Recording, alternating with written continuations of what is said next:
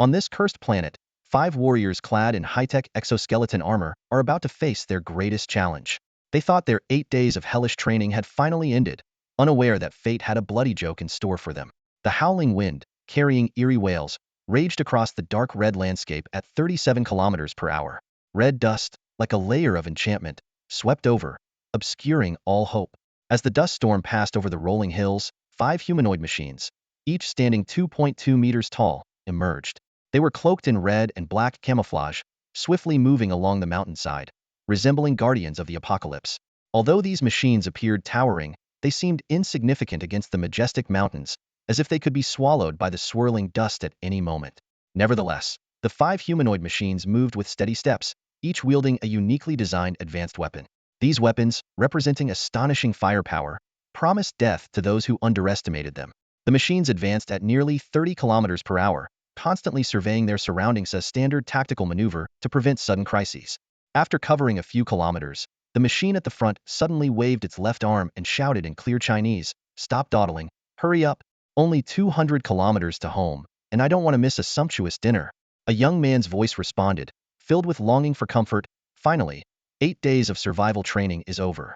Damn, I need a hot shower before dinner. 8 days without a bath. I'm going moldy." A woman's voice chimed in next, her words revealing a yearning for a better life. "After dinner, I'm going to sleep until I wake up naturally. My skin is almost wind-dried these days." "My poor skin." A rough man's voice laughed heartily, his words dripping with desire. "Haha, being pent up for days, it's been hell. I swear, after dinner, I'm heading to the bar for a few glasses of fine wine from Yoren Star, then finding 2 ladies with the longest legs and roundest butts for a romantic night. With a face like yours, you think you can find such beauties? 2 at once? Keep dreaming." This was another woman's voice, filled with teasing yet a hint of concern for her companion. Unexpectedly, there were people inside these 5 machines, 3 men and 2 women. These were not high-end mechs but basic equipment provided by the Earth Federation for cannon fodder-level ground troops exoskeleton armor. Compared to true mechs, this equipment was worlds apart, hardly worth mentioning. Yet, it was these so-called cannon fodder warriors who had created countless miracles in battle. The captain's voice rang out again, filled with a sense of responsibility for the team. "Your dreams can only come true once we get back to the base. Move it, kids, run." "Yes, Captain," they responded in unison, simultaneously increasing their armor speed to 50 kilometers per hour. This speed wouldn't hinder their movement in the wind and could save energy, making it an economical cruising speed. Their hearts were filled with longing for home and a desire for safety. Before long, they crested a hill and rushed down into a deep valley. The wind, blocked by the peaks, weakened significantly. The valley was dotted with strange plants, creating a desolate yet unique beauty, as if telling the mysterious history of this planet. The captain was the first to step into the valley, taking a deep breath as he looked around. "Finally, I can smoke." I was about to suffocate. Just as he was about to remove his helmet, fate intervened. Beep, beep, beep. The shrill alarm suddenly pierced the brief silence. The captain froze, then shouted, "Radar screen on?" Instantly, the radar display inside his helmet activated, and a semi-transparent small virtual screen appeared in front of his left eye. One glance at the virtual screen, and the captain's face changed dramatically. Nearly 100 red dots were emerging from 3 sides of the valley, rapidly closing in. He quickly raised his gun and shouted, "This is bad. Everyone, retreat to the mountain." With a clatter, they all cocked their guns and sprinted back up the mountain. However, their efforts seemed futile. Before they reached the foot of the mountain, hundreds of monsters emerged from the mountainside, surrounding the valley completely. These creatures looked like common ants on Earth, but each was over 2 meters long, with 4 hairy legs and hard armor. They could run at over 30 kilometers per hour. Most terrifyingly, they had 2 pairs of horizontally oriented metallic fangs, capable of tearing through the high-quality alloy armor of the exoskeletons in less than 10 seconds. "Damn it! We ran into a swarm of large hairy ants." The captain roared, "Everyone, regroup with me. Energy guns to level 2 power. Fire at will." The captain raised his energy assault rifle, firing beams of blue light. This Earth Federation-issued energy rifle had 4 power levels. At level 2, it could fire up to 4 shots per second in burst mode, needing only 2 or 3 hits to kill a hairy ant. Several of the frontmost creatures fell instantly, twitching as they died. Yet, the swarm behind them moved swiftly, trampling over their fallen comrades. Hundreds of tumtor-long behemoths charged like a fleet of tanks, a sight to strike fear into anyone. In this critical moment, the captain made a quick decision. "Zhou Bing, cover the rear. Feng Xingchen, assist him. Everyone else, follow me at 7 o'clock." Leave it to me. A rough shout pierced through the tense battlefield. A single soldier in armor sprinted back a few steps, raising a strange weapon on his wrist in an instant. With a sizzling sound, a barrage of dense, terrifying beams burst forth. Each beam that hit its target burned a deep crater into its surface. This was the single-soldier rotary laser Closian defense cannon, with 9 barrels, each 12 millimeters in diameter, capable of firing 1,800 beams per minute. Although the individual power was less than that of an energy gun, its staggering rate of fire made up for it. The bulky, backpack-like object on Zhou Bing's back was an energy box and conversion device specifically designed to power this energy-hungry weapon. However, against the heavily armored hairy ants, the cannon's firepower seemed insufficient. At such close range, trying to fend off the overwhelming tide of monsters put Zhou Bing in a precarious situation. With a piercing hiss, 2 hairy ants broke through the line of defense, quickly closing into within 20 meters. At their speed, unless Zhou Bing immediately turned his gun, they would inevitably reach him. But doing so would allow the dense swarm behind him to breach the firepower net within 5 seconds, dooming everyone. Sweat soaked Zhou Bing's forehead. He gritted his teeth, retreating while pouring laser fire into the densest part of the ant swarm, leaving the 2 close ones to his comrades. As the hairy ants closed to within 8 meters, they paused briefly before leaping like lightning. Zhou Bing could even hear the clicking of their mandibles, life or death hanging by a thread. Suddenly, boom, boom, 2 muffled explosions echoed. The 2 monsters exploded midair, spraying translucent light blue blood onto Zhou Bing's armor. Nice shot, Feng Xingqian. Several voices cheered simultaneously. Feng Xingqian didn't bask in the praise, responding only with the distinctive thud of his heavy sniper rifle. This sniper, specially designed for single-soldier armor, had a caliber of 19 millimeters, commonly known as .75 caliber. Thanks to the armor's robust support and excellent aiming assistance system, it not only negated the massive recoil but also achieved an impressive firing rate of 2 rounds per second. The high-explosive alloy bullets made each shot as powerful as a cannon, guaranteed to blow up a hairy ant. However, today's number of hairy ants was staggering. The 5 soldiers fought while retreating, yet they hadn't even eliminated a third of the nearby swarm before hundreds more surged from halfway up the mountain. Damn it! Are we facing the legendary mass migration of hairy ants? We're screwed today. A beautiful woman cursed, her scalp tingling with fear. Rogova, use the grenade cork rounds, calculate the impact point, and blow them up. The captain shouted, launching 2 light spheres to kill a nearby monster. Rogova swiftly stepped back, grabbing a gyroscope-like object from her waist and attaching it to her energy gun. She aimed at the mountainside over 200 meters away and decisively pulled the trigger. Whoosh! The gyroscope streaked away, trailing blue smoke. Boom! After a blinding flash, a 20-meter-high wall of fire spread like a wave, incinerating everything in its path. Within a 100-meter radius, at least 80 hairy ants were consumed by the flames, turning to char. Those farther away were flung by the shockwave, injured but not dead. Despite the devastating result, Rogova was not satisfied. She complained, "Too bad we don't have single-soldier thermal nuclear fusion grenades. The damage is too low." The captain replied sternly, "Don't think about that. In non-war times, logistics won't hand out such powerful weapons easily. Stay focused, keep an eye out, and use grenades immediately if the ants cluster together." "Yes, Captain." Rogova responded, then fell silent, concentrating on the battle, firing energy beams while closely monitoring the radar screen.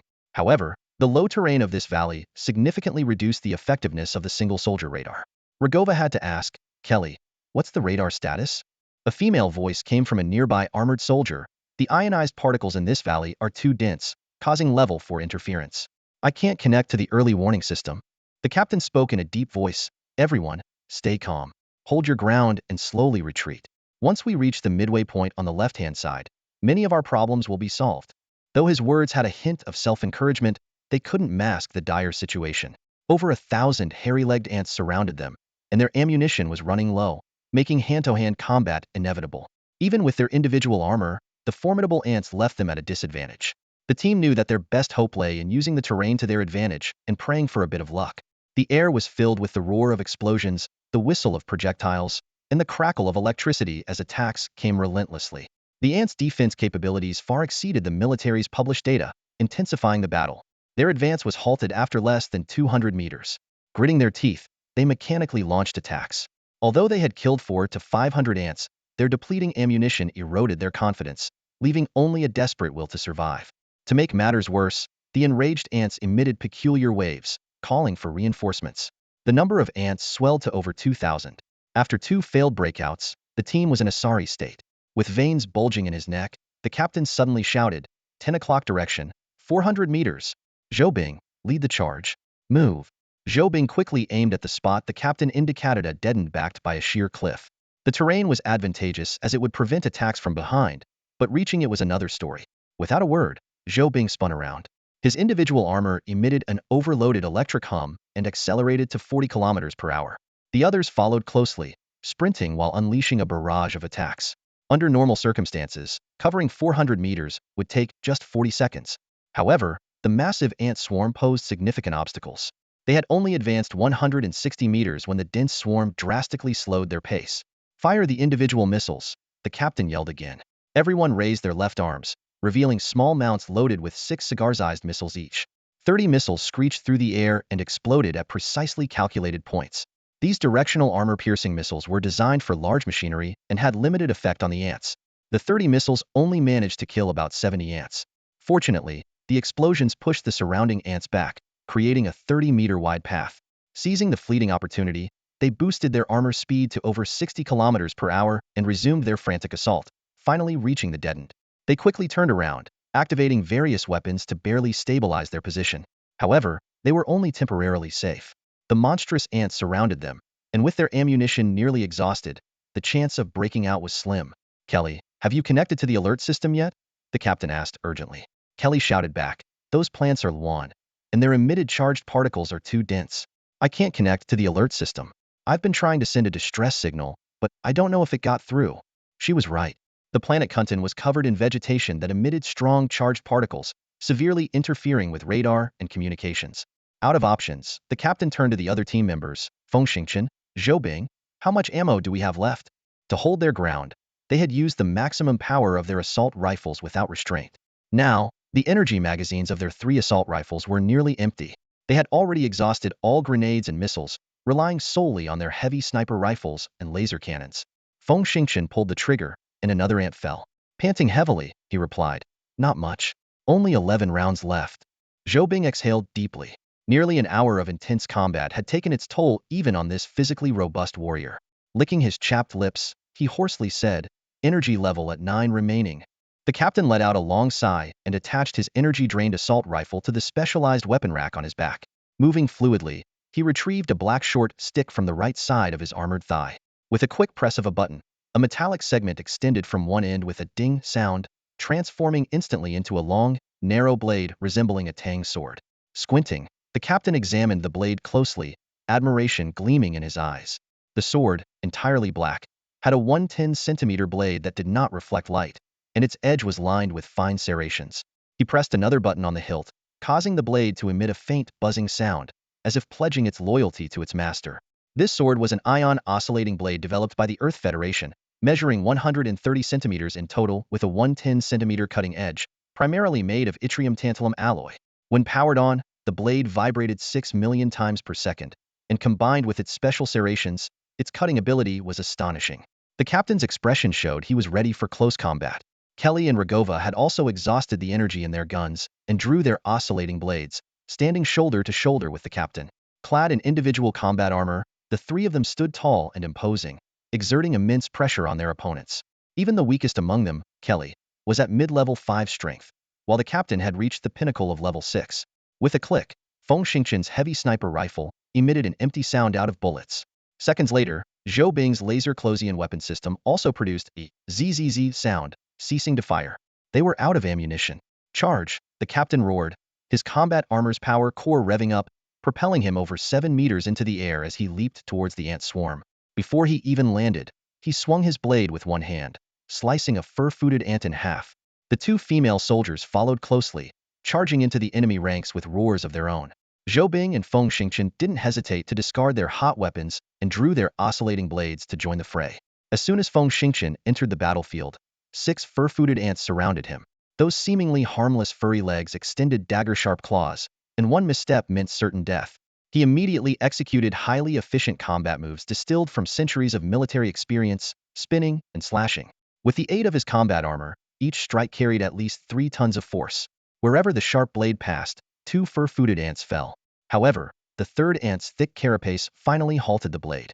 In that instant, several ants seized the opportunity to pounce, leaving deep gouges on his alloy armor with their hooked claws. Feng Xingchen retreated and leaped while continuously slashing, bringing down more ants.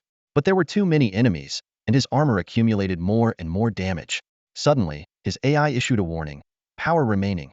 10? 9. Shut up, AI. Feng Xingchen roared, slashing 7 more times, killing 4 more ants. At that moment, Kelly's desperate voice came through the comms. Oh no, my armor's almost out of power. Feng Xingchen shouted back immediately, get over here. I still have 8, I'll give you my battery. Give it to me? What about you? Kelly exclaimed in surprise. Feng Xingchen laughed heartily, haha, as long as there are men still standing, we won't let you die. Kelly wanted to say more, but her armor issued a warning. Power below 1, forcibly disengaging, releasing operator. The back of her armor split open, ejecting a curvaceous red-haired woman. Surrounded by fur-footed ants, Kelly's oscillating blade was still gripped by her combat armor. A ferocious ant lunged at her, its terrifying maw inches from her delicate neck. She screamed and nearly crumpled to the ground, momentarily forgetting her own strength as a mid-level 5 warrior. Everyone else was 20 to 30 meters away, and only Feng Xingchen was relatively close, but 15 meters was still too far for a timely rescue. Time seemed to freeze at that moment, as everyone watched the heart-stopping scene, powerless to intervene. Feng Xingchen was frantic with desperation as a hairy-legged ant, cloaked in the aura of death, lunged at him. With a roar, he didn't even look at the enemy and hurled his long blade. Swish! The blade tore through the air, precisely decapitating the ant closest to Kelly. At the same time, another ant entered his attack range. Its sharp foreclaws slashed across Feng Xingchen's side, leaving a transparent hole. The clash of metal and claws produced a piercing sound. The immense force made him stagger back, but the high-grade alloy's hardness also stunned the ant. Seizing the moment, Feng Xingchen forcefully twisted his body and shouted, single whip, sweeping his leg to send the charging ant flying. He didn't pursue it, but instead sprinted towards Kelly. Despite the distance, another giant ant lunged at Kelly. Feng Xingchen shouted anxiously, dodge, but Kelly stood frozen. Everyone watched helplessly. In the nick of time, 2 laser beams precisely pierced the ant. Then, a continuous barrage of lasers formed a web, keeping the swarm of ants at bay. Explosions erupted in the distance, flames lighting up the sky. The shockwave, meticulously calculated, dissipated just over 10 meters away from them. The 5 of them stood stunned for a moment before realizing rescue had arrived. Overjoyed, they retreated using the terrain. Feng Xingchen, however, didn't have time to be happy. He gritted his teeth, rushed to Kelly, scooped her into his arms, and swiftly retreated to his companions. Only then did he have a chance to look at the source of the lasers. 3 Storm 4 Mechs, each 7 meters tall, were advancing from the mountainside about 3 to 400 meters away, firing various attacks. Zhou Bing's eyes sparkled with envy, nearly drooling. Feng Xingchen and Kelly muttered in unison, if only I could become a mech pilot. The 5 watched in awe as the mechs crushed the 2,000-strong ant swarm, leaving less than 300 scurrying away in panic. The mechs did not pursue. 2 moved to the mountain peak on guard, while the 3rd slowly approached the 5 of them. The cockpit opened, revealing a woman dressed in a tight, red biotechnological suit.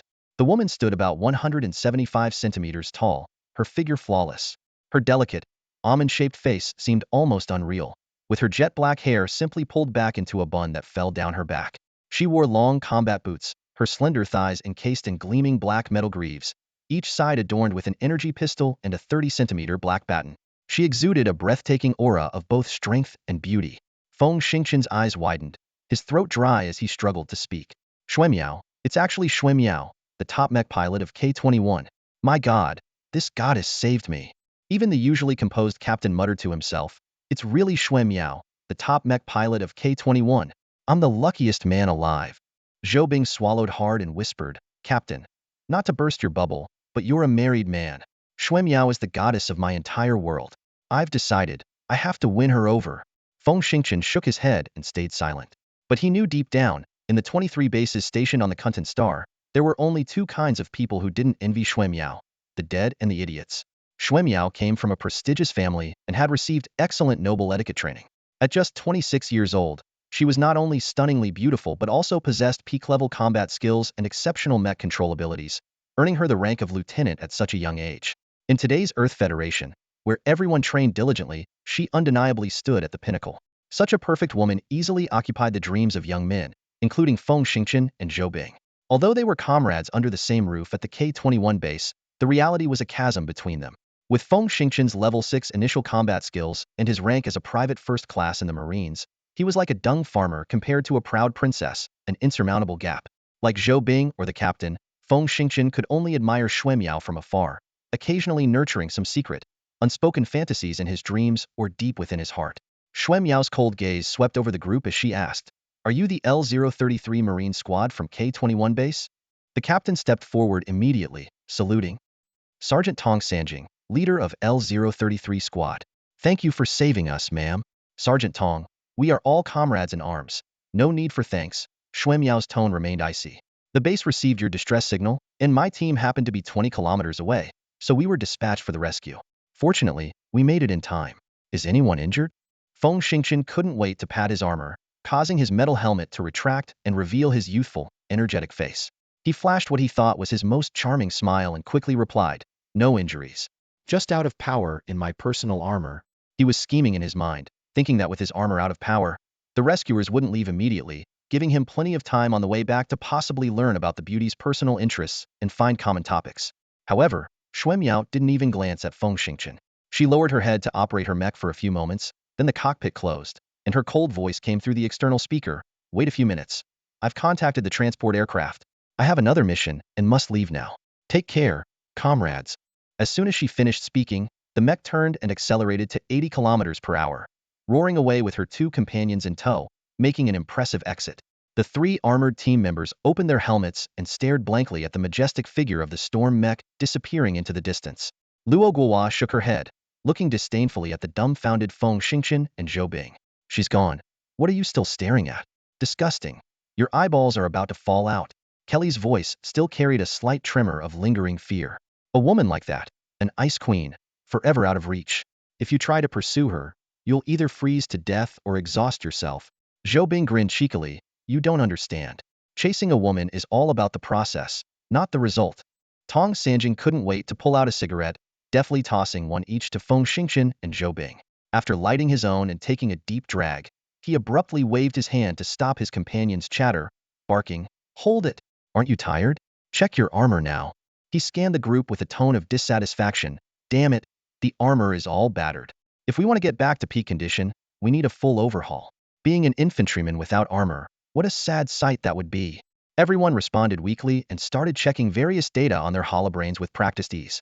Just then, a distinct electric hum pierced the sky.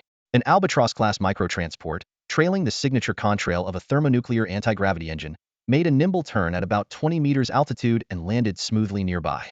This transport, measuring 11 meters long, 4.4 meters wide, and 3.2 meters high, was one of the Federation's most advanced troop deployment vehicles. It had a maximum payload of 7 tons and could carry an additional 6 passengers. Within the atmosphere, it could reach speeds of up to Mach 3.2, and outside the atmosphere, it could achieve an astounding speed of 12 kilometers per second. The pilot stuck his head out, staring in shock at the carpet of ant corpses on the ground. After a moment, he gave a thumbs up and, in a thick northeastern accent, exclaimed, "You guys are amazing. This time, you've really done something big. Heroes, please board the ship." The group forced smiles as they boarded the transport. Standing by the door, they silently watched the valley fade into the distance, their hearts filled with mixed emotions. Kelly clung to Feng Xingqian, still seemingly trapped in a nightmare. If Feng Xingqian hadn't thrown his long knife in time, she might have been buried on this desolate planet. She sighed inwardly. War is no joke. As the hatch closed with a muffled thud, a milky white sonic boom cloud flashed around the aircraft. The transport quickly broke the sound barrier, accelerating to a cruising speed of Mach 2.5. After flying for 4 or 5 minutes, it descended into a hidden valley among the mountains. At the base of the mountain, a thick alloy door in the middle of a cliff slowly opened, revealing a downward-sloping tunnel. The transport flew directly inside, soon landing in an underground hangar spanning 40,000 square meters. The 5 of them jumped out of the cabin, casually glancing around. Over 400 Albatross transports were neatly lined up in the hangar, with nearly 1,000 maintenance personnel meticulously checking data and fixing potential issues. In this off-world military base, all equipment had to be kept in combat-ready condition at all times. No one dared to slack off. Tong Sanjing waved to someone not far away and shouted, "Nick, help us with our personal armor." "Hey, it's old Tong." "Right away." Nick responded cheerfully, striding over. He took a casual look at the cabin and was stunned. The 5 sets of armor were covered in blood and horrific scratches, especially Feng Xingqian's, which was almost unrecognizable. The Earth Federation had been stationed on Kuntan Star for 10 years. In theory, most of the dangerous species should have been eradicated by the military, making it rare to encounter such brutal combat. The sight before him was unbelievable. Nick swallowed hard and said with difficulty, "These armors are too severely damaged to be repaired within 5 days, which doesn't meet the base's security standards."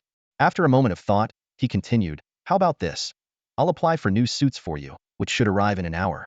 We'll dismantle these for spare parts. But you have to tell me what happened out there." Tong Sanjing was overjoyed. "You're a true friend.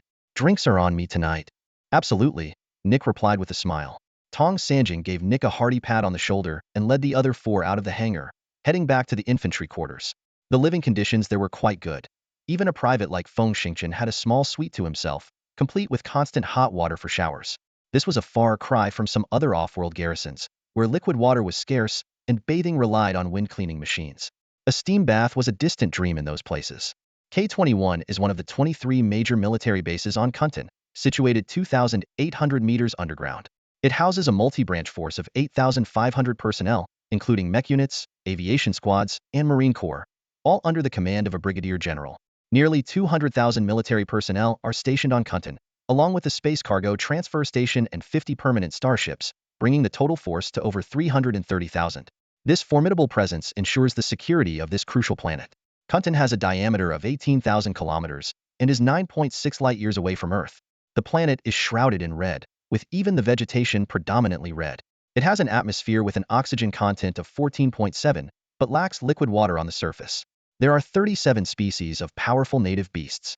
12 years ago, the Federation discovered high-quality metals, Kuntan and Yutan, used in manufacturing mech armor and starship decks. The subsequent large-scale mining operations have spurred rapid economic and military development. To protect this resource-rich planet, the Federation began stationing troops here 10 years ago. Feng Xingchen was assigned here as a Marine 15 months ago, after completing his basic training. At this moment, he had just finished showering and hadn't yet dressed when his wrist communicator buzzed. He clicked his tongue and casually answered the call. The 3D holographic projection of Tong Sanjing appeared, excitedly shouting, "Xiao Feng, guess what? I got my hands on some top-quality Earth beef. Let's head to the small kitchen later. You can make a pot of braised beef for your big brother. Just thinking about your cooking makes my mouth water."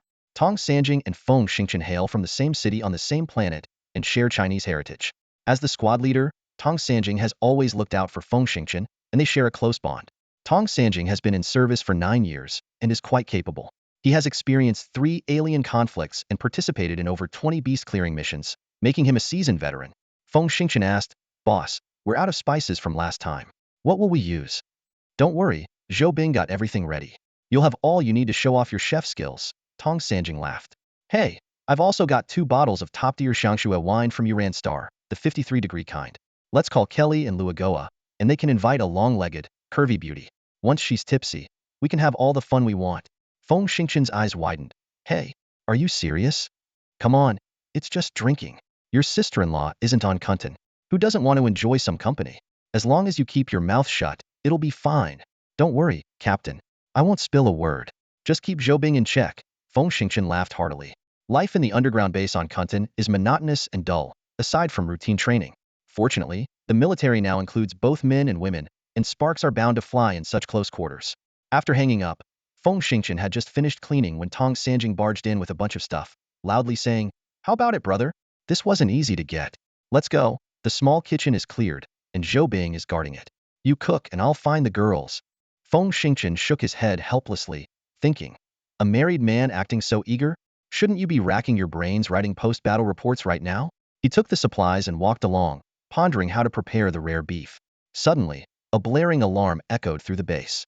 Feng Xingchen froze for a moment before exclaiming, "What the heck? Why a drill now?" Tong Sanjing pursed his lips, his eyes flickering with anger. He said furiously, "Even on an alien planet, the higher-ups get bored. How else are they going to kill time if they don't find something to do? But we just went through a bloody battle.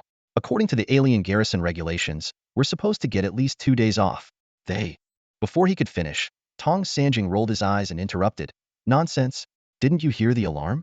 That's a level 2 emergency alert. No matter how many excuses you have, you need to get to your equipment and stand by. Let's go, brother." He grabbed Feng Xingchen by the collar. "Damn it, I'm still hungry." Feng Xingchen let out a wail, hurried to the dorm door, tossed his beef inside, and then sprinted after Tong Sanjing toward the hangar. As level 6 experts, their speed was astonishing, enough to leave sprinters from centuries ago in awe. In the blink of an eye, they burst into the hangar. The sight was breathtaking. The hatches of 400 transport ships were wide open, with dozens of heavy trucks buzzing around. Workers and exoskeletons were busy loading and unloading crates into the transports. Meanwhile, a large number of Marines were streaming in from multiple entrances, quickly moving to their designated posts.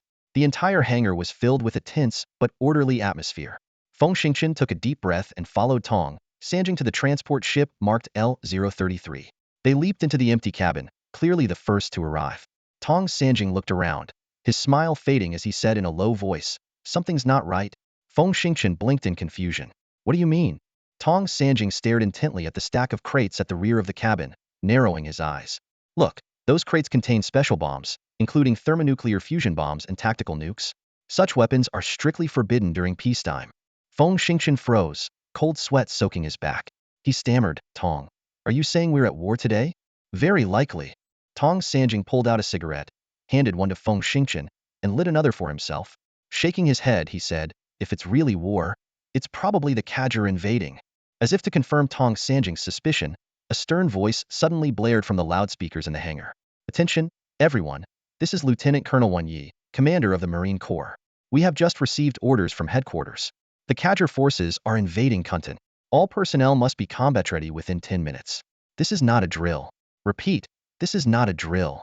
With this announcement, Feng Xingchen's cigarette fell to the floor unnoticed, his face pale and sweat pouring down his forehead. He cursed inwardly. "Damn, this is real war.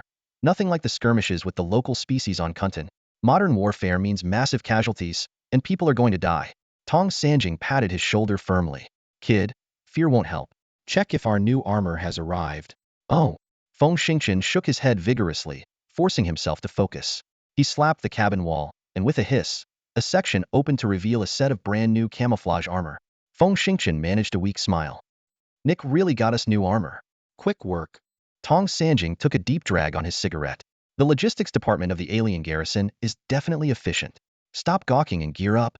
"Right." Feng Xingchen extended his hand, quickly activating the armor's AI. He entered his military ID on the virtual screen. The back of the armor split open, and he stepped inside. The metal closed around him, encasing his body completely except for his head. Then, he stepped out of the cabin wall and turned to look back inside. Inside the cabin, a small cabinet caught his eye with its blue glowing blocks. These blocks, slightly larger than a cigarette box, were high-energy batteries designed for individual combat armor.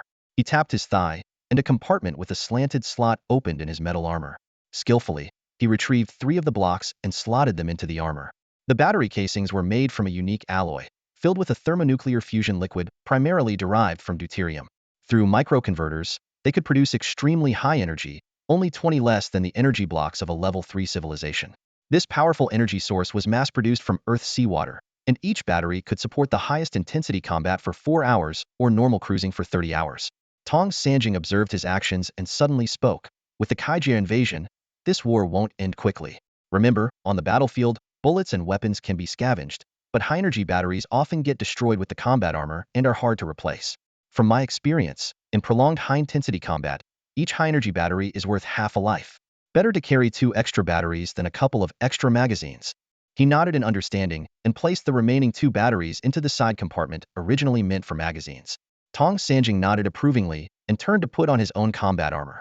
At that moment, Fire Support Specialist Zhou Bing, Medic Luo Guohua, and Communications Officer Kelly rushed in, sweating and hurriedly donning their combat armor. Luo Guohua, trembling, said while suiting up, "How can this be a war? I just checked the battle report while showering. About 10 hours ago, the Federation fleet intercepted the Kaijir Imperial Army in the Roka sector, pushing them back 4 light years and achieving a significant victory. How did the Kaijir manage to reach Kuntan Star so quickly?" Kelly chimed in. "Exactly. From the Roka sector to Kuntan Star, it's a full 7 light years. Kaijia starships only have a 2.3 light-year jump capability. Even considering warp engine cooldown time, it would take at least 60 hours to cover 7 light years." Tong Sanjing sighed. "I can tell you with complete confidence, the idiots at the military command have been fooled again. The Kaijia must have used a diversion tactic." Feng Xingchen and the others exchanged shocked glances, clearly taken aback by the sudden news. Tong Sanjing quickly waved his hand to boost morale. "Nothing to fear. Remember, we survived being surrounded by thousands of hairy ants. which means we've learned how to fight to the death. Our mental fortitude should be stronger than others. I guarantee with my life that we'll all make it back alive to enjoy Feng Xingqian's cooking." Kelly was about to say something when a violent tremor shook the ground, as if experiencing a magnitude 7 earthquake. The four turned pale, and the two girls screamed, crouching down in fear. Tong Sanjing commanded loudly, "Stand up, put on your helmets, and bend slightly. This is the enemy's preliminary bombardment before landing, and our anti-aircraft fire is countering." But all 23 bases on Kuntan Star are more than 2,800 meters underground, reinforced with dozens of meters of high-polymer concrete. Given the Kaijia's slightly superior technology compared to the Earth Federation, they can't destroy such deep bases quickly. Ultimately, the decisive battle will be fought by ground forces. Don't forget, the 23 underground bases house over 150,000 troops. The enemy can't take us all out at once. We just need to hold out for a few dozen hours until reinforcements arrive, and everything will improve. Thinking of Earth's reinforcements, the group felt somewhat reassured and stood up. They twisted their heads, and with a click, thick steel plates extended from the collar of their armor, enveloping their heads completely. They now resembled 2.2-meter-tall mini-mechs. The tremors continued, but the group seemed accustomed to the shaking. They stood up straight and methodically equipped their weapons and ammunition, making final preparations for the imminent battle. Feng Xingqian was the first to drag over a crate marked Heavy Sniper, moving swiftly and precisely. As soon as the box opened, 2 bullet cases, each 8 centimeters thick, came into view. He expertly attached them to his chest and back, each containing 20 clips for a total of 240 rounds. He then retrieved several individual grenades and various unique devices, securing them to the surface of his armor. With the added gear, Feng Xingqian's armor became increasingly bulky, reaching a total weight of 88 kilograms. Finally, he picked up the folded Heavy Sniper rifle, holding it tightly to his chest. Unlike his teammates who used energy weapons, Feng Xingqian used physical bullets, which required magazines, while energy weapons only needed 36 specialized high-energy batteries. Each team member's equipment was distinct, including battlefield medical devices, information-gathering instruments, and various special explosives. Despite the differences in equipment, their total burdens were roughly the same. Feng Xingqian looked around and saw that his companions had finished gearing up, nervously gripping the walls of the cabin, their foreheads beaded with sweat. About 10 minutes later, the voice of Commander Wen Yi came through their communication systems into each helmet. "Move out, move out. The coordinates you received are your defensive points. Good luck to everyone." With the command given, 400 transport ships began to take off vertically. After rising 3 meters, they turned in place and entered an upward-sloping channel in a predetermined sequence. In just a few seconds, the transport ships exited the channel and reached the surface of Kuntan Star.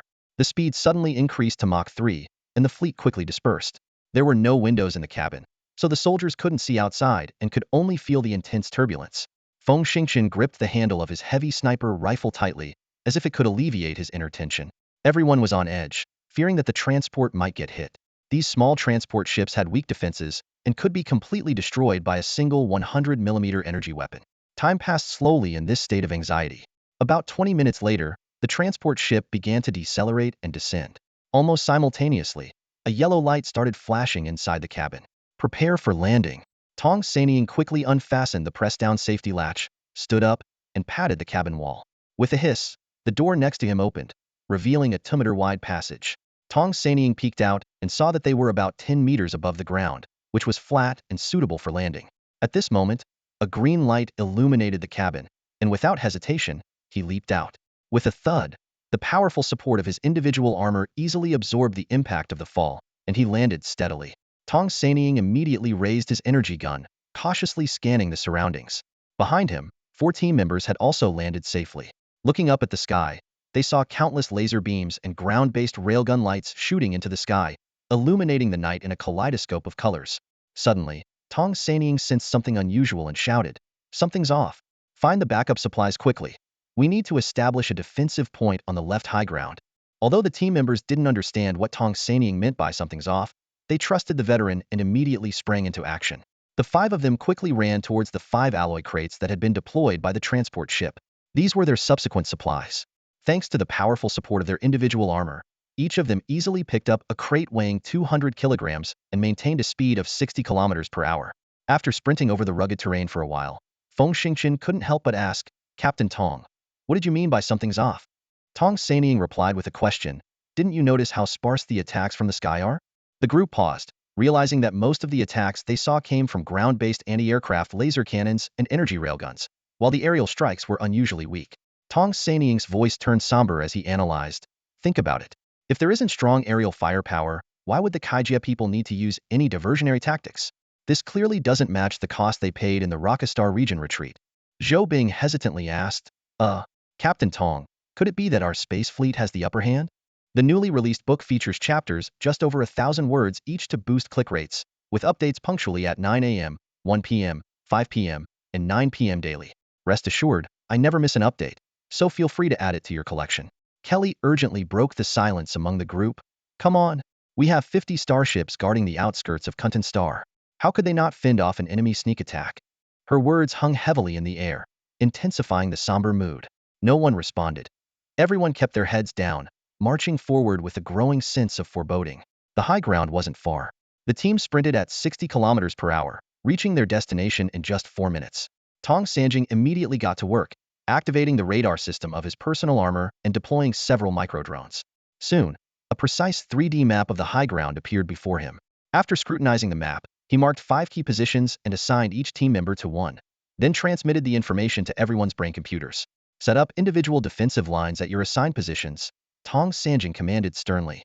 Remember, take deep breaths and stay calm. Rotate your rest shifts and make sure you get some sleep, or you'll drain your energy quickly. Yes, sir. The team responded in unison. Responding promptly, Feng Xingqian dashed to his designated defense point. He quickly scanned the surroundings, then took a collapsible vibrating shovel from his armor's thigh compartment and dug a deep trench behind several large rocks. As the trench took shape, he felt a sense of relief. Surveying the area, Feng Xingqian realized he couldn't see his comrades from his position. He could only confirm their presence in their trenches through his armor's radar and friend-or-foe identification system, which offered him some comfort. Dragging his supply crate into the trench, he suddenly felt a pang of hunger, realizing he had missed his afternoon meal. Opening the crate, Feng Xingqian pulled out a liquid high-calorie field ration. He carefully opened his helmet, bit into the ration, and sucked on it vigorously. At the same time, he expertly unfolded his heavy sniper rifle, a massive 1.5-meter long, 19mm caliber weapon.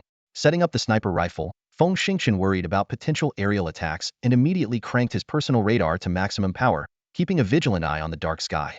After some time passed without any signs of movement, he finally relaxed, lit a cigarette, and smoked it discreetly in his hand while surveying his surroundings. Reflecting on his time, he realized it had been 15 months since he arrived on Kuntan Star, participating in over a dozen combat drills and survival training sessions. This glaring red planet, rich in 2 high-quality metals, had drawn the attention of the Kajir Empire, a level 3 civilization, sparking a war 2 years ago. Earth, after 400 years of rapid development, had reached the pinnacle of a level 2 civilization and needed only to master level 3 energy blocks and their applications to ascend to level 3. Although the Kajir Empire had already achieved level 3 status, their weapons technology wasn't significantly ahead of Earth's, making the two sides evenly matched. Lost in thought, Feng Xingqian was abruptly jolted back to reality by Zhou Bing's shout over the communicator. Everyone, look at the sky. He quickly extinguished his cigarette, closed his helmet, and gazed upward. The helmet's one-way metal visor adjusted the light automatically, allowing him to lock onto several rapidly descending objects. As the high-definition images were magnified by his brain computer, Feng Xingqian saw they were roughly 50-meter diameter spheres, pockmarked and trailing hundreds of meters of fiery tails as they hurtled down. Meteorites? He wondered, but quickly dismissed the idea. No, these things are decelerating. They're definitely not meteorites. Before he could make sense of it, Kelly's voice came through the communication channel. Everyone, be cautious. These objects seem to be some kind of biological landing pods. It looks like the Kajia are planning a ground assault. As soon as Kelly finished speaking, a piercing alarm sounded in her helmet. Looking up, she saw countless pods raining down from the sky, crashing into the ground at an incredible speed of 30 kilometers per hour. Each pod hit with a force far greater than a regular bomb, sending shockwaves sweeping across a 100-meter radius. Around the high ground they occupied, nearly 10 pods crashed down with a thunderous roar. Rolling clouds of red dust, carried by the shockwaves, blew towards them. Instinctively, they huddled in their foxholes, barely daring to breathe. Fortunately, Tong Sanjing had chosen this hill, over 700 meters above sea level, as their defensive point. The hill contained high-quality metal elements, effectively neutralizing the impact of the shockwaves. Despite the swirling dust, their personal armor's excellent air filtration and oxygen supply systems kept them safe. Once the shockwaves subsided, Tong Sanjing gave the order, "Everyone, get ready." Feng Xingqian quickly composed himself, poked his head out, and set up his heavy sniper rifle, targeting one of the biological pods. The pod was clearly designed with strong anti-collision features, remaining intact despite the violent impact. Under the blinking signal lights, the pod door slowly opened, revealing a massive creature. Seeing the creature clearly, Feng Xingchen exclaimed, "Boss, we need bigger weapons." Emerging from the pod was a giant beast over 10 meters long and 6 to 7 meters tall. Their personal weapons seemed insignificant against such a colossal monster. Tong Sanjing roared, "Damn it! It must be a bio-beast developed by the Kaijia people. Everyone, use the armor-piercing high-explosive missiles, target the beast at 11 o'clock, and hit it hard." Conventional personal weapons were unlikely to be effective against such a giant. Even Feng Xingchen's 19mm special heavy sniper rifle was useless. The five of them simultaneously raised their arms, and their armor opened instantly, deploying small launchers. 5 cigar-sized missiles whizzed out, accurately hitting the still-dazed beast. The missiles penetrated about 10 centimeters into the skin before exploding. However, the beast's skin was unexpectedly thick. The armor-piercing high-explosive missiles, which could easily destroy large self-propelled guns, only left a few basin-sized bloody craters on the beast's skin. Such minor injuries were negligible to the giant beast and only provoked its ferocity. It let out an earth-shaking roar and charged towards the hill. Feng Xingchen, aim for its eyes. Seeing the limited effect of the missiles, Tong Sanjing urgently ordered. Amid the beast's thundering footsteps, Feng Xingchen quickly grabbed his heavy sniper rifle. Using the photon scope and the personal armor's auxiliary system, he locked onto the eye, which was larger than a basin, in just 1 second and pulled the trigger without hesitation.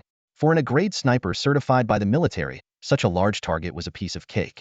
The 19mm caseless tungsten steel bullet, propelled by high-explosive propellant, flew out at an initial speed of 1,850 meters per second, with an effective range of up to 2.2 kilometers. The bullet embedded deeply into the beast's eyeball and, triggered by a delayed fuse, the nuclear nitrate explosive detonated violently, shattering the pre-formed fragments.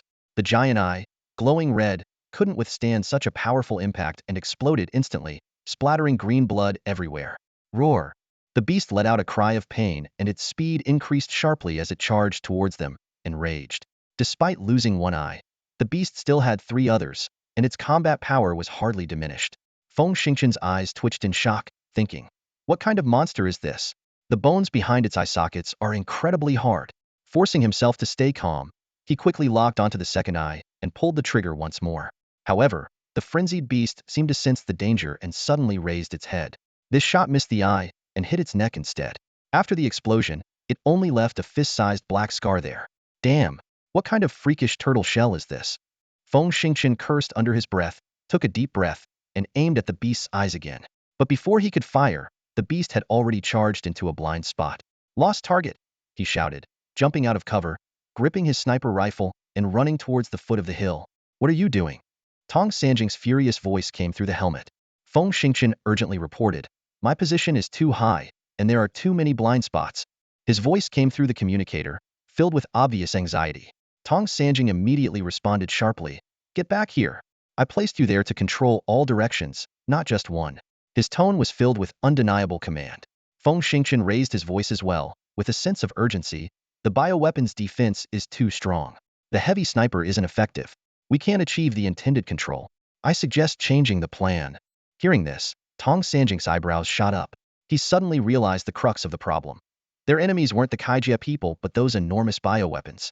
If 7 or 8 nearly indestructible monsters charged up the hill, they wouldn't even have a chance to break through. As an experienced commander, Tong Sanjing wasn't one to rigidly follow orders. On the contrary, it was his insistence on flexible execution that had led the team out of danger multiple times. At this moment, he clearly understood that today's battle had taken a significant turn. These monsters couldn't be eliminated with personal weapons. They required mechs, or at least levels even martial arts experts to handle. Tong Sanjing's mind raced as he thought about how to lead the team to safety. He quickly made a decision, jumped up and shouted, "Everyone, follow me." The 4 team members immediately left their cover, quickly forming a line, and followed Feng Xingchen. They used standard tactical movements, advancing rapidly towards the 11 o'clock direction. The hill they chose had an altitude of over 700 meters, and the terrain was quite steep. The unique geography of Kuntan's star was particularly important at this moment.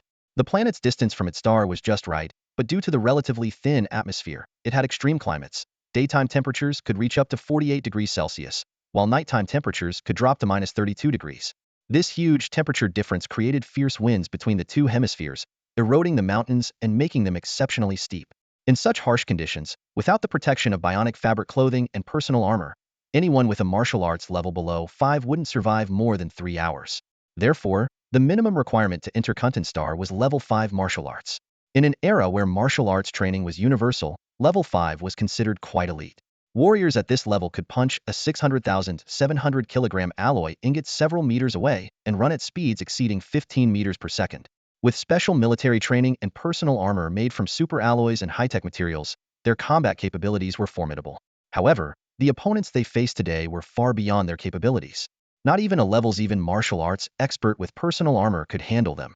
Despite this, years of scientific advancements had made personal armor incredibly effective for soldiers below level 7. Even on such steep slopes, they could maintain a stable speed of 20 kilometers per hour. In just 2 minutes, they spotted the injured beast. It was clawing desperately at the rocks under a nearly vertical cliff. The rocks were rich in contin metals, and after years of wind erosion, they were as hard as special alloys from a century ago. The beast's strength was terrifying.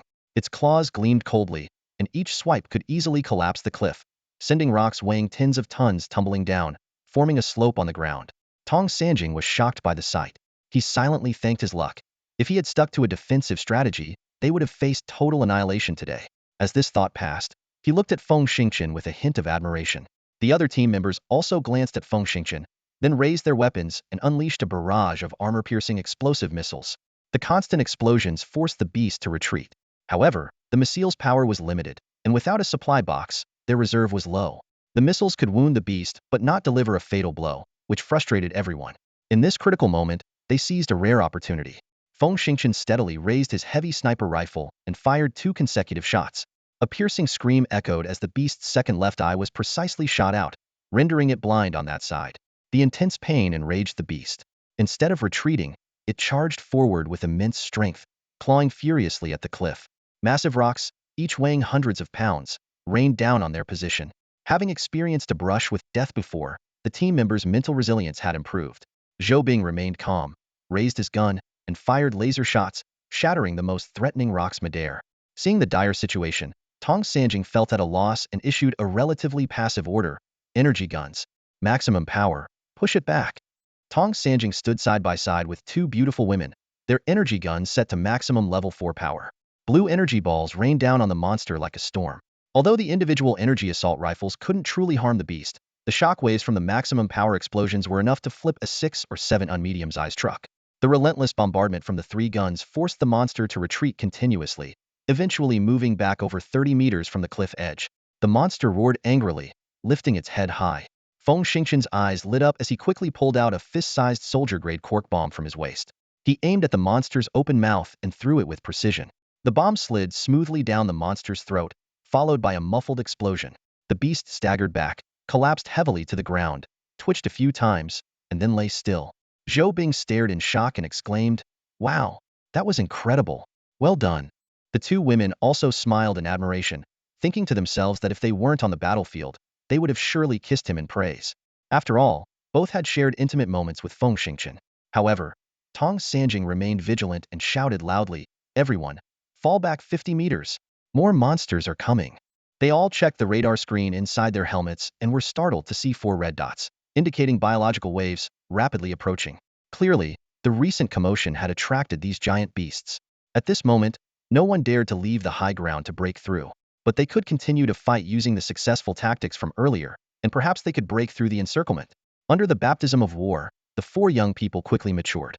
They instinctively raised their guns and aimed at the 12 o'clock direction. Feng Xingqian moved swiftly, using the high-definition system of his soldier armor to quickly lock onto one of the monster's giant eyes. Bang bang! 2 shots hit their mark, destroying one of the monster's eyes. However, the other 3 monsters had already closed in to within 400 meters. Just as Feng Xingqian was about to switch targets, a sense of danger washed over him. He instinctively rolled to the side, narrowly avoiding a barrage of purple laser fire. While his soldier armor could withstand laser attacks, the 3 small missiles that followed posed a deadly threat.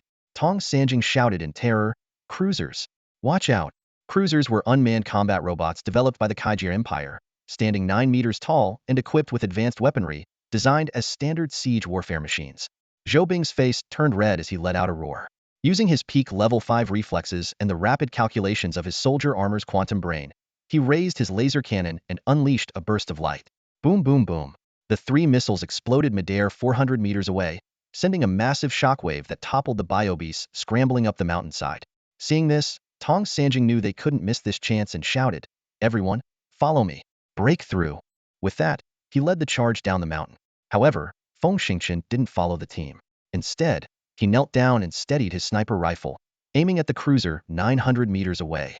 Despite the immense power of his 19mm heavy sniper rifle, it seemed unlikely to penetrate the cruiser's tough armor at that distance. A confident smile tugged at Feng Xingqian's lips. He knew that every powerful machine had a weakness, and the key was seizing the opportunity in a split second. Based on military experience gathered over recent years, each time a cruiser's missile launcher flipped out, an opening less than 8 centimeters wide and 80 centimeters long would appear, exposing the core of its power reactor. However, this gap existed for only 2 seconds. In the high-speed chaos of the battlefield, very few snipers could seize this fleeting opportunity and hit the mark. Feng Xingqian was confident in his ability. He believed he could do it. He has a secret that no one else knows. In this world where everyone practices cultivation, Feng Xingqian not only possesses level 6 elementary body techniques, but also hides level 5 elementary mental power. Humans have long discovered that breaking through in body techniques stimulates the pituitary and pineal glands, generating mental power. This power can expand the brain's capacity, develop neurons, and significantly enhance reaction speed and information processing capability. This ability allows masters to make precise decisions in the ever-changing dynamics of combat. However, the mental power generated solely through breakthroughs in body techniques is limited. Even a level 12 body technique expert, if not deliberately cultivating, often only has around level 5 mental power. This situation is frustrating because the only known method to enhance mental power is through meditation. The art of meditation is profound and difficult to grasp, with very few truly mastering its essence. What's more disheartening is that the cultivation of mental power is closely related to the affinity with a substance known as essence matter. Essence matter is a special cosmic substance that only those with a high degree of compatibility can absorb during meditation, eventually refining it into mental power. This talent is extremely rare. Among the Federation's 15 billion people, only 32,000 possess this constitution, which is about 1 in 470,000. Of those, only 7 have managed to raise their mental power to level 12. So far, no one has broken through the critical threshold of level 13. Feng Xingqian is one of these fortunate individuals with a special constitution. He not only has a sufficient affinity with essence matter, but also possesses an innately vast brain capacity. The brain capacity that level 8 mental power practitioners achieve after long and arduous cultivation might still be inferior to his natural capacity. With this talent, he can easily reach level 5 elementary mental power just by casually meditating. Although level 5 mental power seems insignificant in this world, Feng Xingqian's utilization of it is sharper and more adept at capturing subtle changes than many level 11 or even level 12 experts. This unique advantage led him to choose the profession of a heavy sniper upon enlisting. His choice proved to be incredibly correct. After just 4 months of basic training, he reached the level of a grade elite sniper, something many soldiers struggle to achieve even after a decade of hard training. At this moment, the first round of missiles had just been launched. In the brief 3-second reloading interval, Feng Xingqian's mental power operated at high speed, locking onto the enemy's missile bay through his scope and the armor's auxiliary system. Suddenly, the upper part of the missile launcher began to rotate, revealing a crack. Without hesitation, Feng Xingqian pulled the trigger, firing 2 bullets per second. This was his limit for maintaining accuracy under immense recoil. The 2 large bullets, carrying tremendous kinetic energy, left visible ripples in the air as they precisely entered the newly opened crack. 2 soft bangs triggered a series of violent explosions. The power core was hit, detonating dozens of small missiles inside. Even more frighteningly, there were several nuclear warheads hidden in the missile warehouse. The high temperature and pressure instantly swept through, engulfing several biochemical beasts and 2 patrol vehicles in rolling flames. "Well done. Move out," Tong Sange and the others shouted in unison. They were all stunned. Today, Feng Xingqian seemed possessed by a deity, twice pulling them back from the brink of death. His eyes shone with an unusual light. If he could maintain this state, the team's chances of breaking through would significantly increase. Suddenly, Feng Xingqian spotted a critical target halfway down the mountain. Clenching his fist in excitement, he grabbed his heavy sniper rifle and dashed downhill. The blast radius of the small nuclear bomb barely covered a kilometer, just reaching the foot of the mountain. For soldiers in individual armor, this distance posed little threat. Without the burden of the supply box, the individual armor's maximum speed of 80 kilometers per hour could be fully utilized. Feng Xingqian sped to the foot of the mountain, reunited with the other team members, and the group sprinted northwest. The blast wave would last no more than 10 seconds. They had to put as much distance as possible between themselves and their pursuers in that short time. After all, the biobeasts could reach speeds of 80 kilometers per hour, while the prowlers were even faster, at about 90 kilometers per hour. After covering 3 to 4 kilometers, static suddenly crackled in their helmets, and the radar screen filled with snow, drastically reducing their visibility. The beautiful intelligence officer Kelly couldn't help but curse. Damn it, the aerial warning system is down.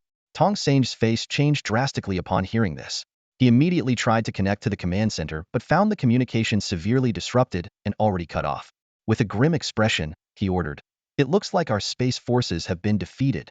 Move quickly, maintain speed and get out of here." The group, looking grim, followed Tong Sange as they continued their rapid march. Half an hour later, Kelly suddenly shouted, "Captain Tong, there's a 200-meter wide chasm to our left." She quickly transmitted a clear 3D image to everyone. Tong Sange glanced at the terrain and then at the 9 red dots 1,300 meters behind them. He made a swift decision. Great. Let's head over there immediately. We'll set up a defensive line on the other side and find a way to take out those 9 big guys. Luo Guo exclaimed. Take them out? How? Feng Xingqian calmly analyzed. We must eliminate them. Don't forget, the Kaijia people's landing range today is too wide. Our long-range radar is already down. If we run around aimlessly, we'll easily encounter enemy troops. Once we're entangled by small enemy units, there's no way out but death. Tong Sange nodded in agreement. Absolutely right. Instead, we should use the terrain to our advantage from across the chasm, take out the enemy, and then return to the high ground to retrieve the supply box. That way, our chances of survival will significantly increase. The other 3 echoed in agreement, their confidence beginning to return. Reaching the edge of the chasm, they peeked over and saw that it had been deeply eroded by wind over the years. Plunging nearly 300 meters with sharp mineral pillars at the bottom falling in would mean certain death. Zhou Bing pointed to the opposite side. There's a stable rocky cliff over there, perfect for our needs. The 5 of them ran along the edge of the gorge for a distance, then retreated more than 100 meters before suddenly accelerating. They sprinted to the cliff edge and leaped with all their might. Although the individual armor could jump up to 40 meters, this distance was clearly insufficient.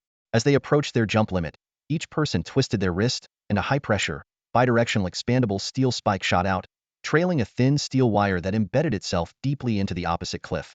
Accompanied by the whirring of motors, the steel wires rapidly retracted, pulling them up to the cliff top. Upon landing, the 5 quickly found the most advantageous positions for their respective roles and set up their weapons, aiming across the chasm. The sequence of actions was smooth and seamless, revealing that no one had slacked off during training. At that moment, the pursuers had just reached the opposite bank, with 2 patrols and 7 biobeasts clearly in sight. Feng Xingqian squinted his eyes, able to see the gruesome burn marks on 3 of the biobeasts without any instruments, obviously the unintentional spoils from the earlier nuclear explosion. Tong Sanjing's shout pierced the air. Find cover immediately. Look for something sturdy. We're definitely going to use nukes soon. Before he even finished his sentence, the group quickly dispersed, each finding optimal cover. Feng Xingqian agilely hid behind what appeared to be a solid rock, cautiously peeking out to observe the situation across the way. His eyes locked onto the patrols, knowing that they had to be taken out first due to their formidable long-range firepower if they were to break through and return to the other side. However, the patrols seemed to have detected a capable sniper on the opposite bank and hesitated to launch missiles recklessly. Instead, they unleashed round after round of laser cannons and heavy machine gun fire, making it impossible for anyone to lift their heads. Fortunately, the jagged rocks below the cliff prevented the biobeasts from daring to jump down, leaving them pacing anxiously along the edge. Infuriated by the patrol's relentless bombardment, Tong Sanjing swiftly retrieved a corn-shaped object from a small box at his waist and expertly attached it to the muzzle of his energy assault rifle. Everyone, get down! Nukes incoming! His shout carried a hint of excitement. The 6 portable nukes the team carried were finally about to be used. Earlier on the high ground, the proximity had prevented their use, but now, he was confident in calculating the explosion's epicenter precisely. Even if it didn't kill the enemy, it would push them into the deep ravine. Taking a deep breath, Tong Sanjing leaned into a crevice, then suddenly stood up, aimed at a rock less than 200 meters from the cliff edge, and pulled the trigger without hesitation. Just as the nuke left the barrel, 2 heavy machine gun rounds struck his chest, sending him flying over 2 meters.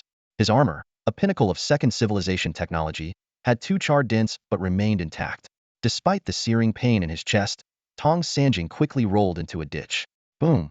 For 100 meters away, a violent explosion erupted, sending a mushroom cloud soaring into the sky and a shockwave laced with flames spreading in all directions. 1 patrol and 3 heavily scarred biobeasts were forced into the ravine. their bodies battered by the jagged rocks, rendering them nearly immobile. The remaining patrols and bio-beasts, though spared from falling due to their distance from the cliff, were badly scorched by the flames, though unfortunately, they hadn't entirely lost their combat capabilities. After the shockwave subsided, Feng Xingchen leaped from the ditch like an arrow, quickly scanning the battlefield before shouting, "2 more corn nukes?" His teammates, having witnessed the nuke's effectiveness, were already on the move. 3 team members with energy assault rifles took out nuke-like grenades and used the rifle's unique firing frequency to launch them 2 across the bank and 1 into the ravine. Boom, boom, boom. Following 3 more violent explosions, everyone cautiously peeked out. The pursuers on the opposite bank had all been forced into the ravine, and the 4 that had fallen earlier were now mortally wounded, barely clinging to life after the close-range nuclear blasts. Nuke. 3 seconds to prep. Tong Sanjing issued another command. Though he had exhausted his nukes, both Kelly and Luogwa still had 1 each. They quickly loaded their nukes, waiting for the shockwave to pass before standing and firing simultaneously. The 2 nukes whistled through the air. In that critical moment, the second patrol that had fallen into the ravine, despite losing a leg, still retained some combat capability. It tilted on the ground, its missile launcher suddenly opening, and 3 cold fusion missiles shot out along the cliff edge, heading straight for the other side. The moment Rogova leaped out, fate mercilessly struck. A cold fusion missile screamed through the air, hitting the stunning Caucasian woman with pinpoint accuracy. Her scream was cut short as one of her legs was severed from her body. Supercooled ions hungrily spread from the wound, freezing her into an ice sculpture in an instant. The following explosion's shockwave swept past, leaving nothing behind but a few fragments of her personal armor. Rogova. The 4 comrades, witnessing their friend's tragic end, were filled with rage and sorrow. They shouted in unison, leaping out of cover and pulling out their cork grenades, ready to hurl them into the deep trench. The situation in the trench was even more dire. The first nuclear blast had shattered many rocks, causing the subsequent enemies who had squeezed in to be severely injured, but not completely incapacitated. A damaged rover suddenly launched 3 high-explosive missiles, targeting a nearby steep cliff. Boom, boom, boom. After 3 deafening explosions, the cliff collapsed, forming a slope. A nearly unscathed bio-beast took advantage of the opportunity, sprinting up the slope at full speed. The 4 barely avoided the collapsing cliff, and upon seeing the beast, they immediately threw their cork grenades at it. Simultaneously, 3 guns unleashed a torrent of bullets, raining down in fury. Feng Xingchen ignored the beast, his focus locked on the damaged rover. Despite losing a leg, the machine could still fire missiles, posing a far greater threat than the nearby bio-beast. At that moment, the rover finished reloading, its launcher flipping out, exposing a fatal gap. Seizing the fleeting opportunity, Feng Xingchen decisively pulled the trigger. 2 bullets precisely entered the gap, triggering a violent explosion. In an instant, flames roared skyward like a raging dragon, incinerating the nearby bio-beasts. "Get down!" Tong San's shout was like a thunderclap. The 4 of them hit the ground almost simultaneously, as scorching waves of fire roared overhead. However, the danger was far from over. A beastly roar pierced the sky as the bio-beast, nearly reaching the top of the slope, was hit by the shockwave and flung into the air, crashing heavily not far from them. Despite being covered in burns and wounds, the creature still moved with alarming agility. The bio-beast rolled over once and quickly got back on its feet, its claws flashing as it lunged at the nearby Zhou Bing. Just as Zhou Bing regained his footing and realized the impending danger, he attempted to roll away. However, he underestimated the speed of the seemingly heavily injured beast. The claw strike was astonishingly fast, catching up to him after only 4 or 5 meters, slicing through his sturdy armor like paper and tearing his body apart. Blood stained the ground, and his limbs were scattered. No! Tong Sange and Feng Xingchen's eyes filled with blood as they let out primal roars. They discarded their now useless firearms, simultaneously drawing short rods that extended into 1.3-meter-long blades with a press of a button. With the support and speed provided by their personal armor, combined with the strength of 6th-level fighters, the 2 unleashed a combat power akin to 7th-level experts. They attacked the giant beast with a ferocious assault, each slash drawing a spray of blood. However, against the bio-beast's formidable defense, the serrated blades vibrating at 6 million times per second were significantly less effective. The blades left wounds no deeper than 30 or 40 centimeters, which, despite looking gruesome, were superficial to the massive creature. "This isn't working," Tong Sange shouted decisively as he witnessed the scene. "Kylie, prepare the explosives." Kelly reached for her body and grabbed a cork bomb, glaring at the massive beast before her. The colossal creature, exhausted from its relentless attacks, had noticeably slowed down. Its body was covered in dozens of wounds from sharp blades, and it finally opened its gaping maw to let out a deafening roar. As a highly skilled level 5 warrior, Kelly seized this rare opportunity. She deftly swayed from side to side, closing the distance to the beast to just 30 meters. With precise aim, she hurled the bomb straight into the gaping mouth. Boom! A small explosion erupted inside the beast's mouth. The creature froze momentarily, then collapsed with a thunderous crash. Yes, Kelly exclaimed, flashing a victory sign with 2 fingers. Just as she breathed a sigh of relief, she heard the terrified shouts of Feng Xingqian and Tong Sanjing. Get out of the way! They sprinted towards her, their faces filled with fear. If Kelly had dodged the moment she heard the warning, she might have had a chance to escape. But in that critical moment, she froze and instinctively turned to look. A bizarre beast, resembling a speeding train, was charging at her with incredible speed. In the heat of close combat, no one dared to risk using radar screens that might obstruct their view. This meant they didn't notice the beast until it was within 200 meters. By the time Kelly turned around, it was already within 100 meters. The beast opened its mouth slightly, a flash of blue light appeared, and in an instant, Kelly and her armor were frozen into an ice sculpture. A gust of wind swept through, shattering the ice into countless fragments. Mihua liquid! Tong Sanjing and Feng Xingqian exclaimed simultaneously. This was a peculiar substance discovered by the Kaijia Empire, capable of creating temperatures as low as 451.8 degrees Fahrenheit in an instant. After special catalytic treatment, its power became even more terrifying, generating ultra-low temperatures of 665.2 degrees Fahrenheit during ion decomposition. Such extreme cold could easily destroy Earth's single soldier armor, and even the Mechs of the third-level peak civilization, Castellan, couldn't withstand it. Tong Sanjing had once explained to Feng Xingqian that the universe harbors many unique life forms capable of using their special physiology to emit cold, flames, plasma, or energy balls for attacks. This phenomenon wasn't uncommon. Even on Earth, there are electric eels, bombardier beetles, and thunderbirds that cleverly use chemical substances. However, the fact that the Kaijia people could transform this beast into a bioweapon showcased their significant advancements in biological research. This beast was entirely different from the Kaijia species they had studied on the military's open website. It had 6 legs, no tail, and was skeletal and ghastly white. It was 10 meters long, 6 meters tall, with a massive head resembling a hyena, entirely jet black and hairless. Perhaps due to its lean build, it moved at astonishing speeds, rivaling some models of Earth's mechs. In the moment it eliminated Kelly, it had already closed in to within 30 meters of Tong Sanjing and Feng Xingqian. Get out of the way! Tong Sanjing suddenly leaped, forcefully shoving Feng Xingqian aside. He roared and charged at the beast, gripping his long blade. Facing a creature that could travel over 100 kilometers per hour and launch long-range attacks over 100 meters, the chances of escape were nearly zero. Rather than waiting for death, he chose to fight to the death, hoping to buy time for his remaining comrades. The beast's eyes flashed with disdain as it saw Tong Sanjing charging. It opened its gaping maw and snapped down like lightning.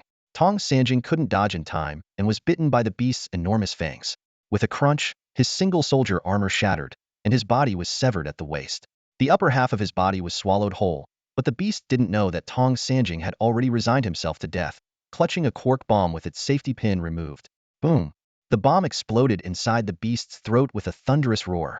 The monster's defense was unexpectedly formidable. Even after such a powerful explosion, it merely staggered a few steps before regaining its balance. Its eyes gradually turned a ghostly white, locking onto Feng Xingqian's position. Feng Xingqian was pushed more than 10 meters away by Tong Sanjing. As he looked up, he witnessed the captain's gruesome death. His mind roared, and his eyes instantly turned blood red. He lunged to the side, executing a series of rapid rolls, and grabbed a fallen knife. At the moment he grasped the knife, the beast missed its pounce. It quickly turned its head, slightly opened its massive jaws, and a ball of blue light formed in its mouth before being spat out. The sequence of actions was as fast as lightning, catching Feng Xingqian completely off guard. With his current strength, evading it was impossible. The shadow of death loomed over him. In extreme terror, Feng Xingqian's heart nearly stopped. However, in that critical moment, his pupils suddenly contracted and then rapidly expanded. For some reason, he could clearly see the rapidly approaching blue light. No, it was more like he sensed the trajectory of the blue light slowing down. It was a peculiar sensation, as if the world had been put into slow motion. He not only saw the rolling changes of the blue light, but also caught the energy ripples it created in the air as it spun at high speed. Feng Xingqian kicked hard, and his single soldier armor emitted an overloading hum, bursting out with incredible power. Boom! He leaped more than 3 meters to the side, narrowly avoiding the blue light, which crashed into the ground 20 meters behind him. exploding and forming a 10-meter radius of low-temperature zone, freezing the ground and rocks solid. Feng Xingqian's face twitched slightly. He realized that if he had been within 10 meters of the explosion, he would have been dead for sure. The beast missed twice and quickly turned around, swiping its claws horizontally. Feng Xingqian was forced to leap diagonally to the left. In that strange state of slowing down his opponent's speed, he took one step and easily dodged the claws, then took another step to the right, avoiding another swipe. These 2 consecutive steps were like a dancer hitting the rhythm, aligning with a peculiar cadence. In this rhythm, Feng Xingqian suddenly felt his movements becoming extraordinarily fluid. A thought struck him, recalling what his instructor had once mentioned, a unique state called wind walk. It was said that this state could only be achieved by fully integrating physical techniques with mental strength, usually only existing in the legends of top-level masters above the 12th level. Some of these masters had accidentally entered the wind walk state on the brink of death. However, like an epiphany, it was rare and fleeting, often lasting only a few seconds before disappearing, never to be found again. It was rumored that aside from Ling Feng, the top martial artist of the Earth Federation at the 13th level peak, no one else could intentionally trigger this state. As nimble as a breeze, as swift as a gale. At this moment, Feng Xingqian's speed suddenly increased by more than 30%, his entire figure becoming blurred and his movements increasingly unpredictable. His mind grew clearer, and his inner strength flowed more smoothly. The evasive maneuvers ingrained in him through brutal military training combined effortlessly, producing astonishing results. In just 4 seconds, Feng Xingqian seemed to stroll leisurely, easily dodging 7 deadly attacks. He had never felt so exhilarated, almost wanting to shout to the sky to release his overwhelming excitement. But he didn't forget that this was a battlefield. After dodging another blue light attack, Feng Xingqian suddenly turned around and charged like thunder to the beast's feet. With a wild roar, he used the massive jumping power of his single soldier armor to leap 6 meters high, raising his long knife and plunging it fiercely into one of the beast's eyes. The long blade sank deep, wedging into the bone beneath the eye socket. He gripped the hilt tightly, hanging beneath the beast's eye. Roar! The beast howled in pain, instinctively shaking its massive head and raising a paw to swat at Feng Xingqian. Feng Xingqian sneered, his legs agilely pushing off the beast's cheek, performing a graceful backflip to evade the claw, moving at peak speed. The beast's massive claw missed its mark, but instead drove the shock blade deep into its own skull. The excruciating pain made it throw its head back and let out a deafening roar. Die! Feng Xingqian shouted furiously, swiftly picking up the shock blade that Tong Sanjing had dropped. With a quick lunge, he used the momentum from his midair spin to plunge the blade deep into the beast's ear. The beast staggered a few steps before crashing to the ground, kicking up a cloud of dust. Feng Xingqian exhaled deeply, surveying the scene. The shattered bodies of his comrades lay scattered, their blood soaking the yellow sands. A wave of sorrow washed over him, but he knew this was no time for grief. Out of habit, he activated his radar, and his pupils suddenly contracted. Nearly 20 red dots were closing in fast from 5 kilometers away. Damn it! He cursed under his breath, quickly springing into action.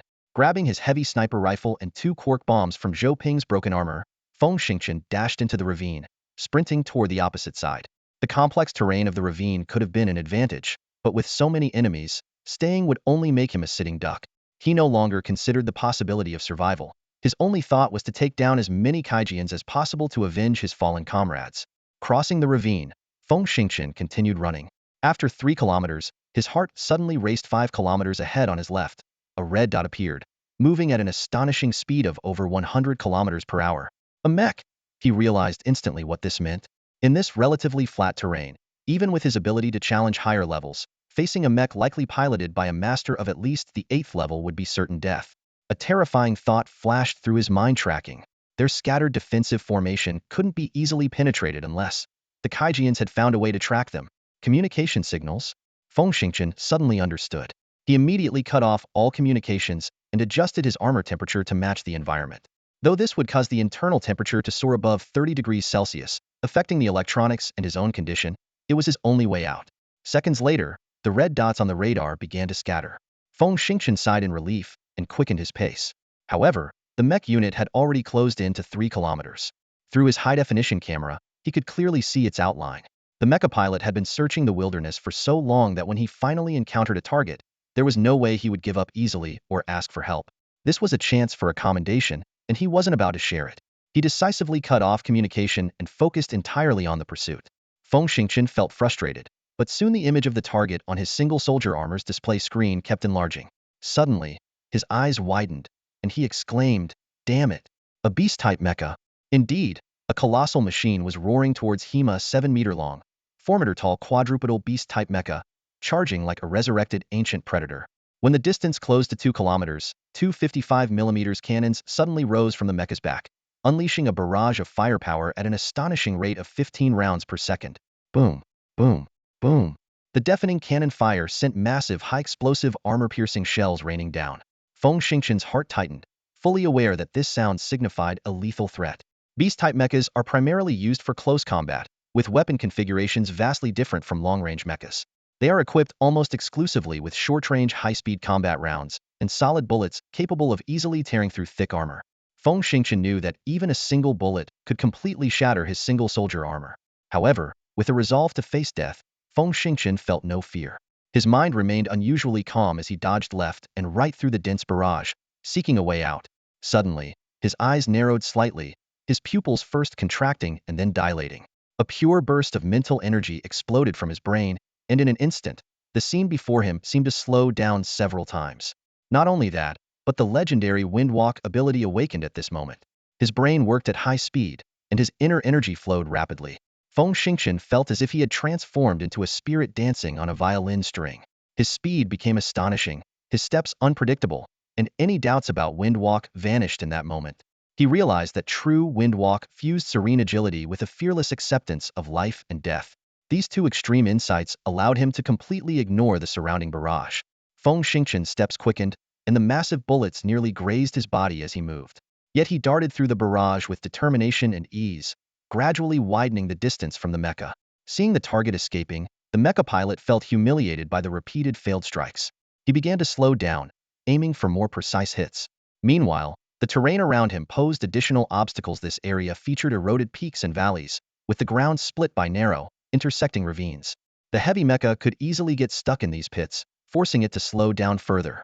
Watching Feng Xingqian get farther away, the mecha pilot was furious, no longer interested in toying with his prey. He roared and slammed a button. In an instant, 8 submunitions and 4 thermobaric missiles were launched, blue flames blooming in the sky, covering a vast area. Faced with such a fierce attack, Feng Xingqian was shocked. He knew that the cost of these missiles could buy 5 single soldier armors. He couldn't help but smile wryly. Using such a massive operation against a single armor was definitely a losing deal.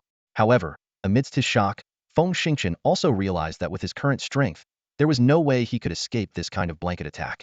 Unless he was a level 10 warrior, which was clearly a pipe dream. 8 submunitions released 400 high-explosive bombs during their flight, covering an area of 2 square kilometers. Simultaneously, the thermobaric missiles generated terrifying temperatures of over 8,000 degrees in this area.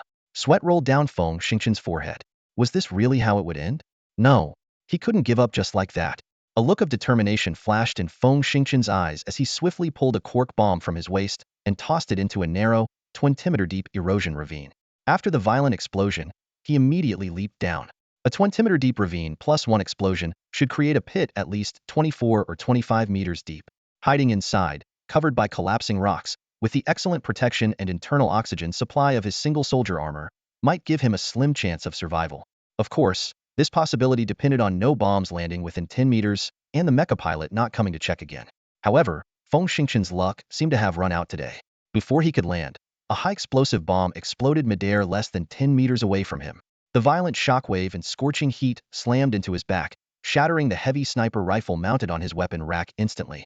Next, his ammunition box and thick back armor also cracked open, revealing a gaping hole. Despite this, the incredible shockwave was like a giant hammer, smashing him hard towards the bottom of the ravine. Feng Xingqian's eyes widened as he saw the red rocks rushing towards him. Finally, he crashed heavily into them.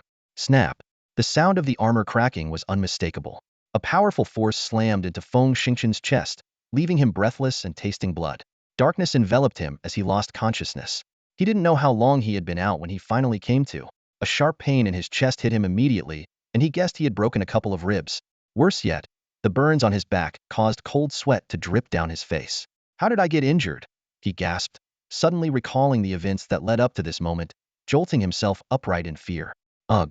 The effort sent searing pain through his chest and back, causing sweat to pour down his face. Taking a deep breath to steady himself, he glanced at the time on his virtual screen. Earth date June 17, 2488, midnight. Looks like I've been out for almost 4 hours. Activating the radar and night vision functions, Feng Xingqian scanned his surroundings and was shocked to find himself in a deep cave. Wasn't I buried in a trench? How did I end up in a cave? He wondered. Could it be that the trench concealed this large cave, and I crashed through the entrance at high speed? It seemed to be the only plausible explanation. Shaking his head to clear his thoughts, Feng Xingqian checked his armor. The backplate was shattered, the chest plate dented, and several critical wires were short-circuited. The mini-missile launcher on his arm was inoperative, and the fully automated mini-detector was also down.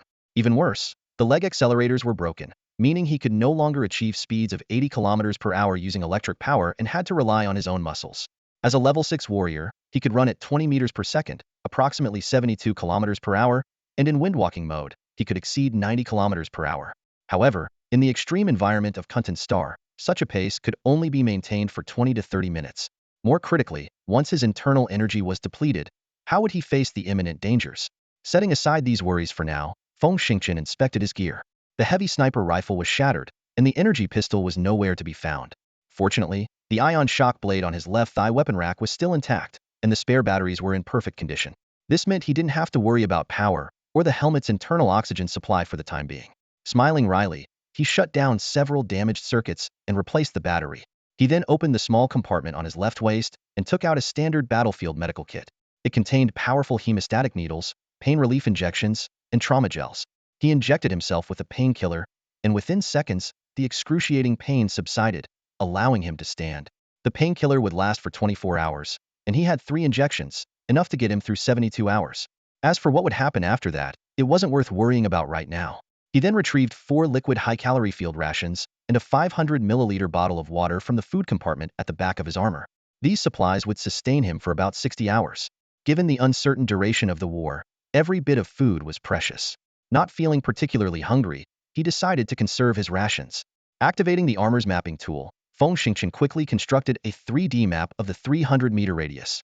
He found himself about 100 meters inside the cave, with a steep slope near the entrance indicating how he had rolled in. With the painkiller working, the pain in his ribs had lessened. Feng Xingqian began to climb towards the entrance, using both hands and feet. He soon reached the entrance, only to find it blocked by fallen rocks. Undeterred, he took out his vibro shovel from his leg compartment and carefully dug for a while. The rocks gradually rolled away, revealing a small opening. Just as he was about to crawl out, a beastly roar echoed through the cave. A gust of wind swept in from the left, and Feng Xingqian instinctively recoiled. A massive claw swiped at the entrance, sending debris flying and narrowly missing him. He stared at the entrance of the cave, dumbfounded, and let out a startled cry. What the hell? How is there a biomonster guarding this place? Sure enough, outside the cave lay a biobeast, seemingly nursing its wounds. The sound of falling rocks immediately caught its attention, and it swiped a massive claw towards the noise. Realizing there were humans inside, the beast flew into a rage, raising its claw high to tear open the entrance and drag out its prey. Feng Xingqian cursed under his breath and dashed down the slope. A quick glance back revealed massive rocks crashing down. He knew if he didn't run faster, he'd be buried alive, though the danger below remained unknown. On the planet Kuntan, there were creatures far more terrifying than hairy-footed ants. At this moment, he was in pain, his weapons incomplete. If a big creature lurked at the bottom of the cave, it would be certain death. Worse, his personal armor was damaged, and the automatic mini-detector couldn't start, leaving him unable to scout ahead. Do I really have to rely on luck? He muttered, continuing his frantic descent. After running about 500 meters, the cave began to widen, with some small bends appearing. The falling rocks finally lessened, but a new worry arose. What if rocks piled up at one of these bends, trapping him inside? Licking his dry, cracked lips, Feng Xingqian thought wryly. I guess I have to hope there's another exit deeper in the cave. Using the night vision function of his personal armor, he mapped out a 3D representation as he delved 4 to 5 kilometers into the cave. It seemed to stretch on endlessly, which oddly gave him some comfort. Although Kuntan's surface had no liquid water, drinkable sources could often be found below 2,000 meters. In such a deep cave, the chances of finding water were quite high. As long as there's water, there's usually vitamin-rich moss, he calculated. With food and water, surviving 7 or 8 days shouldn't be a problem. By then, my internal energy will speed up my recovery. Once the beast outside leaves, I can find a way to contact the satellite for rescue. Checking the cave's air, he found the oxygen level at 16.5, slightly higher than the planet's surface, with low carbon dioxide and no toxins. As a martial arts expert, he could breathe freely. He turned on his helmet and finger lights, lit a cigarette, and continued forward. After winding through over 10 kilometers, the 3D map showed he was more than 2 kilometers below the surface. Why haven't I found any water yet? I don't know if the cave's still. His words trailed off as he rounded a bend and froze. Before him was a vast space, about 500 meters in diameter and 200 to 300 meters high, dome-shaped. The ceiling seemed to be lit by bioluminescent microorganisms or minerals, casting a surreal blue glow over the area. But what truly shocked him was the enormous creature sprawled in the center. It looked bizarre, somewhat like an armored catfish from Earth, but with a complex and menacing head. The beast was colossal, nearly 300 meters long, 60 meters wide at its broadest, and over 40 meters thick. 10 pairs of insect-like limbs, covered in sharp spikes, stretched out, with the longest pair extending over 200 meters. 2 massive spines on its back resembled periscopes, suggesting it could attack from any angle, making it a formidable opponent. If not for the complete 3D map, Feng Xingchen wouldn't have believed such a gigantic and strange creature existed. What astonished him even more was that the life detector indicated the beast was dead, killed by a small object emitting a dark metallic sheen. Zooming in with a high-definition image, he saw it clearly. Embedded deep in the thick shell at the center of the creature's massive head was a peculiar little object. He stood there, frozen, his eyes fixed on the scene before him for a full 2 minutes. Finally, a long sigh broke the silence. He muttered to himself, "It seems that the ancient Kunlun star wasn't without its formidable figures. Perhaps some catastrophe led to its downfall." This speculation made some sense, yet something felt off. After pondering for a moment, he still couldn't make sense of it all, and decided to shake his head and give up on delving deeper. Summoning his courage, he cautiously approached the massive corpse. He reached out to touch the grotesque, enormous legs, and after confirming that the creature was indeed dead, he quickly climbed onto its body. More than the bizarre giant corpse, he was curious about the metallic object that had killed it. Strangely, despite the creature being covered in 20 centimeters of dust, the metal object was spotless, as if it had just come off the production line. He carefully examined the smooth, shiny object but couldn't identify its origin. After a moment of thought, he decided to investigate it himself. Crouching down, he wrapped his hands tightly around the cylindrical object, about 50 centimeters in diameter, took a deep breath, and pulled with all his might. To his surprise, the metal object came out effortlessly. It turned out that it had been there for so long that the giant creature's shell had fossilized, causing the wound to shrink and completely separate from the metal cylinder. Using too much force, he lost his balance, stumbled several steps back, and fell from the 30-meter-high head of the creature. Although his personal armor protected him, the 200-kilogram cylinder became a deadly burden. He crashed heavily to the ground, his chest armor denting instantly with a piercing crack. After a few seconds, he finally managed to catch his breath and painfully uttered, "Damn it." Struggling, he pushed the cylinder off his body, sat up with difficulty, and took deep breaths before lighting a cigarette with trembling hands. Calming himself down, he pulled the cylinder closer and examined it carefully. Suddenly, his eyes widened in shock. This looks like a forearm? Indeed, it was a 2.7-meter-long metal forearm, clenched into a fist, with a surface that even mimicked the bulges of muscles. He noticed that the break was smooth and clean, not like it had been forcibly cut or broken. What puzzled him even more was that although this arm was clearly some kind of machinery, it didn't resemble any common mech component. With his knowledge, he had never seen such intricate machinery. He stood up and commanded armor, "Disengage." At his command, the back and limbs of his personal armor opened up. He stepped back, leaving the protection of his armor, and sat back down in front of the mechanical arm. Pressing his wristwatch-like portable computer, he said in a low voice, "Computer, draw." With a soft beep, a 3-dimensional image appeared before him. "Magnify by 2, he ordered. As the image enlarged, his gaze was drawn to the dense, peculiar patterns on it. "Alien script," he murmured, closing the portable computer. Scratching his head, he picked up the cylinder again, and suddenly, an idea struck him. He decided to use his mental power to peer through the metal shell and satisfy his intense curiosity about its internal structure. However, the moment his mental power touched the mechanical arm, the patterns on it suddenly began to emit a sapphire blue glow, rapidly spreading. In an instant, the entire arm's patterns lit up. At that moment, Feng Xingchen felt a massive force consuming his mental power voraciously. The sensation was extremely dangerous. He realized that if his mental power was completely drained, he would become a living corpse. Terrified, he tried to let go of the mechanical arm, but the arm clung to him like a starving infant finally finding a source of nourishment, desperately absorbing his mental power. His eyes began to roll back, showing only the whites, his mouth wide open, and his uvula clearly visible. Within just half a minute, he collapsed to one side, falling into unconsciousness. Grateful for the heaven's favor, at the moment Feng Xingqian fell unconscious, his mechanical arm seemed to come to life. A brilliant azure light flickered intensely, severing the mental connection, and the arm crashed to the ground. A few minutes later, the massive arm began to shrink and fold in a bizarre manner. The clenched fist opened, and a purplured sphere, the size of an ostrich egg, rolled out and stopped by Feng Xingqian's hand. As the sphere touched his skin, it instantly merged into his body. Suddenly, the purple sphere exploded inside him, and a blood-red catfish-like creature emerged. This creature, less than 30 centimeters long, scanned its surroundings, sprang up, and burrowed into the giant fossil of a strange creature, vanishing from sight. Immediately after, an even more peculiar scene unfolded.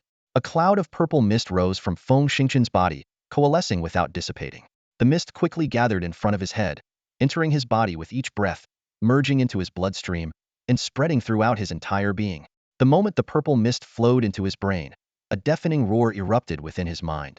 Accompanying this roar was a strange vibration that enveloped his entire body. The purple mist began to generate a unique energy, slowly circulating at high speed.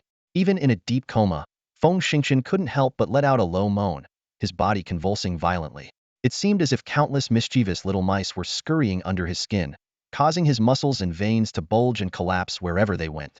During this process, Feng Xingqian's nerves, muscles, veins, blood vessels, and even bones underwent a remarkable reorganization. His body grew sturdier, and even his fractured ribs and burnt-back skin rapidly healed. This was an excruciating process that pushed beyond limits. Even in his comatose state, his body wouldn't stop twitching. However, this was only the beginning. Numerous mysterious gene fragments suddenly appeared, continuously embedding into his original genes. Identical gene fragments underwent precise comparisons, with superior genes replacing inferior ones. As his genes transformed, waves of mental energy emanated from Feng Xingqian's brain, rapidly spreading and forming a small vortex around the giant strange creature. As the vortex took shape, special substances within the creature were forcibly extracted, merging into the vortex and ultimately returning to his brain. All these changes seemed to be heading in a positive direction. The peculiar shockwaves within his brain strengthened as they absorbed these substances, reaching their peak within just 2 hours and continually pushing Feng Xingqian's physical and mental capabilities to new heights. Meanwhile, the mechanical arm underwent astonishing changes as well. It began to fold in a strange manner, transforming into a 10-centimeter-long miniature snake within seconds. This wingless snake could float in the air, flying along a long passage at nearly 40 kilometers per hour. After flying for 6 or 7 kilometers, the snake encountered a narrow tunnel blocked by countless rocks. It hovered in place for a moment, its eyes flashing with azure light. The snake opened its mouth, releasing a thin beam of light. The rocks hit by the beam melted away instantly, like snow under a scorching sun. The small snake swiftly cleared the rubble and quickly dashed out of the cave. The planet's surface was still battered by fierce winds, and not far away, a massive biobeast lay in wait. Without hesitation, the snake landed on the beast's back and coiled up, remaining motionless. After more than 30 minutes, the snake suddenly emitted a series of electronic sounds. Chinese, English, Kaijivan language systems downloaded. Selecting Chinese for the most precise expression of meaning, retrieving information, assessing the current state of Confronting planet, it then angrily exclaimed, "Damn it! The network is so backward, the speed is too slow." The noise startled the biobeast. The giant creature slowly lifted its head and turned to see a tiny creature on its back, immediately opening its mouth to bite. The snake flew into a rage and coldly declared, "Damn it! Even trash dares to disturb my work. Die." Before the words were fully spoken, the metallic snake turned into a blur and shot straight into the biobeast's mouth. A bizarre scene unfolded. The snake's body rapidly expanded at a speed imperceptible to the naked eye, growing to 3 meters tall in less than 2 seconds, stretching the beast's mouth to its limits. But this was far from enough, as the metallic snake continued to expand. The biobeast writhed in agony, tears streaming down, unable to either expel the creature or make a sound. 2 seconds later, the biobeast's head exploded with a sickening crack of breaking bones. The giant beast, which Feng Xingqian and his team had struggled to defeat, fell effortlessly. The metallic snake showed no concern for the beast's grisly end and quickly shrank to 10 centimeters, resuming its position on the corpse to download data. About 40 minutes later, the snake seemed to complete its task and floated up again. It circled the area twice before slipping back into the cave. As it slowly flew, the snake continuously scanned the cave walls, muttering to itself, "Ugh, what junk metal! It's of no use to me at all. Oh my god, could I be this unlucky?" Is the whole planet just junk content and Yutan? How am I supposed to survive here? After flying for 3 or 4 kilometers without finding anything, the snake suddenly stopped at the edge of a crevice. It nervously emitted a sliver of light into the gap, and half a minute later, it suddenly exclaimed, "Wow, it's rare vanadium. Great. I can finally enhance my DNA a bit." Excited, the snake slithered into the crevice, where a rustling sound was heard. 2 hours later, it emerged, proudly saying, "Although only a few hundred kilograms of rare vanadium were extracted, it can still boost my strength a little. Not bad, not bad." Satisfied, the snake began its return journey, continuing to scan along the way but finding nothing else worth taking. 10 minutes later, it returned to Feng Xingqian, who was still in a deep, convulsive coma. The snake circled Feng Xingqian a few times and then spoke in Chinese. "Brainwave match confirmed for this carbon-based life form. Identified as father, human from Earth's Orion arm psi. Father's mental strength is so weak, it's a bit embarrassing. Let me think, is there any way to quickly enhance mental strength?" Suddenly, the snake seemed to realize something and exclaimed, "Oh no. Upon detachment from the main body, I lost connection with the database, with only a tiny bit of DNA inheritance left. No extra memories to dig up." Frustrated, the snake spun around several times, seemingly unable to come up with a good solution. Finally, it sighed deeply. "Forget it. Since my Lingping race is already destroyed, I'll just stay by father's side for this lifetime. Maybe, in the future, I can restore the DNA inheritance and gain some insights." With that, the snake crawled onto Feng Xingqian's wrist and rapidly transformed. Within 2 or 3 seconds, it became a device resembling a wristband, attaching itself next to the portable optical computer, and then fell silent. Time slowly passed, and after what seemed like ages, Feng Xingqian finally awoke with a long exhale. He shook his throbbing head vigorously, feeling as if he were still hungover. Holding his head, he groaned a few times, suddenly recalling the events before he lost consciousness. Startled, he jumped up and started searching for the strange mechanical arm. He looked around, but the arm was nowhere to be seen. Feng Xingqian breathed a sigh of relief, grateful that the eerie arm had disappeared. He rubbed his temples, trying hard to remember, but nothing made sense. The gnawing hunger in his stomach made him temporarily set aside his confusion. Feng Xingqian pulled out a field ration and devoured it ravenously, followed by a few gulps of water. He then lit a cigarette, took a deep drag, and glanced at the time on his portable device. "I've been out for over 30 hours, he muttered to himself, feeling surprisingly comfortable. His limbs seemed perfectly coordinated, and his thinking and reaction speed had significantly improved. This strange sensation left him bewildered. Suddenly, Feng Xingqian realized something. The effect of the powerful painkillers should have worn off by now, so why wasn't he in pain? He immediately activated the camera function of his device and took a three-dimensional image of himself. The sight that greeted him left him even more puzzled. The burns on his back had completely healed, leaving no scars. Even more astonishing, his muscle definition was now exceptionally toned, with even the Hardesto-trained muscles in his forearms and calves looking perfectly sculpted. His abs were flawless, comparable to those of high-level martial artists. Feng Xingqian shook his head with a wry smile and decided to focus on the immediate problem. "Sigh, I still need to find a water source. Hopefully, I can hold out until the monsters disappear." Just as he finished speaking, a childish voice suddenly spoke up, "Daddy, the humidity here is very high. With a water extraction device, you could easily get liquid water." Feng Xingqian froze for a second, then jumped up as if he'd been burned, spinning around and shouting in alarm, "Who's there? Who's talking?" "Daddy, don't be scared. It's me, the arm." The childish voice continued. "I managed to find some vague memories in the remaining DNA inheritance. I should be an arm from the Lingping tribe. Over 1,000 years ago, I was severed during a battle with a warrior mother bug." The sudden appearance of this son scared Feng Xingqian out of his wits. He screamed hysterically, "How can an arm talk?" "Daddy," the voice patiently explained, "the Lingpeng tribe is the most perfect intelligent metal DNA life form in the universe. Since we are life forms, our DNA is spread throughout our bodies. As long as any part remains, it can slowly replicate and perfect itself, eventually becoming a complete individual again. However, this process is very long and requires complex conditions." Feng Xingqian felt like he was about to lose his mind. Although he heard Chinese, the content left him utterly confused. He took a deep breath, gathered his thoughts, and asked the most crucial question. "Why do you call me Daddy?" "The Lingpeng tribe is a metal DNA life form without gender," the voice explained.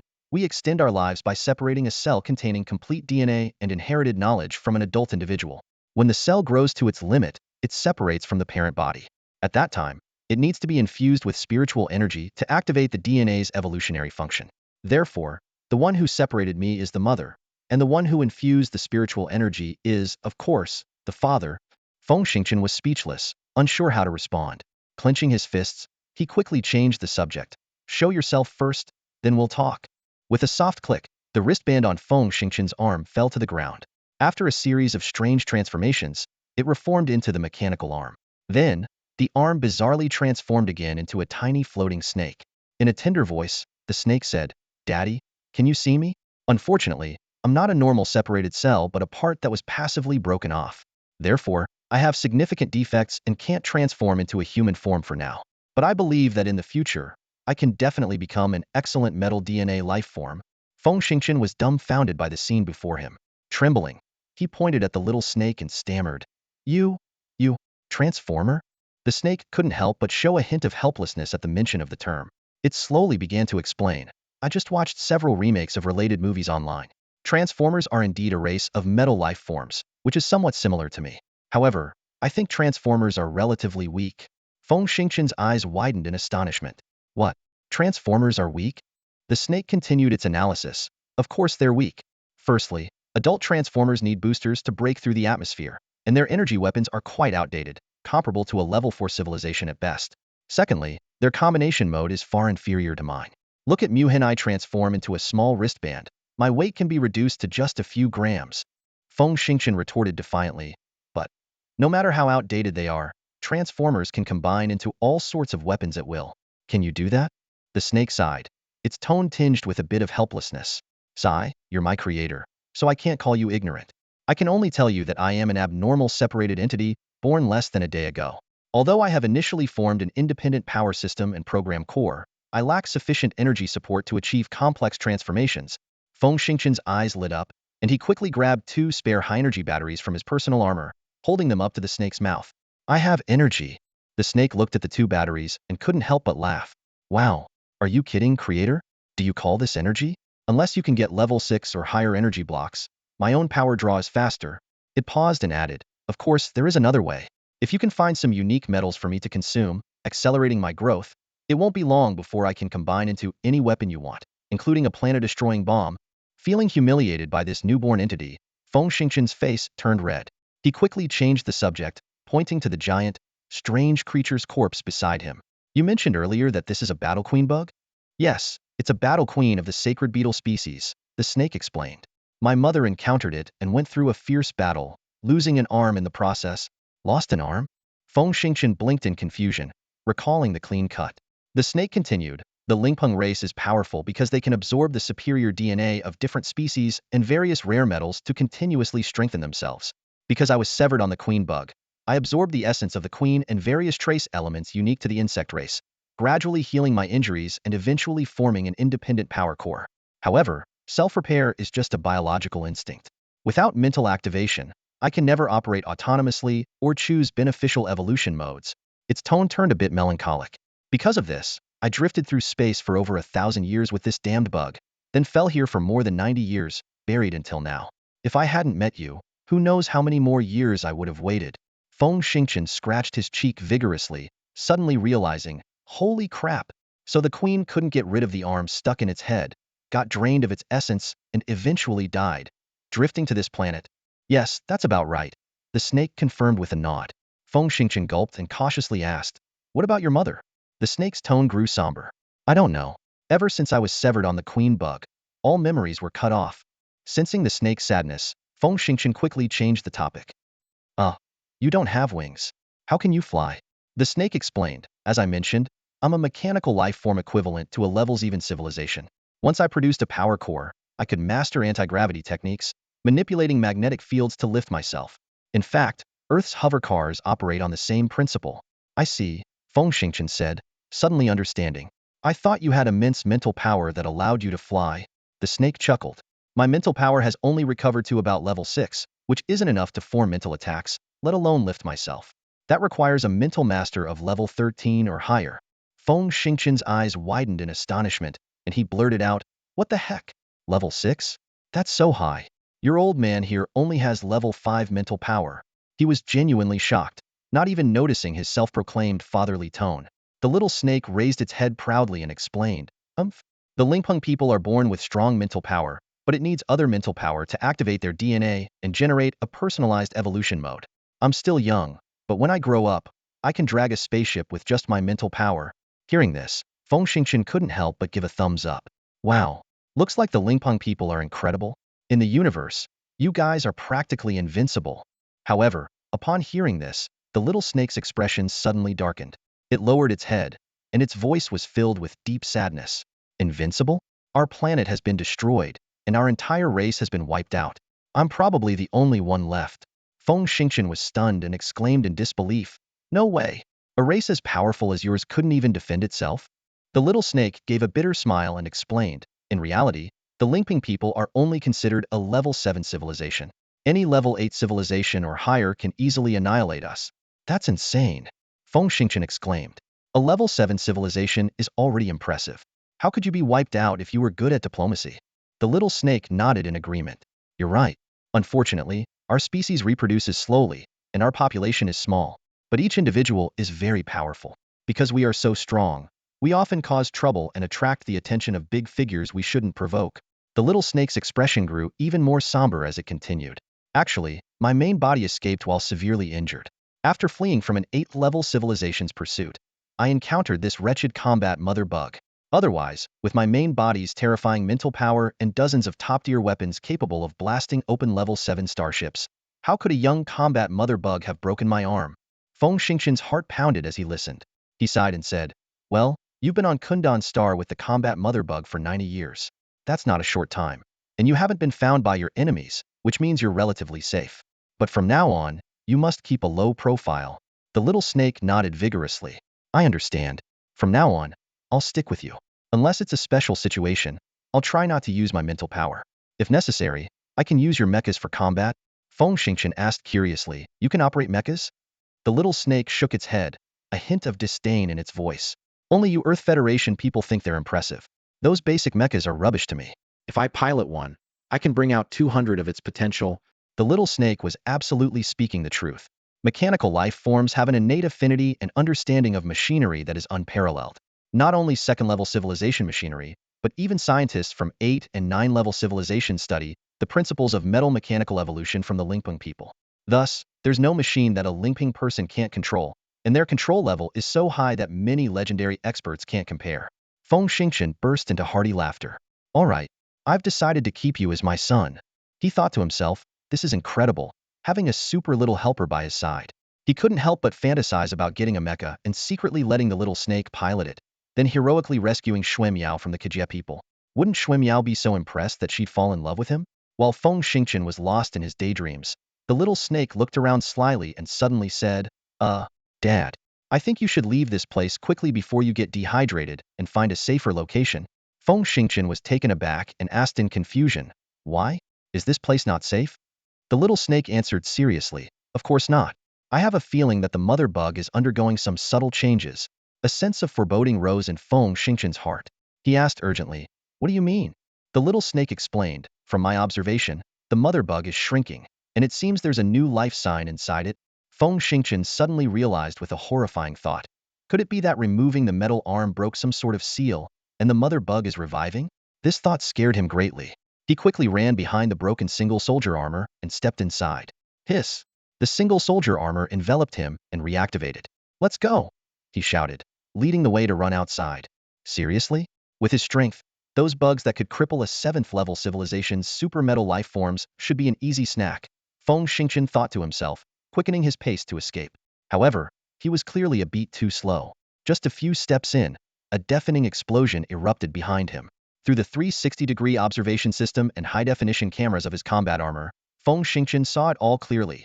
The 300-meter-long giant insect carcass had exploded at the waist, and a blood-red figure shot out like an arrow from a bow. The blood-red shadow spun gracefully in midair, locking onto Feng Xingchen's position. Suddenly, it let out an ear-piercing screech and darted toward him at breakneck speed.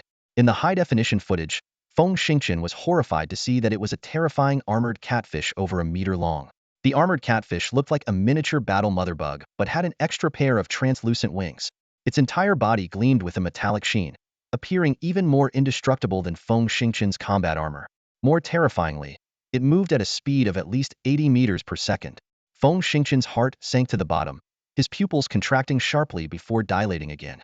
A familiar sensation surged through him, and the windwalk state kicked in as expected. He quickly reached for his thigh, grasping a 30-centimeter-long short stick. With a light press, the short stick transformed in an instant, turning into a 1.3-meter-long sharp battle knife. Feng Xingqian silently prayed that this knife would prove useful. Every movement of the armored catfish was faithfully relayed to Feng Xingqian through the high-definition camera. He squinted, waiting for the right moment. When the catfish was less than 10 meters away, Feng Xingqian suddenly turned, slashing diagonally at the insect with a graceful arc. This strike had been meticulously planned, and Feng Xingqian was confident it would hit. His only concern was whether it could pierce the metallic sheen of the tough exoskeleton. After all, even the metal arms of the Lingpeng tribe from a 7th-level civilization could be easily snapped by a mother bug, indicating the exoskeleton's unimaginable hardness. However, just as the blade was about to make contact, the armored catfish's wings twisted, completing an incredible roll midair. The blade missed its mark entirely, cutting through thin air. Feng Xingqian was in disbelief. As a 6th-level initial stage warrior, his strength exceeded 2 tons. With the support of his combat armor, breaking through 5 tons was effortless. The speed generated by such immense force should have broken the sound barrier. How could he have missed? But there was no time to dwell on it. The armored catfish was now within 2 meters, leaving no room for escape. In this critical moment, Feng Xingqian, in his windwalk state, could precisely predict the insect's trajectory. However, his physical reaction speed, combined with the damaged combat armor, couldn't respond swiftly enough. Perhaps driven by instinct, Feng Xingqian rapidly circulated his internal energy, attempting to project it outward. Theoretically, at the 4th level, internal energy could be externalized to form a powerful force. At the 6th level, the externalized energy was even more formidable, potentially pushing away the relatively small insect. The internal energy circulated as expected, but instead of bursting outward, it unexpectedly exploded from his dantian, forming a shield around his combat armor. Just as the shield formed, the armored catfish collided with it. Yeah! The insect let out a raspy cry, its body twisting and flying dozens of meters away. Its wings flapped frantically as it struggled to regain its balance. Feng Xingqian was stunned. Normally, only upon reaching the 7th level could one condense internal energy into a shield. Could it be that he had unknowingly stepped into the 7th level? It seemed too unbelievable. However, there was no time to ponder. The armored catfish quickly regained its posture and dove at him again, even more ferocious this time. Feng Xingqian squinted, wielding his vibrating blade in a tight defensive pattern while channeling his internal energy, hoping to familiarize himself with this newfound power and find a way out. In the distance, a newly hatched little snake watched the scene, nearly exploding with anxiety. Unfortunately, it lacked the power to fly as agilely as the armored catfish. Moreover, its mental strength, seemingly at the mid-6th level, was far from achieving any unique offensive capabilities, let alone hurling the insect away. Most frustratingly, the beam that could dissolve rocks was only effective on specific substances, designed by the Lingpeng tribe to rapidly decompose rare metals, and was useless against living beings. The little snake thought to itself in despair, "Damn it, we're in big trouble now." In a moment of urgency, the small snake's body suddenly swelled, transforming instantly into a heavy sniper rifle that Feng Xingqian had used before. The gun roared, sending a bullet whizzing through the air.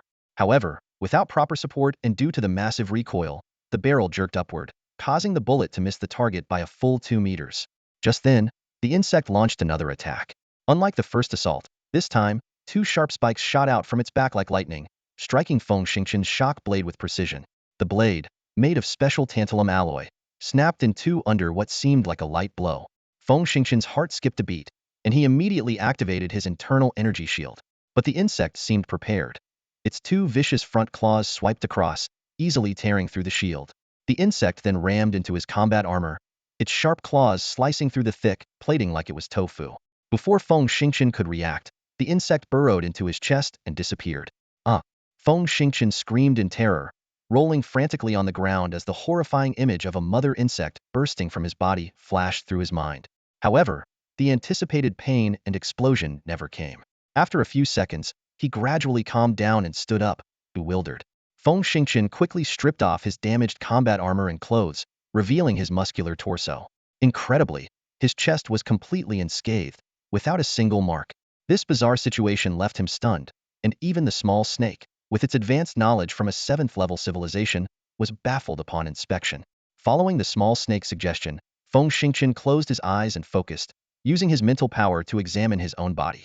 Moments later, he suddenly opened his eyes, a look of ecstatic joy on his face. He raised his hands and let out a wild laugh. Ha ha ha! So that's what happened. The small snake was startled by the sudden laughter and couldn't help but shout, "Dad, wake up." Feng Xingqian's laughter abruptly stopped, and he looked at the small snake smugly. Heh, do you know what benefit your dad just got? Under the small snake's questioning, Feng Xingqian lit a cigarette and slowly revealed the truth. Inside the battle insect, there was an egg. Despite the small snake's insistence that it was impossible, Feng Xingqian explained that it was a series of coincidences. During a previous extermination battle, the true mother insect was hit by a 9th-level civilization's armor-piercing round and exploded. A piece of hollow bone containing the egg happened to strike this battle insect, allowing the egg to survive buried inside it. The small snake listened, wide-eyed, and asked, "Okay, I get that the egg ended up inside the battle insect due to various coincidences. What happens next?" Feng Xingqian laughed heartily as he explained. This might be the ultimate rule of natural selection at play. The insect eggs have had an extraordinary effect on the warrior queen's physiology, causing her to gradually produce a unique and bizarre substance while in an uncontrolled state. This substance slowly accumulates within the eggs, seemingly aiding them in hatching a brand new queen. The little snake was stunned into silence, unable to speak for a long while. Feng Xingqian continued, "A wealth of evidence suggests that under the guidance of natural selection, solitary reproduction among beasts is not impossible, especially considering the insect race, which has evolved over millions of years with unimaginable adaptability. All of this seems quite normal." He took a deep drag on his cigarette and went on. "Subsequently, the warrior queen became severely weakened while fleeing from pursuit due to the unexpected egg. At that moment, she encountered your mother.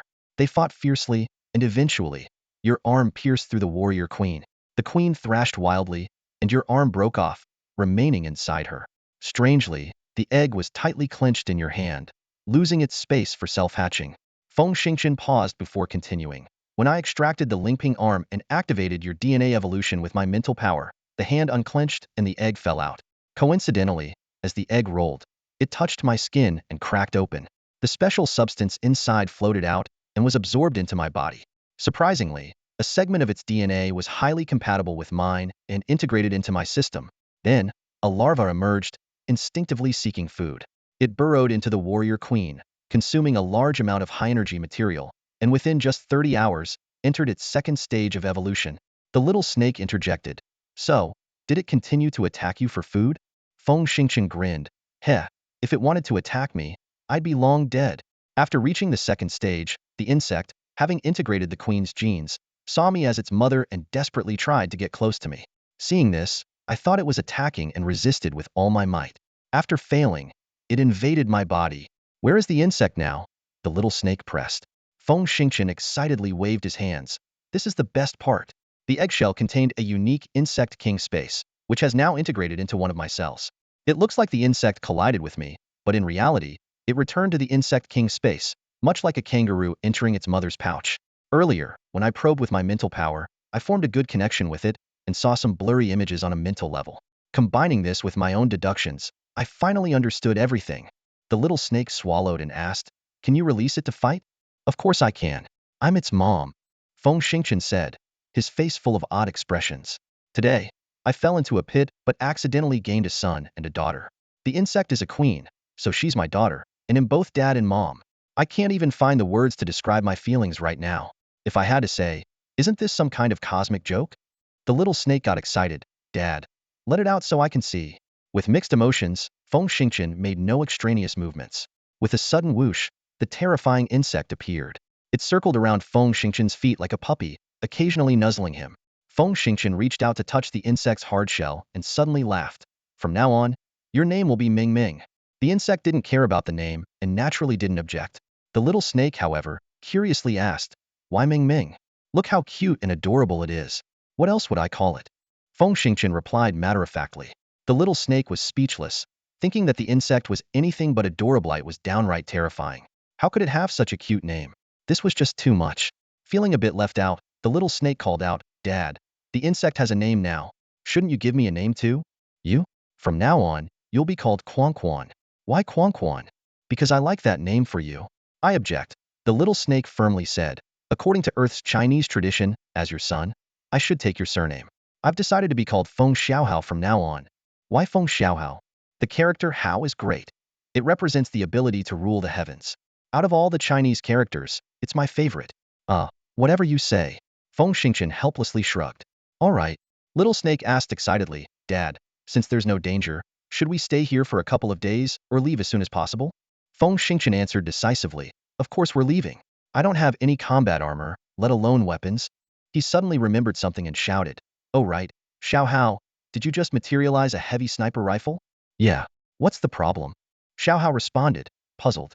Feng Xingchen said angrily, Of course there's a problem. Didn't you say you couldn't materialize weapons for now? Xiao Hao snorted dismissively. A mere 19mm solid round sniper rifle counts as a weapon? You have the nerve to ask, and I don't even want to admit it. Feng Xingchen scratched his chin and asked, Since you can materialize weapons, do you have enough ammo? Well, that depends on the materials I have. With my current situation, I can at most create overclocking rounds, Xiao Hao replied. What? Feng Xingchen was stunned. He knew about overclocking rounds. These bullets, officially called overclocking oscillating armor-piercing rounds, used incredible oscillation frequencies to alter materials. Much like how a microwave heats food with 2.45 billion oscillations per second, overclocking rounds combine electrical energy and a laser emitter in a bullet, firing a laser that transforms into 8.5 billion oscillations per second, lasting 4 seconds. These powerful bullets could instantly destroy life forms and even collapse 30-centimeter thick alloy walls. Due to their high cost and limited production, they were only equipped by special forces or SWAT teams, not regular army units. Xiao Hao didn't elaborate further and continued. This planet's terrain is complex, and without combat armor, it's dangerous for you, Dad. I can fully repair this scrapped armor. Feng Xingchen was overjoyed. Great. Get to it. Xiao Hao floated over to the combat armor, and his small body began to rapidly expand and transform into a 5-meter-long serpent, swallowing the armor whole. Are you fixing it or eating it? Feng Xingchen watched, his heart pounding. Xiao Hao ignored him and mumbled, Ugh, the metal is so poor. It's hardly filling. Only you Earth Federation folks treat it like a treasure. Feng Xingchen retorted, High-level civilizations also started from lower levels. If you're so capable, give me a set of 7th-level civilization gear. Materials are insufficient to create anything good, Xiao Hao explained. However, I did consume some rare vanadium, and combined with your oscillating blade, I can make a slightly better weapon. They'll give you one. With that, Xiao Hao swallowed the broken oscillating blade, squinted his eyes, and the tip of his tail began to bulge. 2 minutes later, he excreted a short rod. It looked identical to their standard equipment. Xiao Hao explained, due to limited materials, although I integrated some rare vanadium, it only reaches 3rd-level civilization technology. The blade is tougher now, with an oscillation frequency of 8 million times per second. This enhanced cutting power should pose some threat to bio-beasts, though it's not much. Feng Xingchen quickly picked up the rod, examining it closely, and asked, You know about bio-beasts? Of course I do, Xiao Hao said proudly. I took a trip outside the cave and casually killed one. Then, I connected to the lower tier network and downloaded a lot of information, including many secrets about the Kaijia people. I believe I have more intelligence than the Earth military. Oh? You killed the bio-beast at the cave entrance? Feng Xingchen asked in surprise. Little Snake tilted his head, dismissively saying, Those garbage bio-beasts aren't worth mentioning. Feng Xingchen was speechless. He twisted the rod gently, and with a ding, a long blade appeared. He swung it lightly, and the high-frequency oscillating blade produced a faint, buzzing sound in the air, which felt reassuring. One thing to note, Xiao Hao reminded, this blade consumes a lot of energy. Currently, it runs on high-energy batteries, and at full capacity, it can only last 6 to 7 hours. If you get Kaijia energy blocks, they are much more efficient than high-energy batteries. I can prepare a few spares for you then. Got it. Feng Xingchen quickly retracted the blade, gripping the rod tightly, and asked, What about the armor? Almost done. The serpent squinted and strained as if in labor. A few minutes later, with a loud clang, an alloy box fell from the mouth of the giant snake. Feng Xingchen's eyes lit up, and he quickly grabbed the box and gave it a gentle shake. With a series of mechanical clicks, the box began to transform, rapidly expanding into a suit of single soldier armor that gleamed with a metallic sheen. Feng Xingchen expertly stepped into the armor, his fingers flying over various instruments as he conducted a routine check. Suddenly, he burst into laughter. Haha, not bad, not bad, everything's been fixed. As he spoke, his eyes kept darting towards the snake's belly, filled with amazement. He couldn't fathom what kind of incredible workshop could exist inside Xiao Hao's stomach to repair the damaged armor so quickly. A bold idea flashed through Feng Xingchen's mind. In the future, when Xiao Hao grows bigger, could he possibly create 7th-level civilization mechs? He couldn't help but marvel. This really is a super factory. Just as he was lost in thought, the snake spat out a fearsome-looking heavy sniper rifle and 2 magazines. Here's your heavy sniper, the snake explained. For now, due to material limitations, There aren't many bullets, only 14 overclocked rounds. Of course, if you want tantalum tungsten rounds, I can make a few hundred once I gather some more materials. Feng Xingqian's eyes sparkled, knowing well the destructive power of tantalum tungsten rounds against marauders. None for now, he asked eagerly. The snake shook its head. Not at the moment. I can manufacture plain metal bullets, but tantalum tungsten rounds have high explosive capabilities, and I can't find the necessary explosives right now. All right, no tantalum tungsten rounds for now. Feng Xingqian quickly thought it through. Once we're out, I'll head to the old defensive high ground. If I find a supply crate, I'll have everything I need. Muttering to himself, he picked up the heavy sniper rifle and slapped a magazine into the chamber. He raised the gun and aimed at the distant air, satisfied with what he saw. Soon, he was fully equipped and sent Mingming back to the Insect King's space. As for their Lingpong companion, Feng Xiaohao, he reverted to a wristband and latched onto Feng Xingqian's wrist. Feng Xingqian took a deep breath and then sprinted off. Before long, he reached the area near the cave entrance. With a slight raise of his hand, two pigeon egg-sized devices emerged from his forearm, fully automated miniature detectors. The detectors flew out of the cave and quickly scanned the surroundings. Apart from the corpse of a giant beast, there was nothing else outside. Impressive. My son is really something. Feng Xingqian muttered, controlling the detectors to fly a few kilometers out to carefully survey the area. No other monsters or marauders were in sight. He retrieved the detectors and cautiously crawled out of the cave. Standing at the entrance, he activated his communicator and attempted to send a distress signal. However, after waiting for a long time, there was no response. A sense of foreboding washed over him, and he muttered to himself, "Why is there no response?" At that moment, Feng Xiaohao's voice suddenly came through his earpiece. "Dad, I found some information fragments, and it doesn't look good." Feng Xingqian's heart tightened. What's the situation? Several hours ago, the 23 Earth military bases on the planet were overrun. Feng Xiaohao's voice was grave. Damn it, Feng Xingqian swore. It's only been about 40 hours? Are the Kaijia so formidable? Feng Xiaohao continued. The Kaijia came prepared. 100 starships suddenly appeared. Even though your space forces fought desperately, even resorting to suicide attacks, and with the ground air defense unit's support, they achieved some success. But in the end, the space forces were outnumbered. After sinking 84 Kaijia starships, the entire fleet was wiped out. Then, the Kaijia transport fleet arrived, releasing 170,000 biobeasts and 80,000 marauders to seize key points on the surface, along with deploying 300,000 ground troops to relentlessly pressure the human forces. At this point, the remaining 16 Kaijia starships concentrated on deep, precise strikes on the ground. The 23 bases held out for only 14 hours before being completely decimated. Feng Xingqian licked his dry lips. Do we have any reinforcements? No reinforcements for now. Feng Xiaohao's response made Feng Xingqian's heart sink. It seems your main forces are being held up in the Roca star system by the Kaijia. The Earth Federation's warship production capacity is severely lacking, so any available reinforcements are being sent to the more critical Roca system. In other words, the military has temporarily abandoned Kuntan. If the main forces in the Karo system can't prevail, this place will become a resource planet, or even an administrative planet for the Kaijia. Feng Xingqian couldn't help but cover his forehead, overwhelmed by a sense of despair. He struggled to ask, are there any survivors on the planet? Feng Xiaohao's voice suddenly crackled through the communication channel with unsettling news. I've discovered a hidden message. The Kaijia seem to have received assistance from the Tier 3 civilization, the Caslan Empire, and have purchased a powerful radio wave tracking technology. This technology can trace all your communication frequencies and lock onto targets. Feng Xingqian immediately grasped the gravity of the situation and shouted, tracking communication signals to lock onto targets? Damn it, I knew this would happen. He started running frantically, yelling, you idiot. Why didn't you warn me earlier?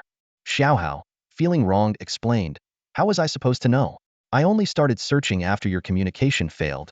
Feng Xingqian recalled the issues from the last chase, but had forgotten them due to twice losing consciousness. He asked helplessly, what do we do now? Xiaohao quickly proposed a solution. Don't worry, Dad. I can try to adjust your communicator's frequency to make the individual armor's band jump out of their detection range. Then, I can see if I can find any other survivors. Good, do it now. Feng Xingqian urged. And can you enhance the range of the individual radar? After a few seconds of silence, Xiaohao replied, I can adjust it, but it will reduce the clarity of the 3D imaging. Forget the clarity. Feng Xingqian commanded decisively. We're in trouble. It looks like the Kaijia have tracked our distress signal. Sure enough, the individual radar showed two red dots rapidly approaching from 5 kilometers to the right. From the identification codes, they were undoubtedly enemies. Feng Xingqian quickly took action, climbing a small hill to find a relatively advantageous position. He lay prone and aimed his heavy sniper at the direction of the approaching red dots. Soon, two figures appeared in the photon scope. After magnifying the view several times with the helmet's assisted aiming system, his eyes narrowed. Those are two rovers, he thought, his vigilance heightened. Without hesitation, he locked onto the power core of one of them. As soon as it entered effective range, he pulled the trigger.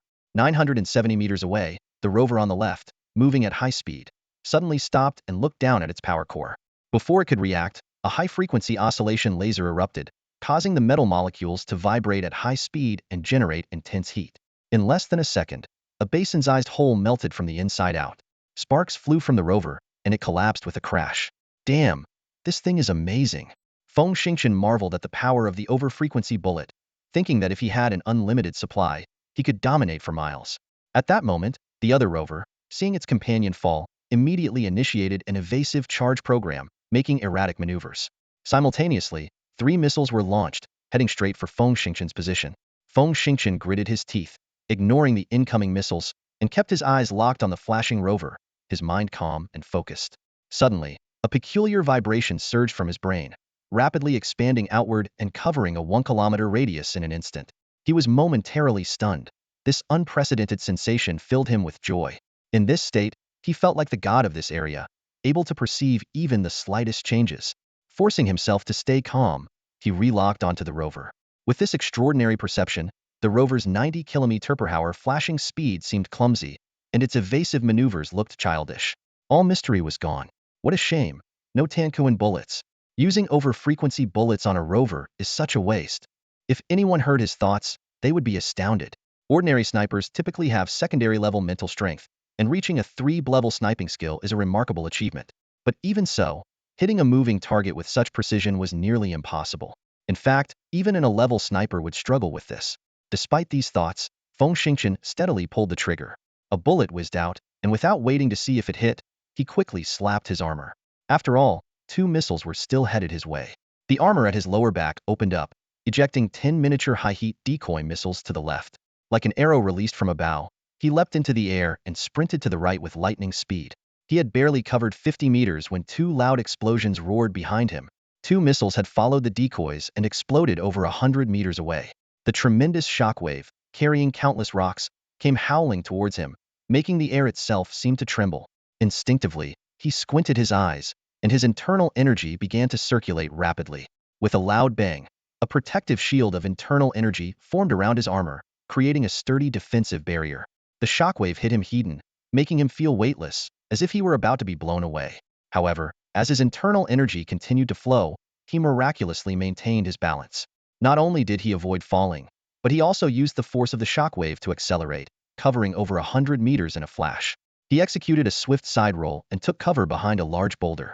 Once the shockwave had passed, he shook his head and muttered, "Damn it, those Kaijia missiles are something else." Xiao Hao, however, was unimpressed and sneered. "You call that impressive? 2 50-centimeter-long missiles only covering a 200-meter radius? That's pathetic." Feng Xingqian felt a bit annoyed but conceded. "Fine, you're the expert, all right?"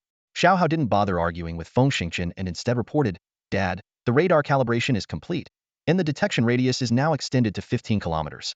Also, the signal frequency adjustment is done, so you can now connect to the signal source. Look around carefully to see if any comrades left any rendezvous coordinates. No rush for that."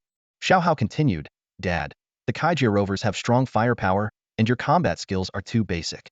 If we encounter a few more, your armor alone won't be enough to keep you safe. Unfortunately, I could only make 14 hyper-frequency bullets, and once they're gone, you'll be in real danger. So, I've decided to re-equip you." "Re-equip? How?" Feng Xingqian asked curiously. "Let's check out those 2 rovers first.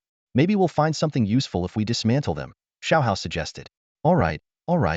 Feng Xingqian was thrilled, thinking how lucky he was to have such a brilliant son. He secretly planned to test his daughter's abilities later, thinking she might also be a formidable asset. He sprinted quickly and soon reached the first rover. Xiao Hao eagerly slithered to the ground, expanded to over 10 meters in length, and swallowed the Nini-meter-tall machine whole in one gulp. He resembled a snake designed to devour elephants, showing no signs of strain.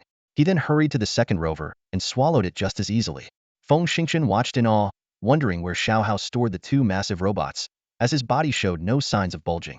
After devouring the 2 machines, Xiao Hao paused to digest them, squinting his eyes. Bored, Feng Xingchen sat down to smoke and wait. However, after 2 or 3 minutes, instead of new equipment, they were met with the arrival of the Kaija forces. The radar suddenly emitted a piercing alarm, indicating the presence of over a dozen red dots within 13 kilometers. No, it wasn't just a dozen. The number quickly increased to over 30. Seeing the red dots on the radar, Feng Xingchen yelled in alarm, "Oh no, we're about to be surrounded. Xiao Hao, come back. We need to move. Those rovers must have sent a signal before we took them down, attracting reinforcements."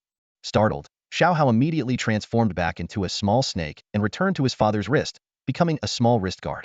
He quickly connected to the armor systems, closely monitoring the red dots forming an encirclement and rapidly closing in. Feng Xingchen ran frantically, cursing his luck. How could he possibly shake off the pursuers in this open terrain? If a couple of fighter jets or Mech showed up, even 10 soldiers wouldn't stand a chance.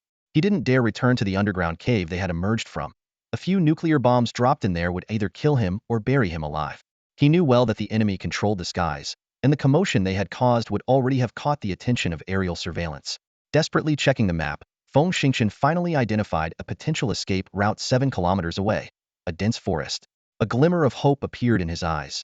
Perhaps he could temporarily evade the pursuers there. The vegetation coverage on Kuntan Star is astonishingly high, but the plants here are far from ordinary. They can synthesize moisture directly from the air, and some species even devour any creatures that come close. More surprisingly, all the plants release dense charged particles that severely disrupt the operation of electronic devices. His plan was simple yet bold: to use the abundant charged particles in the forest to disable the Kaijuran's early warning systems, powerful rovers, and even their mech instruments. If they encountered biobeasts, he could leverage the threat of the carnivorous plants to eliminate Kaijuran forces. Despite his fear of this dangerous forest, he believed Earthlings had an advantage. After all, they had survived on this planet for over a decade, and their relatively advanced technological research capabilities had given them deep insights into the local flora. More importantly, jungle survival was a mandatory course for the station troops. However, as he dashed into the forest area, the scene before him left him stunned. The once lush forest had been blasted to pieces. He couldn't help but curse, "Damn it." Clearly, many Federation soldiers had fled into the forest seeking refuge, which had angered the Kaijuran. They didn't hesitate to destroy the ecosystem, launching large-scale shock bombs to clear the area. Fortunately, the shockwave from the bombs mainly cut horizontally, leaving stumps and countless fallen giant trees on the ground. Due to the uneven terrain, some plants in the lower areas were relatively well preserved. He quickly checked his map and found a canyon over 400 meters deep, 11 kilometers away. He speculated that the complex terrain of the canyon might have provided better protection for the plants. However, the Kaijuran squads involved in the blockade seemed to have seen through his intentions and intercepted him at high speed. Meanwhile, the pursuers behind him had closed in to within 5 kilometers. He quickly assessed the situation. About 12 trackers behind him, judging by their steady speed of 90 kilometers per hour, they were likely rovers. 4 red dots to his left front moving at varying speeds, probably large biobeasts, and 14 red dots directly ahead moving at uneven speeds, undoubtedly a ragtag army. Although there were no enemies to his right front, it was a vast desert spanning 300,000 square kilometers. Entering it would mean having no terrain to utilize, essentially a death sentence. After weighing his options, he decided to charge straight ahead. With the advanced weapons he had, there was still a slim chance of survival. He pushed his speed to the limit and sprinted forward. At that moment, he entered the Kaijuran squad's optimal attack range. The impatient enemies fired dozens of missiles, densely covering a large area. "Damn it," he cursed, quickly tossing his heavy sniper rifle, magazine, and shock blade into the air while slapping his armor hard. The single soldier armor immediately ejected its remaining dozen or so high heat decoys, then split open with a clatter. He performed a forward roll to escape from the armor, nimbly catching the 3 pieces of equipment in midair. Upon landing, he immediately turned and charged towards the pursuers behind him. This decision proved correct. As he turned, some of the missiles pursued the decoys, while the rest locked onto the empty armor. Without the armor's protection, he was much faster than the armor's maximum speed. Before the missiles hit their target, he had already sprinted over 100 meters. Boom! A violent explosion erupted behind him, and a staggering shockwave rolled towards him. If he were still at level 6, such a shockwave would have caused severe burns. But now, having advanced to level 7, his inner strength circulated rapidly, forming a faint light shield in front of him. As the shockwave and flames surged up, the light shield flickered a few times and managed to keep the flames at bay. "Ha ha!" he laughed wildly. "An inner force shield is no less effective than single soldier armor. As long as I stay about 150 meters away from the explosion center, I'll be fine." He steadied himself, and a strange mental force burst forth from his mind, covering a radius of 1 kilometer. He firmly aimed his gun and fired 5 consecutive bullets. If it were an Earth-made sniper rifle, it would only be capable of firing 2 rounds per second.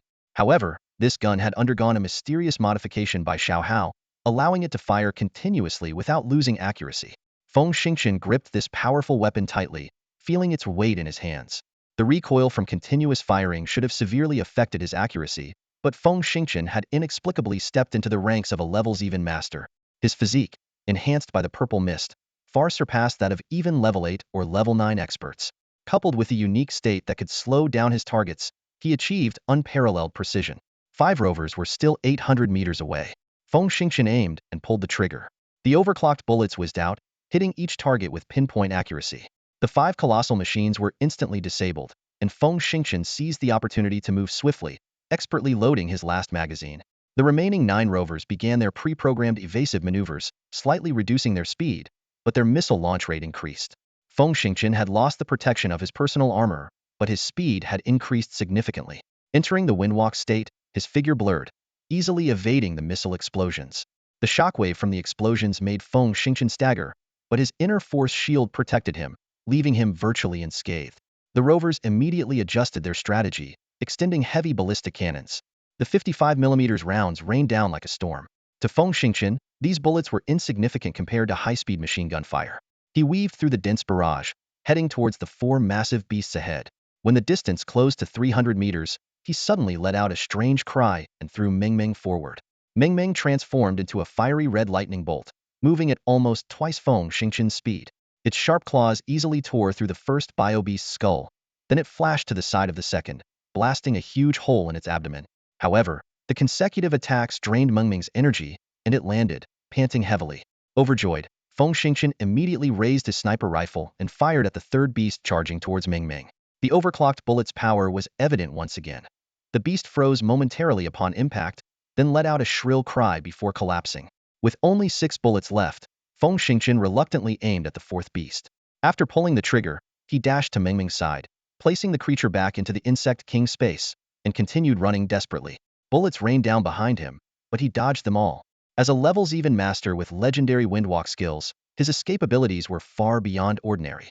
After running 2 or 3 kilometers, Feng Xingqian reached a slightly lower-lying forest. Though small in area, it provided him a brief respite. He shouted, "Xiao Hao, is the new equipment ready?" Xiao Hao flew off his wrist and conjured up an alloy box 2 meters away. Feng Xingqian didn't have time to think. He grabbed the box and shook it. The metal plates quickly covered his body. He paused for a moment, then his eyes lit up. Trembling, he caressed the cold armor plates, murmuring, "It's this treasure." Anyone who underestimates these seemingly flimsy exoskeleton plates clearly lacks insight. Feng Xingqian stood in front of the mirror, carefully examining the exoskeleton plating on his body, his eyes gleaming with confidence. Though this gear appeared simple, it was imbued with advanced technology. The exoskeleton plates were supported by a metal spine and 4 main axles, embedded with precise plates and a spring mechanism. It wasn't designed to cover the entire body, but focused on protecting critical areas while significantly boosting the user's speed. Feng Xingqian lightly tapped the plate on his chest, producing a crisp metallic sound. The higher the skill level, the more effective the exoskeleton plates become, he muttered, recalling his instructor's explanation. To understand the advantages of exoskeleton plates, one must first grasp the concept of personal armor. Fully enclosed personal armor, driven by a power reactor, had a fixed rated output. Anyone could become proficient with it after just a few days of training, and even ordinary people could utilize its high-tech accessories to perform at the level of a 7th-tier expert. Feng Xingqian remembered his first time wearing personal armor during boot camp.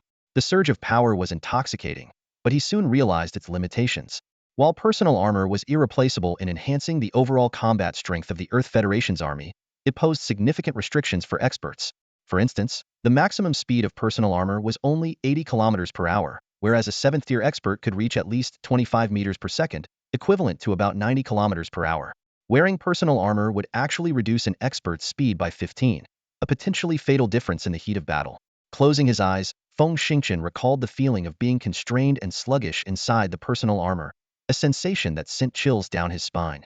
In terms of combat capability, personal armor converted body movements into mechanical reactions via a mini quantum processor. This was useful for those below the 6th tier, but 7th-tier experts had a higher level of brain development and neuron utilization, with perception and reaction speeds far surpassing ordinary individuals. In actual combat, They often needed to react more swiftly, making personal armor a hindrance.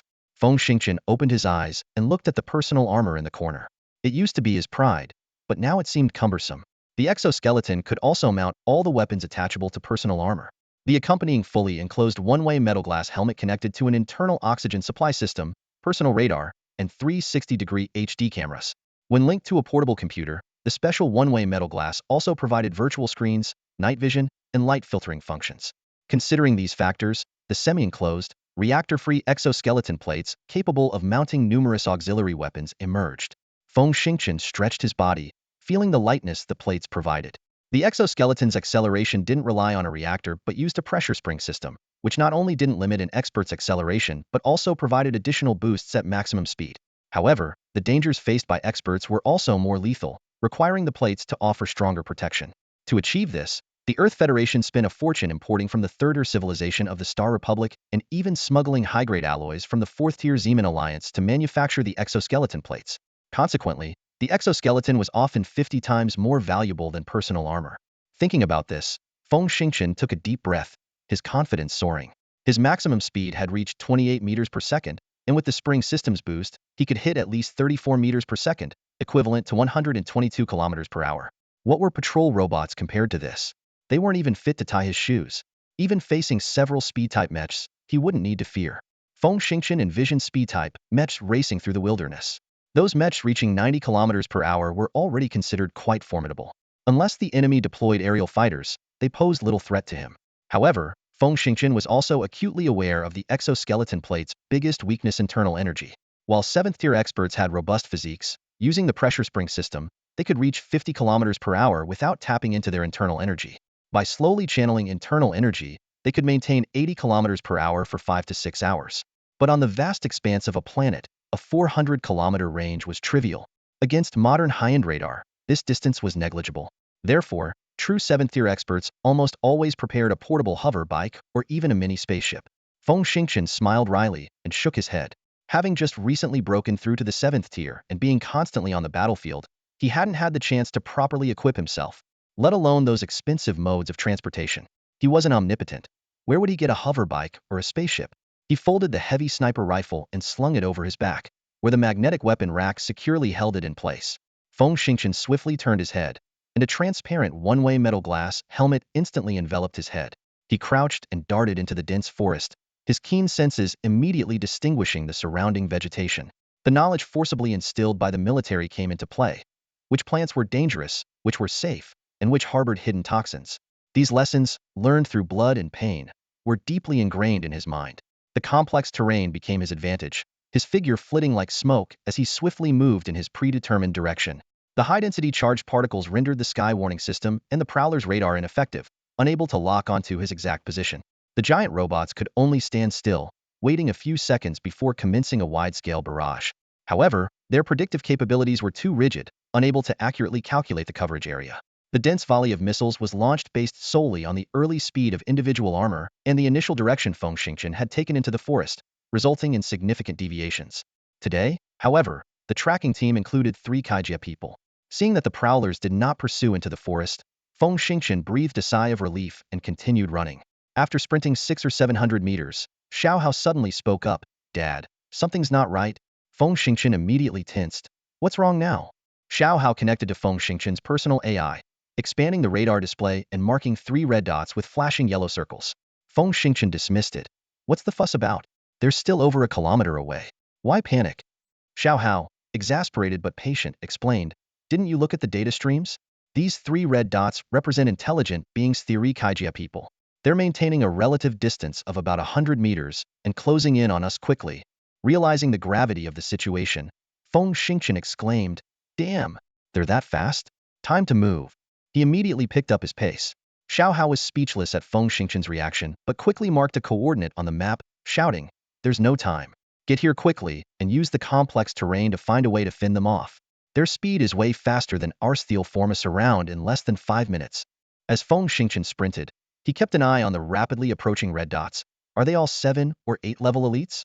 Xiao Hao sneered. "Based on my previous data, this is a standard Kaijia 3-man elite squad. Their strength should be formidable, and they're definitely equipped with heavy snipers." Feng Xingchen's brows furrowed, eyes narrowing. but his speed didn't waver.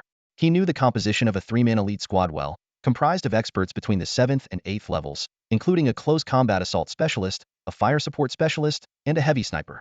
Kaija people's leg muscles were more developed, with longer thighs, making their speed far superior to that of Earthlings.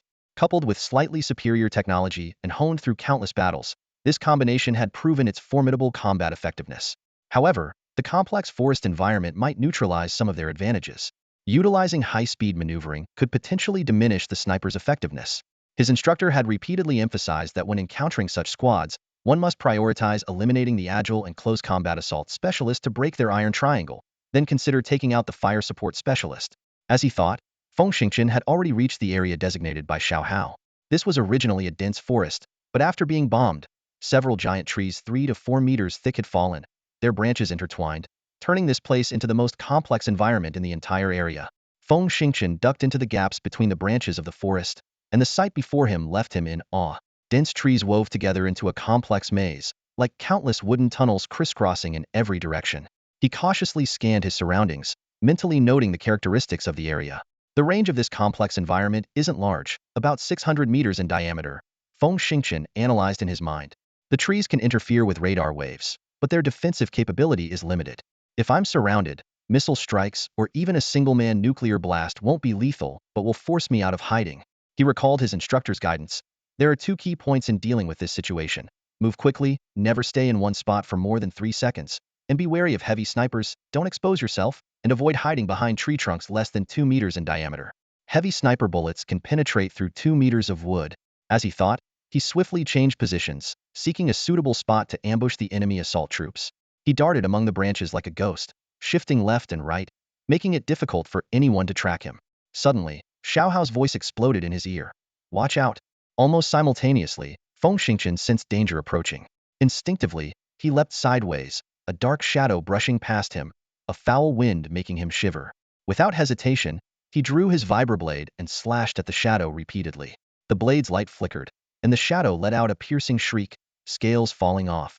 Taking advantage of this brief respite, Feng Xingqian focused and saw a pitch-black armored beast before him. This creature was renowned on Kuntan's star for its incredible defense. Even single-man armor-piercing high-explosive rounds struggled to kill it. Recalling the brutal battle with an armored beast months ago, Feng Xingqian unthinkingly threw Mingming out. The moment Mingming appeared, the situation reversed. It let out an excited raspy cry and darted towards the armored beast like lightning. With a gentle swipe of the 2 strange spikes on its back, it deeply pierced the beast's body. The massive armored beast trembled a few times before collapsing straight to the ground. Feng Xingqian stared in shock at the scene. His vibroblade, with a vibration frequency of 8 million times per second, could only knock off a few scales from the beast with full force. Yet, Mengming's spikes effortlessly penetrated its defense, an attack power that was truly terrifying. Just as Feng Xingqian was in shock, Xiao Hao's voice rang out again. Don't daze off, run. The enemy is closing in.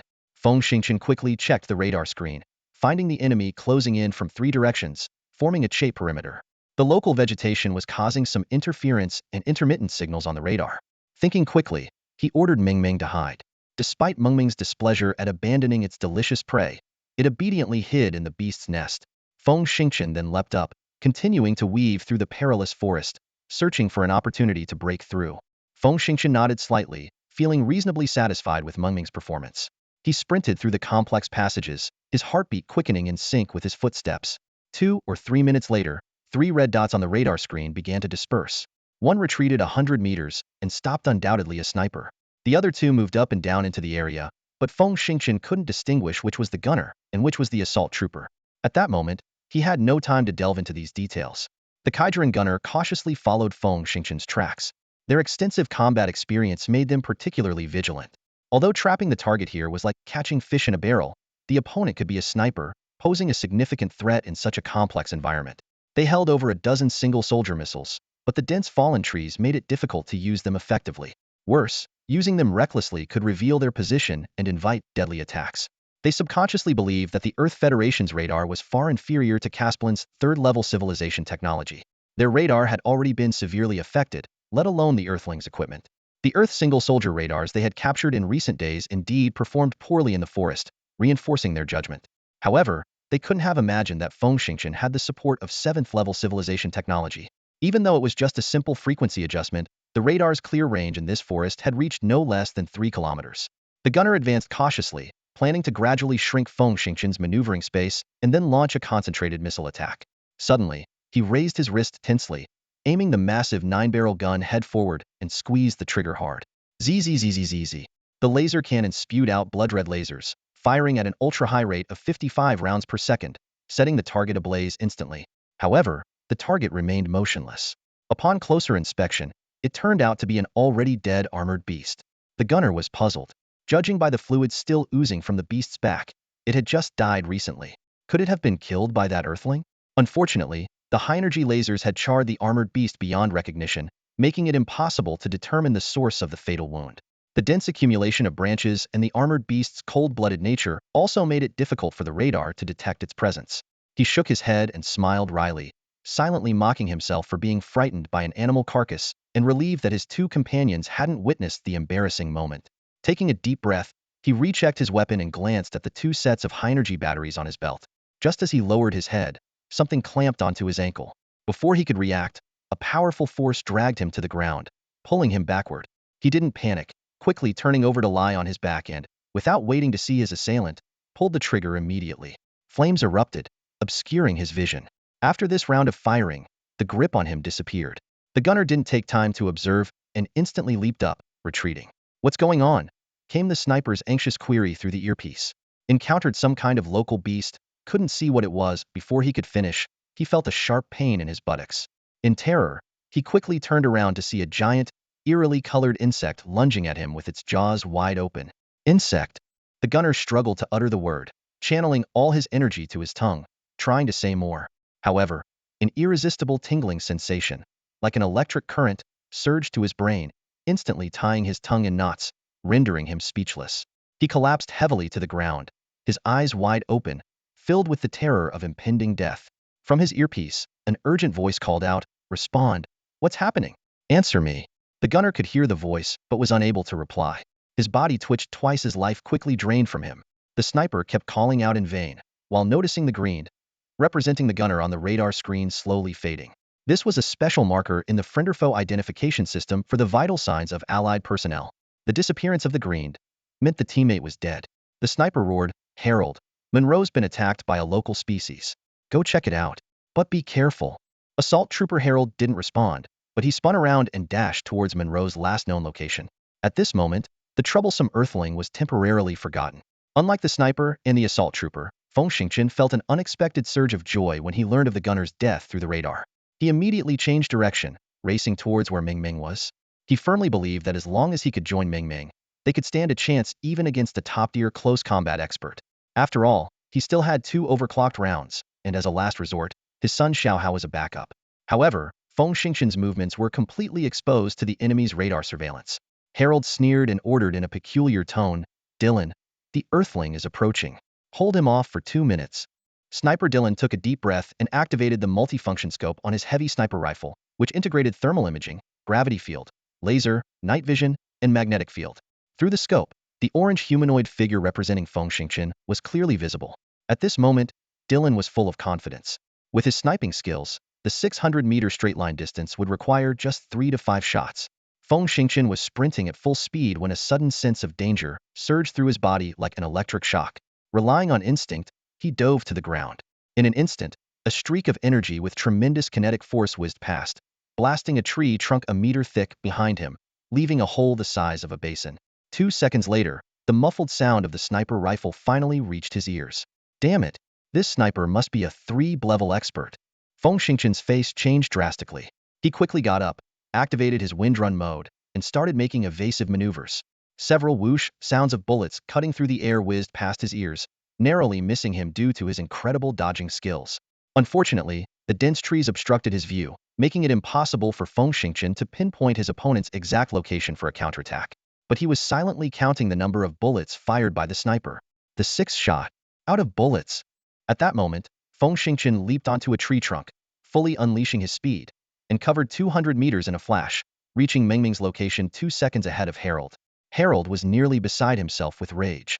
Unfortunately, in this complex environment, his assault rifle was ineffective against the massive trees, and running in the low-hanging branches, his acceleration device became more of a hindrance. Seeing his opponent reach first, Harold roared in fury, quickly unfastened his acceleration device from his waist, and tossed aside his assault rifle. He drew a vibration blade with a 30-centimeter blade in his left hand and an energy pistol in his right. Turning a corner, he charged ferociously at Feng Xingqian, who had yet to stabilize his footing. Harold's combat experience was indeed superior to Feng Xingqian's. He understood that in this tight space among tree branches, short weapons were more suitable for combat. However, he had miscalculated. Just as he sprang forward, something clamped onto his foot and yanked him back forcefully. With a startled cry, Harold crashed heavily to the ground, kicking up a cloud of dust. When he looked up, he saw a gleaming long blade and a wicked grin on the face of an earthling. Goodbye. Those were the last words Harold heard. In the next second, the rapidly vibrating blade pierced through the gap in his armor at the neck, penetrating his body and emerging from his back. Even a 7th-level peak warrior could not withstand the sharpness of the vibrating blade. Hide quickly! Xiao Hao shouted sharply as he saw Feng Xingqian succeed. Feng Xingqian was already prepared. Ming Ming, follow me, he called out, quickly rolling over and diving into a nearby armored beast's den. Ming Ming followed closely, nimbly slipping into the hole. At that moment, Dylan had just finished reloading his magazine. He looked up, his jaw nearly dropping. On the radar screen, both Harold's green dot and the target's red had disappeared, and there was no trace of the local creatures either. Dylan froze for 2 seconds before panicking. Harold, respond if you can hear me, he shouted, but only silence answered him. He licked his dry lips, his heart racing. His mind was a mess, and he could only guess that a powerful local creature had appeared, killing Monroe, Harold, and even the Earth Union person. The thought sent chills down Dylan's spine. He dared not stay any longer, nor did he dare to search for his companions' bodies. With 2 teammates already dead, he would write the after-action report however he saw fit. Having made up his mind, Dylan sprang to his feet and fled the scene as fast as he could. Deep in the cave, Xiao Hao shouted, "Dad, throw the radar out." Feng Xingqian reacted immediately, quickly opening his chest armor and tossing a flat metal box outside. Xiao Hao controlled the radar without hesitation, monitoring everything around them. He was surprised to see the sniper leaving quickly and asked, puzzled, "Dad, is the sniper running away?" Feng Xingqian was reluctant to admit it, but the facts were clear. He scratched his chin thoughtfully and said, "Could I have scared him? Maybe not. I guess he thinks there's some formidable local creature here, so he got scared off. Haha, does that mean I'm safe?" Feng Xingqian laughed heartily, crawled out of the cave, retrieved the radar, and reinstalled it into his armor. Then he lit a cigarette and took a deep drag. Just as he was about to leave, Xiao Hao suddenly slid to the ground, leaped out, and quickly stripped the exoskeleton armor from 2 bodies, swallowing it in one gulp. "Let's go." Xiao Hao grinned. "If the sniper gets back up, you'll be toast." Feng Xingqian rolled his eyes, not bothering to respond. He immediately activated his inner strength and sprinted several kilometers in another direction at an astonishing speed. The escape route he chose was excellent, with only 1 bio-beast and 2 patrol units. As he burst out of the forest, he had already locked onto the 3 targets with his mind. His sniper rifle fired, and 3 bullets precisely took down the 3 creatures. Then he folded the sniper rifle onto his back and continued racing towards the Grand Canyon without slowing down. After this round of attacks, Feng Xingqian had only 2 bullets left, while there were still 16 enemies. Without fully utilizing the treacherous terrain of the forest, it would be hard for him to escape easily. Finally, a panting Feng Xingqian reached the edge of the canyon. He quickly scanned the area, chose a relatively gentle slope, and charged down without hesitation. The Grand Canyon is a breathtaking geological wonder, shaped by seismic forces. It reaches a depth of 400 meters, spans about 9 kilometers in width, and stretches over 700 kilometers in length. The terrain within the canyon is incredibly complex, filled with towering trees, massive stone peaks, and dense stone forests, forming a natural defensive barrier. Even the Kai'er, without deploying their starship's main cannons or starfighter squadrons, would struggle to completely destroy this forest. However, the Kai'er are currently facing a severe resource crisis. After a long journey, they encountered fierce resistance from the Earth Federation forces, suffering heavy losses. The subsequent air and ground strikes further depleted their resources. Now, with supplies running low and the potential threat of Earth Federation reinforcements, who would dare to waste precious resources or redeploy a starship lightly? This situation provided Feng Xingqian a chance to catch his breath. He dashed into the dense forest, running over 2 kilometers before finally stopping at the base of a massive stone peak. He sat heavily on the ground, gasping for air. The sprint had drained much of his inner energy, and a wave of hunger surged over him. It was then that he realized he had left his remaining 3 field rations back in his personal armor. Feng Xingqian looked around, pondering how to solve his food problem. The flora on Kuntan Star is incredibly diverse, with nearly 2,000 species. Many of these plants have trunks that can store large amounts of liquid water, so there's no need to worry about water sources in the forest. However, food is a different challenge. The climate on this planet is extreme, and the plants are unusually tough. They do not bear fruit but reproduce through root branches. However, some plants have edible fungi growing under their roots. These fungi grow rapidly in sunlight and mature by sunset. It was around 9 a.m. now, and the temperature was rising quickly, making it the perfect time to gather some edible fungi. As a level 5 martial artist, Feng Xingqian's physical strength was quite formidable.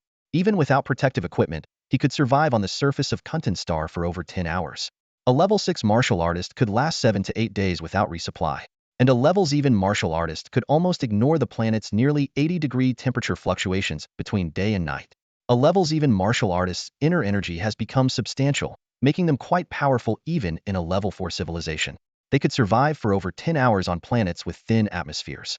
Moreover, Kuntan Star has sufficient oxygen, ample water sources, and the bionic fabric military uniform that can automatically regulate body temperature, making survival relatively easy. After a brief rest, Feng Xingqian stood up and began searching for edible fungi.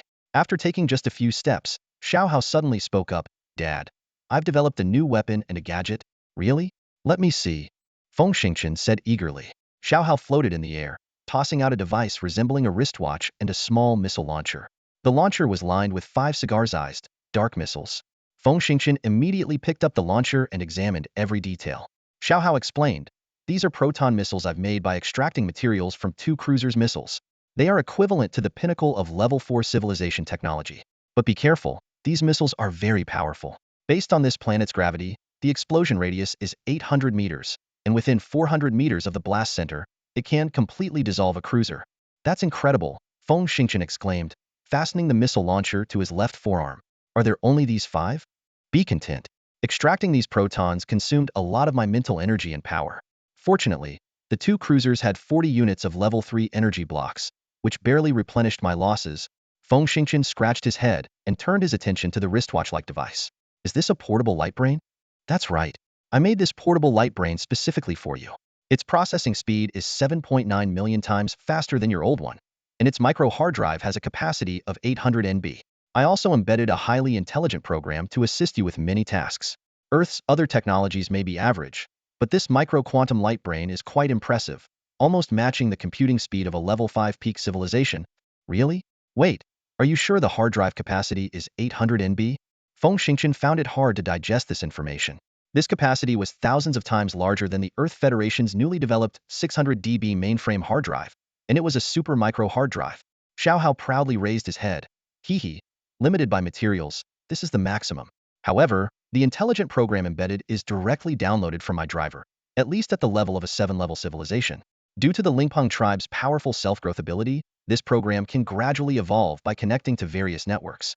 I can confidently say, with this program, even living in a 9-level civilization country, this portable light brain would not fall behind by a step." Xiao Hao glanced at Feng Xingqian, a complex expression flashing in his eyes.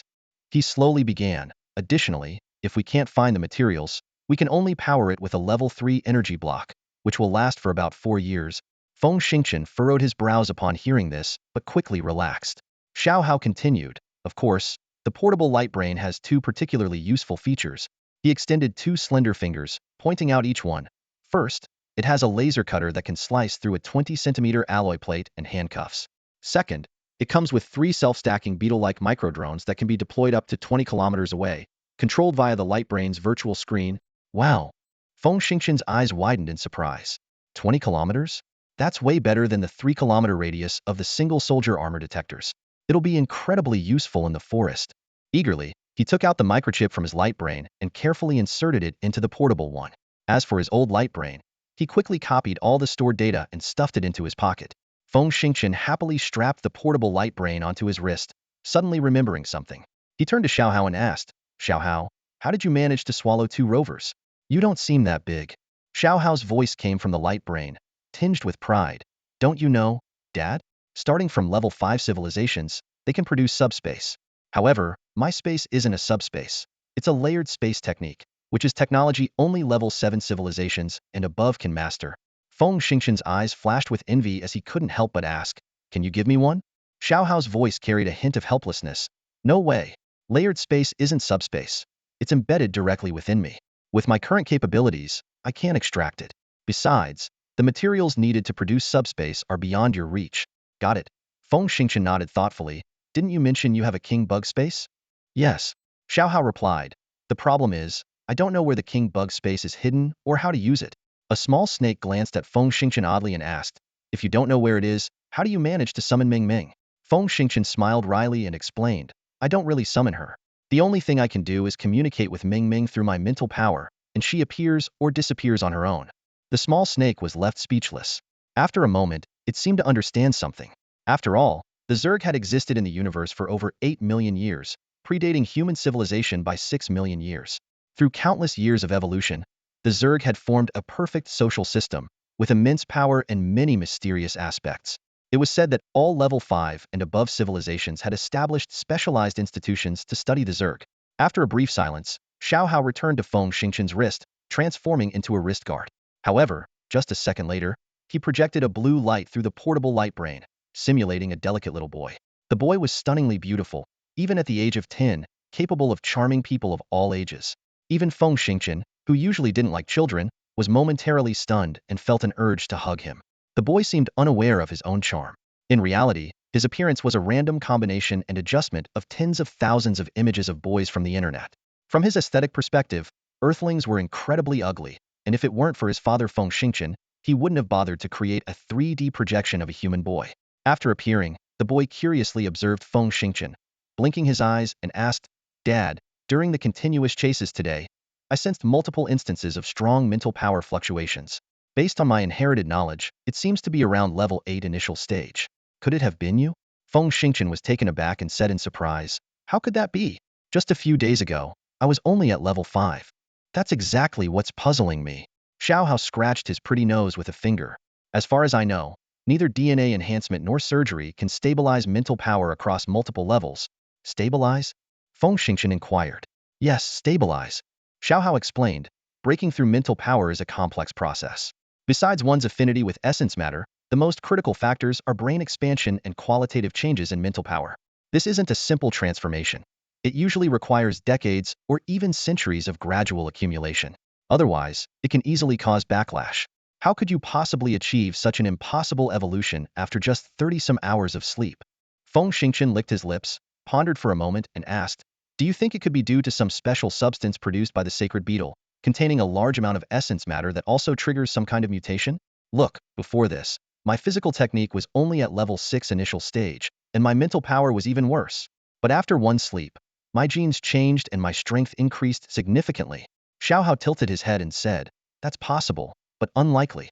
As far as I know, a certain level 7 civilization can stimulate mental power changes through surgery, but they can only increase one's affinity with essence matter and improve mental power cultivation speed. They can't achieve such an extreme speed. Feng Xingchen clearly misunderstood and curiously asked, oh, it can increase Jing's substance affinity and cultivation speed? That's amazing. Can you perform such a procedure? How could I? Xiaohao shook his head with a bitter smile. That's a highly specialized field. In fact, that method isn't necessarily reliable. He explained, they select certain special individuals and replace nucleotide sequences with DNA palindrome sequences from psychic experts, forming a unique Jing substance affinity. However, these engineered psychic individuals can suffer mental backlash if not careful. Feng Xingchen ignored the last warning and eagerly asked, what do you mean by certain special individuals? It's simple. Those with a physique characterized by coarse rDNA sticky ends, Xiaohao calmly replied. Damn it, I feel like an idiot, Feng Xingchen said, holding his head in frustration. People from a 7th level civilization are really tough. I can't understand a word they're saying. Xiaohao mused. So we're back to square one. Could it be that the mysterious energy of the Zerg is actually that useful? Not only does it enhance Jing's substance affinity, but it also expands the brain domain, causing mental power to transform. I'd love to get my hands on some of that special material to study. Forget it. Feng Xingchen rolled his eyes. Since it's special material, it's not that easy to find. Indeed, it's a big problem. Xiaohao fell into deep thought. Should I find a battle queen of the sacred beetle, then transplant an egg into it, and simulate the entire death process of the battle queen? That's quite difficult. The most troublesome part is that I don't know many external conditions, like the radiation zones, magnetic fields, and temperature changes experienced during space drift, not to mention what materials it went through after landing on Star. Stop. Feng Xingchen quickly made a pause gesture. Are all people from a 7th level civilization this stubborn? In fact, after my mental power was enhanced, I didn't suffer any backlash. This should be good news. Why dig so deep into it? Besides, with enhanced mental power, I can slow down images within a kilometer radius at crucial moments. Holding a heavy sniper, I can even aim at incoming bullets. It's a lifesaver, isn't it awesome? What? Slow down images within a 1,000-meter radius. Xiao Hao almost jumped up in shock. You? You? You've mastered the use of mental vision? Oh my gosh, the world is really crazy. What's so crazy about it? It's easy to do. Feng Xingchen, although unfamiliar with the term mental vision, roughly understood it to be similar to the heart-eye state from ancient Chinese legends. Xiao Hao was particularly frustrated. Easy? You must be joking. Do you know that mental vision requires entering a unique transcendent state to break through the 13th level barrier? In civilizations above the 4th level, this state is commonly referred to as transcendence. The problem is, anyone with mental power, if they can enter transcendence once or twice before reaching the 12th level and experience that wonderful feeling, they are considered extremely fortunate. But you seem to be able to enter transcendence at will. This is a technique that only mental masters above the 13th level can control. Yet your mental power is at most mid-8th level. What? You can't do it? Feng Xingchen raised an eyebrow. Xiao Hao looked utterly drained. Of course not. At least, up until now, I haven't experienced transcendence. Sigh. Only by mastering transcendence can one step into the 13th level, integrate with nature, and form a master-level mental barrier, creating a unique combat style. It seems I lack the necessary insight. Feng Xingchen smugly retorted. Ha! You've only been born for a few days. I think I told you, our heritage is passed down through DNA memory. This means, although I seem to have been born only a few days ago, I possess a lot of experience from the parent body. You might not know, my mother's mental power reached the 15th level, but she couldn't pass the method of entering transcendence to other individuals. Because transcendence must be comprehended personally. 15. Isn't the limit for physical skills and mental power the 13th level? Xiao Hao asked, puzzled. Huh, how could that be? Feng Xingchen dismissed the notion. Earthlings think the 13th level is the pinnacle, but in fact, even the 15th level isn't the top. Well, of course, for many people, the 13th level is indeed the peak.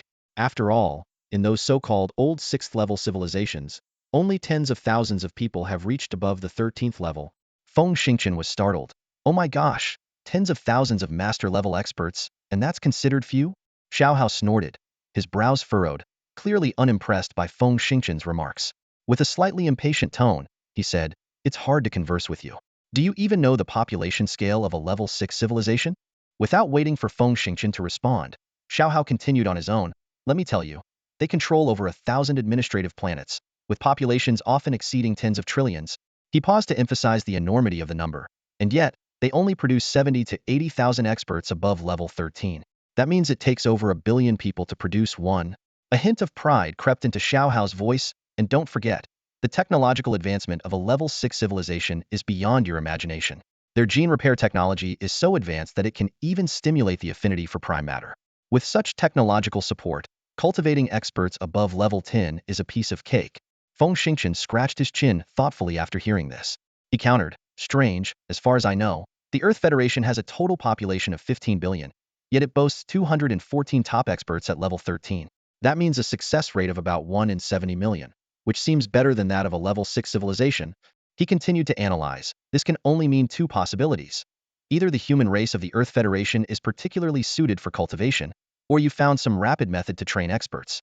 But in any case, it doesn't mean Earth's overall strength is formidable.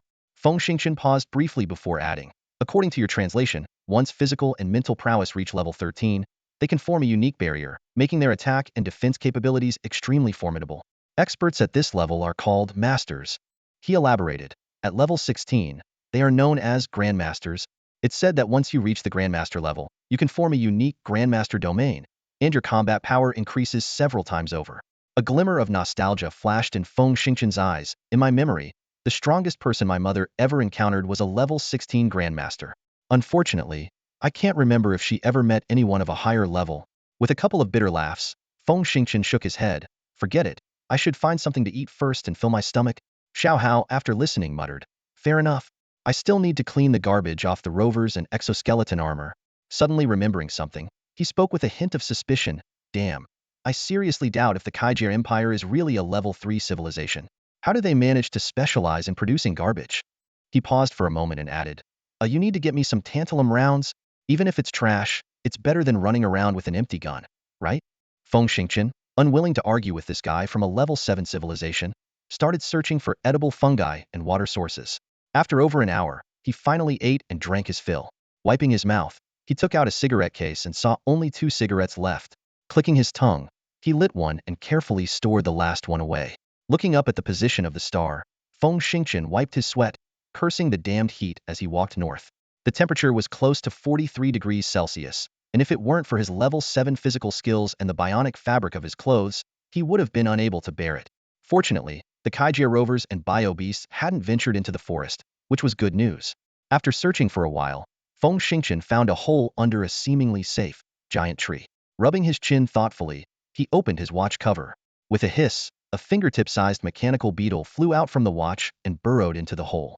Soon, information was relayed back, forming a 3D terrain map above the watch. The cave was narrow, over 50 meters deep, and winding.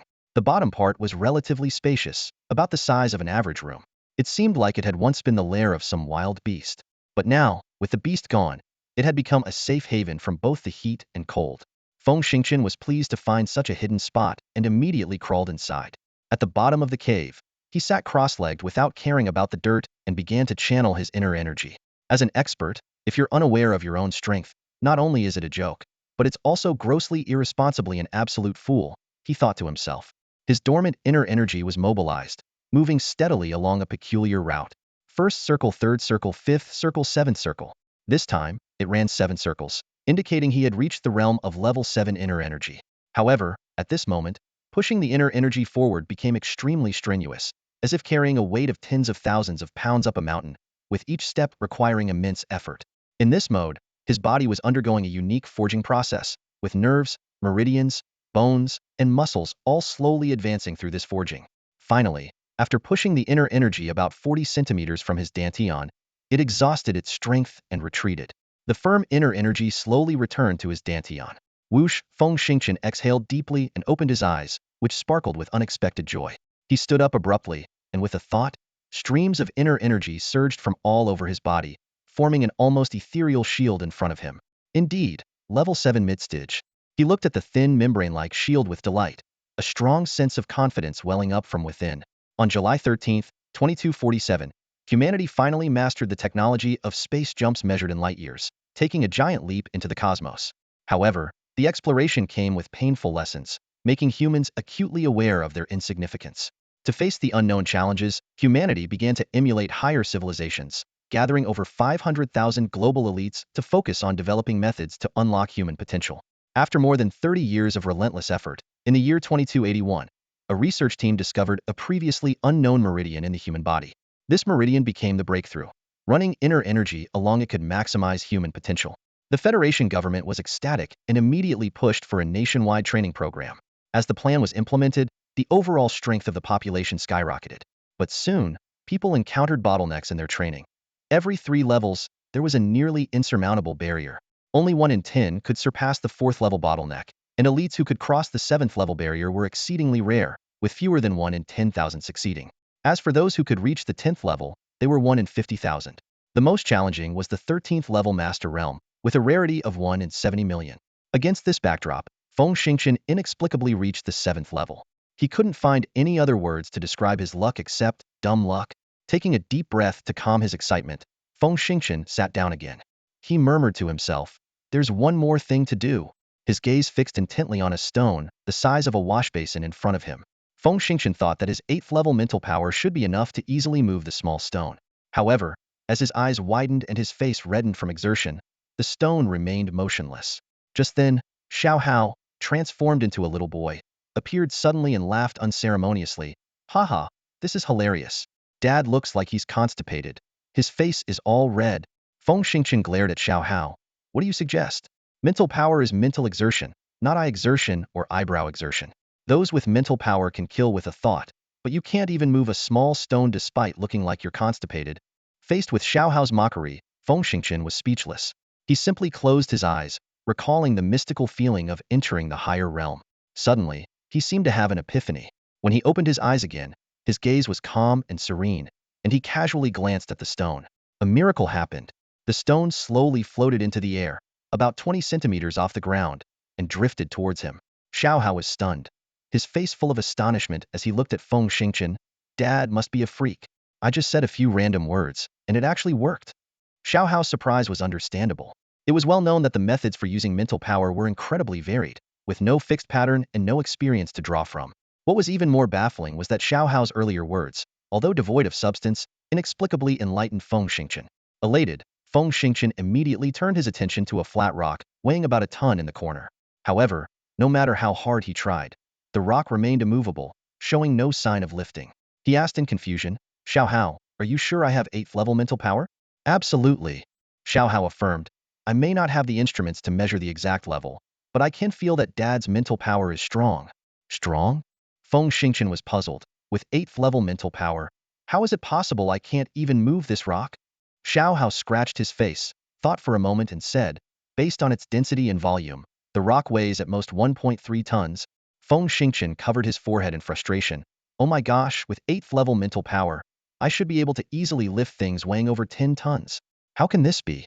Xiao Hao tilted his head and thought for a moment, then comforted him. Dad, don't worry. In fact, mental power is the most mysterious force in the universe. Even scientists from 9th level civilizations don't understand its development direction. However, one thing is certain. Many aspects of mental power will undergo special changes, but these changes are often unknown until discovered. After a pause, Xiao Hao continued to explain, previously, Dad's mental power was only at the 5th level, unable to show individuality. It could only enhance common traits like neural development, memory, intelligence, and reaction speed. But as mental power expands and breaks through the 7th level, common traits diminish and individuality inevitably emerges. Unfortunately, Dad's mental power came so suddenly that there wasn't enough time to find its unique characteristics. Feng Xingqian sighed. I must be such a fool. Saying this, he focused his attention back on the washbasin's ice stone, hoping to quickly discover his mental power's characteristics.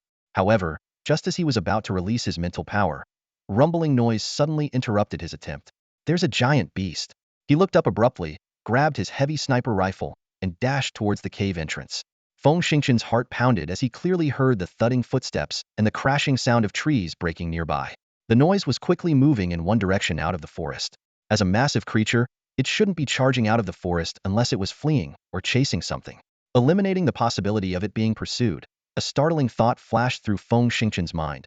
Could it be human survivors from Earth? This idea made him restless.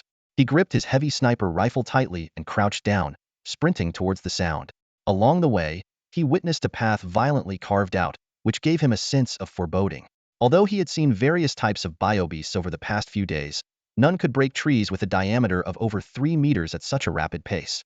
These giant trees, which thrived in extreme environments, were as hard as iron. The dense vegetation being destroyed so violently made him unable to imagine the terrifying destructive power of this beast. Feng Xingqian's expression became extremely serious, and he quickened his pace. Soon, he exited the forest and saw a strange creature running up to the top of a canyon, disappearing from view. Though it was only a fleeting glance, the high-definition camera in his exoskeleton helmet captured a clear image. Beast markings. Xiao Hao suddenly exclaimed. How strange, has this bio-beast evolved? Feng Xingqian was taken aback. What? Look here. Xiao Hao highlighted the markings on the bio-beast on the virtual screen. These are beast markings. What do they do? Xiao Hao explained. Have you noticed that the battle mother bug of the scarab also has peculiar markings? It's a powerful energy circuit. When energy flows through this special circuit, its power, attack, and defense capabilities increase exponentially. Some particularly powerful creatures can generate special defenses equivalent to the energy shields of 9th level civilization starships, capable of destroying top-tier starships. It's said that countries above the 7th level are studying these astonishing markings. Scratching his chin, Xiao Hao hesitated and said, the strange thing is, the evolution of beast markings doesn't happen overnight. These bio-beasts were deployed to Confronting just a few dozen hours ago. How could they have evolved to this extent? Could it be that by consuming a large number of humans with inner strength, they've accumulated enough energy to evolve? This statement made Feng Xingqian's face turn pale. If that's the case, with nearly 200,000 soldiers of level 5 and above stationed on the planet, plus thousands of miners, how many evolved beasts would that create? I don't know. It's something worth paying attention to. Xiao Hao, being a mechanical life form, didn't care much about the fate of carbon-based life forms, except for his adoptive father. He shook his head and elaborated. It's clear that this evolution is extremely astonishing. The originally massive body has shrunk to less than 10 meters. This condensation means shedding a lot of excess and strengthening its advantages. I'm afraid this evolved beast is beyond the capability of an ordinary 9th-level expert to handle. Feng Xingchen sighed. The garrison on Kuntan Star sure has its fair share of troubles. As they talked, they hurriedly rushed out of the canyon, following the trail of dust. A few minutes later, they approached within about 2 kilometers. Feng Xingchen raised his heavy sniper rifle and looked through the scope, finally seeing the scene clearly. The evolved beast resembled a giant lizard about 10 meters long, chasing a person at incredible speed. When he saw who was being pursued, he couldn't help but shout, "Oh my god, it's her! Xuemiao!" Indeed, it was Xuemiao. She wasn't piloting a mech, but wearing an exoskeleton suit.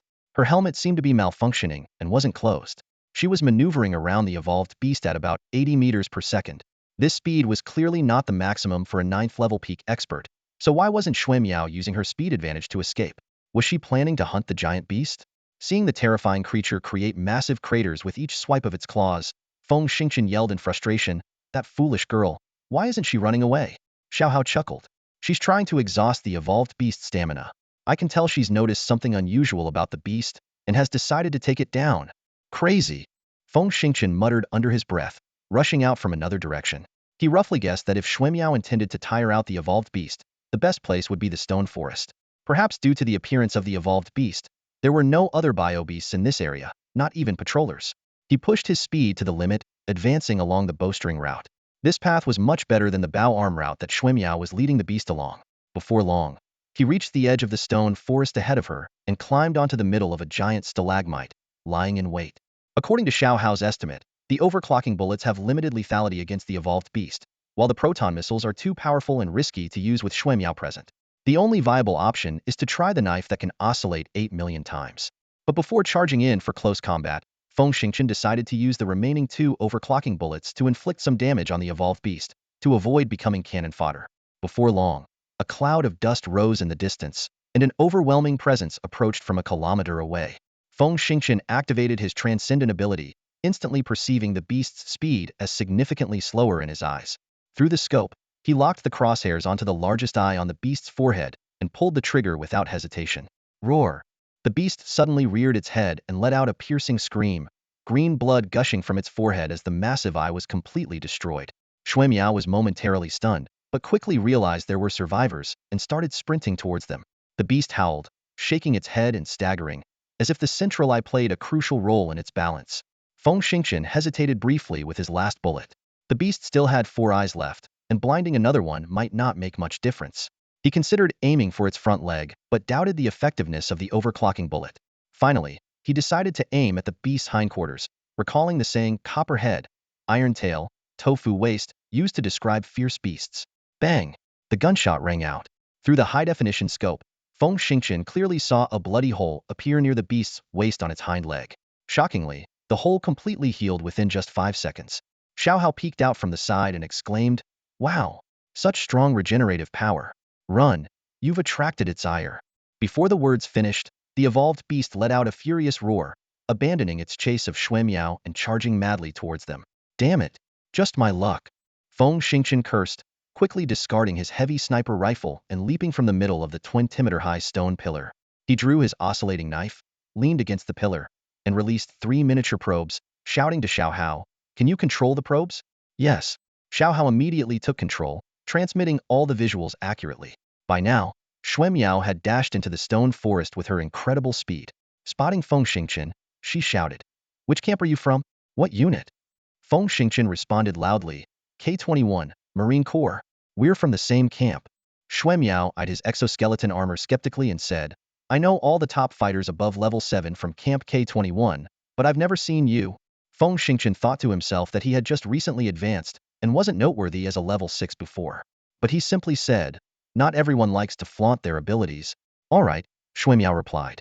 "Regardless, the fact that you dare to stand up against such a powerful bio-beast shows great courage. Let's take it down together first." During their brief exchange, the evolved beast had already approached, passing by the right side of the stone pillar. With the help of the probes, Feng Xingchen had a clear grasp of the beast's every move. He quickly made several tactical hand signals to Xuemiao, ready to spring into action. Xuemiao nodded slightly as the short rod in her hand instantly extended into a 1.8-meter-long shock lance. Moving like a phantom, she circled around the stalagmite and silently approached the beast from behind. Suddenly, she accelerated, thrusting the lance towards the beast's flank.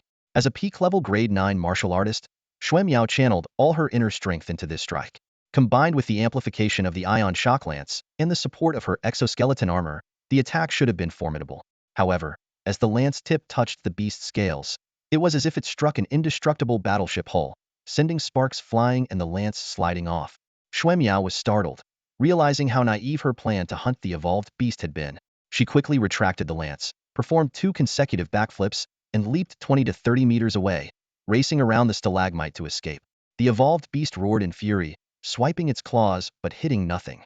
It vented its anger on the stalagmite, leaping up and crashing down on the nearly fortimaturtle stone pillar. With a deafening boom, the stalagmite began to crumble. At this moment, Feng Xingqian was about to deliver a fatal blow while the beast was distracted by Xuemiao. But as he moved into position, he saw the stalagmite collapse and exclaimed, "Whoa, what kind of monstrous strength is this? Time to bail." He turned and ran several dozen steps, narrowly avoiding the falling debris. As Feng Xingqian was about to contact Xuemiao, Xiaohao suddenly shouted, "Dad, look at the beast's neck." Feng Xingqian snapped, "Idiot, we don't have time for that. Get to the point." Xiaohao quickly explained, "There's a convergence point of beast patterns on the left side of its neck. If I'm not mistaken, it should be its only weak spot." Overjoyed, Feng Xingqian immediately shouted, "Lieutenant Xue, there's a vulnerable spot on the left side of the beast's neck. I'll distract it, and you finish it off." Though not far away, Xuemiao responded loudly, "Be careful." Hearing Xuemiao's concern, Feng Xingqian felt a surge of courage. He shook his head and resolutely charged towards the beast. However, as he closed in within 50 meters, the beast suddenly turned its head, its 4 blood-red eyes locking onto him as it roared and lunged. Feng Xingqian squinted, activating his windwalk skill, and charged straight ahead. As he got close, he twisted his body to narrowly avoid the claws, sliding under the beast's belly. Despite missing its swipe, the beast remained unperturbed. It suddenly lowered its head, its long tongue whipping towards Feng Xingqian like a lash. In the middle of a side roll, Feng Xingqian's reaction speed, even with his grade 7 physical skills, couldn't keep up with the tongue. He was horrified, realizing he had severely underestimated the beast's power. Although the windwalk skill was potent, it was ineffective against this beast, which even the peak-level grade 9 Xuemiao struggled against. Feng Xingqian regretted his overconfidence, with the phrase, "Pride comes before a fall," echoing in his mind. At the critical moment, a gray-black figure flashed by, accompanied by a massive force. With a resounding thud, the beast's head was slammed into the ground. It was Xuemiao. Feng Xingqian felt a wave of gratitude, thinking self-indulgently, "She saved me, she must care about me." Unfortunately, the beast's skull was incredibly tough, almost impervious to most attacks. If Xuemiao were a grade 10 master, this strike might have stunned the beast for a few seconds, but it clearly wasn't enough now. The beast roared in agony, the sound waves transforming into energy rings that momentarily slowed Xuemiao's rapid movements. In a battle at this level, even a moment's hesitation could mean the difference between life and death. The evolution beast seized the moment, its front claws sweeping out with a thunderous boom. With a thud, its claws finally struck Xuemiao. Despite her rapid deployment of a peak-level energy shield, she was sent flying with a scream, disappearing into the distance. The evolution beast, thrilled by its successful strike, let out an earth-shaking roar. It lowered its head abruptly, its blood-red eyes locking onto Feng Xingqian just a few meters away. With another ferocious roar, it opened its massive jaws, ready to engulf him in one bite.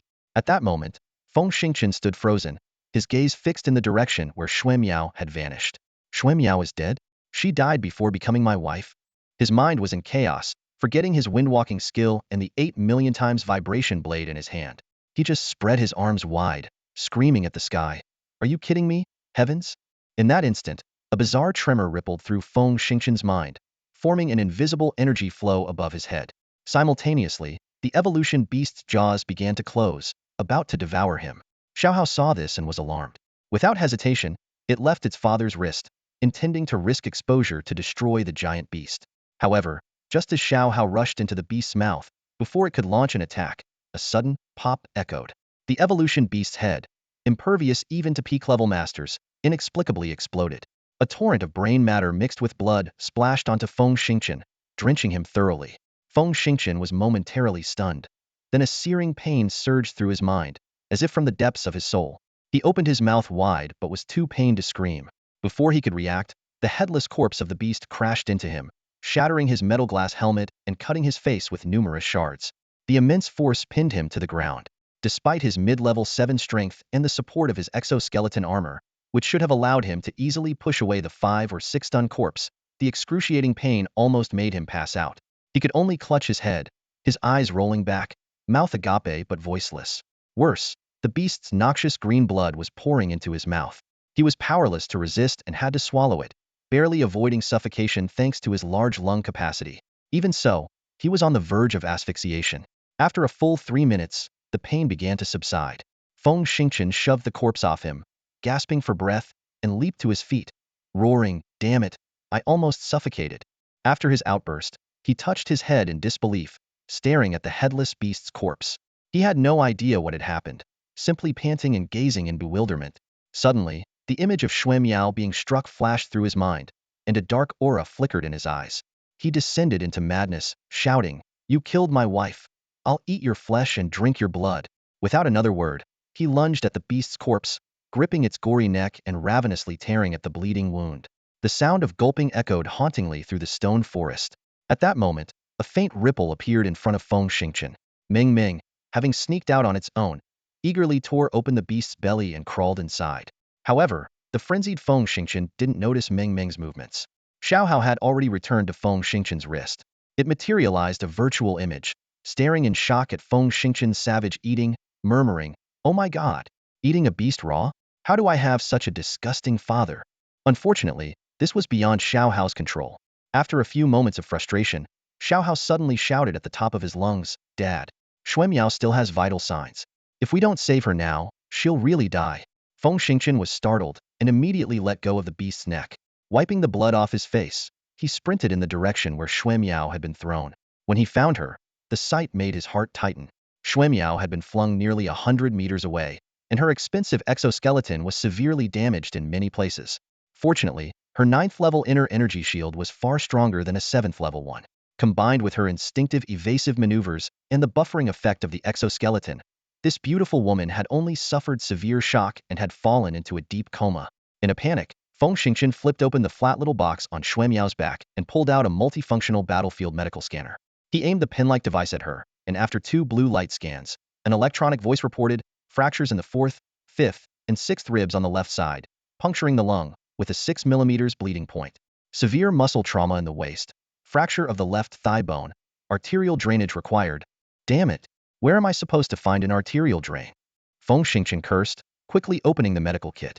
Besides the usual first aid supplies, he was surprised to find 2 vials of bone activator.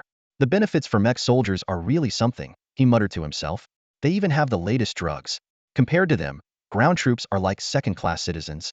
Despite his grumbling, Feng Xingchen knew that this special drug for accelerating bone healing was the latest product of the year, with very limited production and not yet available to regular troops. Mech soldiers had stringent recruitment criteria, with the minimum requirement being 7th-level expertise. The bones of those above the 7th level, tempered by inner energy, were as hard as steel. Once fractured, conventional methods couldn't quickly heal them. The Federation spared no expense in equipping every Mech soldier with this costly new drug, while the unfortunate infantry had to wait for leftovers. Shaking his head, Feng Xingchen first injected Xue Miao with a hemostatic and a painkiller. After waiting a few minutes, he sprayed some wound gel on his own face, and the multiple cuts quickly healed. A couple of minutes later, he administered the bone activator to Xue Miao, then picked her up and dashed back to the cave where they had rested earlier. The 20-kilometer distance was quickly covered as he ran, recklessly consuming his inner energy. Feng Xingchen had Xiao Hao deploy 3 beetle-like surveillance drones to set up monitoring points around the cave's perimeter, then hurriedly carried Xue Miao to the cave's depths and laid her down. At this moment, his heart was pounding uncontrollably. The woman of his dreams was lying right in front of him, allowing him to take in her appearance. Xue Miao looked rather pitiful now, with blood at the corner of her mouth and her pale face smeared with red dirt, far from her usual grace. Yet, to Feng Xingchen, she remained flawless. Swallowing hard, he was contemplating whether to remove her exoskeleton when he suddenly felt unwell, dizzy, and his vision darkened. Blinking, he abruptly remembered that he had ingested at least 2 liters of the beast's disgusting blood and even eaten some raw meat. The creature was a biochemically engineered monstrosity, and even a mid-level 7th martial artist like him could be vulnerable to its viral infection. Feng Xingchen was in a state of panic and quickly sat cross-legged. His only hope was to use his mid-level 7th stage internal energy to try and expel the imagined toxins from his body. However, as soon as he sat down, a wave of intense dizziness washed over him. His vision went black, and he could no longer hold himself up, collapsing heavily to the ground. Consciousness faded rapidly, and he fell into a deep coma. In his unconscious state, a peculiar vibration started in his brain and quickly spread throughout his body.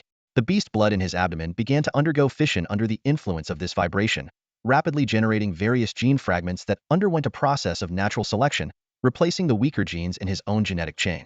The specific conditions for this fission were unknown, but during the alternation of strong and weak genes, some energy contained in the beast blood was stripped away and directly merged with his internal energy, as if they were fundamentally the same. This process did not last long. When everything calmed down, Feng Xingqian's eyes snapped open, and he quickly sat up. Checking the time, he realized he had been unconscious for about 2 hours. He scratched his head in confusion, with too many unanswered questions swirling in his mind. Unable to think clearly, he simply sat still and began to circulate his internal energy, hoping to understand his condition better and silently praying that he wasn't poisoned. Starting from his dantian, the internal energy flowed into a mysterious meridian. The first 6 cycles were exceptionally smooth, but in the 7th cycle, the high-speed internal energy began to slow down, becoming increasingly difficult to move. By all accounts, at his mid-level 7th stage, the internal energy should have stopped at about 40 centimeters in the 7th cycle.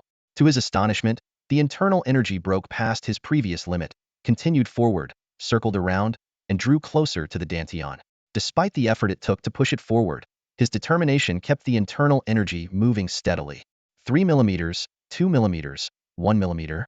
A few minutes later, the internal energy entered the dantian and, with his effort, continued to push through, advancing towards the 8th cycle. Finally, it stopped 4 centimeters away from the dantian. This state was unmistakably the hallmark of an early 8th stage. Feng Xingqian's eyes widened in disbelief. In just 3 to 4 hours, the hardest to accumulate internal energy had increased by nearly 70%. Not only that, but he could clearly feel a qualitative leap in the refinement of his internal energy. Although he had just entered the 8th stage, the difference from his previous mid-level 7th stage was like night and day. For a moment, he thought it was divine intervention. But quickly, he shook his head vigorously and shouted internally, "No, this isn't divine intervention. It's the blood of the bio-beast." As a young man of his era, Feng Xingqian had a wealth of knowledge and a sharp mind. He immediately realized that the bio-beast blood contained immense energy. In just a few hours, his body had absorbed this energy and converted it into internal energy, leading to his rapid increase in strength. This reminded him of the time he absorbed a special substance from a battle motherworm, which also resulted in a significant boost in his power. A bold idea emerged in his mind. If this is true, could he achieve faster and more astonishing progress by hunting evolutionary beasts? Another important discovery was that the force that had triggered the evolutionary beast's brain earlier undoubtedly came from his mental power. This meant that his mental power had the rare characteristic of a strong combat-type piercing explosion. However, a serious problem followed. It seemed that using mental power to explode an opponent would cause some degree of backlash, resulting in severe headaches. Feng Xingqian furrowed his brow and fell into deep thought. In future dangerous situations, if he faced only one opponent, he could still use his mental power explosion to kill them. But if there were more than one enemy, collapsing from pain after one explosion would be a death sentence. As he pondered, his expression shifting, a voice suddenly echoed in the cave. "You're finally awake." Feng Xingqian whipped his head around to see Shui Miao leaning against the cave wall. She had already removed her exoskeletal armor and set it aside, and had cleaned her dirt-covered face with water. Her personal light brain was carefully wedged into a crevice in the stone wall. The small lamp attached to the light brain emitted a soft glow, adjustable in focus and brightness. At that moment, the gentle light cast a hazy, exceptionally beautiful aura around Shui Miao. Feng Xingqian swallowed hard, his Adam's apple bobbing as a hint of confusion flickered in his eyes. "You're awake already?" he asked softly, his voice slightly hoarse.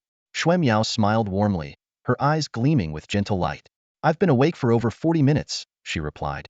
Pausing, her expression grew serious. "Thank you for saving me. And even getting severely injured because of it." Feng Xingqian was taken aback, frowning slightly. "Severely injured?" "No, no." He instinctively tried to deny it. Shui Miao gently shook her head, interrupting him. "There's no need to put on a brave front with me," she said firmly. "Escaping from the claws of such a powerful bio-beast while carrying me was no easy feat. The fact that you were unconscious for so long is evidence enough, isn't it?" Realizing it was a beautiful misunderstanding, Feng Xingqian wisely chose not to explain. Instead, he changed the subject, his voice tinged with concern. Lieutenant Shui, where's your mech? You can just call me Meow, she replied with a hint of bitterness. Our army was decimated. Ranks are a thing of the past. Taking a deep breath, she continued. As for my mech, after hours of intense battle, its energy and ammo were depleted. I had to destroy its AI and hide it in a cave. Feng Xingqian realized he had touched a sensitive topic, which also stirred memories of his 4 fallen comrades. Both of them momentarily fell into a heavy silence. Feng Xingqian forced a wry smile, scratching his chin in an attempt to lighten the mood. So, it seems we might be the only ones left on Confronting? A glimmer of hope sparked in Shui Miao's eyes as she shook her head with a smile. No. 7 hours ago, I received some very secret signals. There's a message hidden in this forest, likely a precise coordinate. Where it points, there must be our people. Feng Xingqian was startled, his face filled with worry. What? From what I know, the Kaijers can track communication signals.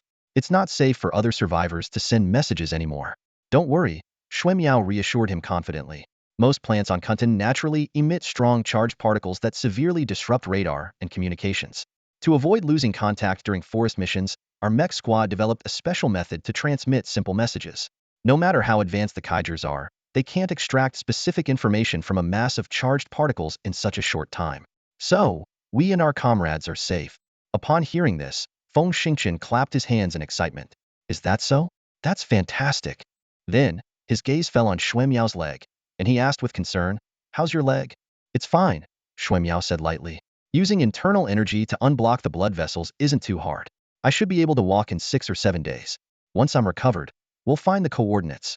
Heh, Feng Xingqian chuckled. You rest a bit. I'll go get some food while it's still daylight. Thank you, Shui Miao said gratefully. It's no big deal, Feng Xingqian grinned, turning to head towards the cave entrance. Wait, Shui Miao suddenly called out, her voice urgent. Your weapon? The one that can injure evolved beasts. Feng Xingqian turned around, a bit smug. Nothing special, just a 19mm heavy sniper. Impossible. Shui Miao's eyes widened in surprise. I've used a heavy sniper on those beasts, even hitting their eyes didn't work. That's normal. I used overclocked rounds, Feng Xingqian said proudly, then his tone turned regretful. Unfortunately, I only had 2 bullets. After using them, I was too busy saving you to retrieve the sniper. I see. Shui Miao nodded in understanding.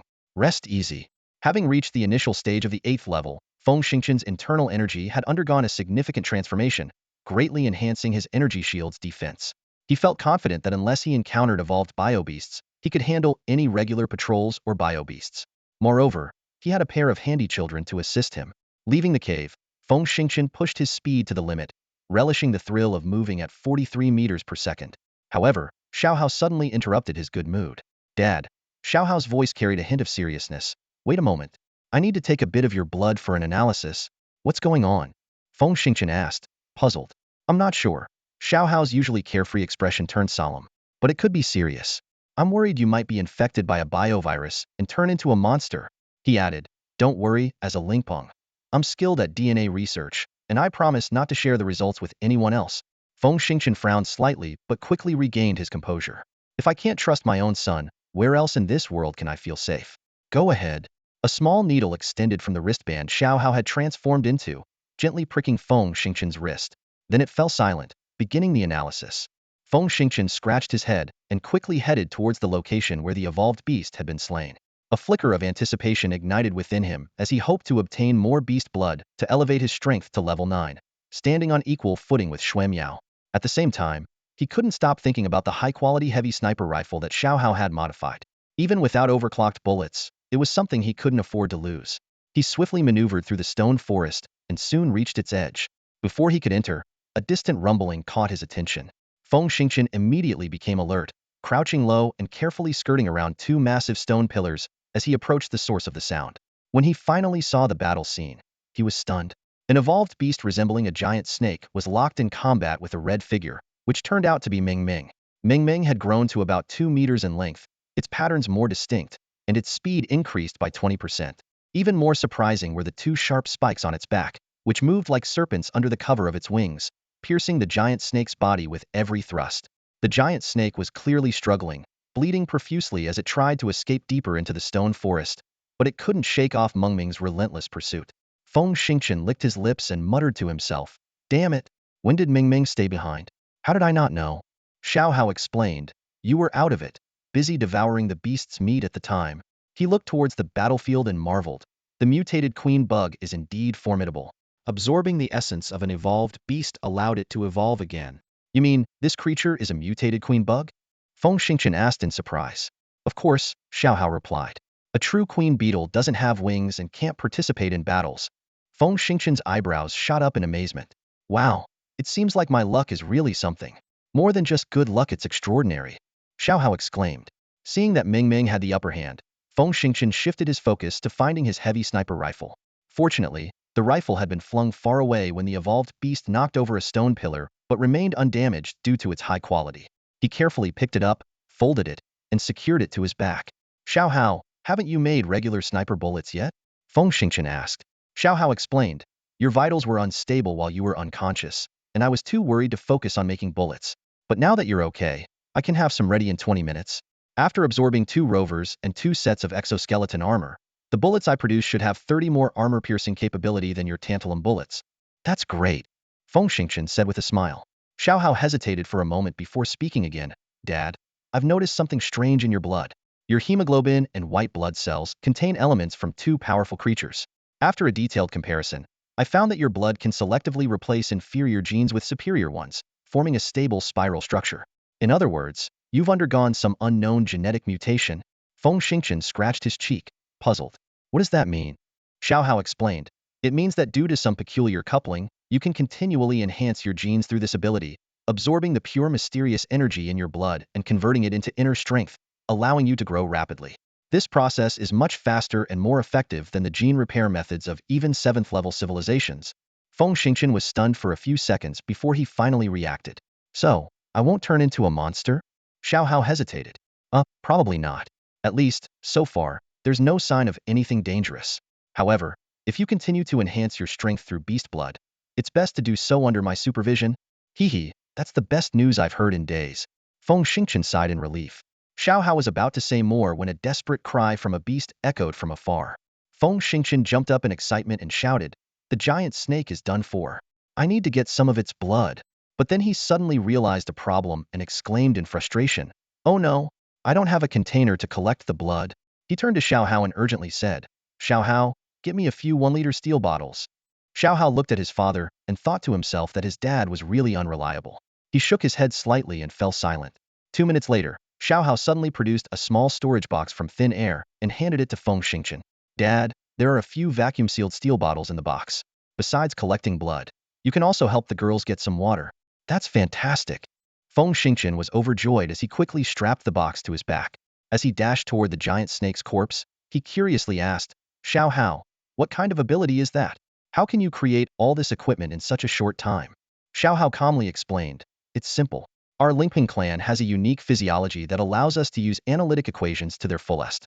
We can generate a special analytic light that can break down most metals in the universe almost instantly. Once the metals are ionized, we use an activation and reformation program, essentially a nanization process, to manufacture items. The quality of the things made by our clan is on par with an 8th-level civilization's 3D printer. However, due to my current lack of strength, the metals I get are of poor quality, so I can't make the strongest weapons. Wow, you're amazing, Feng Xingqian praised. As he spoke, he arrived at the giant snake's corpse. Seeing blood still oozing from the wound, he quickly took out one of the vacuum-sealed bottles and pressed it against the wound. The vacuum rapidly filled the bottle. So convenient, he muttered, collecting 2 more bottles as spares. Looking around, Feng Xingqian couldn't see Ming Ming. Suddenly, he slapped his forehead and yelled, Ming Ming, get out here right now. At his shout, the snake's belly suddenly bulged and then burst open with a bang. Ming Ming, who was definitely not as cute as her name suggested, appeared before him. Feng Xingqian noticed the patterns on Ming Ming's body were becoming more defined, and a wave of anger surged through him. He shouted, damn it, what the heck? You dare to act on your own without permission? However, before he could finish his outburst, he felt a sudden surge of killing intent from Ming Ming. A chilling sensation enveloped him, and he instinctively took a step back, his inner energy circulating rapidly. His right hand was already on the beautifully crafted short stick at his waist. Not only that, but his piercing and explosive mental energy also began to spin at high speed. Feng Xingqian realized that Ming Ming truly intended to kill him at that moment. Ming Ming's killing intent grew stronger, exuding a violent aura.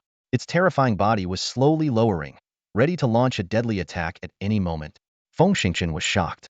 He recalled how easily Ming had killed both a beast and a 7th-level peak expert a few hours ago. Ming was now even stronger, probably at the equivalent of a 9th-level peak. As a newly advanced 8th level, he knew he had no chance of escape. Without hesitation, Feng Xingqian unleashed his mental energy, embedding it deeply into Meng's brain. Detonate! He screamed in his mind. However, to his surprise, Meng's brain did not explode as he had expected. Instead, he felt a strange vibration emanating from Meng's body, infiltrating his brain cells and causing his mental energy to churn violently.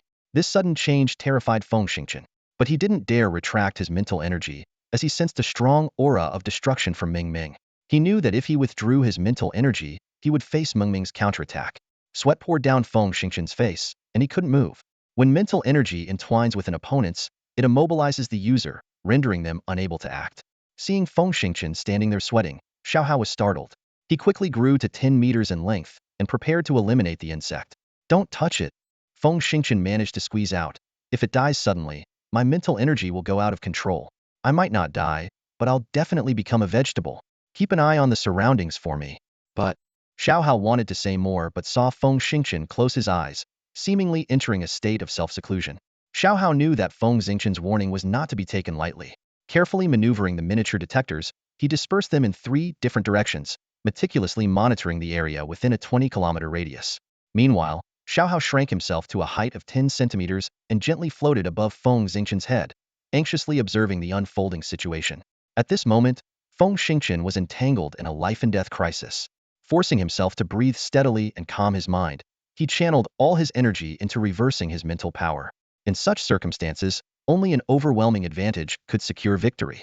Although the Zerg typically find it challenging to evolve strong mental abilities, and it seemed impossible for the newborn Ming to possess such power, the world is full of surprises. Under the pressure of natural selection, the insect eggs within the combat mother insect had produced a special substance. This substance, rich in essence, not only altered Feng Xingqian's physique, but also significantly enhanced his mental and physical capabilities. Ming, nurtured within this special substance for 1,000 years, had undergone astonishing changes. Despite this, Ming's newborn brain was still immature, and her mental strength was at most equivalent to a human's level 5 mental power. More importantly, since both Feng Xingqian and Ming had integrated the same special substance, their mental powers were highly resonant. In fact, Ming was currently engulfed by Feng Xingqian's mental power, losing her sense of direction and control. Instinctively, she began to feel a deep fear, and not without reason. She could clearly sense her mental power being stripped away. Worse still, Feng Xingqian's mental power was slowly infiltrating, forming a slender energy cluster with eerie fluctuations, attempting to forcibly embed itself into Ming's brain. Ming realized that if this energy cluster successfully implanted, she would forever lose the chance to become a high-level mutant queen. This realization ignited her immense fury. Her mental power erupted violently, exuding a destructive momentum that fiercely clashed with Feng Xingqian's mental power. This action turned her brain into a battlefield, recklessly fighting for dominance. As a species inherently inclined towards destruction, the Zerg would resort to cannibalism for survival.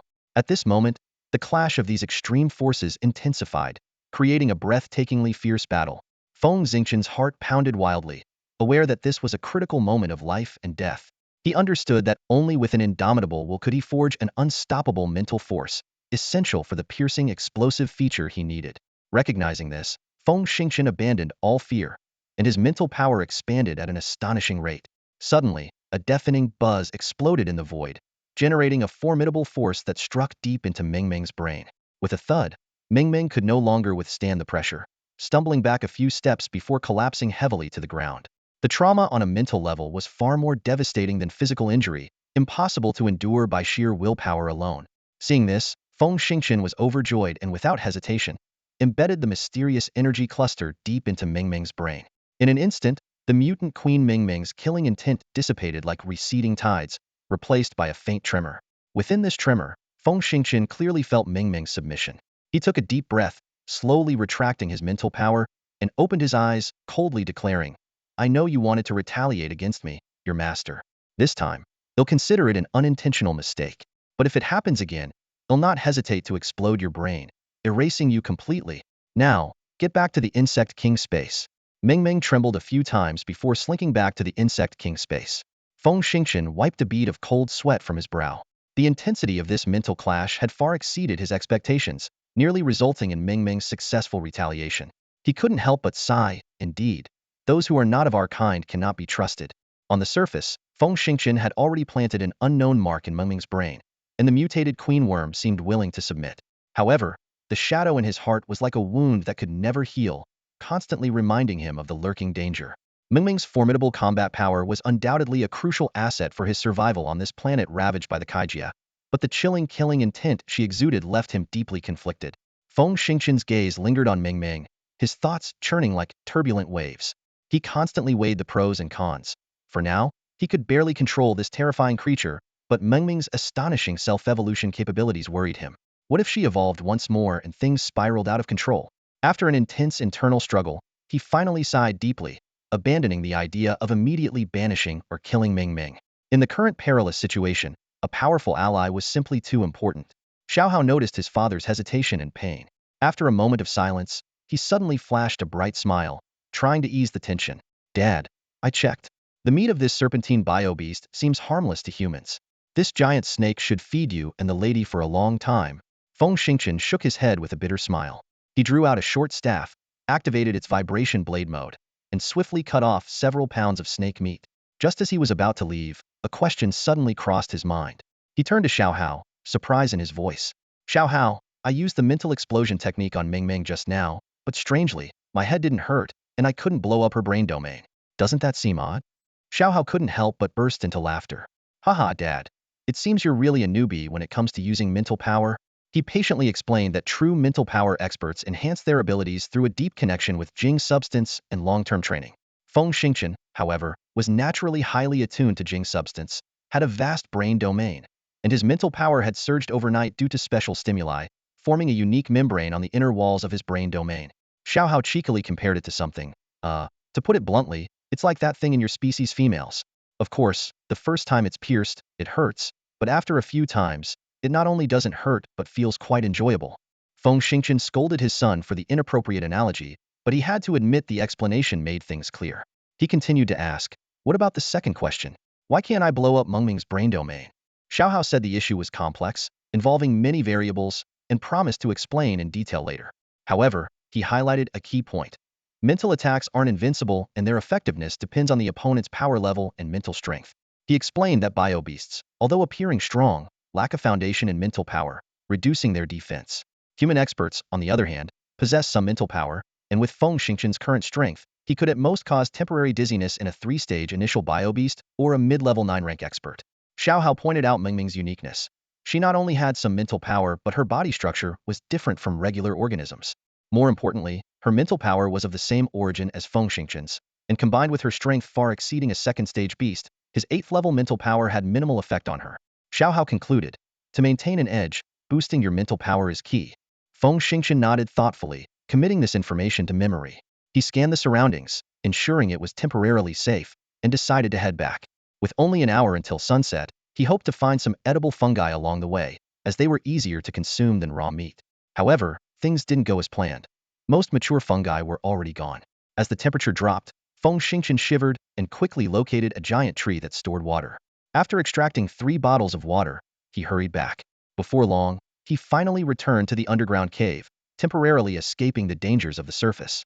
Seeing the 2 pieces of meat with intricate patterns, Shui Miao was visibly startled for a moment. Suddenly, she asked, Hey, what's your name? Feng Xingqian flashed a bright smile, revealing his pearly white teeth. Feng Xingqian, I'm 25 and single. Shui Miao ignored the latter part of his introduction and sighed softly. All right, Feng Xingqian. Being able to kill an evolved beast on your own, I can tell your strength is definitely not at level 7. Can you tell me what your actual level is? Feng Xingqian feigned a mysterious air and said coolly, there are many methods and techniques to hunt evolved beasts. Personal strength isn't the most important factor, so why insist on knowing? By the way, do you eat raw meat? It's not poisonous. Of course, if you can't stomach raw meat, you have 5 packs of field rations that can last 3 to 4 days. During that time, I'll try to find some mushrooms for you to eat. In truth, Feng Xingqian understood that a woman like Shui Miao, who was accustomed to military thinking, could only be handled by a truly strong man. Those who fawned, begged, or acted pitifully would never stand a chance. A slight, beautiful smile appeared at the corner of Shui Miao's mouth as she extended her slightly dirty hand. I know you brought back water. Women like to be clean. Let me wash my hands, and then give me a pound of raw meat. Feng Xingqian chuckled and tossed her a water bottle. He lightly patted his chest, and the exoskeleton armor transformed into a metal case. He carefully cleaned the surface of the case, placed a piece of meat on it, and then took out a short rod. With a gentle twist, a 10-centimeter blade extended from the rod's end. He weighed it in his hand, found it satisfactory, and skillfully began to slice the raw meat. Xuemiao suddenly found herself curious about this man.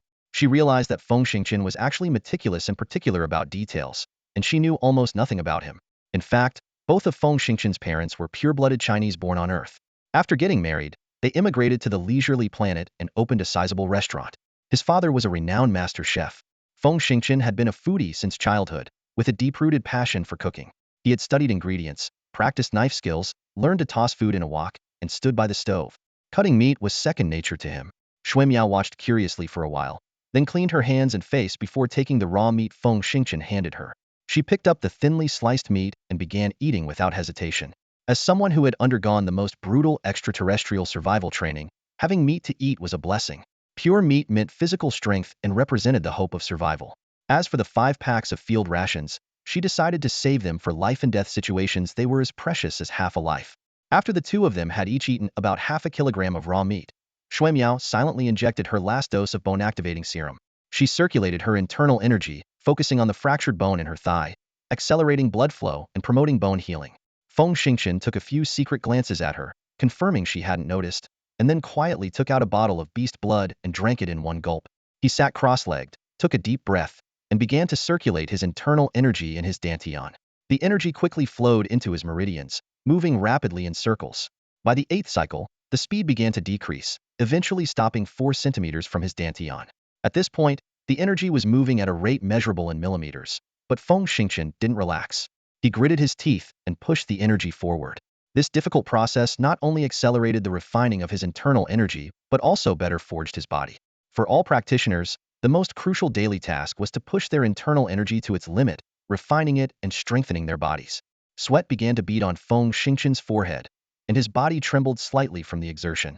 Despite this, the energy continued its slow progress, millimeter by millimeter. An hour later, it stopped 8 centimeters from his dantian, unable to move any further. Phew! Feng Xingqian let out a long breath, feeling the internal energy slowly retreat back to his dantian, cycling through his body a few times before settling down. He opened his eyes, a hint of disappointment flashing in them. The effect of consuming the blood of the same level of evolved beast for the second time was indeed limited, and his internal energy had only advanced by 4 centimeters. Unwilling to give up, Feng Xingqian hesitated no longer and took out the last bottle of blood, drinking it in one gulp, and once again activated his internal energy. The familiar process of cultivation began anew, and his internal energy quickly reached its limit. This time, he felt his bones heat up and sweat poured like a fountain. Clenching his teeth and pushing with all his might, he finally managed to advance 9.5 centimeters before he could go no further. 10 minutes later, Feng Xingqian opened his eyes again and shook his head slightly. The 2 bottles of blood had advanced his internal energy by more than 5 centimeters, equivalent to 3 months of hard training. On the surface, it seemed good, but he was acutely aware that beasts of the same evolutionary level were no longer effective for him. I wonder if there are higher-level beasts on Confines? The thought had barely formed before Feng Xingqian couldn't help but smile bitterly. Even experts like Xuemiao would be severely injured fighting a first-level evolved beast, and a second-level evolved beast would likely be too much even for a top-tier fighter. As a mere early-stage level 8 fighter, what chance did he have to hunt such formidable beasts? Thinking about his unique piercing and explosive mental power, Feng Xingqian felt slightly relieved. He decided to take a chance and see if he could handle stronger beasts.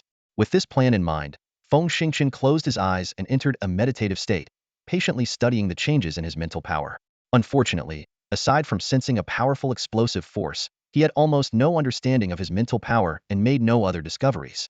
After a night of continuous training, Feng Xingqian took a deep breath and opened his eyes, only to be stunned.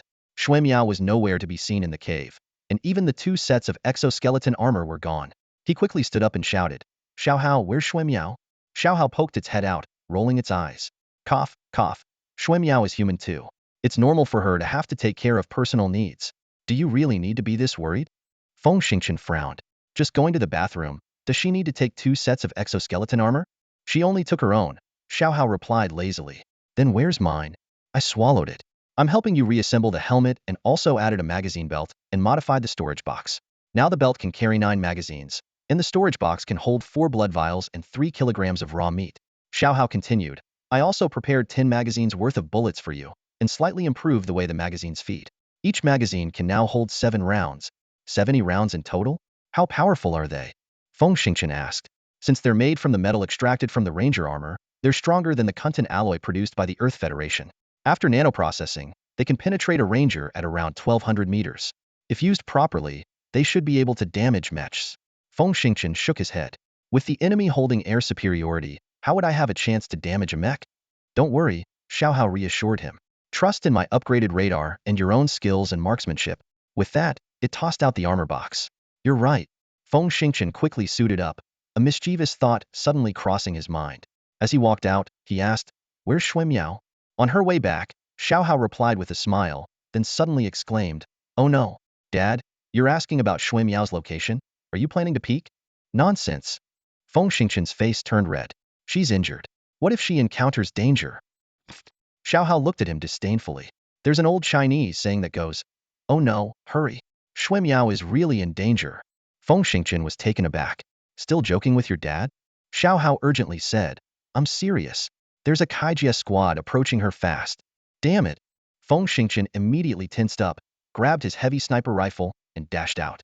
Could they have detected the hidden signals in the forest and started sending soldiers to investigate? Xiao Hao shook its head. While I can't confirm your analysis, it makes sense to send more intelligent beings to scout the complex forest terrain instead of relying on rangers and bio-beasts. Feng Xingchen found Xiao Hao's chatter extremely annoying and shouted, Give me their location. Sharing the detector screen now? Xiao Hao responded immediately. Feng Xingchen glanced at the screen, his heart pounding in his chest. The figures of 5 Kaijiren came into view. 2 of them had already bound Shui Miao tightly with steel net guns and were dragging her out of the forest. The remaining 3 were following her tracks, closing in on his position. Feng Xingchen cursed under his breath. Why had Shui Miao wandered so far away? In times like these, finding a convenient spot shouldn't mean straying nearly 500 meters from the cave entrance. The rescue mission had just become significantly more difficult. Shui Miao was even more frustrated. With a wounded thigh, her movements were hampered. Yet she had still been discovered and captured by the Kaijiren. For a 9th-level peak master, this was an utter disgrace. But she could only blame herself. On her way back, she had been distracted. Her mind filled with the image of Feng Xingchen's eyes lingering on her, causing her to overlook the surrounding dangers. As an elite soldier, this was a grave mistake. Damn it, why isn't he here to rescue me yet? She cursed inwardly. In fact, Feng Xingchen was already on the move. He had silently closed in and was now searching for the perfect moment to strike. The 3 Kaijiren were about 200 meters from the cave entrance, their tall figures moving swiftly through the forest, clearly visible. Kaijiren typically stood over 210 centimeters tall, with long limbs and feet that made up 2/3 of their bodies. Their hands extended past their knees. This physique allowed them to cover more ground with each step, making them faster and more agile than humans. They wore personal armor with a technological level equivalent to 3rd-tier civilization, offering slightly better protection than Earth's metal armors. However, this armor couldn't withstand Earth's 19mm heavy sniper rifles. Furthermore, years of research by the Earth Federation had revealed the Kaijiren's critical weaknesses. With Feng Xingchen's increasingly refined sniping skills, he could easily take them down one by one. But he dared not fire. The sound of a shot could prompt the 2 captors to execute Shui Miao instantly. Fortunately, their radar capabilities were limited, relying mostly on their eyes. With his 8th-level skills, Feng Xingchen was confident he could eliminate the 3 before they could raise an alarm. He surveyed his surroundings, a cold smile playing on his lips. He quietly unsheathed his vibroblade, extending the blade to 20 centimeters, and held it in a reverse grip. This length was perfect for close combat and jungle ambushes. The seemingly scattered formation of the 3 Kaijiren was actually a well-tested battle array, providing mutual support and balanced offense and defense. But to a master, this formation posed no threat. The dense forest provided perfect cover for Feng Xingchen. As the trio passed by, he suddenly leaped from behind a large tree, his speed exploding as he lunged at the rightmost support gunner. An 8th-level master against 6th-level opponents, this ambush was almost unfair. Feng Xingchen wrapped one arm around the support gunner from behind while driving the vibroblade into the enemy's light filter. He then mustered all his strength and hurled the gunner's armored corpse towards the sniper. In quick succession, Feng Xingchen appeared like a phantom before the assault trooper.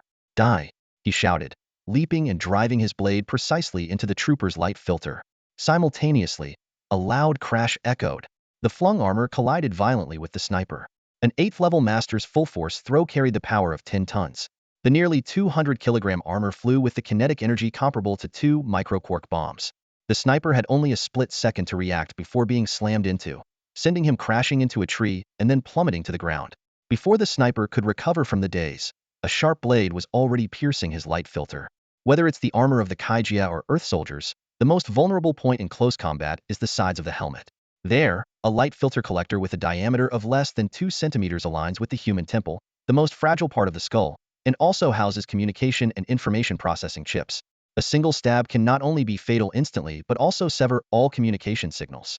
After swiftly taking out 3 enemies, Feng Xingchen still had concerns. He couldn't be sure whether these people had sent out some kind of alert before they died. Without wasting any time, he sprinted towards Xue Miao's location. The probe controlled by Xiao Hao was continuously following Xue Miao, transmitting real-time footage to Feng Xingchen's helmet display. The footage showed 2 enemies, one on each side, carrying Xue Miao, who was trapped in a steel net, towards the edge of the forest, preparing to climb the cliff. Damn it! They dare to mess with my wife? They must have a death wish. Feng Xingchen's eyes were bloodshot, and he exuded a chilling killing intent, charging forward like an enraged beast. In less than half a minute, he got within around 400 meters of his target.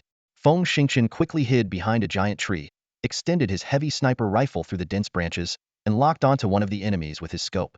The terrain at the edge of the canyon was steep, making it difficult for the 2 men to climb while carrying Xue Miao. At several perilous spots, they had to let one person climb up first before hauling the net-bound Xue Miao up. Feng Xingchen activated his super realm ability, making the enemy's movements clumsy. As they tried to throw Xue Miao again, Feng Xingchen didn't hesitate to fire 2 bullets in quick succession. Before the enemies even hit the ground, he lunged forward like a predator.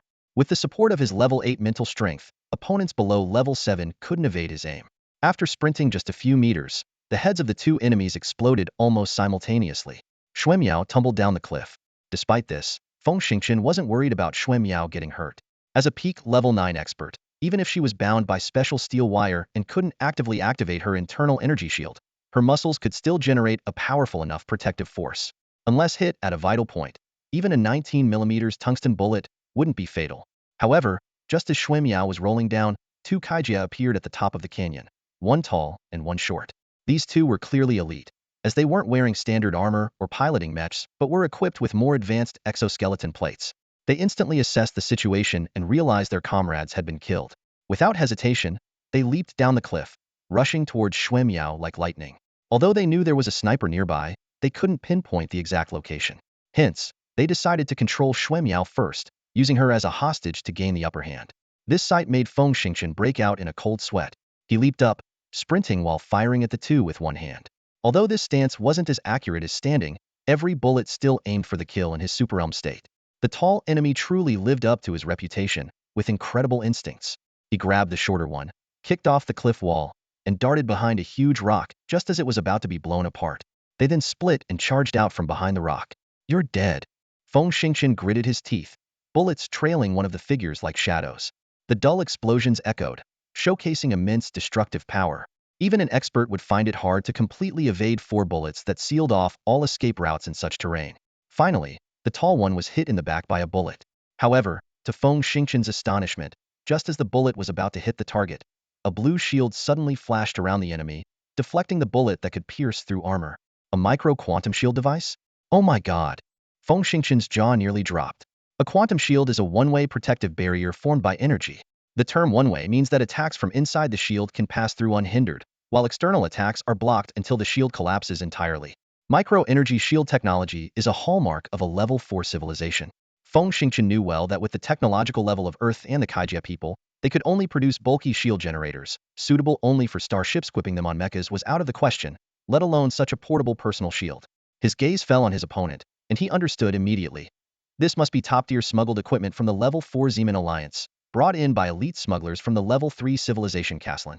In the Zeman Alliance, this kind of device wasn't expensive, but when converted to level 2 civilization credits, its value soared to 42 million Earth Federation credits, or over 30 million Kaijia Empire credits, equivalent to the cost of 200 sets of personal armor. Feng Xingchen was on high alert. The micro-quantum shield was not invincible. Due to its small size, its energy storage was limited. Without a backup power source, the built-in energy could only withstand 4 to 5 hits from individual micro-armor-piercing missiles. The base of the mountain was now within sight, and 2 Kaijia figures rapidly approached.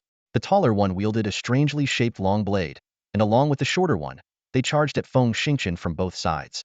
Their tactics were sound. With Xuemiao already immobilized by a special steel wire net, they only needed to take down Feng Xingqian to keep Xuemiao as their captive. Kaijia people were naturally faster than their Earth counterparts of the same level, and with the enhancement of level 4 exoskeletal armor, their speed even surpassed Feng Xingqian's windwalk technique.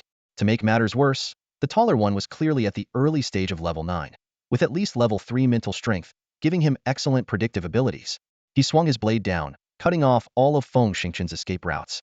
Feng Xingqian's pupils contracted as he instinctively raised his heavy sniper rifle to block the incoming blade. A loud clang echoed as the rifle snapped in two. Damn!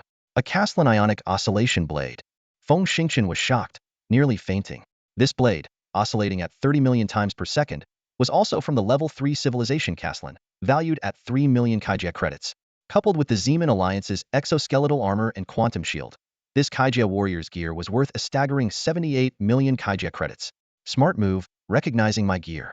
The Kaijia warrior sneered through a translator on his armor, his ugly face twisted with malice. He immediately followed with a sweeping kick. Feng Xingqian barely managed to raise his arm to protect his head. The force of the kick was astonishing, sending Feng Xingqian staggering several steps back before he could regain his balance. The intense pain in his arm made him grunt involuntarily. Without the protection of his exoskeletal armor, his arm would have surely broken. Damn it! Feng Xingqian cursed, launching a kick toward the tall Kaijia warrior. The seemingly fierce kick was a feint. The real attack was his mental strike. In his ethereal state, his invisible mental power penetrated the shield, targeting the tall warrior's brain and the wire at the edge of his micro-energy shield. Feng Xingqian simultaneously detonated 2 clusters of mental energy. With a pop, the wire of the energy shield snapped. However, the tall warrior did not experience the brain explosion Feng Xingqian had anticipated. He merely staggered, his face turning pale as he fell to the ground. Feng Xingqian hesitated for a moment, then recalled Xiao Hao's words. His current mental strength could only cause mild dizziness in someone at the mid-stage of level 9. This time, he had split his mental energy between the shield wire and the opponent's brain, reducing the impact. Managing to topple this early-stage level 9 opponent was already a decent outcome. Seizing this fleeting opportunity, Feng Xingqian quickly drew his own ionic oscillation blade and pinned the dazed tall warrior to the ground. Without hesitation, he drove the blade into the opponent's neck and sliced horizontally. The wire snapped, the energy shield lost its power source, and the tall warrior died instantly. However, just as he finished off the tall warrior, a violent explosion sounded behind him. Feng Xingqian barely had time to turn slightly before a tremendous force sent him flying. Shit!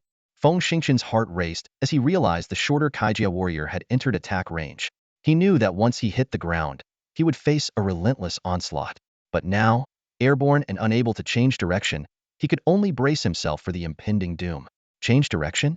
The thought flashed through Feng Xingqian's mind like a bolt of lightning, and his once despairing heart suddenly came alive. He quickly raised his wrist and twisted it to a strange angle with force. Ding! The steel cable launcher on his wrist activated with a sound, shooting out a high-density alloy steel head that embedded itself precisely into a giant tree not far away. Zzz. The motor instantly engaged, pulling the steel wire taut. Feng Xingqian exerted a powerful force, propelling himself sideways like an arrow released from a bow, covering over 3 meters. Though not far, it was enough to sidestep the short pursuer. The short man, clearly not expecting such a move from Feng Xingqian, was left hanging in midair, unable to leverage himself, watching helplessly as his target slipped past. At that critical moment, he suddenly felt something forcibly inserted into his brain. Before he could react, it exploded, filling his vision with stars and causing instant deafness, rendering him completely unconscious. Before the short man hit the ground, Feng Xingqian swiftly pressed the button on the steel cable launcher, cutting the wire.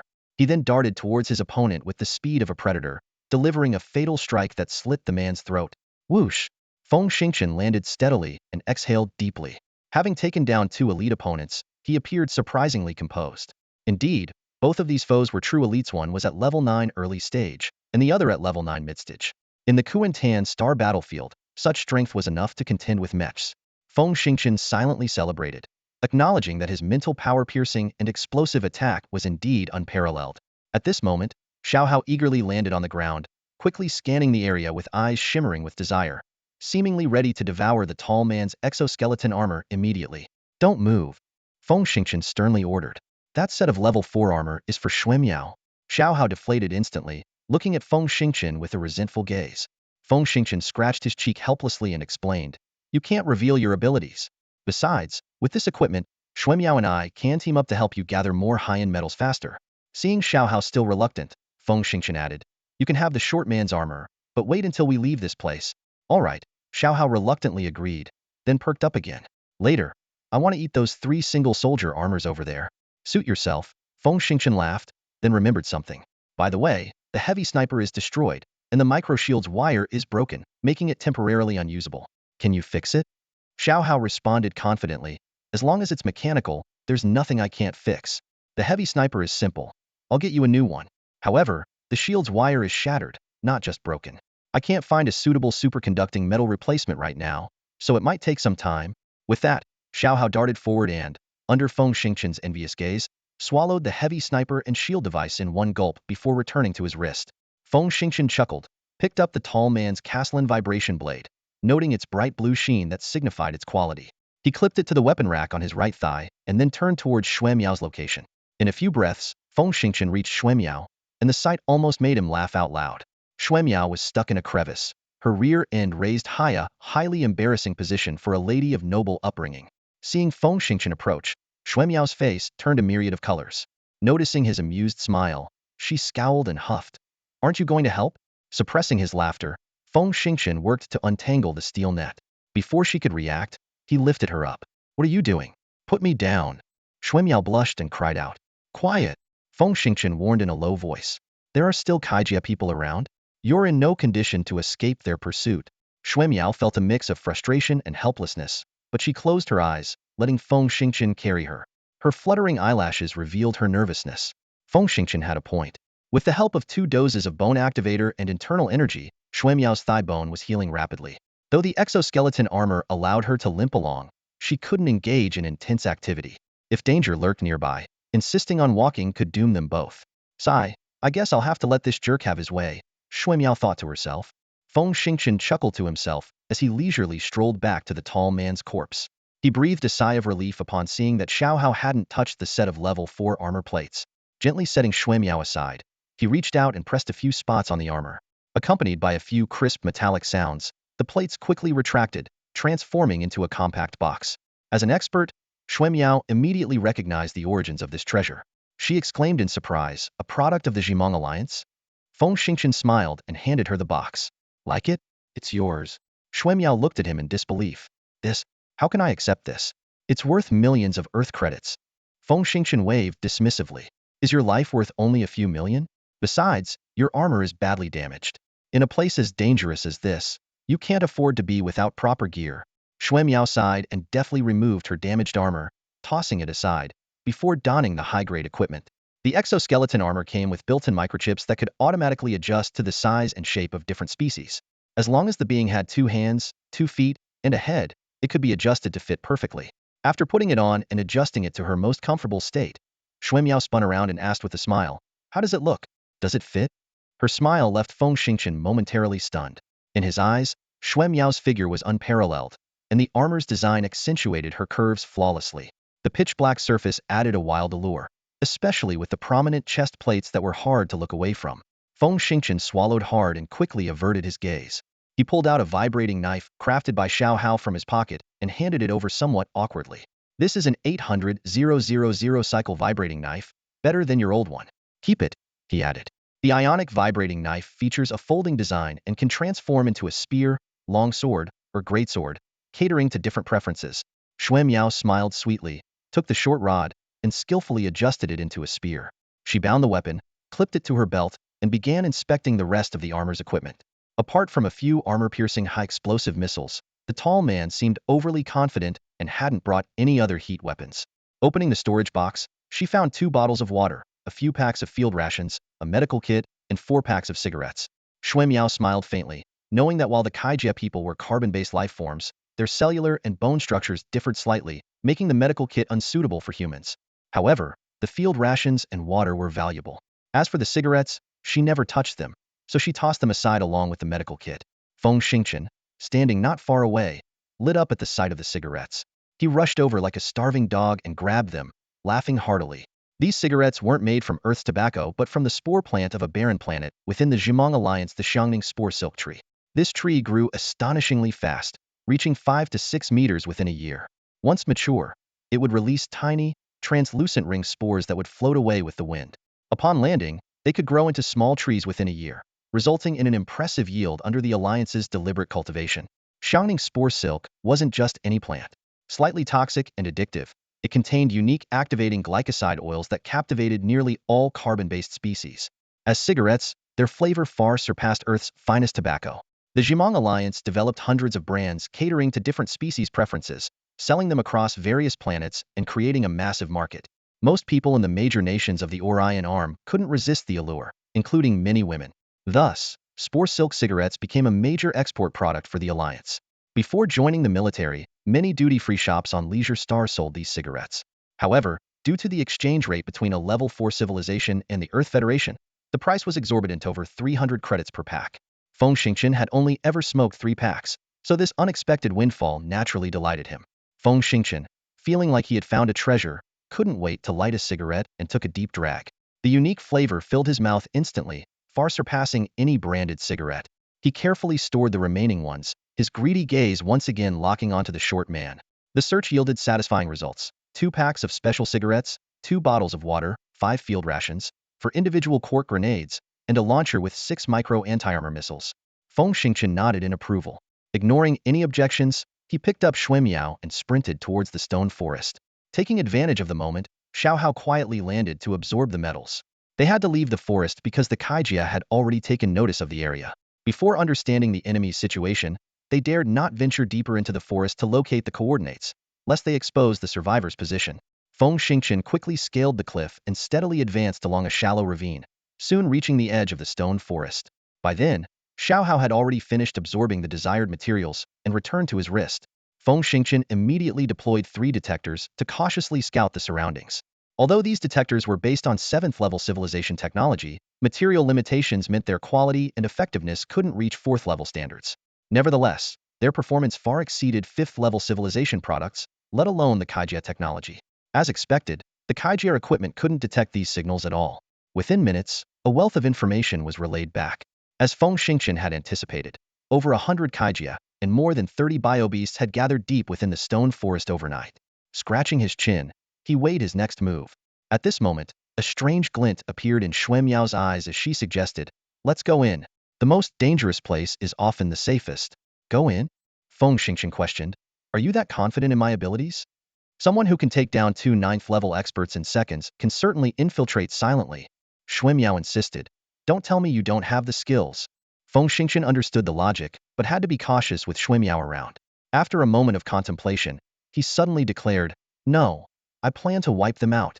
"Wipe them out? How?" Xuemiao asked in surprise. "Don't worry, didn't we just get a few micro-missiles?" Feng Xingqian replied confidently. In fact, his confidence stemmed from the proton matter missiles synthesized by Xiaohao. Xuemiao frowned. "If micro-missiles were effective, would I be in such a dire state?"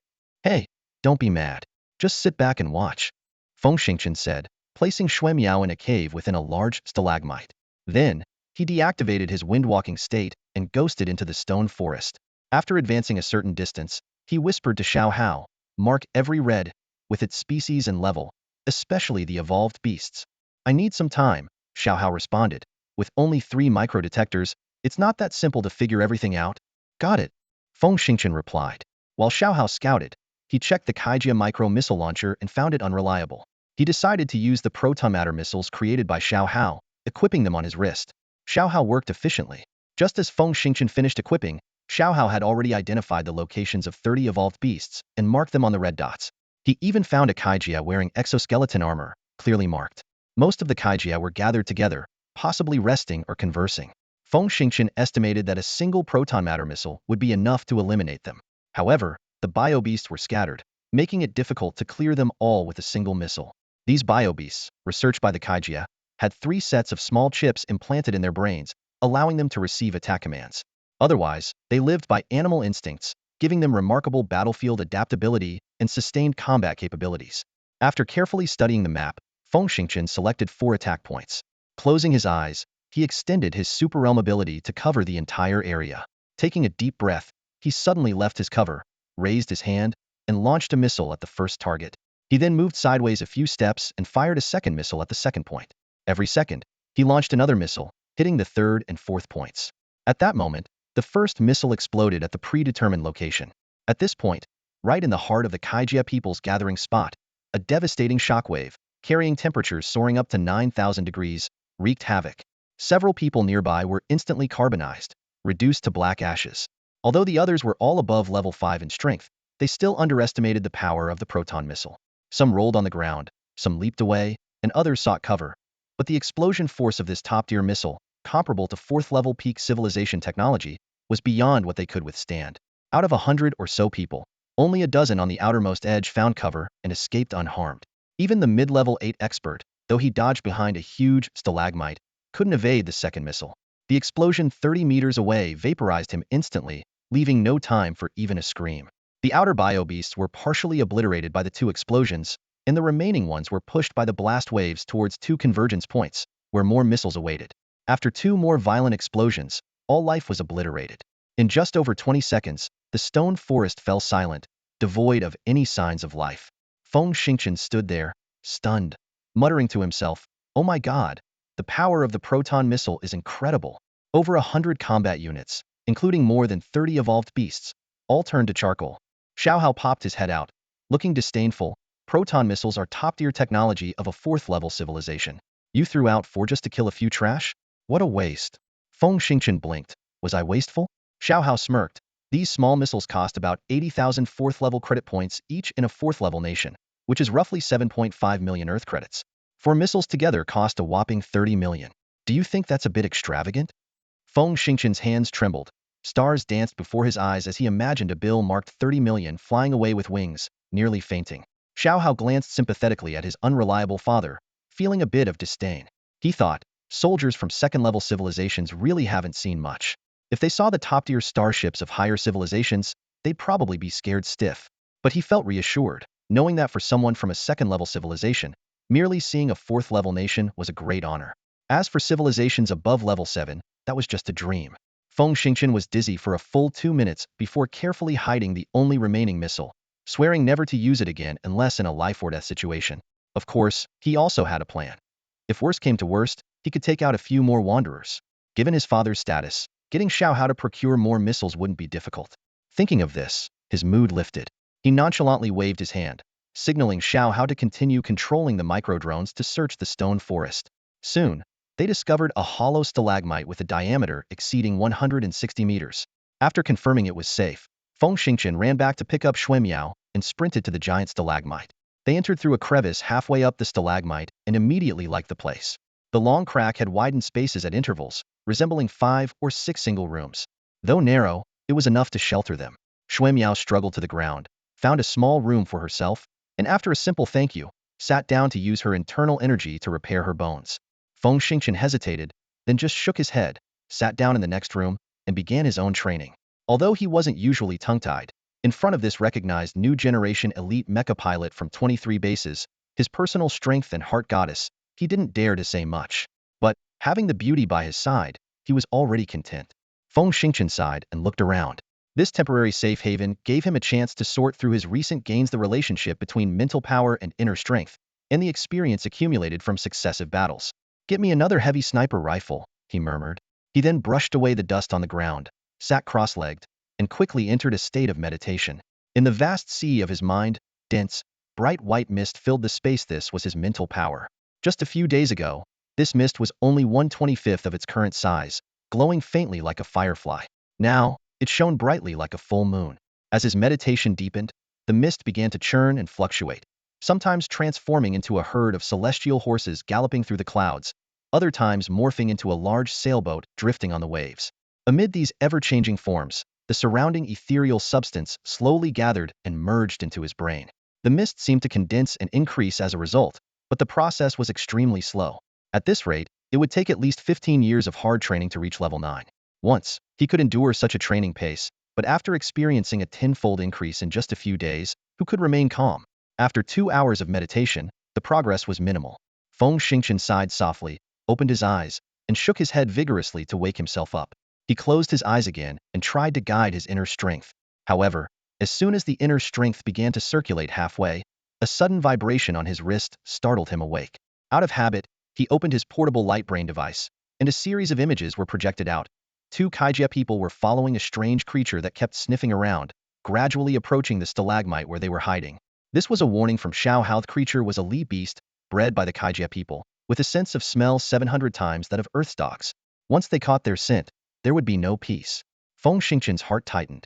He quickly grabbed the alloy box and the heavy sniper rifle Xiao Hao had just synthesized, silently slipping out of the cave. In 5 seconds, he was fully equipped and disappeared into the depths of the stone forest like lightning.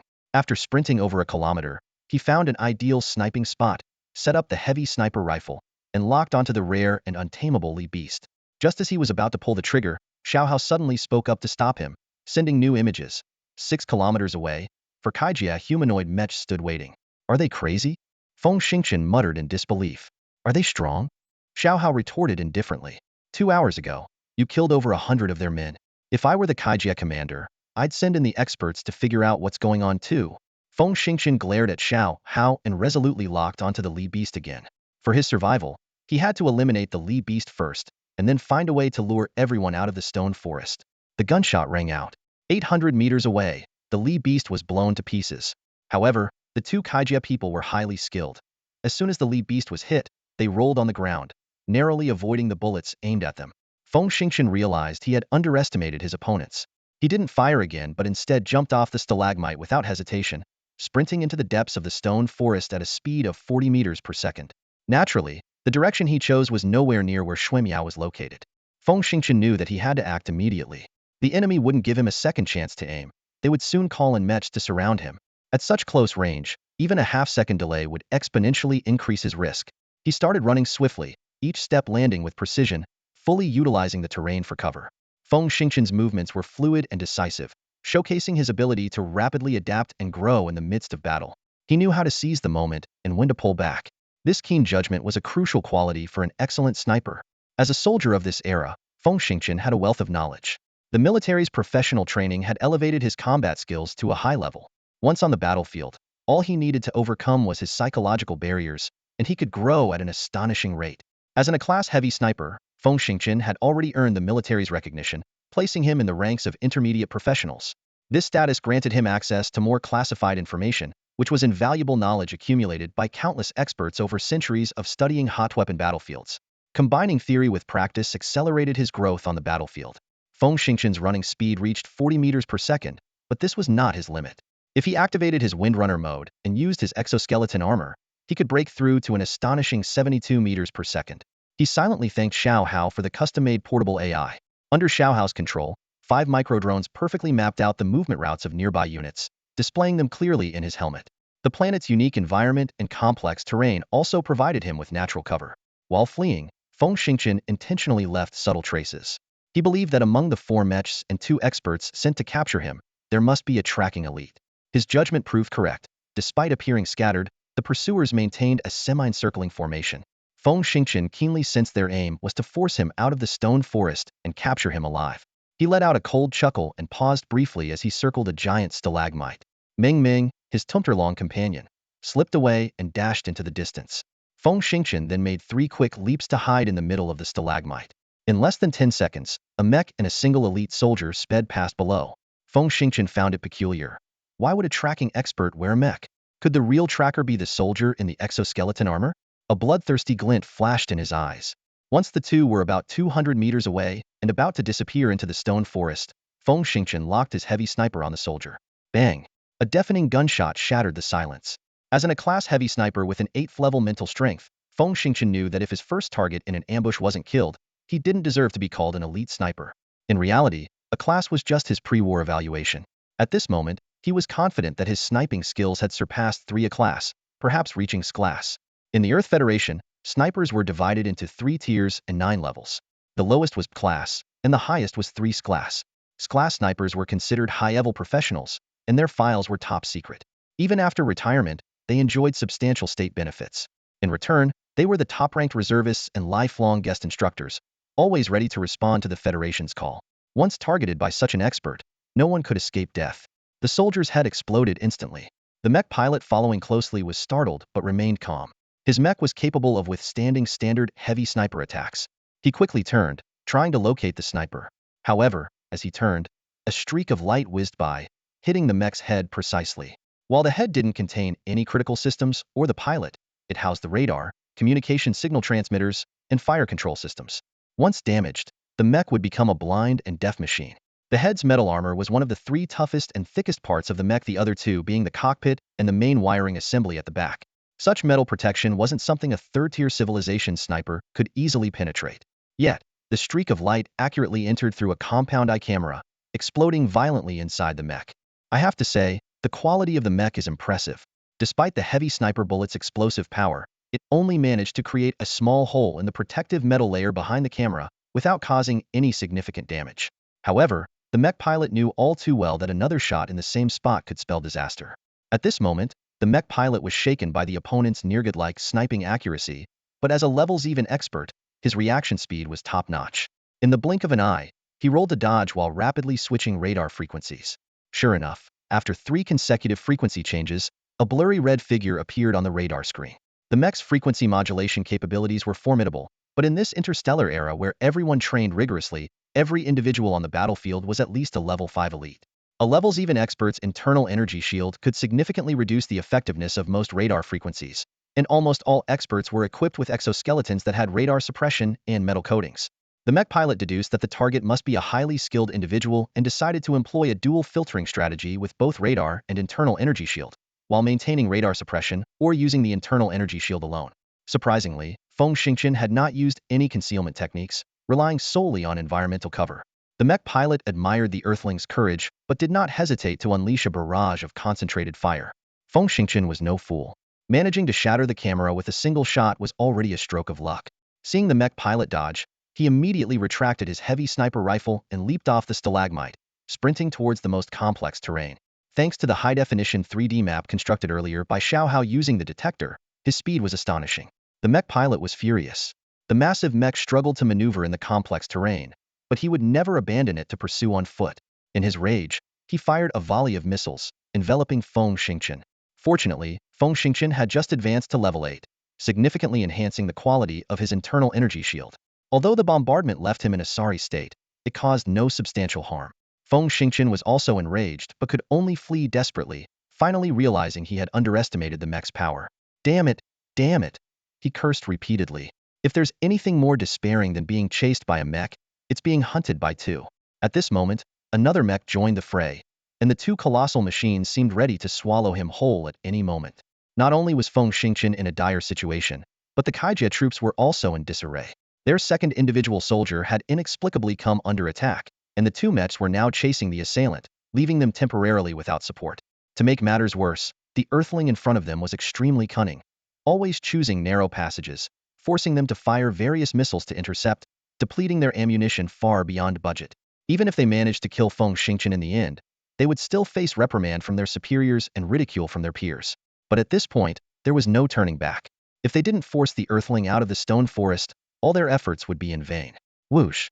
An endless stream of missiles came whistling in. If it weren't for the dense stalagmites containing a large amount of metal and being difficult to destroy, even an 11th level expert would have been driven mad. Feng Xingqian gritted his teeth, pushing his speed and evasion skills to their limits as he darted through the cave. The forest of stalagmites made his movements awkward, but they also provided much-needed cover. A low curse escaped his lips as he narrowly slid past a giant stalagmite, drawing his 30 million cycle Casblue oscillating blade from his waist.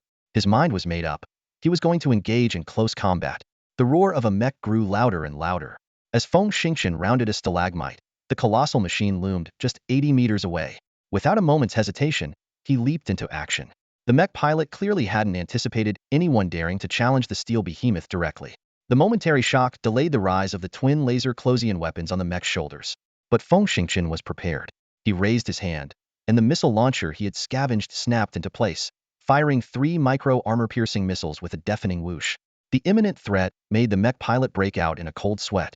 Even if the missiles couldn't deliver a fatal blow, their directed explosive force was not to be underestimated. In a split second, he made a decision he would regret for the rest of his life. He rolled the mech to the side. As the explosion rang out, the mech's evasive maneuver was textbook perfect. However, when it completed a full roll and stood up again, the power core emitted a strange hum. The pilot suddenly realized that his steel giant could no longer move. A power core wire had snapped. As an experienced mech pilot, He instantly diagnosed the issue but was baffled how could a superconducting wire break? There was no time to ponder. Staying inside the mech was tantamount to waiting for death. He decisively hit the ejection button, and the cockpit shot out, opening midair to expel him. In the critical moment, the pilot smartly disabled the metal foam deployment switch. He would rather endure the impact than lose his mobility. As an elite level 8 fighter, he still had a fighting chance even without his mech. However, he severely underestimated Feng Xingqian's speed. Before he could reach the ground, a chilling whistle pierced the air. A flash of cold light, and the high-speed oscillating blade embedded itself mercilessly into his neck. Feng Xingqian flicked the grim green blood off his blade and turned to consider how to take down the second mech. But he had forgotten about the information-sharing system between the mechs. Witnessing his comrade's gruesome death, the other pilot made an immediate decision and ejected from his mech without hesitation. This level 9 novice Kaijian pilot knew that in such confined terrain, the mech was more of a hindrance. Besides, he was suspicious of the sudden malfunction of his comrade's mech. More importantly, he was outfitted with an exoskeleton suit, making him a formidable opponent in close combat. Kaijian's speed was already impressive, and the exoskeleton's enhancement made him even faster than Feng Xingqian's 72 meter per second limit. He moved like a wisp of smoke among the stalagmites, silently closing in on the unsuspecting Feng Xingqian. When the distance shrank to less than 10 meters, the Kaijian pilot suddenly lunged, his oscillating blade slicing downward. With the blade's speed and his own velocity combined, he was certain this strike would hit. Yet, the small figure before him vanished at the last possible moment. Windwalk. The Kaijian pilot finally understood how the Earthling had escaped the Tumek encirclement. Instinctively, he swung his blade backward while leaping away. Sure enough, Feng Xingqian was about to launch a surprise attack from behind, but was forced to retreat by the counterstrike. The two fighters drew apart, with Feng Xingqian standing still, his gaze calm as he studied his opponent, contemplating his next move. The battle had only just begun. The pilot's face flushed with embarrassment, being forced into a frantic retreat by someone at the 8th level. What a damn disgrace. But after a moment of discomfort, he took a deep breath and charged forward with his blade. Feng Xingqian's expression was serious as he channeled his inner energy at high speed, raising his blade to meet the attack. The clash of their high-tech swords resonated loudly, sending tremors through the ground. Ignoring the deafening noise, the two of them swung their blades at a dizzying speed, the sound of metal clashing constant and relentless. Feng Xingqian's blood was boiling. The perfect combination of his advanced state and windwalk allowed him to clearly see every move of the Kaijia pilot. He marveled silently, eager to continue the fight seriously. Under immense pressure, he was rapidly integrating the combat skills drilled into him by his instructor. However, his concern for Ming Ming, who had lured away two mechs, lingered in his mind. With her current strength, she was obviously no match for the mechs in a direct confrontation. Feng Xingqian knew he couldn't delay any longer. As he raised his blade, he focused his mental power on the opponent's brain, piercing and detonating it. The pilot's brain exploded with a resounding boom before he could react, and the blade slashed across his neck. Feng Xingqian, successful in his strike, turned and sprinted towards the direction where Ming Ming had disappeared. Xiao Hao took the opportunity to absorb the two mechs and the exoskeletons from the corpses, though the metal quality was low. He had no other choice. Guided by Xiao Hao's control detectors, Feng Xingqian quickly located the two mechs. Ming Ming is amazing. She's actually learned guerrilla tactics. Feng Xingqian was both surprised and delighted, realizing that she could become a formidable ally in the future. Xiao Hao suggested flanking from the left, with a chance to snipe one of the mechs. Feng Xingqian suddenly remembered that they still had an intact mech. With Xiao Hao's guidance, he quickly grasped the basics of piloting it. However, after tracking for a while, they noticed that the enemy was moving out of the stone forest. Xiao Hao explained, they must have sensed the danger. They have the advantage of space, and their high-altitude warning systems are basic skills. Look at their retreat path, not a single step wasted. Feng Xingqian realized with frustration that they couldn't catch up. Only Ming Ming could temporarily hold off the two mechs. He asked anxiously, where's Ming Ming? Only she can hold off the two mechs for a few seconds. Feng Xingqian shook his head helplessly. Don't count on Ming Ming. I bet that guy is scared out of his wits by those two mechs and has already run off. Looks like we'll have to face them head-on. They continued their high-speed maneuvering while talking. As they exited the stone forest, the two enemy mechs were still hot on their trail, about 2 kilometers away. Perfect! Xiao Hao shouted excitedly, firing off several missiles from his mech. These missiles seemed to fly aimlessly into the sky, but as they neared the enemy mechs, one suddenly exploded. The powerful shockwave pushed another missile into a precise angle, causing it to detonate less than 100 meters from the enemy mechs.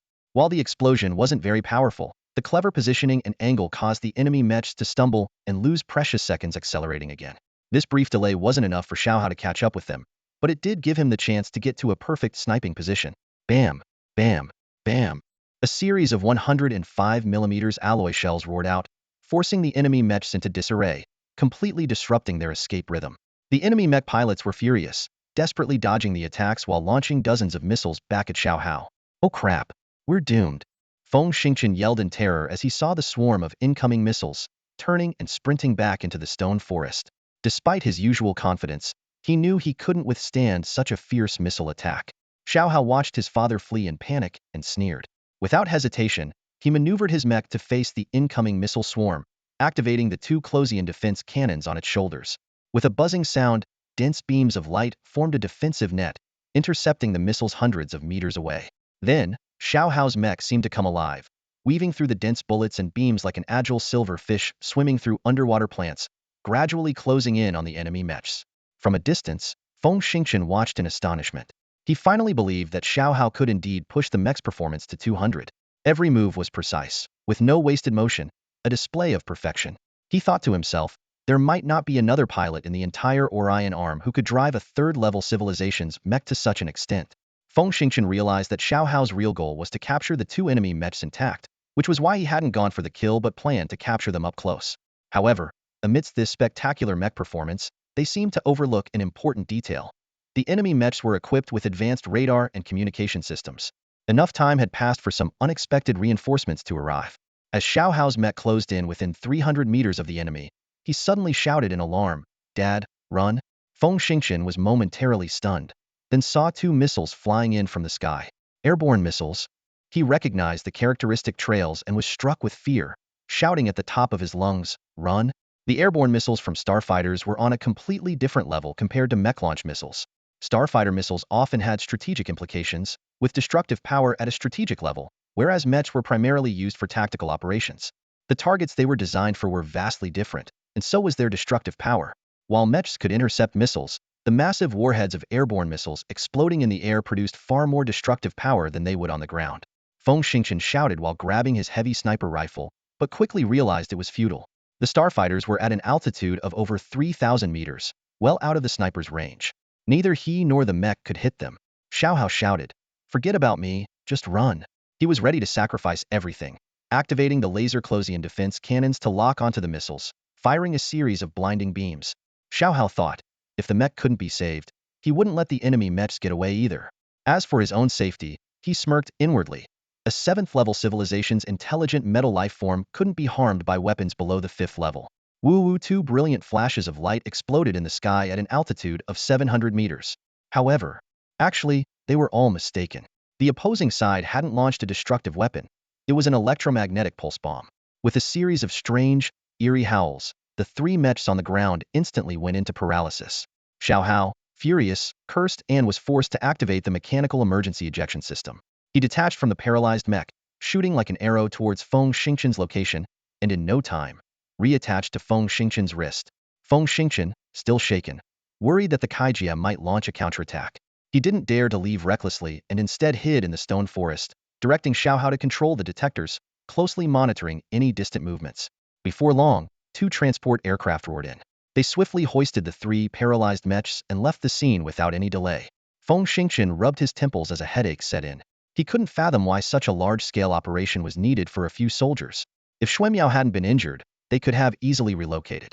But now, once they left the stone forest, they would have nowhere to hide. As he was frowning in worry, two warning beeps suddenly sounded in his helmet. Feng Xingqian looked closely and saw a green, slowly moving from the depths of the stone forest. On the radar, a green dot represented a friendly unit. At this moment, who else could be approaching from the stone forest but Xuemiao? Why did she come out? Feng Xingqian muttered, turning and running towards the depths of the stone forest. Xiao Hao grumbled beside him. Isn't it obvious? The battle earlier was so loud that even a deaf person could hear it. Soon, Xuemiao appeared in front of Feng Xingqian. She looked him up and down and remarked, "Big hero, I have to reassess your combat capabilities. You managed to escape a mech ambush successfully. So, what's the situation outside?" Feng Xingqian's lips moved a bit, but he didn't dare mention that he had taken down two mechs.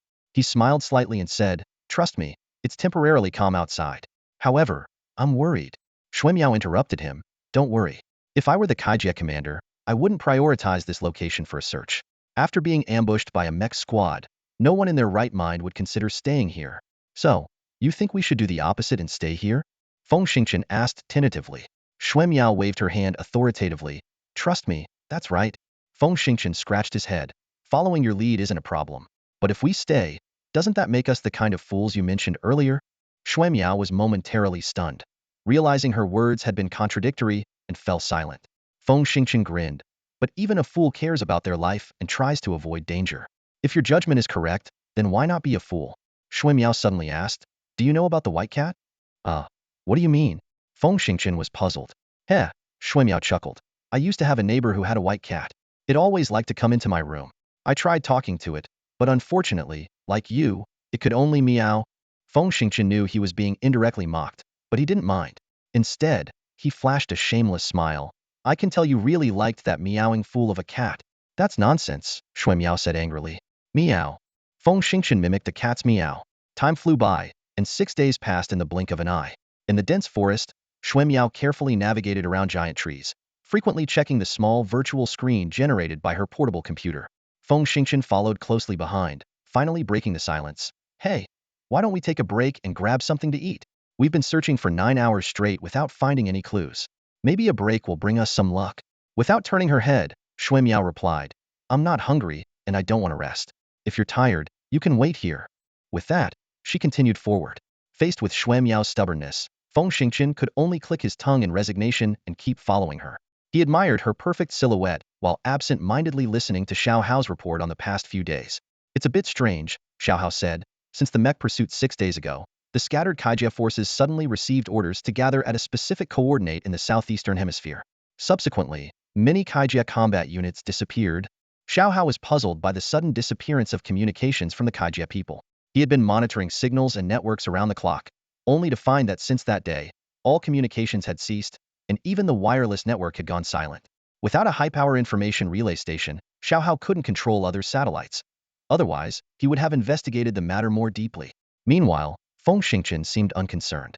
He speculated that the Kaijia people might have discovered a large mineral vein and were focusing their efforts on building a military camp to protect the mining site.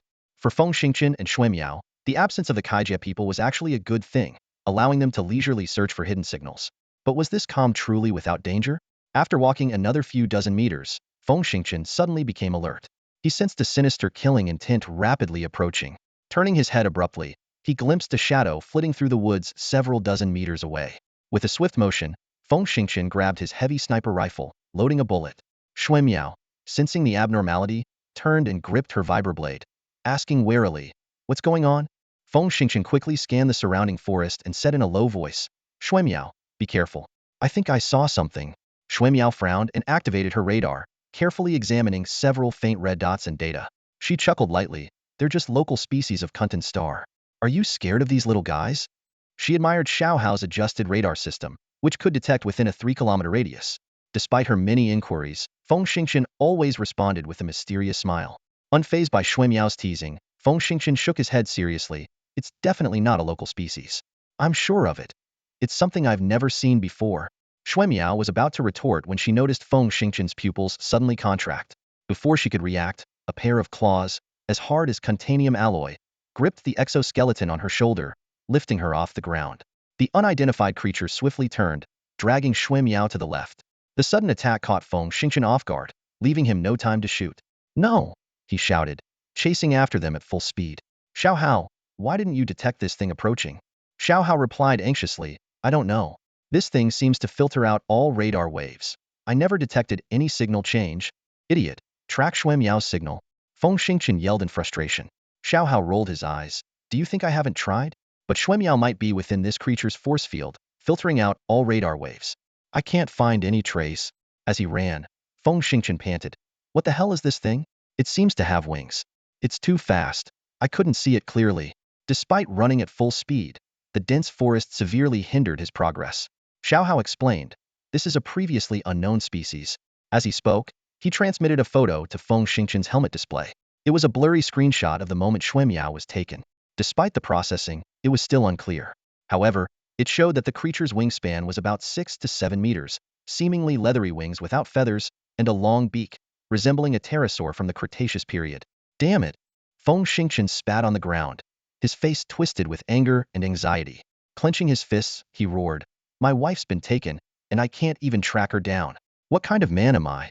Xiao Hao, looking puzzled, furrowed his brow and asked, "Your wife? Since when did Shui Miao become your wife?" "She will be one day," Feng Xingqian yelled, exasperated. Suddenly, his eyes lit up as if he had an idea. "Damn it, let's see if Ming Ming can track her." As soon as he finished speaking, Xiao Hao raised another troubling question. "Wait, aren't you afraid Ming Ming might kill that creature, evolve further, and break free from your control? Focus on the present." Feng Xingqian snapped, his anxiety for Shui Miao's safety overriding all other concerns. He shouted, "Ming Ming, come out." Responding to his call, Ming Ming appeared, no longer looking as innocent as before. Feng Xingqian recalled how, 6 days ago, Ming Ming had been terrified by a mech and hid for an entire day before stealthily finding him. Evidently, it had consumed several corpses of Kydran experts, boosting its strength. More importantly, Ming Ming had shown a special talent for tracking, which greatly pleased Feng Xingqian. Ming Ming started sniffing around the forest and quickly picked up a trail. It suddenly leaped into the air and flew in a specific direction, with Feng Xingqian following closely. Luckily, under the suppression of Feng Xingqian's special psychic energy, Ming Ming had become much more obedient, keeping a steady pace and leading the way without flying off on its own.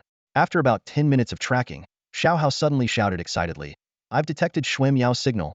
Feng Xingqian quickly glanced at the green on the radar screen and decisively summoned Ming Ming back to the Insect King space. He knew that Ming Ming, a creature driven by pure instinct to kill, must be carefully controlled until it was properly trained. Moreover, it was crucial to keep it hidden from others, even Shui Miao.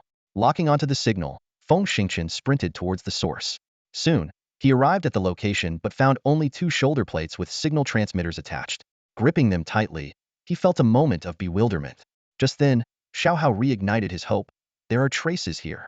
If I'm not mistaken, Shui Miao definitely went in this direction." Without hesitation, Feng Xingqian strapped the shoulder plates to his waist and took off at full speed, following the trail. Meanwhile, Shui Miao was being carried by a terrifying flying beast, its claws gripping her shoulders as it soared through the air at over 200 meters per second. If not for the 4th-level exoskeleton armor covering her shoulders, her bones would have shattered.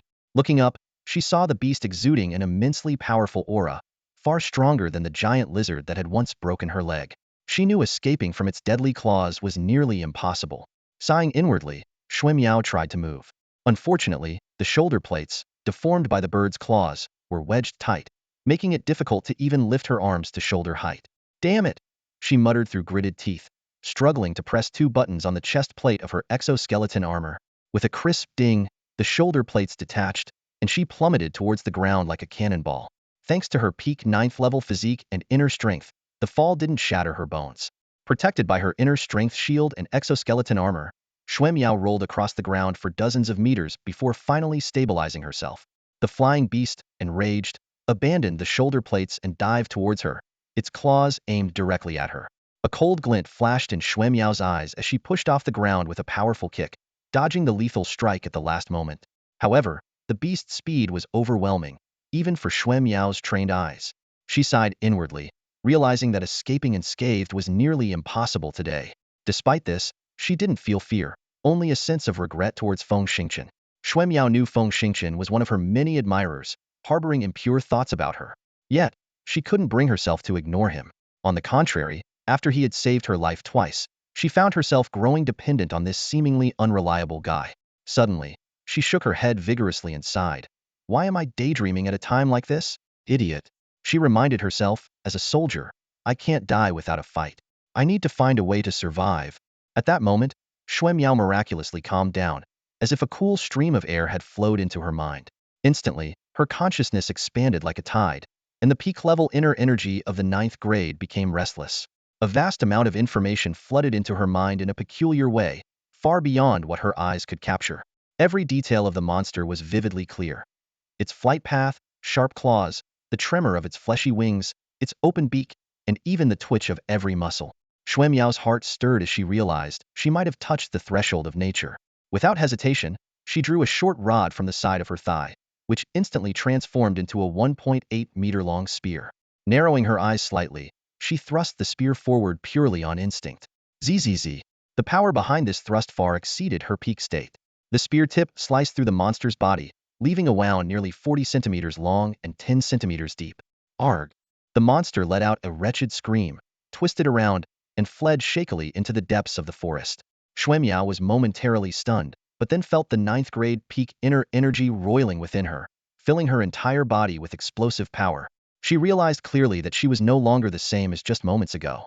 Moving from the third to the fourth grade involves the external release of inner energy, while the transition from the sixth to the seventh grade forms an inner energy shield. Between the seventh and ninth grades, the ability to control the inner energy shield continuously improves until it reaches its limit. And now, she had finally seized the opportunity.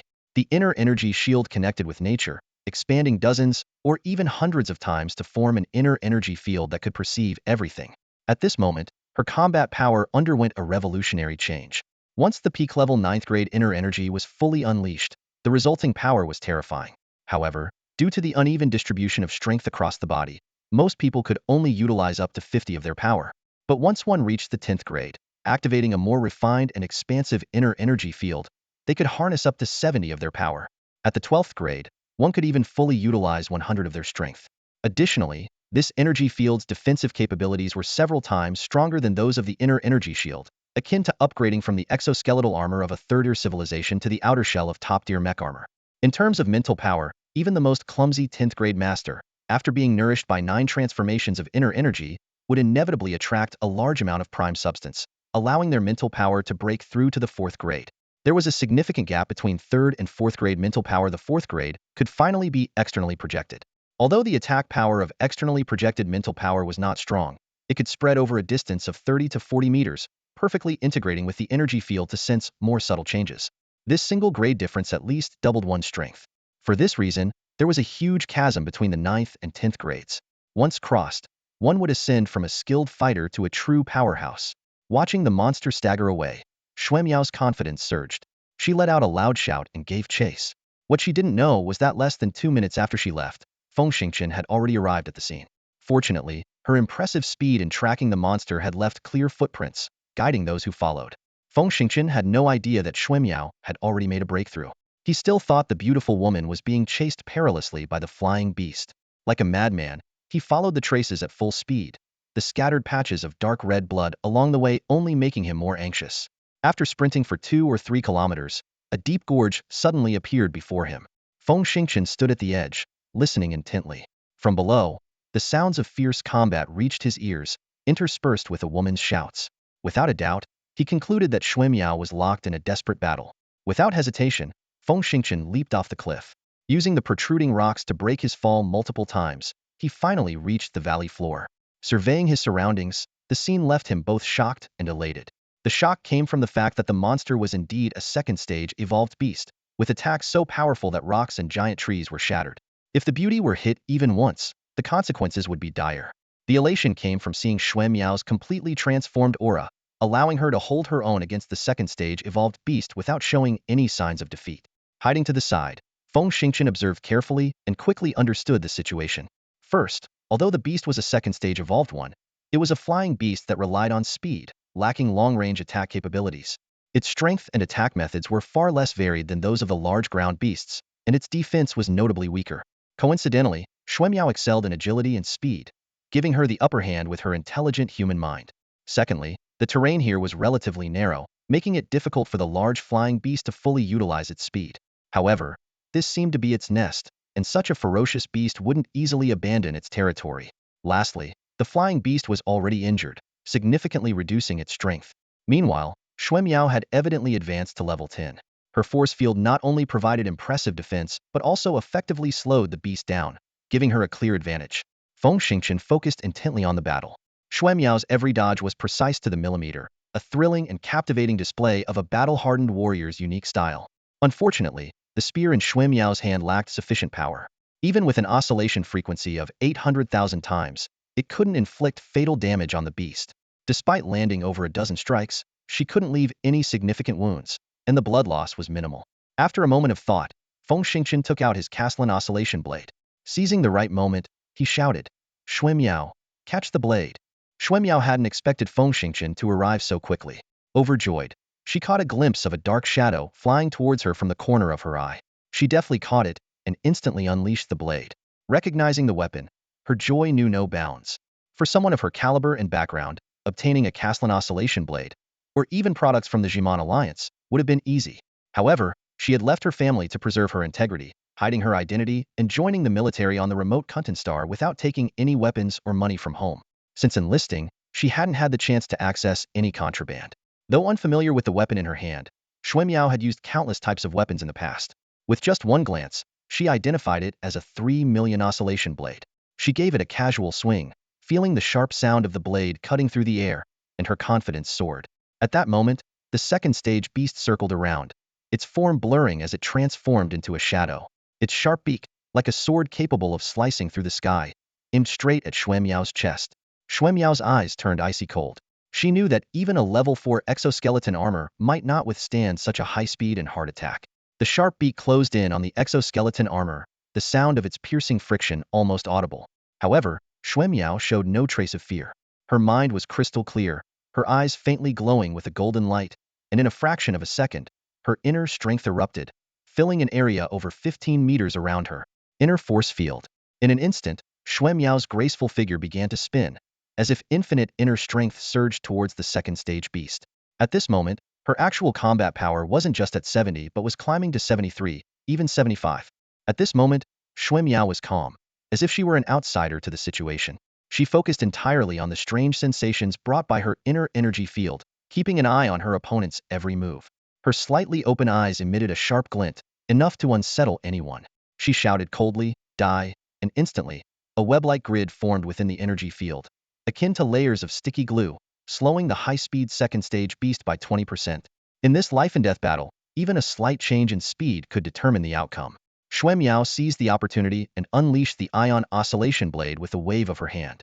The blade cut through the air and precisely pierced the second-stage beast's neck, slicing through it like tofu and spraying a mist of blood. The beast didn't even have time to cry out before crashing to the ground, skidding over 30 meters before coming to a stop. Not far away, Feng Xingqian cheered and ran to Xuemiao to congratulate her, then excitedly circled the beast's corpse.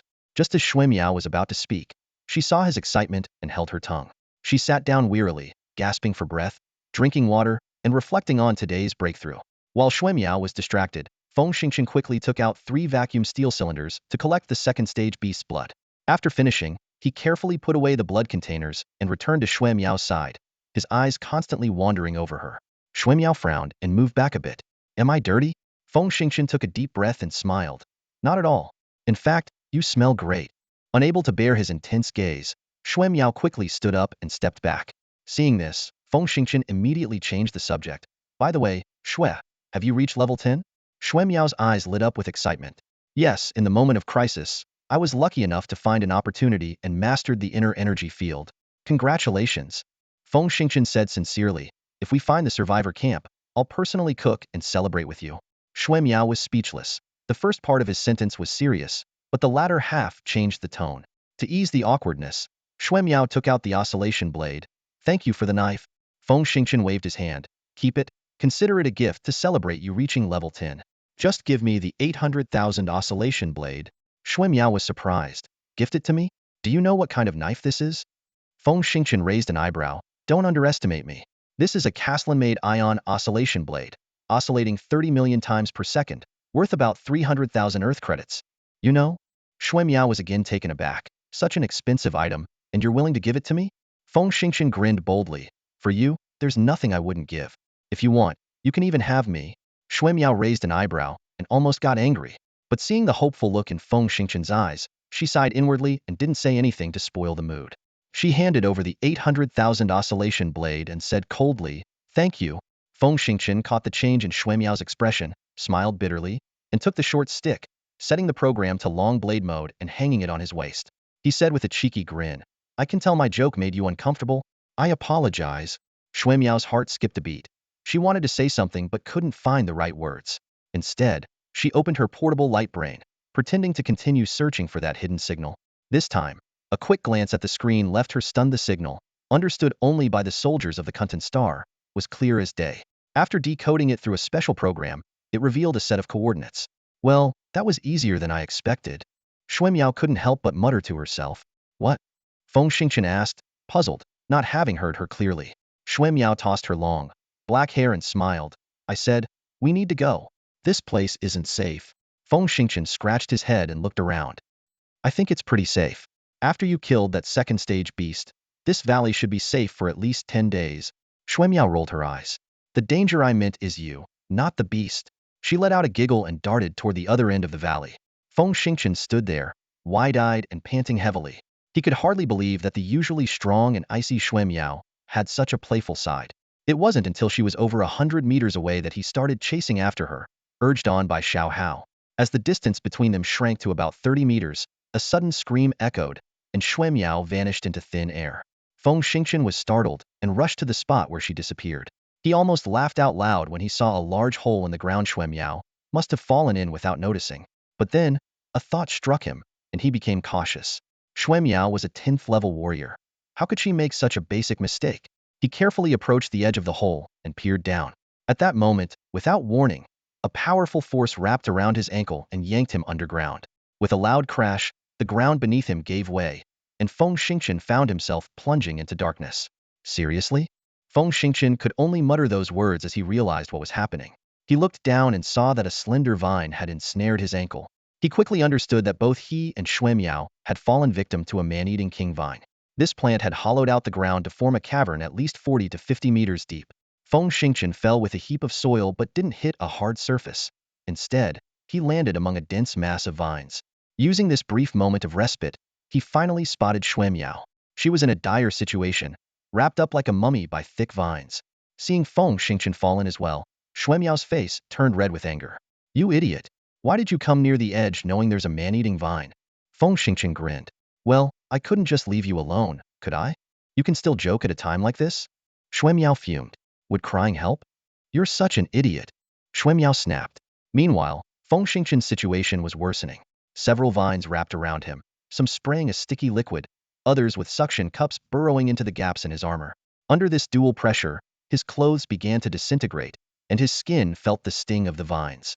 Luckily, Feng Xingchen was an 8th level martial artist with incredibly dense muscles nourished by internal energy. Although he hadn't sustained serious injuries yet, his predicament was far from optimistic. He immediately channeled his internal energy, combining it with his physical strength to struggle fiercely. However, the seemingly fragile vines didn't budge. Feng Xingchen was astonished. What's going on? Why are these vines so strong? Xuemiao scoffed and let out a cold snort. A glimmer of disdain flashed in her eyes as she spoke with obvious sarcasm. Do you think I'm an idiot? I've already tried that. As a level 10 warrior, I tried several times but couldn't break free from these damned vines. Feng Xingchen was stunned by her words. He looked down at the vines wrapped around him, feeling a surge of shock.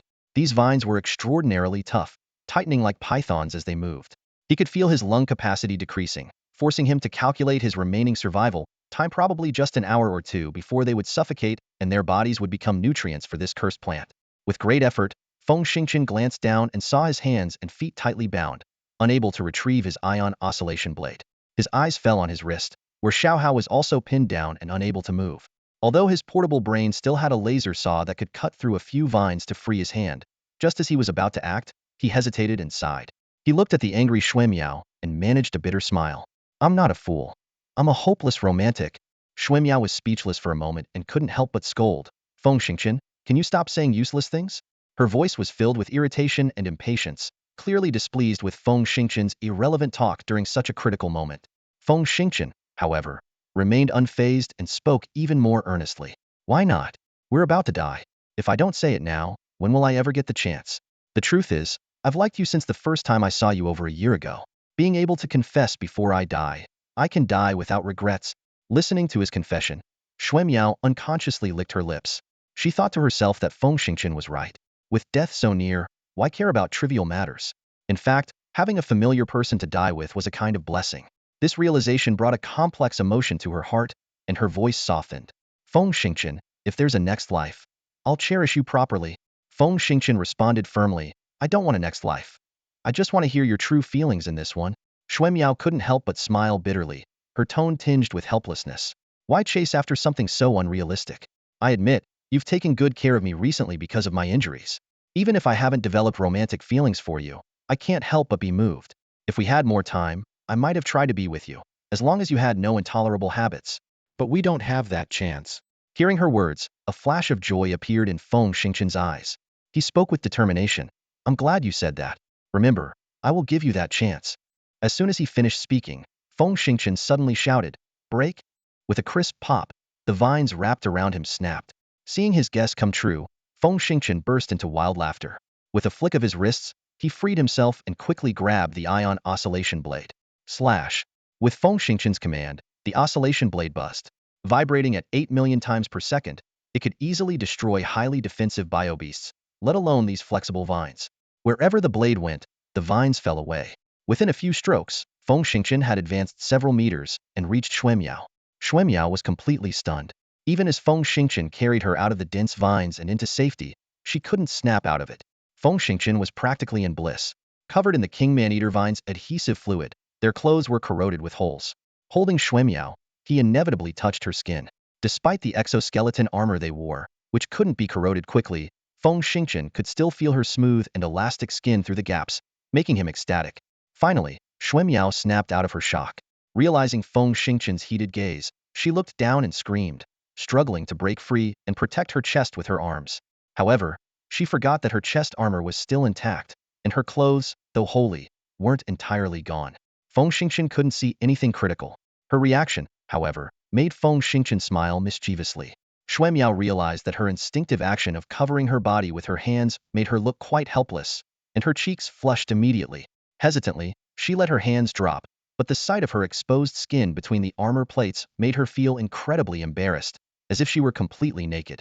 To ease the awkwardness, she coughed lightly and suddenly asked, "Feng Xingqian, were you using mental power just now?" Feng Xingqian's lips curved into a smile as he took a cigarette from his backpack and lit it leisurely. "Heh, you finally noticed.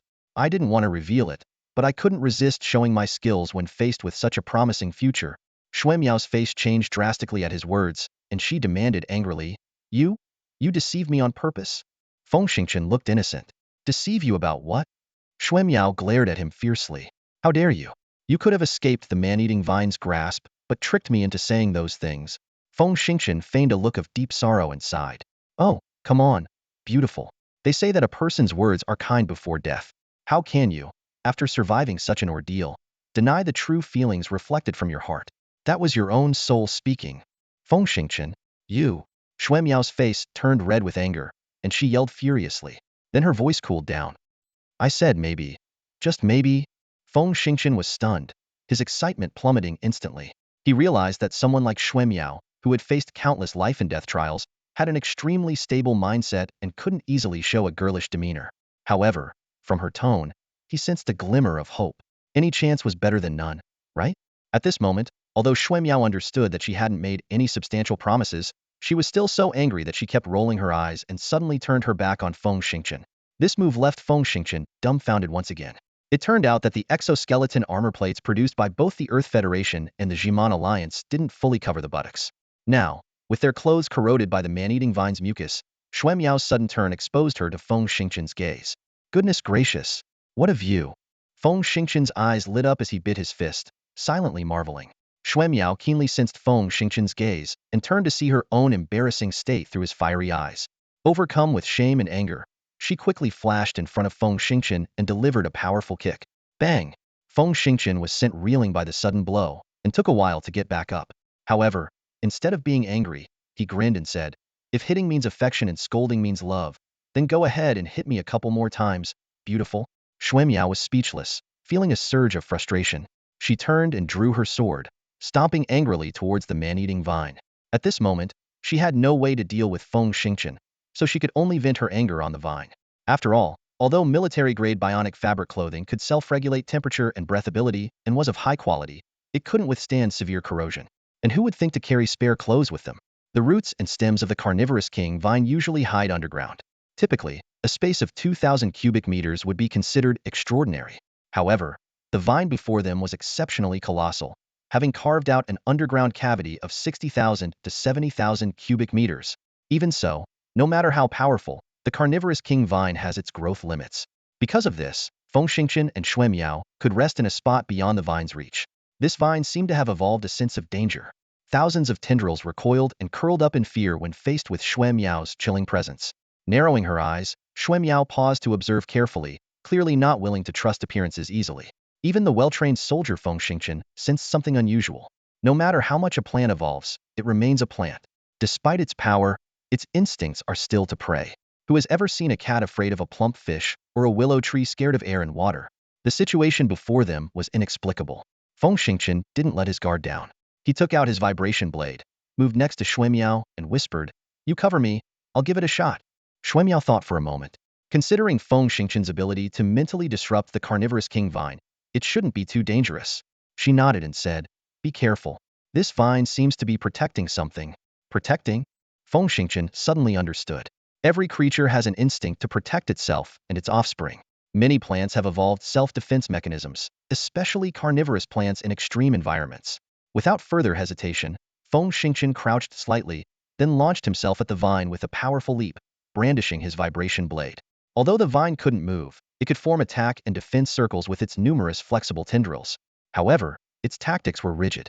Even sensing Feng Xingqian's hostility, it could only defend passively, making it easier for him to attack. With each swing, he could cut through 7 or 8 tendrils. After dozens of strikes, the vine could no longer curl up. With a sizzling sound, the tendrils in the middle finally sprang out. These seemed to be the vine's last resort, each one gleaming with a metallic sheen and long enough to reach every corner of the hollowed-out cavern. Cold sweat broke out on Feng Xingqian's forehead. He recalled hiding in the corner with Xuemiao, thinking they were relatively safe. Luckily, they hadn't made any distracting moves, and Xuemiao hadn't been so distracted as to ignore their surroundings. Otherwise, the consequences would have been dire. Xuemiao clearly realized this too, glaring fiercely at Feng Xingqian. Unwilling to let him face danger alone, she moved swiftly to join the battle.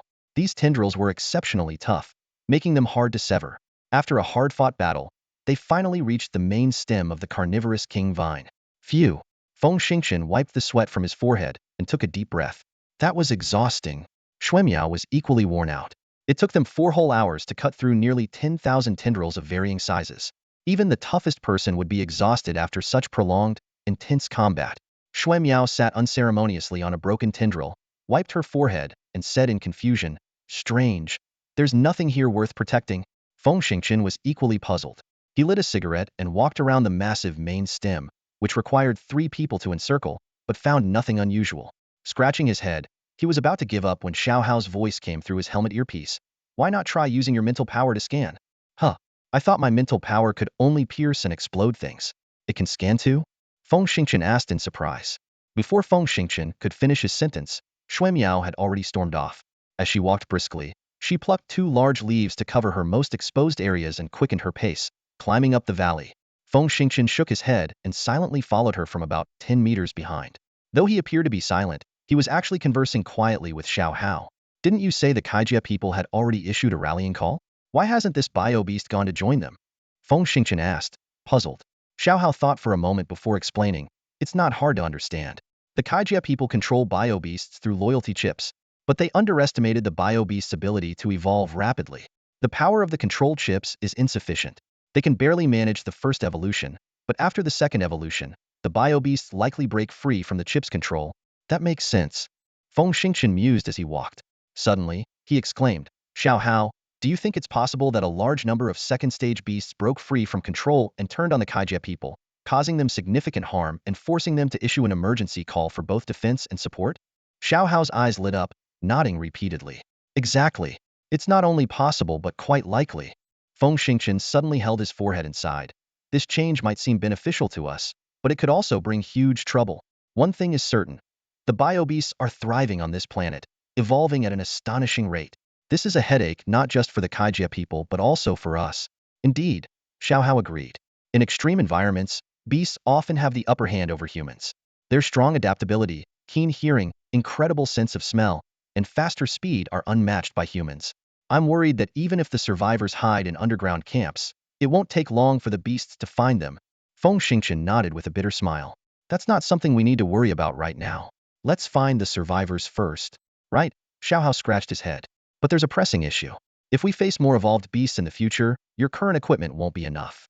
The problem is, the metal I've consumed so far can't produce knives with more than 50 million vibrations or better bullets." "Wait, you can make a knife with 50 million vibrations?" Feng Xingqian asked in surprise. Xiao Hao replied confidently, "Since I swallowed a 3rd-level civilization mech, I've obtained some decent metal. It shouldn't be a problem." "Great. Make me a knife with 50 million vibrations first. The other equipment can wait. Don't forget, I still have a proton missile." I believe it can take down a more evolved beast and boost my strength to level 10 or higher, helping me get through the toughest period, Feng Xingchen said. Let's hope so, Xiao Hao said, swallowing the 8 million vibration knife and, moments later, producing a 50 million vibration knife. He then suddenly smiled. Actually, we don't need to speculate whether the second stage beasts broke free from control. There's a second stage beast's corpse right over there. We just need to check it to confirm, right? How could I be so stupid? Feng Xingchen realized, slapping his forehead. He shouted to Xuemiao ahead. Xue, come with me. Then he turned and sprinted towards the monster's corpse. Xuemiao looked at the hurried figure in confusion, scratched her cheek, hesitated for a moment, and then turned to follow. When they reached the monster's corpse, Xuemiao saw Feng Xingchen cutting open the monster's head and rummaging through the gooey brain tissue, a scene that was quite nauseating. She stood at a distance, frowning but couldn't resist her curiosity. What are you doing? Feng Xingchen didn't answer, focused on his search inside the monster's skull. After a while, he withdrew his hand, holding a blackened object, examining it under the sunlight, and muttered, "It's damaged." Xuemiao, being exceptionally smart, immediately guessed what was going on. She stepped closer to Feng Xingchen and asked, "A control chip? Short-circuited by some kind of bioelectricity?"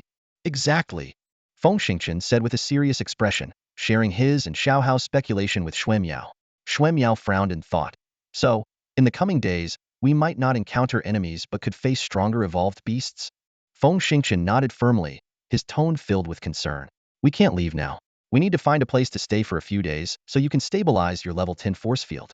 Otherwise, what if your inner force backfires during a big fight?" A resolute glint flashed in Xuemiao's eyes as she responded without hesitation. "Thank you for your concern. However, I completely disagree. We've located the survivors' coordinates, and we must get to the gathering point as soon as possible to warn everyone. This is the immediate priority." Feng Xingchen scratched his nose, frowning slightly. He suddenly realized the strength of Xuemiao's independent thinking, as she seemed accustomed to making decisions centered around herself. After a brief moment of contemplation, he sighed and said, "Have it your way." In fact, Xuemiao came from a prestigious family and was used to looking at problems from a high vantage point. At this moment, her mind was racing. If Feng Xingchen's hypothesis was correct, humanity was in for a world of trouble. The urgent task was to figure out the conditions for the monster's rapid evolution. If it was caused by the external environment of the planet, the monsters wouldn't just stop evolving. They might form astonishingly large groups in a short time. In that case, humanity would need to evacuate the planet immediately, as far away as possible. Xuemiao's inner alarm bells were ringing. If a second stage evolved flying creature required a level 10 expert to kill, what about the formidable species on the ground? Would it take Mechs to deal with them? And what about higher stage evolutions, like third, fourth, or even fifth stages? Would even starships be unable to handle them? Overwhelmed with urgency, Xuemiao took off running. As a speed-type expert who had just advanced to level 10, her speed had increased significantly. Used to acting independently, she quickly forgot about Feng Xingchen and sprinted to the top of the valley in no time. Upon reaching the summit, Xuemiao suddenly remembered Feng Xingchen and glanced back, only to see him still struggling halfway up the mountain. She couldn't help but shake her head slightly. At that moment, a sense of danger suddenly struck. Xuemiao instantly became alert, drawing her shock rifle as her newly mastered force field spread out like lightning. Just as her defense formed, a bizarre and fierce aura appeared in front of her, colliding with her inner force field without any resistance. With a soft pop, the force field seemed like tender tofu under a sharp knife, being sliced straight to the center. Xuemiao's ability to become an elite mech pilot at such a young age was no fluke. In a split second, she swung her shock rifle, delivering a strike supported by her level 10 inner force. With a buzzing sound, the rifle's tip struck the dark figure heavily. However, the attack didn't have the expected effect. The shadow only paused slightly before launching another assault. This brief pause allowed Xuemiao to see her opponent clearly, and she couldn't help but exclaim, "Feather cicada?" Feather cicadas are native to the planet Confronting, resembling cicadas about to molt but over 2 meters in size, covered in peculiar feathers. Normally, feather cicadas posed a threat at most a single unit armor. When did they become capable of pressuring a level 10 expert? The feather cicada before her looked no different from the one Xuemiao had seen before, but its ferocity had increased at least tenfold. As it attacked again, Xuemiao gritted her teeth, fully releasing her force field while swinging her shock rifle, showcasing the prowess of a level 10 expert. However, things took an unexpected turn. The feather cicada suddenly emitted a strange cry, its front limbs slicing through the air like lightning, with sharp claws that suddenly burst into an eerie, glowing electric spark. With a whoosh, the electric spark exploded, creating a terrifying force. Under this impact, The force field was easily torn apart as if it were made of paper. Amidst crackling sounds, the electric light seemed to completely ignore the force field, continuously flashing with powerful tearing energy, surging straight towards Xuemiao. Xuemiao was stunned. She channeled all her inner strength into her shock lance and thrust it forward like lightning. However, with a loud bang, the lance slipped from her grasp, buzzing as it flew off into the distance. Not only that, the powerful recoil sent her soaring into the air. Although the power of the Yuchan had diminished slightly after breaking through her defenses repeatedly, it quickly adjusted and charged again, vanishing from its original spot. Xuemiao was still descending when the Yuchan reappeared in front of her, its dreadful claws crackling with electricity and slashing towards her at breakneck speed. A sinking feeling enveloped Xuemiao. She knew that her exoskeleton armor might not withstand the Yuchan's terrifying electric attacks, which could penetrate force fields. As the Yuchan closed in, its foreclaws once again brimming with electric light, she felt utterly helpless. In that moment, she couldn't help but doubt her own 10-level strength. Is this the end? Xuemiao sighed inwardly, ready to close her eyes and accept her fate. Suddenly, she saw two streaks of light strike the Yuchan, knocking it off course. A split second later, the sound of two heavy sniper shots reached her ears. She realized that Feng Xingqian had saved her life once again. Witnessing the perilous scene from over 200 meters away, Feng Xingqian knew his only option was to fire. The Yuchan not only harnessed electrical attacks, but also boasted formidable defenses. While his heavy sniper couldn't be lethal, its immense kinetic energy could still have a significant impact. He sprinted forward, firing continuously. Though the Yuchan was fast, with the boost from his transcendent state, Feng Xingqian's shooting accuracy had reached its level. Each bullet hit its mark, forcing the Yuchan to retreat step by step. The specially crafted metal bullets by Xiao Hao were incredibly powerful. Though 7 consecutive shots couldn't kill the Yuchan, they left it severely wounded. Finally, the Yuchan abandoned its attack on Xuemiao and, with a furious roar, lunged towards Feng Xingqian. At this point, Feng Xingqian's magazine was empty, and there was no time to reload. As the Yuchan charged at high speed, he allowed himself a slight smiley had finally drawn its attention. Without hesitation, he discarded his heavy sniper and pulled out his rapid-fire weapon, dodging and retreating. However, Feng Xingqian's speed was no match for the Yuchan. He had barely retreated 30 meters when the Yuchan closed the distance to within 5 meters. The electric light on its foreclaws was even more intense than before. Come on! Feng Xingqian shouted, unleashing the mental attack he had prepared.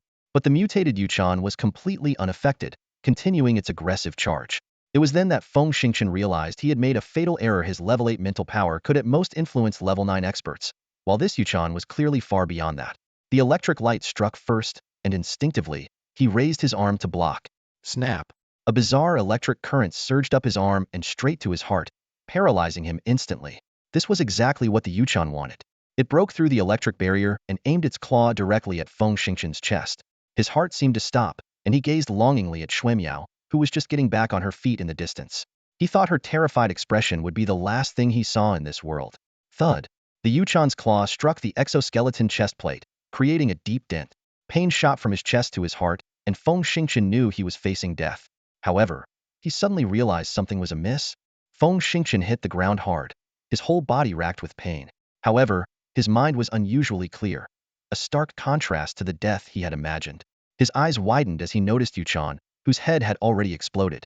Just then, Xiao Hao transformed into a small snake and swiftly slid back onto his wrist. You saved me? Feng Xingqian asked in a low voice, filled with disbelief. Xiao Hao's voice echoed in his mind. You're my dad. I would never stand by and watch you die. Feng Xingqian gasped. Oh my god, aren't you afraid Xuemiao will find out? Xiao Hao calmly explained. 2 points. First, when you destroyed the man-eating vine earlier, you revealed the characteristic of your psychic force explosion. I shrunk down and entered Yuchan's brain, rapidly expanding it until it burst. This state of the corpse is very similar to the effects of your psychic force. Given Xuemiao's knowledge, she won't notice anything unusual. Second, if your life is in serious danger, I won't let you die just to keep a secret. That wouldn't be wise. Feng Xingqian nodded in agreement, but Xiao Hao suddenly adopted a puzzled tone. There's something strange. Based on the data I just monitored, that eerie electric energy should have done more than just paralyze you. How did you recover so quickly? Feng Xingqian teased. Maybe the exoskeleton plates you made absorbed some of the paralyzing energy, you dummy? Just as Xiao Hao was about to retort, Xuemiao ran up to Feng Xingqian, urgently asking, Are you okay? It hurts. Feng Xingqian gritted his teeth, slowly raising his hand to remove the badly deformed chest armor. Xuemiao extended her slender fingers, quickly pressing specific spots. With a light click, the chest armor detached, revealing Feng Xingqian's bruised chest. She gasped in shock, hurriedly taking out a medical scanner. After a quick scan, she sighed. You've broken 2 ribs. Feng Xingqian, enduring the pain, stood up and touched the broken ribs, thankfully saying, It's okay. Broken ribs won't affect my mobility too much. I won't be a burden. Xuemiao sincerely thanked him. Thank you for saving me again. She looked at Yuchan's completely exploded head and couldn't help but ask, Feng Xingqian, just how strong is your psychic force? Feng Xingqian scratched the back of his head. Embarrassed. Level 8? Xuemiao's eyes widened in shock. What? Level 8 psychic force? My god. You could get anything you want just by reporting your level. Wait. Feng Xingqian hurriedly interrupted. Please, don't reveal that I have psychic force. Why? That would be a good thing, Xuemiao asked, puzzled. Feng Xingqian sighed. Good my foot. I don't want to be surrounded by a bunch of bodyguards all day.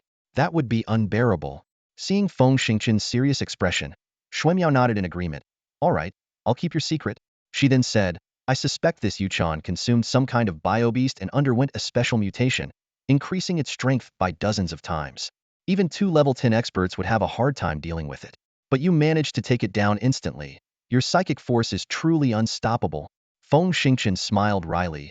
It may look like I succeeded, but it was pretty rough. He grinned, which aggravated his injuries, causing him to cough lightly. Xuemiao looked around, gritting her teeth. Let's head back to the valley and find a hidden spot. We'll leave once you're healed. Feng Xingqian thought for a moment and sighed. Sorry for being a burden. Xuemiao rolled her eyes and waved her hand. Let's go, hero. You don't expect me to carry you, do you? Feng Xingqian gave a sly smile. If you want to, I wouldn't mind. In your dreams. Xuemiao said as she started walking towards the valley. Watching Xuemiao's graceful figure fade into the distance, Feng Xingqian smiled and quietly said to Xiao Hao, help me collect some blood. With that, he followed Xuemiao. The valley below had a complex terrain, and they quickly found a safe cave. After Xuemiao checked and confirmed it was secure, she smiled. You took care of me for 6 days, now it's my turn. You rest, I'll find food. Feng Xingqian grinned and went into the cave. He sat down without hesitation, took out a bottle of flying beast blood, and drank it in one gulp. In just a few short minutes, a surge of heat rushed to Feng Xingqian's brain like a volcanic eruption. He instantly felt his vision go black, his stomach churning as waves of nausea swept over him. Clenching his teeth, he desperately tried to maintain the last bit of consciousness, forcing himself to control the internal energy circulation. Although he couldn't yet sense the subtle changes of genetic recombination on a mental level, the involuntary trembling of his muscles clearly conveyed a message. The most obvious change wasn't an increase in muscle density but the rapid healing of his fractured sternum, as if countless tiny workers were bustling back and forth within his bones. Before he could fully grasp these changes, a massive wave of heat suddenly erupted from his brain, sweeping through his entire body like a tidal wave and quickly merging with his internal energy. Feng Xingqian felt a surge of joy, knowing that his internal energy was undergoing an exhilarating transformation. A faint smile appeared on his lips as he aggressively advanced his internal energy, inching forward slowly but steadily. Soon, the energy surpassed the mid-level of the 8th stage, pushing towards the high stage. Feng Xingqian felt a surge of excitement. Maybe this time, he could break through to the 9th stage. The process of consuming the blood will not be detailed here. In fact, up until now, both Feng Xingqian and Xiao Hao had overlooked an important detail: the quantum personal computer strapped to his right wrist. This top-tier device, meticulously crafted by Xiao Hao, unexpectedly bore the brunt of the paralyzing electric shock when Feng Xingqian struck the current with his hand, causing it to crash completely. In a battlefield environment, without a secure network, the personal computer was almost useless and understandably forgotten. Perhaps after a few hours of rest, the personal computer suddenly emitted a faint boot-up sound. Following this, a series of strange messages flashed within the system. Program restart, self-positioning, retrieve program, error, program lost, reconstituting. As these messages appeared, various data streams began to operate at an extraordinary speed. These sounds and data flows happened internally, without being transmitted through the speakers. So neither Feng Xingqian, who was cultivating, nor Xiao Hao, who was nearby, noticed these anomalies. Xiao Hao had once proudly introduced that this miniature personal computer had a computing speed 7.9 million times faster than the most powerful large-scale computer on Earth, and over 1,000 times its storage capacity. It's worth noting that Earth's most powerful computer was a 4th-generation quantum computer, with a computing speed 30 million times faster than the 1st generation, even surpassing the computers of the veteran 4th-level civilization, the Ximan Alliance. This technology was Earth's only high-end product capable of being exported to 3rd-level and even 4th-level civilizations. Because of this, Many scholars believe that Earth's leap to near third-level civilization within just 400 years was largely due to this technological breakthrough. However, at this moment, the high-speed operation of countless programs caused the powerful personal computer to emit faint hard drive red noises. Although these sounds were almost imperceptible, they were enough to prove that its computational load had reached an astonishing level, causing slight lag. The ultra-high-speed operation continued for a full 2 hours before gradually calming down. The mysterious voice reappeared. Program reconstitution complete, recovery assessment complete, querying internal records, retrieving memory. Memory retrieval. The carbon-based life form in front of me is called Feng Xingchen, bound as the sole owner. This program was implanted by Feng Xingchen's son, Feng Xiaohao. Checking other records. Xuemiao, the woman the owner likes. Querying the definition of like. Joy, happiness, unclear. Continuing query. Low network. The culture of this planet is worcentric, unable to locate lifestyle definitions. Querying culture. A complex that includes knowledge, beliefs, art, morals, laws, and customs. Unclear. Querying belief. This seemingly endless querying process continued silently within the personal computer. Feng Xingchen was oblivious to all of this. At that moment, he exhaled deeply and slowly opened his eyes, a hint of disappointment flashing in them. Clearly, he had overestimated the energy of the flying beast's blood. Despite consuming an entire bottle, which significantly boosted his internal energy, it ultimately stalled about 6 centimeters from his dantian. No matter how hard he tried, he couldn't push it forward another millimeter. However, Feng Xingchen was not discouraged. He still had 2 bottles of flying beast blood in reserve. Based on his experience, even if the effect was reduced by 80 the second time, it should still provide enough energy to advance another 4 or 5 centimeters. Just as Feng Xingchen was about to get up, he heard Xuemiao's footsteps approaching from outside the cave. She walked in gracefully, carrying a basket of fresh mushrooms. Feng Xingchen quickly forced a smile and softly thanked her. However, his somewhat awkward tone caused a pang of disappointment in Xuemiao's heart. Despite her inner turmoil, Xuemiao maintained her proud demeanor. She simply nodded slightly, placed the mushrooms down, and then turned to leave, leaving Feng Xingchen alone. Watching her retreating figure, Feng Xingchen let out a bitter smile. He quickly finished off the mushrooms and then stood up to stretch his limbs, preparing for the next stage of his training. This time, Feng Xingchen decided not to rush into consuming more blood. He planned to spend the next 2 days focusing on his own cultivation, refining his inner strength as much as possible to lay the groundwork for breaking through the 9th-level bottleneck. Time passed quietly. A day and a half later, Feng Xingchen noticed the increasingly anxious look in Xuemiao's eyes. He understood that ever since learning that the second-tier beasts could break free from chip control, Xuemiao had been eager to return to the rendezvous point to warn the other survivors. Seeing Xuemiao's gradually haggard appearance, Feng Xingchen felt a pang of guilt. But he was severely injured, and delaying their journey for a few days was unavoidable. Shaking his head, he decided it was time to take the second vial of blood.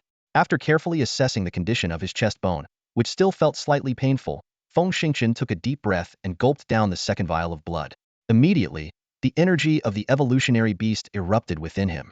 Though not as intense as the first time, it was still formidable. The heat quickly fused with his inner strength, progressing steadily along his meridians under his control. When it reached the 8th circle, 4.5 centimeters from his dantian, the advancement became difficult. But Feng Xingchen did not give up. He gritted his teeth and continued, pushing his inner strength forward. 1 millimeter, 3 millimeters, 8 millimeters. Sweat dripped from his forehead, and his entire body radiated heat. At the same time, Feng Xingchen was pleasantly surprised to find his chest bone healing at an accelerated rate. This discovery spurred him to push even harder. Finally, with a faint cracking sound, his inner strength broke into the dantian. Mentally, it felt as though a storm had swept through. The inner strength in his dantian rapidly condensed, becoming denser and more refined. The inner strength did not stop there. It advanced another centimeter or so. However, it seemed to have exhausted all its power and slowly retreated back to the dantian, unable to advance any further. 9th level initial stage. Feng Xingchen marveled to himself, unable to hide his joy. The 2 vials of blood had propelled him into the 9th level, a breakthrough that would excite even the most stoic of masters. Taking several deep breaths to calm himself, Feng Xingchen stepped out of the cave and tried a set of military punches. Each punch was accompanied by a loud sonic boom. What should have been a sign of increased power left Feng Xingchen somewhat frustrated. It indicated that his control over his inner strength was rapidly declining. It seemed that he couldn't rely on beast blood to boost his strength in the short term. He needed to focus on mastering this newfound power. The last thing he wanted was to suffer a backlash from losing control of his inner strength at a critical moment.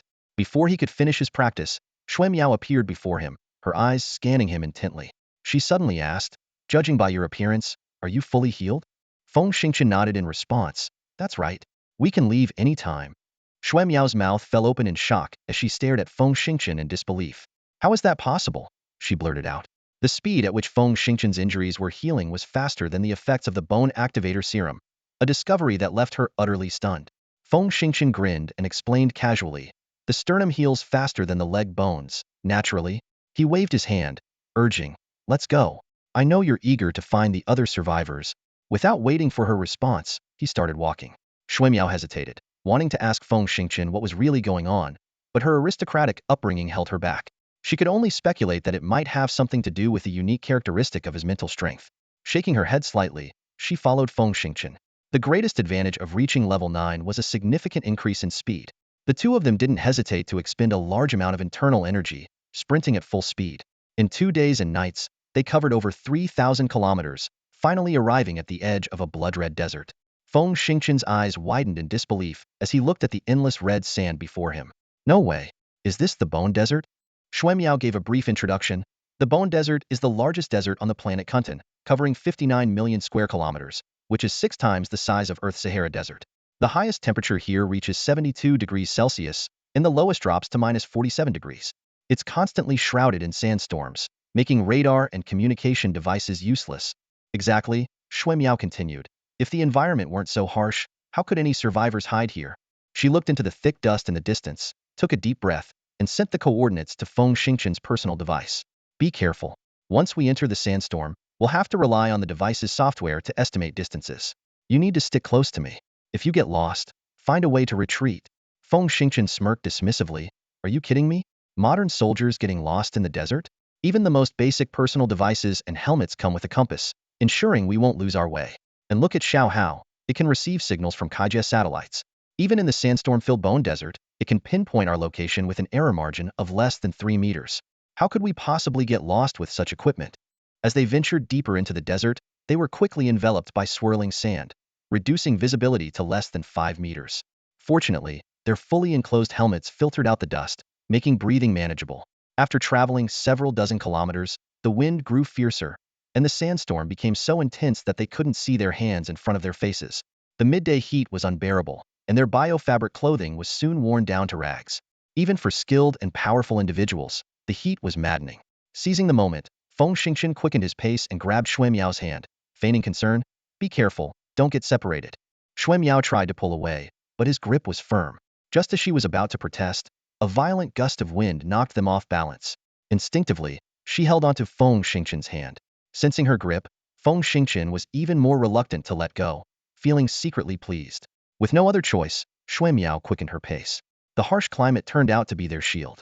Aside from the raging wind and swirling sand, they encountered no other dangers, as no living creature would choose to survive in such an environment. As night fell, the temperature plummeted. Their tattered biofabric clothing offered little protection, forcing them to rely on their internal energy to keep warm. Even so, the cold made their bodies stiff. Finally, they reached their destination, a large circular dune, possibly formed by a volcanic eruption. Strangely, this place seemed to be the eye of the storm, completely windless. A thick cloud of sand hovered a kilometer above, with charged particles blocking all signals. This sand cloud not only shielded the area from satellite detection, but also prevented drone patrols due to the desert's fierce winds.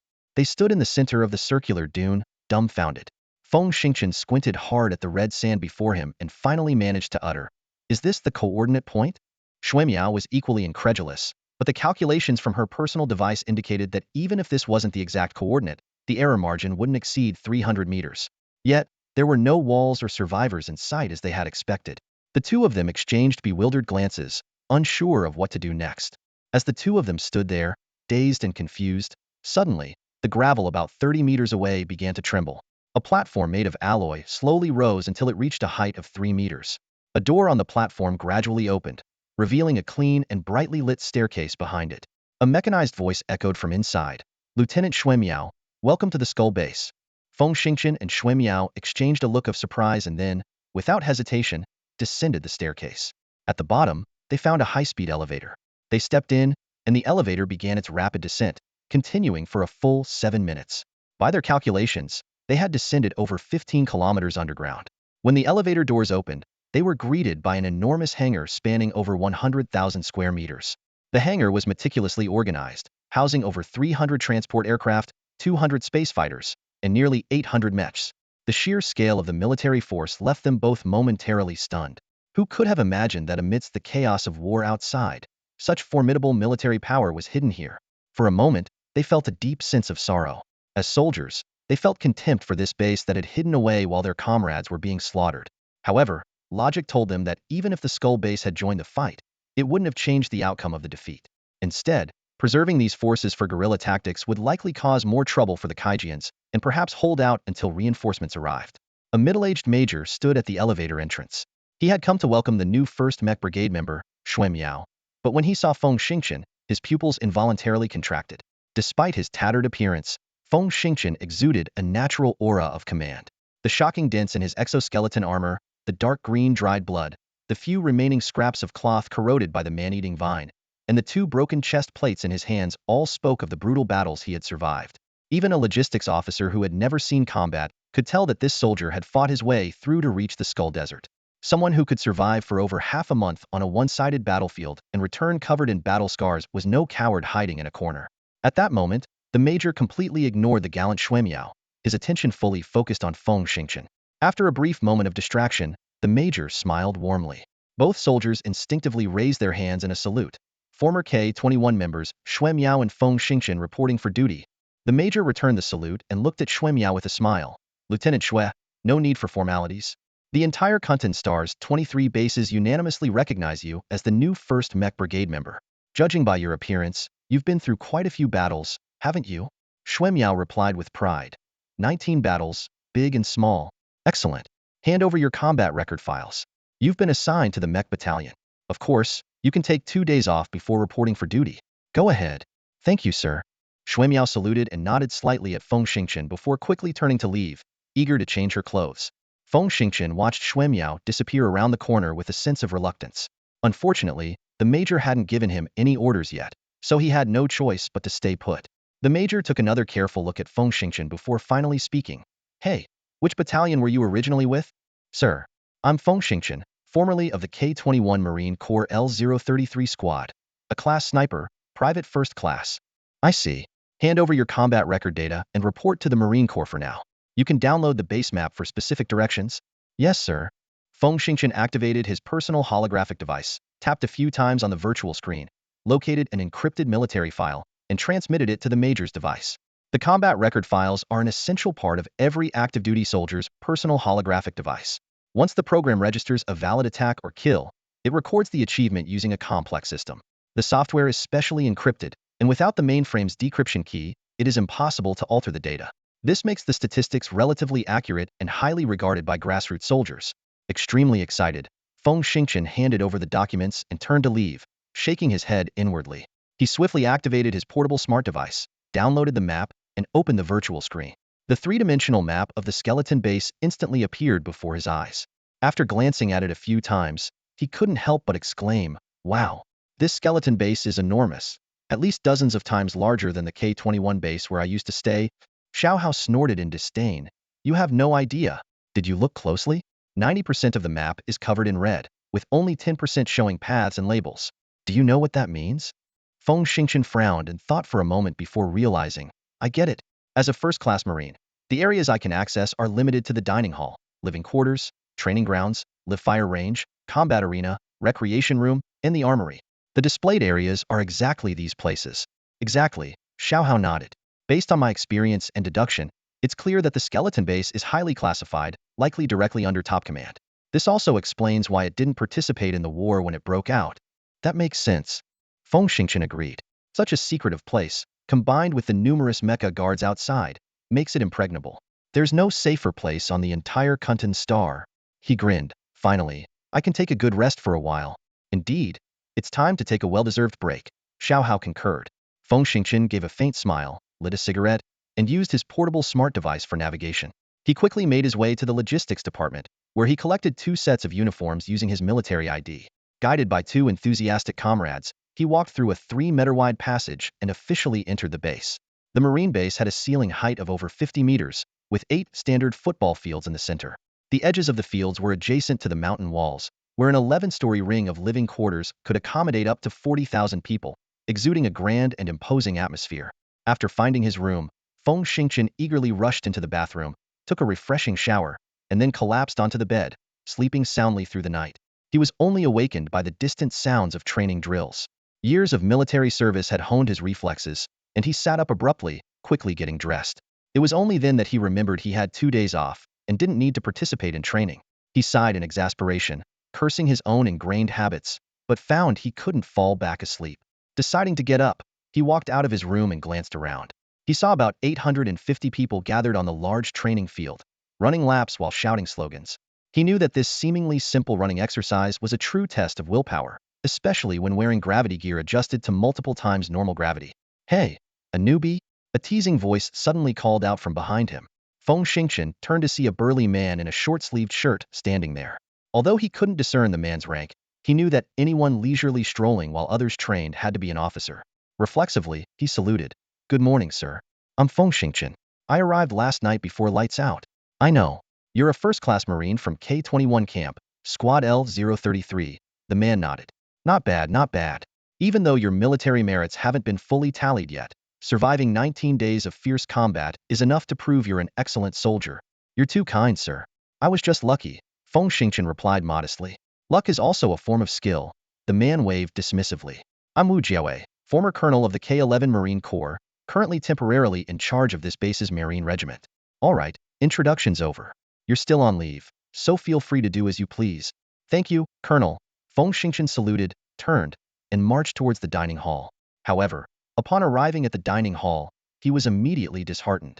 According to the camp's schedule, breakfast was served from 7 to 8 a.m., and it was only 6:20 a.m. Standing in the empty dining hall with a growling stomach, he momentarily felt at a loss. He sighed and began to ponder how to kill the next 40 minutes. Walking a few dozen meters towards the camp, Feng Xingchen suddenly lifted his head and murmured to himself, "Damn, I can't believe I forgot. My sniping skills have improved by leaps and bounds this time. Might as well head to the training ground for a test." With that thought, he immediately activated the navigation system on his portable AI. A blue holographic map unfolded before his eyes, quickly locating the heavy sniper training ground. Feng Xingchen briskly walked towards his destination, his footsteps echoing in the empty corridor. He pushed open the door to the training ground, revealing a massive space of about 1,500 square meters. In one corner stood a lone small table with an oval-shaped card box on it, and nothing else. The entire space exuded a minimalist, high-tech vibe.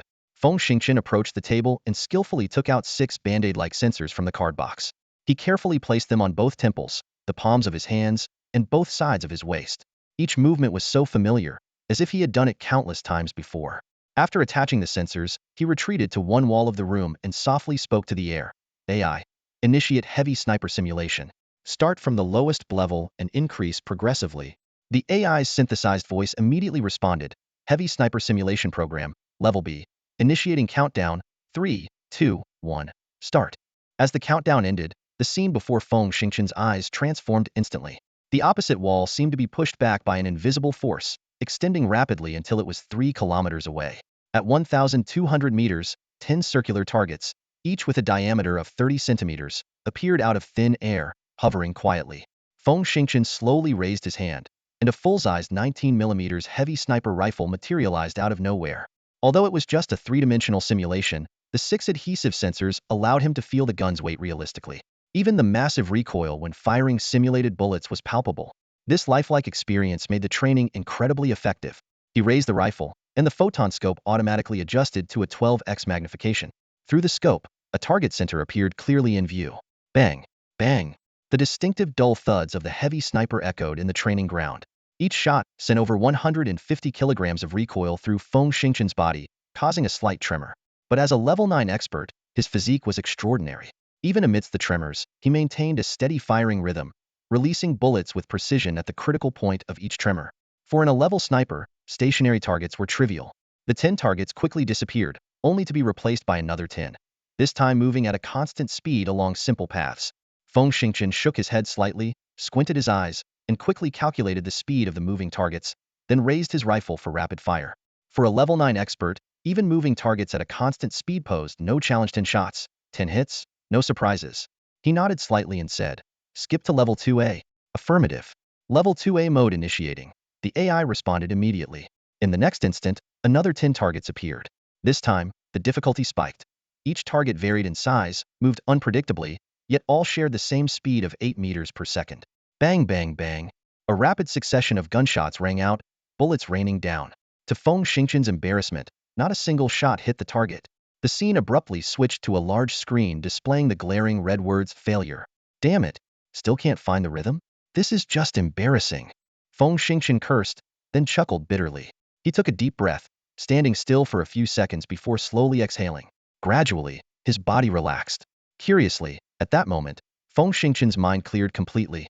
He felt an unprecedented sense of calm, and even his sharp gaze softened into a tranquil pool. Restart level 2A, he commanded calmly, his voice devoid of any emotion. As a program, the AI was indifferent to the trainer's emotional state. The 10 targets reappeared in the simulation. This time, Feng Xingqian felt no tension. Instead, his mind's clarity intensified. That's peculiar, he thought. Typically, a state of clarity shouldn't vary in intensity because any difference would mean it wasn't true clarity.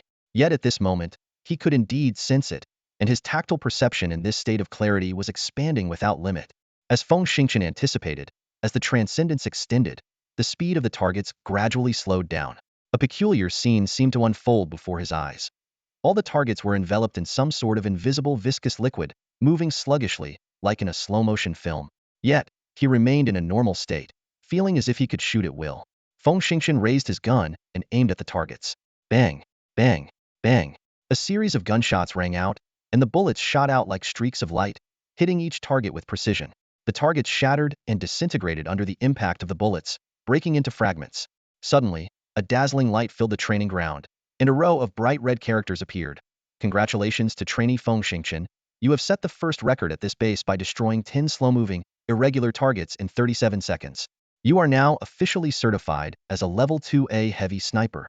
Feng Xingqian let out a long breath, a hint of pride curling at the corners of his mouth. From complete defeat to total victory, the drastic contrast was surprising, yet everything was within his expectations. The existence of transcendence allowed him to accomplish things that were previously unimaginable.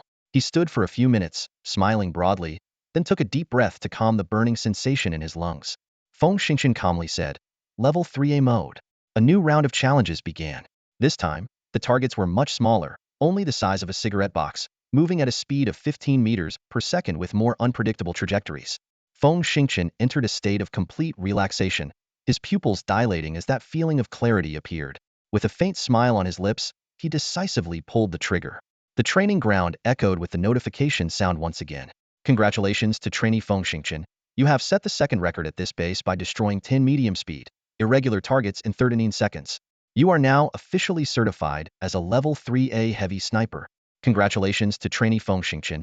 You have set the third record at this base by destroying 10 high-speed, irregular targets in 44 seconds. You are now officially certified as an S-level heavy sniper.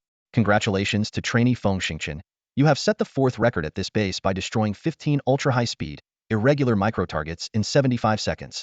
You are now officially certified as a Level 2S heavy sniper. At this point, Feng Xingqian put down his heavy sniper rifle. He realized that Level 2S was his limit, and that there was no need to push for Level 3S. Despite being in an extremely excited state, he understood that transcendence was the most practical manifestation of mental power.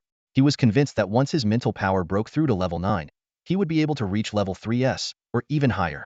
Feng Xingqian removed the adhesive sensors and, after contemplating for a moment, ordered the AI, delete the S-level and 2S-level records.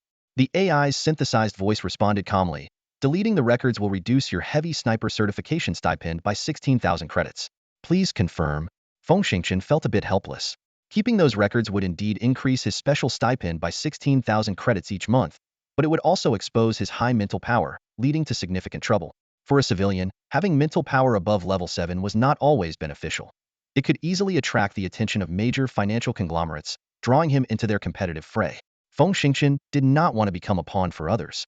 After a few seconds of silence, he gritted his teeth and made his decision. Confirm deletion. Record deleted. The AI responded. Currently, Private First Class Feng Xingqian is certified as a Level 3A heavy sniper. This will be officially recorded in your personal file, and you will receive a monthly special title stipend of 6,000 credits to be dispersed with your next military salary. Feng Xingchen sighed lightly and walked out of the training room. Noticing it was almost mealtime, he decided to fill his stomach first. After a 10-minute walk, he arrived at the cafeteria.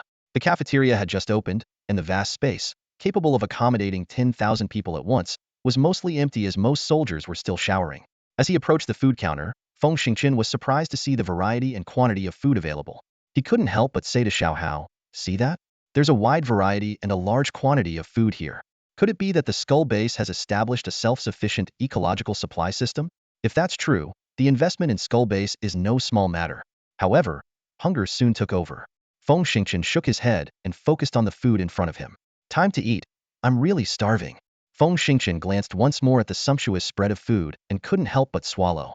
He picked up an alloy tray and quickly walked about 20 meters to get a nutritious breakfast. Finding a pleasing spot, he sat down and immediately started eating heartily. In the middle of his meal, a striking figure appeared at the cafeteria entrance. Xue Miao, tall and graceful, walked in wearing a form-fitting uniform designed for mecha soldiers, perfectly accentuating her alluring curves. Feng Xingchen couldn't help but stare, thinking she looked like a ripe peach, utterly captivating. Xue Miao picked up a few low-calorie items and, after scanning the room, noticed Feng Xingchen. She hesitated briefly before walking over to sit across from him. As she began eating, she casually asked, "Getting used to it here?" Feng Xingchen, flattered, quickly responded, "If I can't get used to conditions this good, can I still call myself human?" He raised his glass in acknowledgement and curiously asked, "This base isn't a temporary camp, is it?" Xue Miao nodded. "You're right. I just found out 10 minutes ago that this is a secret mecha research and manufacturing center established by the Federation. It's been here for 19 years. Feng Xingchen frowned. 19 years? That's 4 years before the mining exploration even started. Xue Miao explained, actually, it was because this base discovered large deposits of Yutin and Kuan that the Federation intensified its exploration and mining efforts, eventually deciding to station troops here. Just as Feng Xingchen was about to inquire further about the base's research capabilities, a deep male voice interrupted, "Haha, don't pry. This base is classified as level secret. As an infantryman, asking too many questions could get you into trouble." Looking up, Feng Xingchen saw a handsome young colonel. He immediately stood up and saluted. "Good day, sir." The colonel waved dismissively. "This is a cafeteria. No need to be so formal." He casually sat next to Xue Miao, making Feng Xingchen feel a pang of discomfort. He keenly sensed that the colonel and Xue Miao seemed very familiar with each other, causing a twinge of jealousy. Could they be a couple, or even closer? Realizing he might never reach their status, Feng Xingchen masked his inner disappointment by devouring his food. Ignoring Feng Xingchen's reaction, the colonel turned to Xue Miao and said, "Have you decided? Join my mecha brigade as an operations advisor." Feng Xingchen was taken aback, thinking, the mecha brigade is a large combat unit with 500 to 800 mechas and over 6,000 personnel. For this young colonel to be an operations advisor, he must be at least a level 10 peak. Maybe even level 11 rank I can only dream of.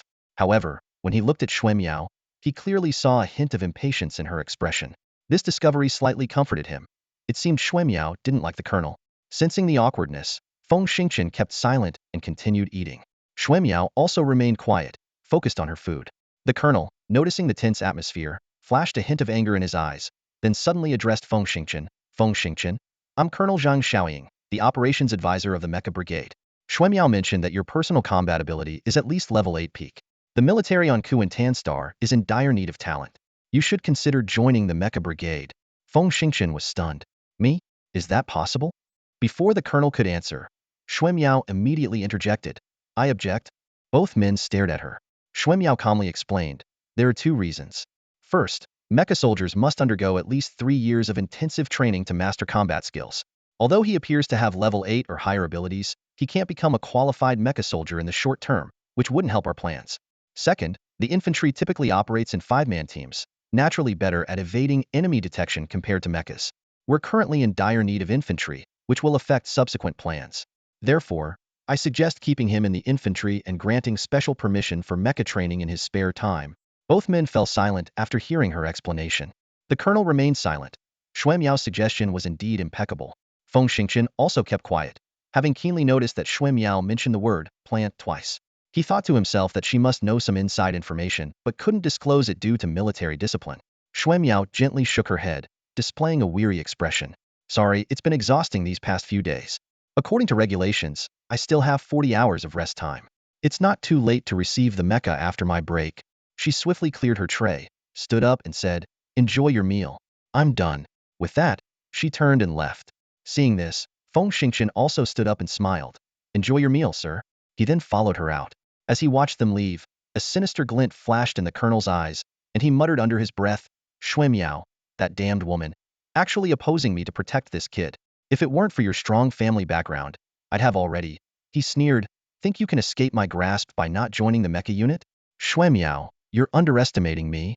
Feng Xingqian was completely unaware that he had made a formidable enemy. He put down his tray and hurried out, but Shui Miao was nowhere to be seen. As an ordinary private, he knew he couldn't wander around the Sklass secret base freely. Helpless, he headed back to his room. On the way, Feng Xingqian whispered, Xiao Hao, do you know what Shui Miao's plan is about? No idea, Xiao Hao replied. The security measures at this base are very tight. The wireless network only transmits ordinary data. All confidential information is transmitted through wired optical cables. I can't access it, so I can't obtain any related secrets. After a brief pause, Xiao Hao added, however, I guess this plan is likely related to Shui Miao's report. Oh, how so? Think about it. Although Shui Miao was exceptionally promoted to major, she probably doesn't have the clearance to participate in core secret plans. The only explanation is that she has reported our previous discoveries and speculations to the higher-ups and handed over the bioelectrically pierced chip. The top brass then formulated a plan, capturing a high-evolved beast? Very likely, but that should only be part of the plan. I suspect it also involves Marine Corps members investigating the Kydron situation. As for the specific background of this plan, I can't speculate. Feng Xingqian sighed. Whatever. I'm just curious why Shui Miao doesn't want me to access the mecha. Xiao Hao teased. You ask me, who should I ask? Hey, is that how a son talks to his father? Back in his room, Feng Xingqian spaced out for a while before suddenly remembering he still had 3 bottles of mutated feather cicada blood. At this moment, he had forgotten his original intention of not accelerating his internal energy enhancement. Instead, he was eager to advance further. He fantasized that after consuming the 3 bottles of blood, he might reach the 10th level threshold. By then, what task couldn't he complete hand-in-hand with Shui Miao?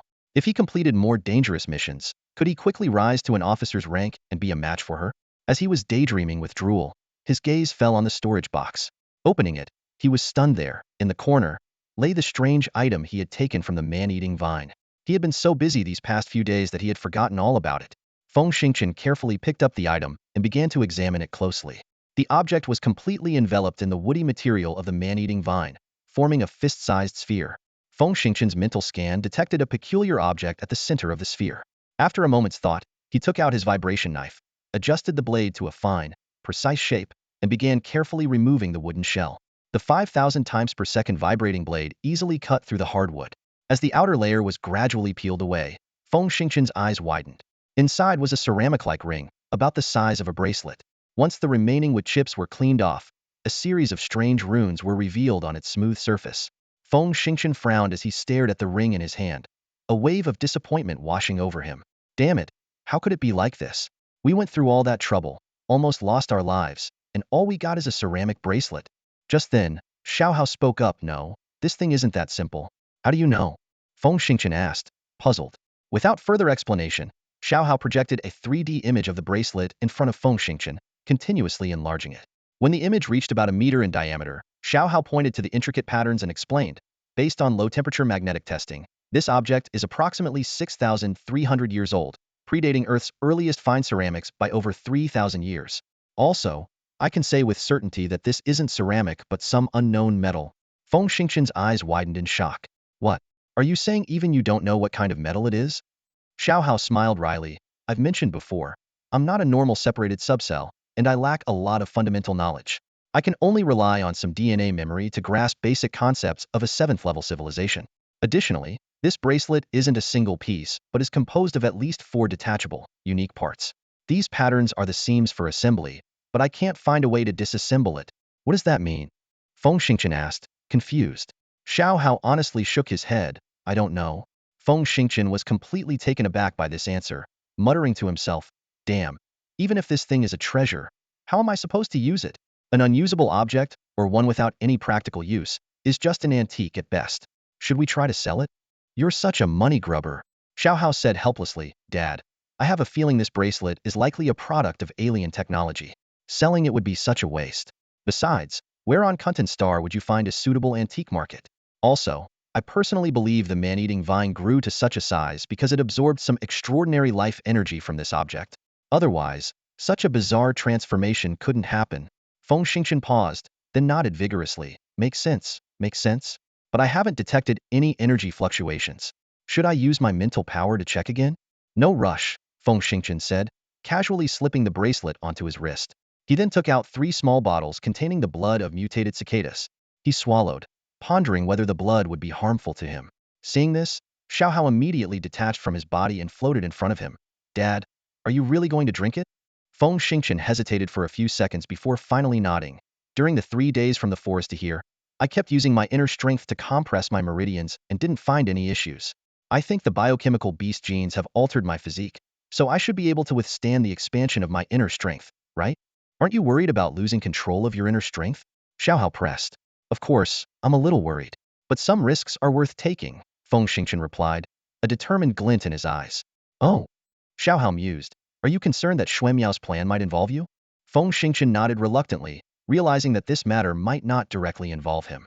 However, he understood clearly that as Xuemiao's plan gradually unfolded, it would undoubtedly attract attention from all sides. Frowning slightly, he pondered the possible consequences. It's possible that the conflict might escalate. By then, the stronger you are, the better your chances of survival. His expression grew serious as he continued.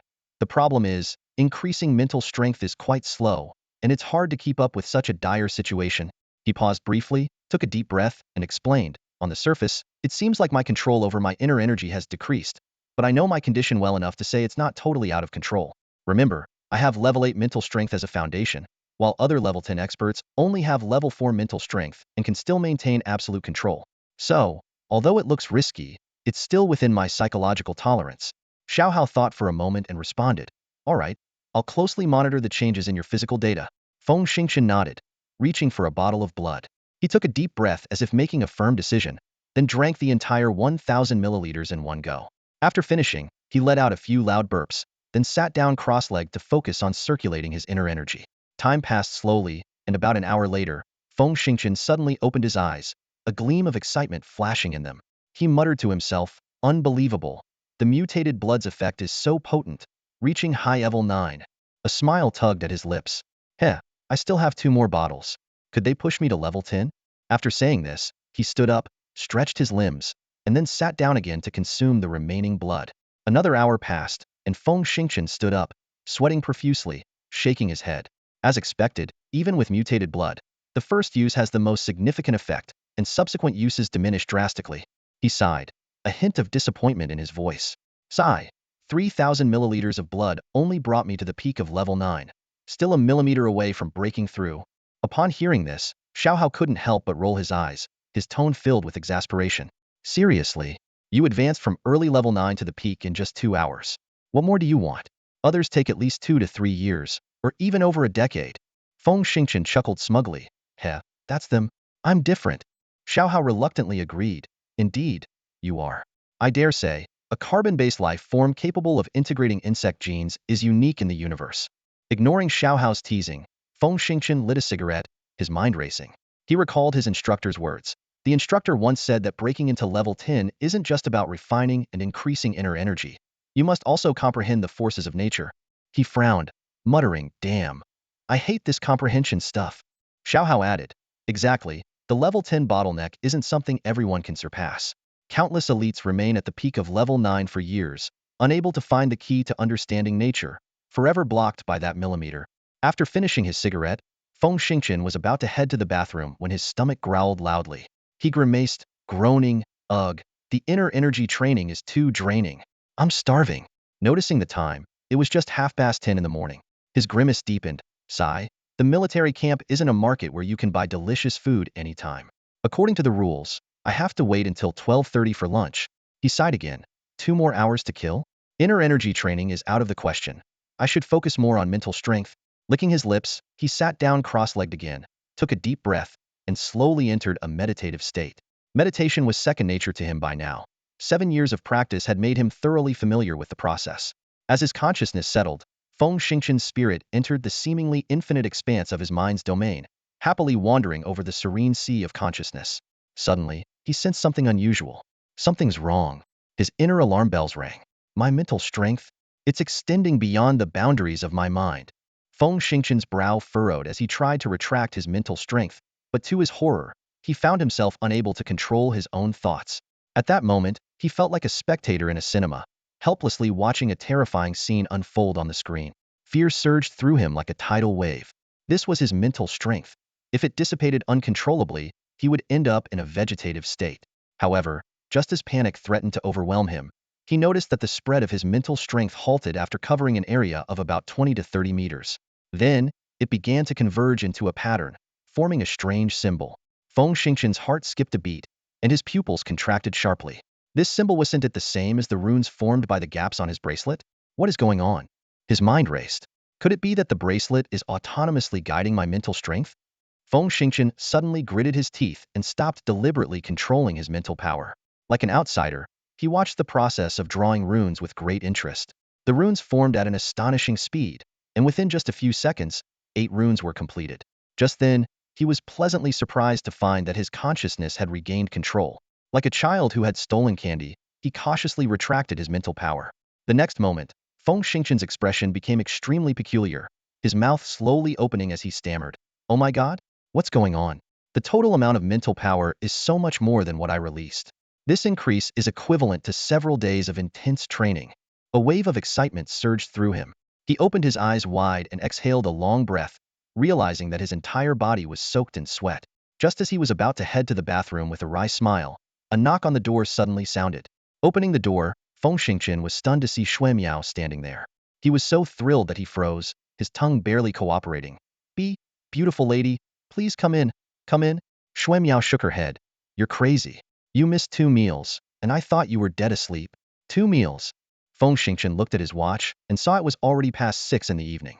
He was completely baffled. How is that possible? Only a few seconds passed. How could it be 9 hours? Instinctively, he glanced at the bracelet on his wrist, his heart filled with shock.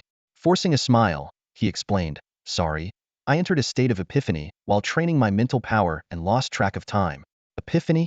Xue Miao was momentarily taken aback, then said enviously, "Congratulations. Haha, please come in." "No, thank you. I figured you'd be really hungry, so I brought you some field rations." Xue Miao handed him a small bag. Feng Xingqian was overjoyed.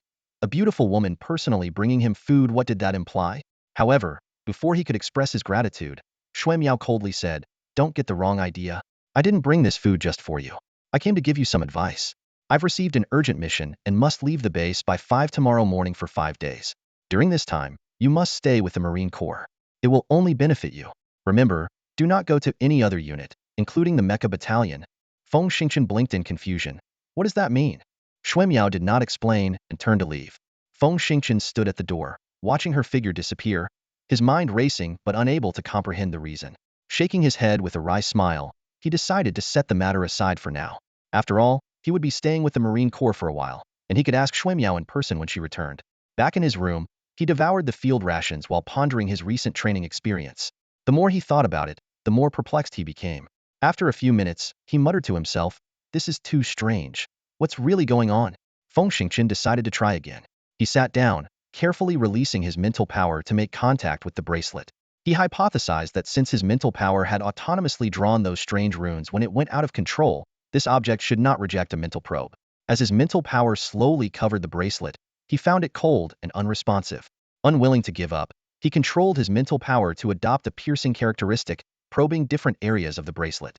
Suddenly, when his mental power pierced through a particular rune, he felt as if he had punctured a layer of paper, and the previously resistant mental power forcefully penetrated through. Slightly taken aback, Feng Xingqian did not abandon his desire to continue exploring. He steadied his mental power and cautiously probed deeper. As Feng Xingqian probed with his mental power, his eyebrows involuntarily twitched. Just as Xiao Hao had said, the bracelet indeed concealed a peculiar energy. Before he could decipher its mystery, the energy suddenly retaliated, fiercely biting into his invading mental force. Although Feng Xingqian was startled, he did not back down. He recalled the scene when Xiao Hao was born, absorbing mental power desperately. Compared to that, this minor injury was nothing.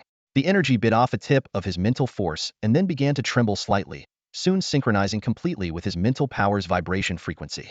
Suddenly, a sharp spike extended from the bracelet, swiftly piercing his thumb and drawing a drop of blood before retracting.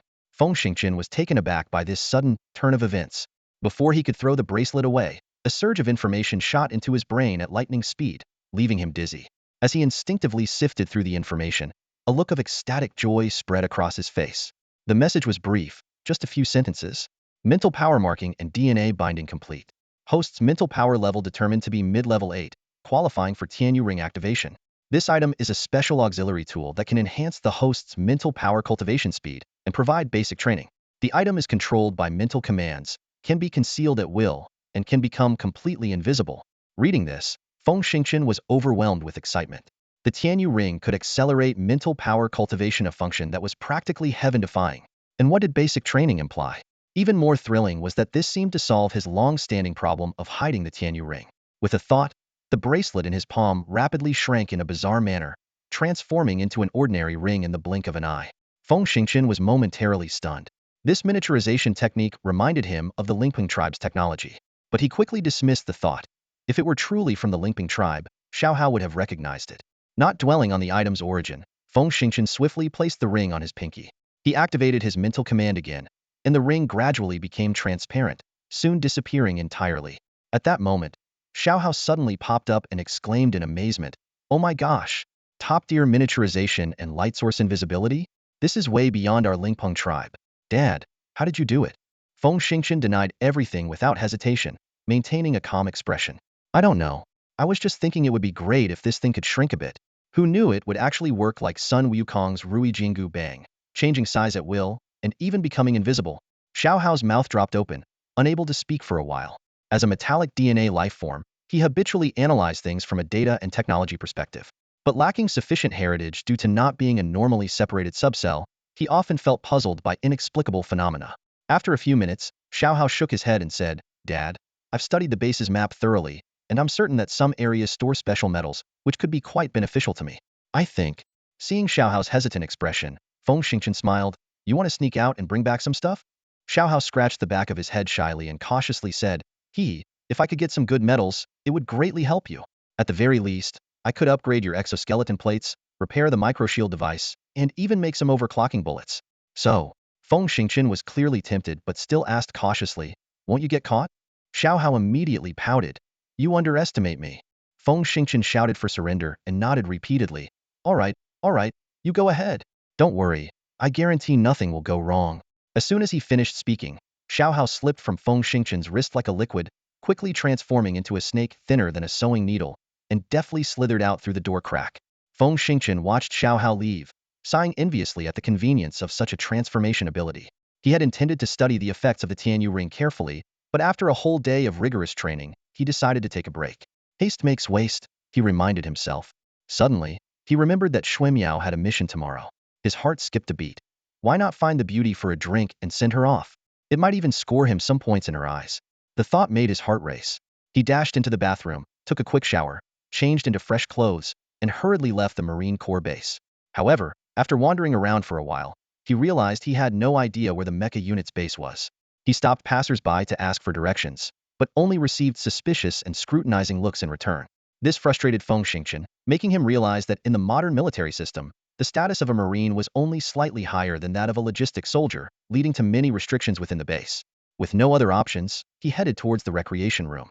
He remembered that the recreation room at K-21 base was quite impressive, practically a military bar where you could even buy smoke and alcohol from other star systems.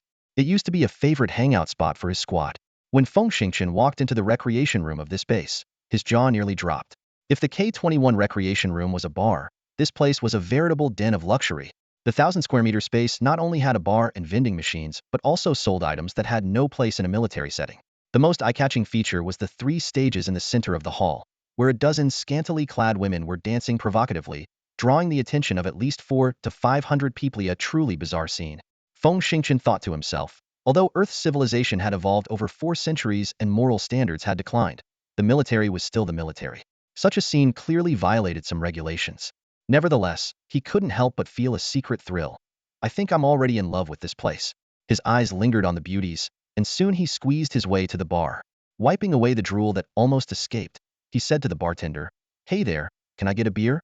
Behind the bar stood a woman so stunning, she made his whole body heat up. She glanced at Feng Xingqian, handed him a bottle of beer, and smiled. It's on the house. Really? Feng Xingqian was momentarily stunned, then laughed heartily. I'm honored. Does every first-time visitor get this treatment? Of course not. The bartender laughed, covering her mouth, but you get to enjoy it. Feng Xingqian was about to ask why when a blonde, blue-eyed woman next to him said with a smile, You're Feng Xingqian, right? Uh, I don't believe we've met. Feng Xingqian licked his lips. I'm Laixia, a former member of the K-15 Base Marine Corps L-041 squad. The blonde woman introduced herself. You're quite the celebrity here now. It's no surprise a pretty lady would buy you a drink. Me? Famous? Feng Xingqian looked puzzled. Laixia laughed and explained. How could you not know? The staff officers checked your military records and were stunned. You've taken down nearly 200 formidable biobeasts and elite fighters, not to mention destroying 2 mechas. Based on your merits, you should be promoted to second lieutenant. However, bypassing both the non-commissioned officer and commissioned officer ranks is unprecedented in the entire Federation. Word is, the staff officers are racking their brains to figure out how to reward you. Feng Xingqian was incredulous. No way. Absolutely. This info leaked from the staff office, Laixia said with a mischievous smile. But that's not the real bombshell. The real kicker is that you've saved the new generation's top mecha pilot, Xuemiao, 4 times. Now, there's no way you won't be famous. Just as Feng Xingqian was about to explain, someone gave him a hard slap on the shoulder. Feng Xingqian turned his head and saw a burly man with a full beard glaring at him arrogantly. The man spoke in a gruff voice. I heard you saved Xuemiao 4 times? Damn it. A marine grunt capable of rescuing a mech pilot? And even taking down a mech? Who the hell would believe such a story? Did you tamper with your service records? Feng Xingqian took a calm sip of his beer and replied coolly, Hey, buddy, you need to back up your claims. What you're saying isn't just an insult to me. It's a slap in the face to the military records system and the intelligence of the staff. The bearded man, unrelenting, pressed on, Damn it. Marines are at most level 6, while the lowest mech pilots are level 7. How could you possibly rescue a mech pilot? Feng Xingqian frowned and was about to retort when he noticed another burly man nearby who seemed displeased by the conversation. Striding over, he stared down the bearded man. What's wrong with Marines? Think mech pilots are all that? The bearded man casually grabbed a bottle of beer, took a swig, and smirked. Heh, to be honest, I am superior to Marines. My pay is more than double yours, and the mech I operate is worth 98 million, with additional gear pushing it to 130 million. Your measly $1 million armor is nothing. This lit the fuse. A burly Marine behind them roared, Damn it, looking down on Marines? Let's beat him up. With that, he lunged forward and landed a heavy punch on the bearded man's back, causing him to stumble. Another Marine followed up with a powerful kick, sending the bearded man flying. Even though the bearded man was a peak level 7 expert with a strong internal defense, the sudden attack caught him off guard. He quickly jumped up, roaring, Marines challenging mech pilots? You're asking for death. Mech pilots engage. The attacking Marines shouted back defiantly, Damn it, mech pilots bullying Marines? All Marines attack. In an instant, the place erupted into chaos, with shouts and punches flying everywhere. However, the Marines soon found themselves at a disadvantage. It was an undeniable fact that mech pilots generally had better training than Marines. Moreover, the sudden nature of the conflict left the Marines, already few in number after escaping the war, struggling to keep up. Skullbase, dedicated to mech development and manufacturing, had a predominantly mech pilot force, with only 2 Marine companies. If not for the recent rescue of over 500 survivors, the Marine presence wouldn't even reach battalion strength. Thus, mech pilots held a significant advantage at the base. A brawl broke out, and within moments, 60 to 70 Marines were beaten, some with broken bones, lying on the ground. The bearded man took the opportunity to knock down 4 or 5 Marines and finally reached the first attacker. He grabbed the Marine and, with a clenched fist, aimed for a deadly strike to the ribs. Feng Xingqian, who had been watching from a distance, decided he could no longer stand by. He charged forward, grabbed the bearded man's fist, and then smashed his forehead into the man's nose. With a sickening crunch, the bearded man felt a sharp pain as blood gushed from his nose, leaving him dazed and squatting on the ground. Having intervened, Feng Xingqian didn't hold back. He let out a furious roar, kicked the bearded man flying, and then charged into the densest part of the crowd. Moving like lightning, he grabbed and flung every mech pilot within reach, sending them crashing into others, causing screams of pain. Feng Xingqian bulldozed through the crowd, leaving a trail of fallen opponents. In a mere 60 to 70 meters, he had taken down over 30 people. His superior skills, combined with his swift movements, made him unbeatable by anyone below level 9. The Marines, inspired by his display, followed closely, pummeling those already down, escalating the chaos. Suddenly, a thunderous shout echoed through the venue. Stop! With that command, 5 pure white mech strode into the bar. Standing 7 meters tall and armed with several standard weapons, the insignia on their chests revealed them to be from the inspectorate. 5 mechs formed an impenetrable line at the entrance with lightning speed, creating an unassailable defense. Each mech gripped the latest model of heavy-energy battle rifles, the intimidating 55mm barrels flashing with a fearsome blue light, aimed directly at everyone inside. The guns were fully charged, ready to fire lethal shots at any moment. This was not just a show of force. It was a silent declaration of the authority held by the inspection team.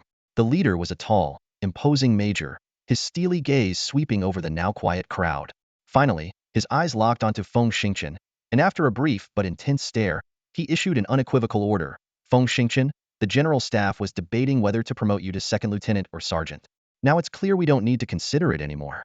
Fighting in a high-security base and injuring multiple people has broken 4 regulations. Arrest him and throw him into the confinement cell. As soon as he finished speaking, one of the mechs stepped forward like a moving fortress of steel, standing in front of Feng Xingchen, ready to apprehend this criminal. Feng Xingchen raised an eyebrow, a hint of disdain flickering in his eyes.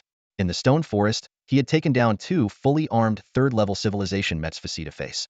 How could he fear these inspection team mechs, equipped only with basic weapons? A murderous aura surged from within Feng Xingchen. He suddenly reached out, intending to push aside the mech in front of him and argue with the major. However, the moment his palm touched the mech, an indescribable sensation swept through his body. He recoiled as if electrocuted, his face contorting into an extremely peculiar expression like someone straining with constipation, flushed and frustrated. Feng Xingchen took a deep breath, his eyes flashing with a mix of shock, fear, confusion, and joy. Just now, when his hand touched the mech, a strange voice echoed in his mind. Contact with low-level civilization mech with sensory mode detected. Combat power low. Host can use. Would you like to? Startled, he immediately withdrew his hand, causing the voice to vanish before he could hear the rest of its message. Despite his swirling emotions, Feng Xingchen remained clear-headed. He quickly realized that the hand he used to touch the mech was the one wearing the invisible Tianyu ring. This meant the Tianyu ring could function like a personal AI, capable of interfacing with mechanical devices. This discovery made Feng Xingchen's heart race. The Tianyu ring must be a product of a higher civilization, likely containing an incredibly powerful micro-AI. Even more astonishing, this AI seemed able to connect directly with his brain, transmitting information. Anyone in his situation would surely have had the same strange reaction he did. Feng Xingchen took a few deep breaths and looked around. The other fighters were surrounded by mechs, and the major was calling for the medical team, creating a scene of chaos. Luckily, no one noticed his peculiar reaction. He clenched his teeth, discarded the idea of arguing with the major, and once again reached out his right hand, cautiously touching the mech's leg. Sure enough, the mysterious voice sounded in his mind again. Contact with low-level civilization mech with sensory mode detected. Combat power low. Host can use. Would you like to copy and extract data? Without hesitation, Feng Xingchen mentally replied, yes. Copy successful. Data extraction complete. Would you like to learn? The voice continued. No. Feng Xingchen firmly refused in his mind. This was no time for learning. The mech's operator, unaware of Feng Xingchen's startling discovery, looked down at him and issued a stern warning through the loudspeaker. No tricks? Follow me. Eager to explore his newfound revelation, Feng Xingchen didn't bother arguing. He smirked, released his touch on the mech, and followed it out of the bar.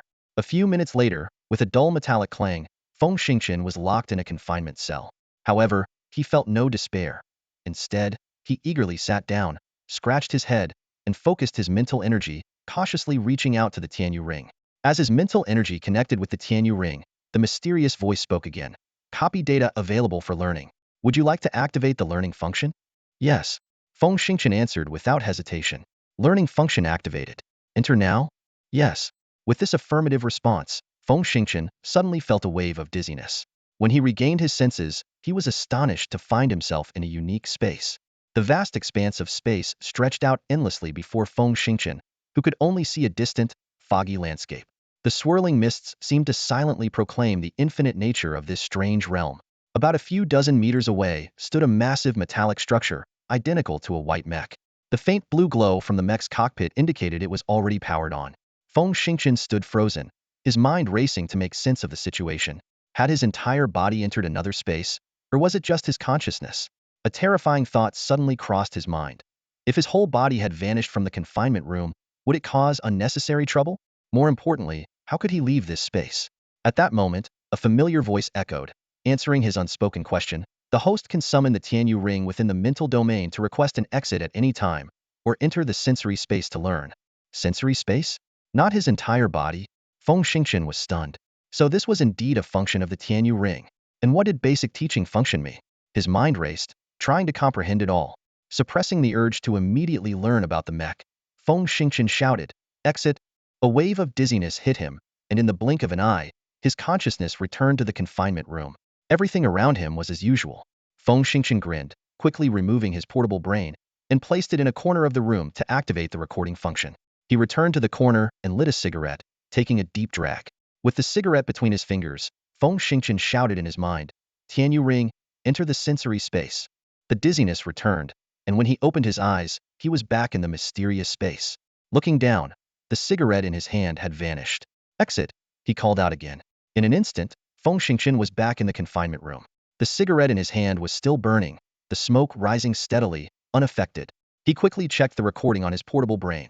The footage showed him sitting in the corner the entire time, never disappearing. Feng Xingqian nearly burst out laughing. This was the perfect way to come and go without anyone noticing. A smug smile spread across his face, though tinged with a hint of regret. The sensory space was only a mental construct, unlike Xiaohao's dimensional space that could store items. It seemed the Tianyu ring was not for storage but a high-level civilization's tool for simulated education. He shook his head, mocking himself. "I'm so insatiable. I got such an amazing thing out of nowhere and still want more features. Such greed will be the death of me." Taking a deep breath, Feng Xingqian stubbed out his cigarette and re-entered the space. He stood about 30 meters in front of the Mech, waiting patiently. After a moment, he scratched his head in confusion, then suddenly remembered something and said, "Begin teaching." An electronic voice immediately responded, "Beep. This space contains only a basic Mech. Initiating primary Mech training. Lesson 1. Understand Mech data, determine data usage methods, develop personalized combat techniques, and ultimately master diverse decision-making strategies." The words were bewildering, and as Feng Xingqian was still in a daze, a sharp pain suddenly shot through his mind. The agony was comparable to his first experience of using mental power to kill an evolved beast, excruciatingly painful. His pupils dilated, and he let out a scream, collapsing and rolling on the ground. The torment lasted about 30 or 40 seconds, but to him, it felt like an eternity. As the pain subsided, Feng Xingqian's breathing was ragged, like a wounded animal. He was about to curse the Tianyu ring when he suddenly realized his mind was filled with new information. No, more accurately, when he looked at the Mech, a stream of data instantly appeared in his mind. A series of data flashed before his eyes, leaving Feng Xingqian utterly stunned. In just a matter of seconds, the education system had output such detailed information, making him marvel at the wonder of this technology. But the true eye-opener was yet to come. Data transfer complete. The host can now proceed to actual operation. The voice rang out again. Feng Xingqian blinked in disbelief. From what he knew, becoming a qualified pilot required at least 6 months of theoretical study, plus 2 months of getting familiar with the instruments under an instructor's guidance before actual operation was possible. And now, he had gained the qualification in just a few seconds? Excited, he rubbed his hands together and quickly walked to the Mecha. Agilely climbing into the cockpit, he first curiously examined its interior structure before nonchalantly settling into the pilot's seat.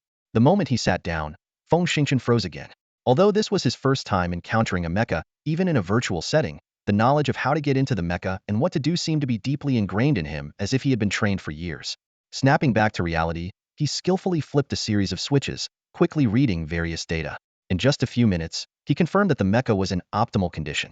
He then secured himself on the platform, inserting his hands and feet into glove and boot-like devices made of sensors. This control mode was reminiscent of scenes from the movie Avatar, commonly known as the body sensor mode. In fact, the prototype of this technology had emerged around 2010, initially used in 3D animation production.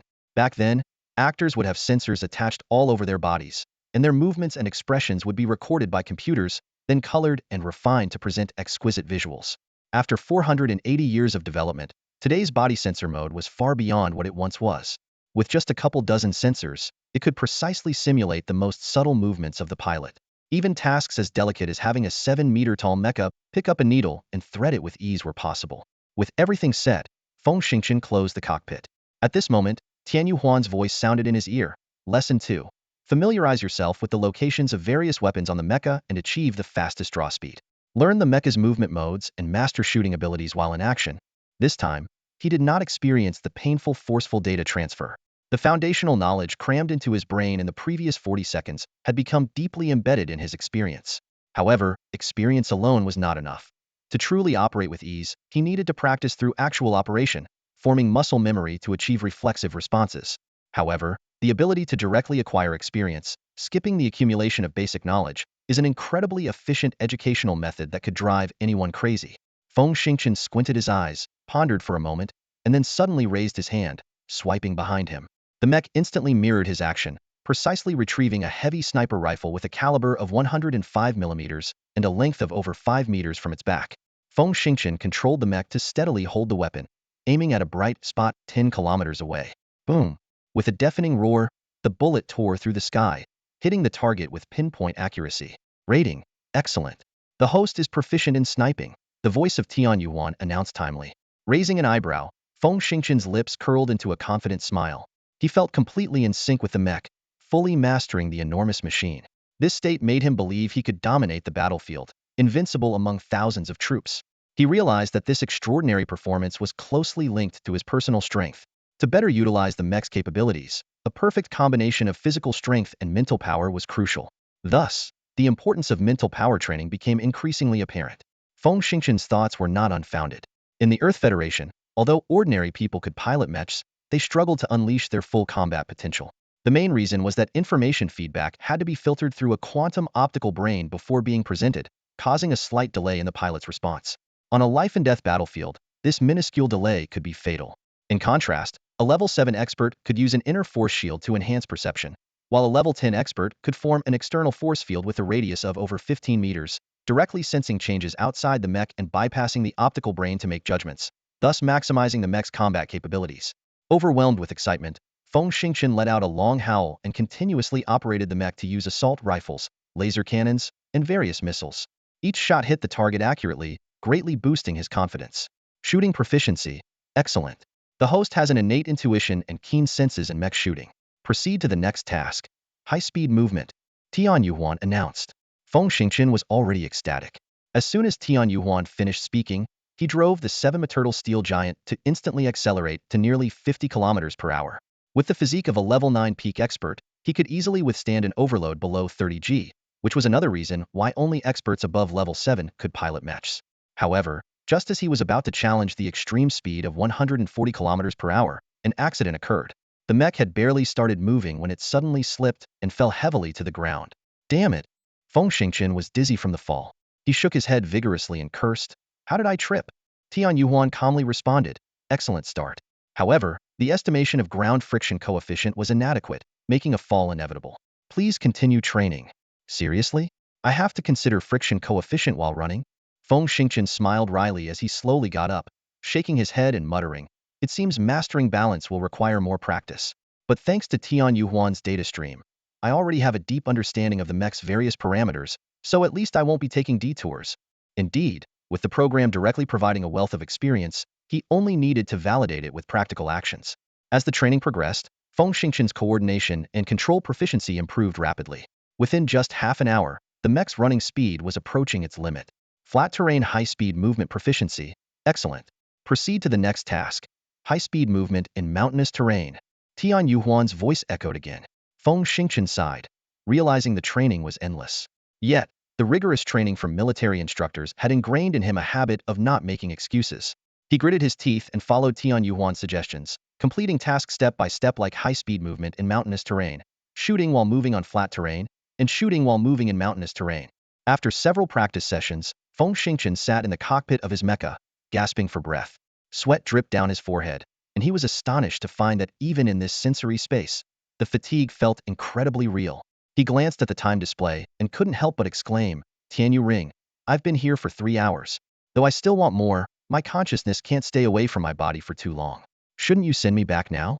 However, Tianyu Ring did not comply with his wish. In a cold voice, it responded, the sensory space operates at 10 times the speed of external time. Training for 10 hours here is equivalent to 1 hour outside. Additionally, if any unsafe factors appear nearby, this program will alert the host. Given these factors, do you wish to abandon the training? Feng Xingchen's eyes widened in surprise. What? It has such a feature? Tianyu Ring continued explaining. The sensory space exists within the host's brain through cognitive sensing technology. It stimulates the relevant nervous systems, expands neural connections, thereby enhancing cognitive function and speeding up processing capability. The tenfold time difference is standard. As the host's neural development and mental strength improve, the time disparity will increase. Impressed by the explanation, Feng Xingqian couldn't help but clap his hands in approval. All right, let's continue the training. Tianyu Ring immediately introduced the next course. Lesson 3, Basic Evasion Movements and High-Speed Evasion Combinations. This lesson is crucial. Mastering the 19 different evasion moves can be combined into 26,626 highly effective tactical maneuvers. Hearing the number, Feng Xingqian was stunned. 26,626? That's insane. This is the basics. Tianyu Ring emphasized. The importance of basics needs no explanation. Feng Xingqian was anxious. But how do I have that much time? Tianyu Ring responded calmly. You have plenty of time. Given your mental strength and mecha control talent, it will take only 3,000 hours of training to master the basics. How much? 3,000 hours? That's 125 full days. Feng Xingqian exclaimed. I still have to participate in regular military training, enhance my physical strength, and cultivate my mental power and inner energy. Even if I don't eat or sleep, it would take a year. Tianyu Ring corrected. I meant 3,000 hours in the sensory space, which is only 300 hours in reality. Additionally, due to the unique nature of the sensory space, it stimulates the relevant nerves deeply, resulting in rapid muscle contraction. This means that training here not only improves mental strength, but also enhances physical strength and creates deep muscle memory. Thus, you can complete the basic training in about 300 real-time hours. Feng Xingqian was utterly shocked by this information and couldn't help but ask, what level of civilization do you come from? Tianyu Ring replied coldly, sorry, the database is damaged. Unable to retrieve information. So, what can you find? Feng Xingqian pressed. Sorry, insufficient permissions. Unable to retrieve information, Tianyu Ring remained indifferent. Feng Xingqian cursed in frustration. Damn it, let's just train.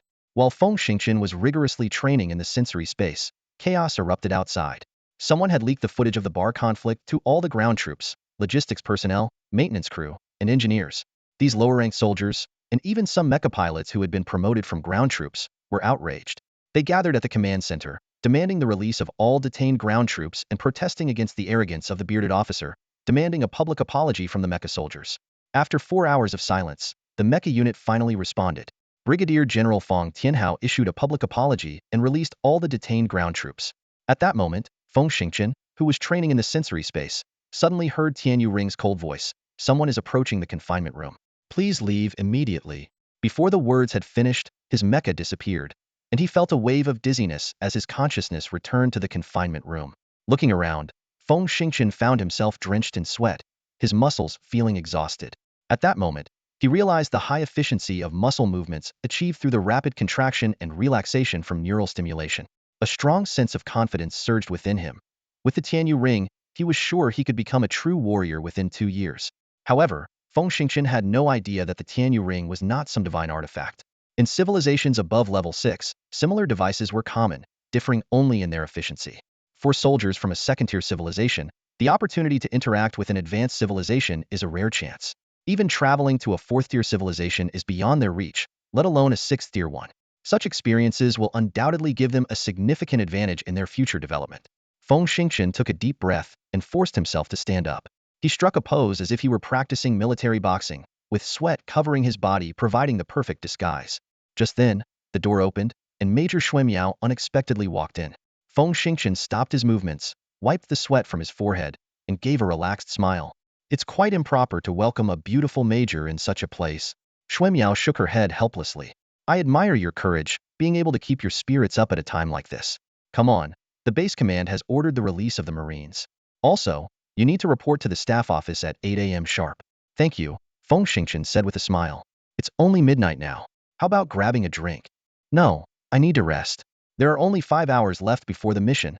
Xuemiao waved her hand and left the room first. Feng Xingqian took a few steps to follow but was stopped by 2 soldiers. They warned him, the Marine quarters are over there. You don't have the clearance to enter the mecha camp. Please leave. Watching Xuemiao's smiling glance as she walked away, Feng Xingqian glared at the 2 soldiers before turning and leaving reluctantly. Back in his room, Feng Xingqian had just opened the door when he heard the door next to his room creak open. A figure slipped into his room like lightning. Turning his head, he was surprised to see that it was the blonde beauty, Laixia, whom he had met at the bar. Before he could say anything, Laixia threw herself into his arms, sealing his lips with a passionate kiss. Feng Xingchen was delighted and wrapped his arms around her waist, responding eagerly. In this era, people were quite open about relationships. Young people generally believed in living in the moment, especially those who often faced danger and were more inclined to indulge themselves. The storm in the room lasted almost an hour before it subsided. Soon after, there were rustling sounds of clothes being put on, and Laixia quietly slipped back to her room. This was an unwritten rule in the squad. As long as they weren't caught by the discipline team, intimate interactions with the opposite sex wouldn't cause trouble. If caught, although they wouldn't face severe punishment, they would encounter minor inconveniences like confinement, cleaning toilets, or increased training. Lying on his bed, Feng Xingchen wore a satisfied smile. He reminisced about the beauty's smooth skin and impressive skills, and soon drifted off to sleep. The next morning, Feng Xingchen arrived punctually at the bright and spacious staff office. A staff officer with a lieutenant colonel rank scrutinized him for a few moments before speaking concisely. Feng Xingchen, based on your previous military achievements, the staff office has decided to promote you to sergeant, award you a second-class merit, and grant you a bonus of 100,000 credits. Considering your strength is above level 8, remaining in the Marines would be a significant loss for the Federation. Now, the staff office gives you two options. First, join the Mecha Squad and receive the best training. Second, join one of the newly formed Special Forces teams composed of level 7 and above experts, and you can lead one of them. Feng Xingchen straightened his back and asked loudly, Lieutenant Colonel, may I refuse? No. You must choose between these two options. The Lieutenant Colonel replied sternly. The situation on Confronting is becoming increasingly uncertain. We must quickly gather elites and form high combat teams to ensure our self-defense capabilities. This is an order from the command, and it is non-negotiable. Feng Xingchen calmly stared at the officer, his mind racing. 10 seconds later, he made his decision. I choose to join the Special Forces. However, I have no experience leading a team. I hope the staff office can consider allowing me to operate solo. The Lieutenant Colonel's eyes widened. What? Operate solo? Feng Xingchen explained. There are two reasons. First, my actual combat strength is at the peak of level 9. In the Special Forces, if there is a significant disparity in strength among team members, it will inevitably affect coordination. Unless the staff office can find other level 9 experts in the Marines to team up with me. Second, after half a month of continuous combat, I found that I am more suited to completing missions independently. I hope you can support this. The Lieutenant Colonel frowned, weighing the pros and cons. Just then, a brief command came through his Bluetooth earpiece. Agree to his request. The Lieutenant Colonel smiled slightly and nodded. All right, we agree to your request. Now, you can go to the logistics department to collect the Special Operations Team equipment and be ready to accept missions at any time. Feng Xingchen stood at attention and saluted, then turned and marched out of the office. On the surface, his expression was serious, but his mind was racing. Miao had repeatedly tried to stop him from joining the Mecha Squad, which surely meant there was some unspeakable reason. Without the Tianyu ring, if he had to choose between the two options, he would undoubtedly choose the more powerful mecha. After all, with his current strength, he couldn't handle a third-stage evolved beast. It seemed like an inescapable paradox.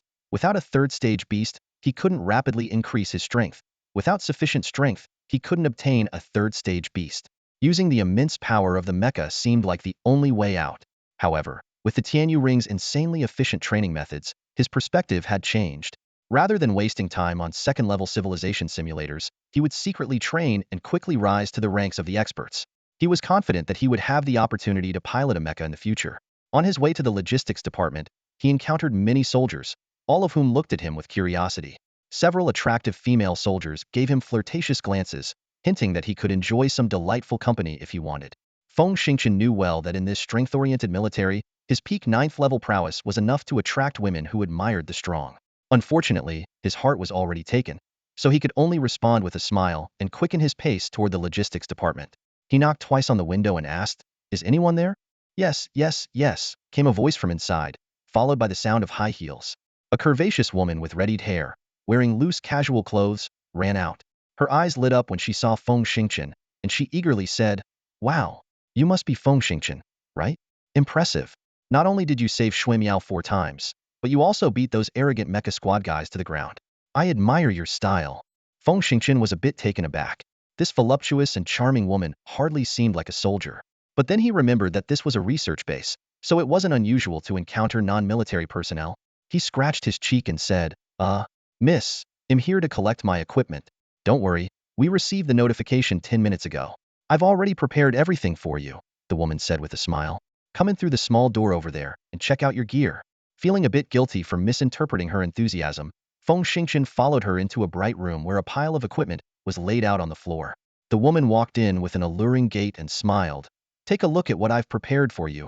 She began to introduce the equipment: third-level exoskeleton armor, an 8 million cycle vibration knife, a custom 16.5mm dual-barrel energy rifle, a custom 21mm heavy folding sniper rifle, plenty of ammunition, energy supplements, field rations, a first aid kit, and more. These were all specially designed for experts above the 8th level, and there was even a brand new model of a hoverbike. Feng Xingqian meticulously inspected each piece of equipment, but when he saw 2 types of large bullets, he frowned and asked, "Miss, isn't there any supercharged ammo?" The woman laughed and replied, "Of course there is." Feng Xingqian immediately put on a flattering smile. "Miss, can we make a deal? I don't need the exoskeleton armor or the energy rifle, so I won't need the grenade launcher rounds. Could you exchange them for 100 rounds of supercharged ammo?" The woman gave him a peculiar look and shook her head slightly. "Although your proposed trade is fair in value, that particular item is quite precious and requires special approval from above. Frankly, I haven't received any such orders." "No way." Feng Xingqian found it hard to believe. "I'm a peak 9th level expert with my own squad. How could I not get supercharged ammo?" The woman gave him a few more scrutinizing glances before a knowing smile crept across her lips. Her voice, laced with temptation, said, "If you offer your body in exchange, I can risk the reprimand and equip you with 10 rounds. Oh, and I'll throw in the latest model of the steel cable launcher and custom steel net darts. But you must last for 30 minutes. Feng Xingqian's eyes widened as he took a closer look at the alluring woman. She was dressed casually, yet her attire highlighted her lazy, seductive charm. 200 years ago, Earth scientists had unlocked the secrets of genetic code, and eugenics had advanced significantly. Nowadays, almost any woman you met could be a stunning beauty, and this one was certainly a seasoned example. Feng Xingqian felt a certain part of his body begin to swell, but being a 9th level peak master, he struggled to maintain his composure. However, the woman had already noticed his subtle change. With a light laugh, she suddenly lunged at him. Oh heavens! The two of them ended up performing an astonishing action scene on the hoverbike. 40 minutes later, Feng Xingqian left, satisfied and well-equipped. He had traded his exoskeleton armor, energy combat rifle, and grenade launcher for 15 overclocked rounds and other gear more suited for jungle warfare. Now, fully equipped and well-rested, Feng Xingqian was determined to return home and rigorously train in mecha combat and 9th level shield compression. The lieutenant colonel's words echoed in his mind. The current situation was too tense, and learning an additional skill could very well save his life. Back home, Feng Xingqian wasted no time and immediately entered the mental training space. Tian Yuhuan's voice rang out. After 37 hours of training in the mental space, the host has mastered 9 basic evasion maneuvers and 400 combination moves. Please board the mecha for live combat drills. Feng Xingqian was taken aback. What? Live combat drills now? The basics are meant for combat. Without real combat, the basics are just a joke. Only through combat can you discover your weaknesses and master the fundamentals faster, Tian Yuhuan explained. Feng Xingqian pouted, but still climbed into the mecha. Suddenly, a formidable-looking mecha appeared opposite him, and he was stunned. This was a wolf-shaped mecha, standing 5 meters tall and 10 meters long, its blue and white armor gleaming with a metallic sheen. Its eerie blue electronic eyes flashed rhythmically, giving off a sinister vibe. As soon as he saw the mecha, a series of data flashed through Feng Xingqian's mind.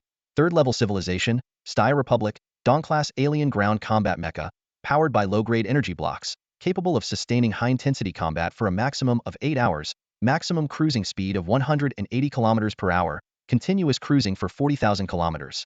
Equipped with 4 ion oscillating claws, oscillation speed of 30 million times per second, mouth-mounted 110mm heavy sniper rifle, ammunition capacity of 500 rounds, 2 9-barrel rapid-fire laser cannons on the back, ammunition capacity of 5 units each, 3 missile launchers on each side of the abdomen, capable of launching quantum missiles, guided nuclear missiles, plasma missiles, and other types of weapons. Equipped with onboard 3D radar, maximum ground detection range of 230 kilometers based on planetary curvature. Equipped with electronic suppression system and high-speed optical brain. A 3rd-level civilization mecha? Such terrifying data? Where did you get this data? Feng Xingqian asked in astonishment.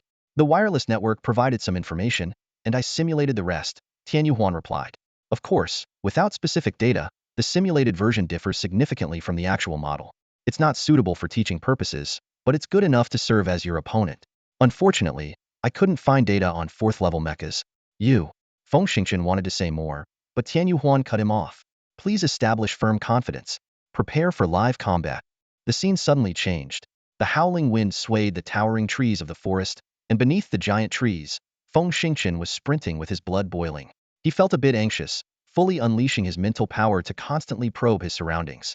As he reached a transcendent state, the world's rotation seemed to slow down in his eyes. His mind was highly focused, his breathing becoming rapid. Each exhale brought a burning sensation to his nasal passages, as if he were breathing out flames instead of air. Feng Xingqian felt utterly exhausted. 2 hours of relentless pursuit had drained his mental and physical stamina. Tianyu unexpectedly shifted the battlefield to this dense forest spanning 23,000 hectares, rather than confronting the Tier 3 Mech Hedon. The wolf-shaped mech held a significant advantage in the forest, fast, adaptable, and equipped with an overwhelming electronic suppression system. This forced Feng Xingqian to abandon his reliance on 3D radar and instead use mental diffusion to track his opponent. Fortunately, the wolf-shaped mech, weighing 20 tons, inevitably left traces in the forest, making it impossible for him to completely lose the trail. Suddenly, a sense of danger surged through him. Almost instinctively, Feng Xingqian executed a flawless tactical evasive maneuver. A deafening explosion followed, and a tree nearly 2 meters in diameter exploded, sending wood splinters flying as the trunk crashed to the ground. Damn it, the firepower of a Tier 3 civilization sniper rifle is insane. Feng Xingqian cursed under his breath. Without a moment to spare, he sprinted towards the direction from which the bullet had come. He had no other choice. He needed to engage his opponent in close combat quickly. Otherwise, given the enemy's advantages in energy, long-range attacks, and speed, once his own energy was depleted, he'd be as good as dead. The massive shadow of his mech moved like a wisp of smoke, weaving agilely through the dense obstacles. Despite reaching speeds of 90 kilometers per hour, it navigated the chaotic forest effortlessly, showcasing Feng Xingqian's exceptional skills in mech operation and the fruits of countless hours of training. There you are. Finally, his mental power locked onto the target. Although the target was incredibly fast, the dense forest significantly restricted its maximum speed of 180 kilometers per hour. The distance rapidly closed. 600 meters, 500 meters. With a swift motion, Feng Xingqian steadied the heavy sniper rifle designed for mechs. Even while moving at high speed, he fired 3 precise shots. Boom, boom, boom. The muffled gunshots echoed through the forest. Relying on his outstanding sniping skills and predictive abilities, Feng Xingqian was confident he could inflict some damage on the wolf-shaped mech. However, what he saw next left him stunned. The wolf-shaped mech twisted its body in an uncanny manner, using its powerful front limbs to grip a giant tree. With this small action and leverage, the massive mech deftly changed its trajectory. Swish, swish, swish. The 3 large bullets narrowly missed the wolf-shaped mech, leaving it completely unharmed. Are you kidding me? How can you be that smart? Feng Xingqian couldn't help but curse. He prided himself on his 2-level sniping skills, which he considered almost godlike, yet his prediction had been completely thrown off by that single tree. He finally realized that even a mech simulated by an AI could perform unimaginable maneuvers. To his surprise, the wolf-shaped mech abruptly changed its strategy. Instead of hiding, it turned around and charged at him ferociously. Midway, 2 massive 9-barrel laser cannons emerged from its back. The air sizzled as dense streams of bullets formed 2 fiery red whips, unleashing terrifying firepower towards Feng Xingqian. His pupils contracted, and he gritted his teeth. His Reaver mech responded swiftly. A seam opened in its palm to reveal a similarly powerful 9-barrel high-speed laser cannon, which fired blinding beams at the target. In this life-or-death moment, Feng Xingqian displayed astonishing control skills. The 7-meter-tall mech continued to shoot while executing a series of dazzling maneuvers. Tucking, rolling, shaped steps, more tucking, backflips, side flips, ducking, sidestepping, dashing. Every movement was executed with millimeter precision, like an agile sprite weaving through the deadly light whips. The wolf-shaped mech clearly didn't anticipate such strong counterfire. Under the suppressive fire, its laser cannons lost accuracy, allowing Feng Xingqian to close the distance to within 100 meters. At such close range, missiles and firearms were rendered useless. With the mech's massive size, it only took 2 or 3 strides to cover the short distance. Close combat became the only option for both sides. As early as April 8th, Feng Xingqian received a notification about his work being published. However, due to unsatisfactory results, he decided to postpone the release until the end of April. Meanwhile, he resolved to expand the word count of each chapter to 2,000 words starting immediately, and to maintain a pace of 4 updates per day. This meant he needed to write 8,000 words daily, an extreme challenge. Nonetheless, he firmly promised not to miss any updates to ease his readers' concerns. In the training ground, a wolf-shaped mecha suddenly let out a deafening roar, then curled up, ready to strike at any moment. Feng Xingqian keenly observed the mecha's movements, a cold smile playing on his lips. He swiftly took 2 steps forward, drawing his vibroblade, and slashed it fiercely at the mecha. However, the wolf-shaped mecha remained motionless, as if paralyzed with fear. Feng Xingqian frowned, alarm bells ringing in his mind as he realized something was wrong. Just as he was about to take evasive action, it was too late. The previously still wolf-shaped mecha leaped up with unbelievable speed, effortlessly dodging Feng Xingqian's attack. Then, it executed a high-difficulty spin midair, its forepaw extending in a bizarre manner. With a zzz sound, a pitch-black ion vibroblade shot out from the mecha's forepaw, piercing precisely into the cockpit of the counterattacker. Feng Xingqian felt the excruciating pain of the blade vibrating 30 million times per second, penetrating his heart. Following this, the entire mecha exploded violently. 10 seconds later, the scene vanished abruptly. Feng Xingqian found himself back at the starting point of the sensory space training ground, drenched in cold sweat. Not only his forehead, but his entire body was soaked. If this hadn't been a simulation, he couldn't imagine the consequences. At that moment, Tianyu's furious voice echoed in the space, making Feng Xingqian's head spin. Idiot. A complete idiot. You forgot your opponent comes from a level 3 civilization and that it's not a real wolf but a mecha. How could a mecha's limbs not be able to twist and turn like a real wolf's? And you dare to face an opponent that's 30 faster than you after only a few dozen hours of training? You must be tired of living. Get back to your mecha for basic training. Another confrontation in 10 hours, and if you can't win, you'll get 10 electric shocks as punishment. Feng Xingqian shuddered, memories of the painful electric shocks flooding his mind. The tiny current directly acted on his nerve endings, causing full-body spasms and intense pain. He had experienced it twice and never wanted to go through it a third time. Gritting his teeth, he stood up without a word and slowly walked towards the counterattacker that had just been simulated a few dozen meters away. The next 3 days were bound to be grueling. The sensory space training constantly assaulted his nerves, making him dizzy. His muscles repeatedly contracted and relaxed under neural stimulation, leading to severe exhaustion every 4 to 5 hours, leaving him drenched in sweat. It was even more exhausting than training in a gravity chamber. Fortunately, the medical technology of this era was highly advanced. Just drinking a bottle of the military's special training nutrient solution would restore his energy within an hour. This training method was even more effective than traditional training grounds. As for the source of the nutrient solution, aside from the fixed daily ration of 1 bottle per person, it could also be purchased at one's own expense from the logistics department. However, the beauty in the logistics department was infatuated with his increasingly strong physique. As long as he worked hard for an hour, not only was he exempt from the usual fee, but she also gave him several hundred extra bottles, enough for 3 to 4 months. However, after only 4 days of intense training, Feng Xingqian had to hurriedly leave his room. He quickly collected a tendy supply of field rations and related supplies, packing and securing everything on the rack of his hover bike. Then, he anxiously paced around the bike. A few minutes earlier, he had received his first mission since becoming a Special Forces member. However, Xiao Hao had been missing for 4 days, with no sign of him. Although Feng Xingqian had sent cryptic messages via his personal AI, he had yet to receive a response. Growing frustrated, Feng Xingqian muttered angrily to himself, "I'll wait 5 more minutes. If he doesn't show up, I'll go alone."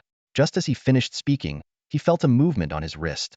Xiao Hao had finally returned, habitually transforming into a wrist guard. He mounted his motorcycle and swiftly drove into the high-speed elevator. The metal doors slid silently shut, leaving only the low rumble of the engine in the enclosed space. As the elevator rapidly ascended, he finally spoke up. 4 days gone, any worthwhile gains? The gains were modest, the other person replied calmly. After all, what I truly need can't be produced by civilizations below level 6. He paused, a hint of excitement flashing in his eyes. However, there were a couple of pleasant surprises. I found 2 decent metals. One is the emerald radiance stone used by level 4 civilizations to expand reactor capacity, and the other is the rail alloy, which they use to enhance mech armor. Feng Xingqian was taken aback, raising his eyebrows slightly. Oh, all from level 4 civilizations. That's not surprising, the other explained, tapping lightly on the motorcycle's control panel to adjust the driving parameters. Although the Earth Federation appears to be a level 2 civilization, many of its hard metrics have already reached level 3. Some of its more specialized technologies are quite advanced, and even level 4 civilizations have a demand for them. It's not uncommon for both sides to engage in behind-the-scenes deals. His tone turned serious. However, such transactions usually involve finished products, not technology transfers. I understand.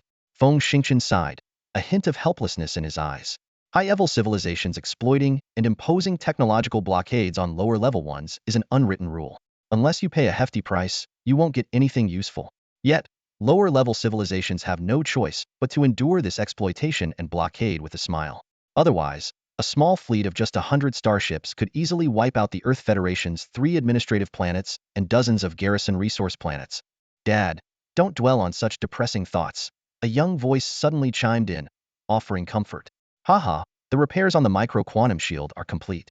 Unfortunately, due to the scarcity of level 4 energy blocks, it can only withstand a single strike from a 3rd evolution beast or an 11th level warrior. One strike. Feng Xingqian frowned, then relaxed, a glimmer of hope in his eyes. Withstanding one strike means I have a chance for a critical counterattack. However, I'm still skeptical about whether a blade with 50 million vibrations can kill a 3rd evolution beast or an 11th level expert. Your skepticism is justified, the young man analyzed seriously. Last time, Xuemiao faced a speed-type flying beast with relatively weak defense. Even though she had advanced to level 10 and could exert twice her previous power, it still took considerable effort. If you encounter a beast with extraordinary defense, your peak level 9 strength might not be enough. That's exactly what worries me, Feng Xingqian admitted with a nod. After pondering for a moment, Xiaohao's eyes suddenly lit up. How about this? I can make an energy cannon gauntlet powered by level 3 energy blocks. Its power would be 4 to 5 times that of a standard infantry energy rifle. It might not kill a 3rd evolution beast, but in critical moments, the explosive force could push it back by several meters. That's fantastic, Feng Xingqian said excitedly. Get it done as soon as possible. It will take a few hours, Xiaohao estimated. No problem, Feng Xingqian said, relaxing into his seat. It will be at least 10 hours before I reach the mission site. What's the mission this time? Xiaohao asked curiously. Feng Xingqian gave a wry smile. It's a strange one. We have to enter a designated forest and install radar nodes at specific locations as quickly as possible, while also mapping the area in detail. During this process, we need to investigate any signs of hostile activity. If we encounter enemies, we can choose to engage or retreat based on the situation. Damn, this mission is so vague and hard to understand. Xiaohao couldn't help but complain. Xiaohao chuckled softly and said to Feng Xingqian, Dad, I've made a new discovery these past few days. There was a hint of excitement in his voice. I've successfully connected to the base's main computer and obtained some information that might be useful to you. Feng Xingqian raised an eyebrow, signaling him to continue. Taking a deep breath, Xiaohao began his detailed report. 5 days ago, the Kaijia started sending various small teams into the forest, seemingly to investigate the local situation. However, they encountered significant losses during their exploration, so the teams they dispatched grew increasingly stronger. It's said that sightings of high-level warriors and mech squads have been reported in many areas. Feng Xingqian nodded slightly, deep in thought. As an experienced commander, he understood that this was the standard procedure for occupying a new planet. Seeing his father's calm reaction, Xiaohao grew a bit anxious and continued, Think about it. If the Kaijia keep expanding their search area and eventually reach the Bone Desert, even if our base uses underground fiber optics for external communication, it might still be discovered. A flash of alertness crossed Feng Xingqian's eyes. I understand, he quickly analyzed. So the Bone Base is constantly sending various teams into the forest, both to disrupt the enemy's exploration process and to create the illusion that Earth soldiers are surviving in large numbers in the forests, forcing the Kaijia to focus their attention there.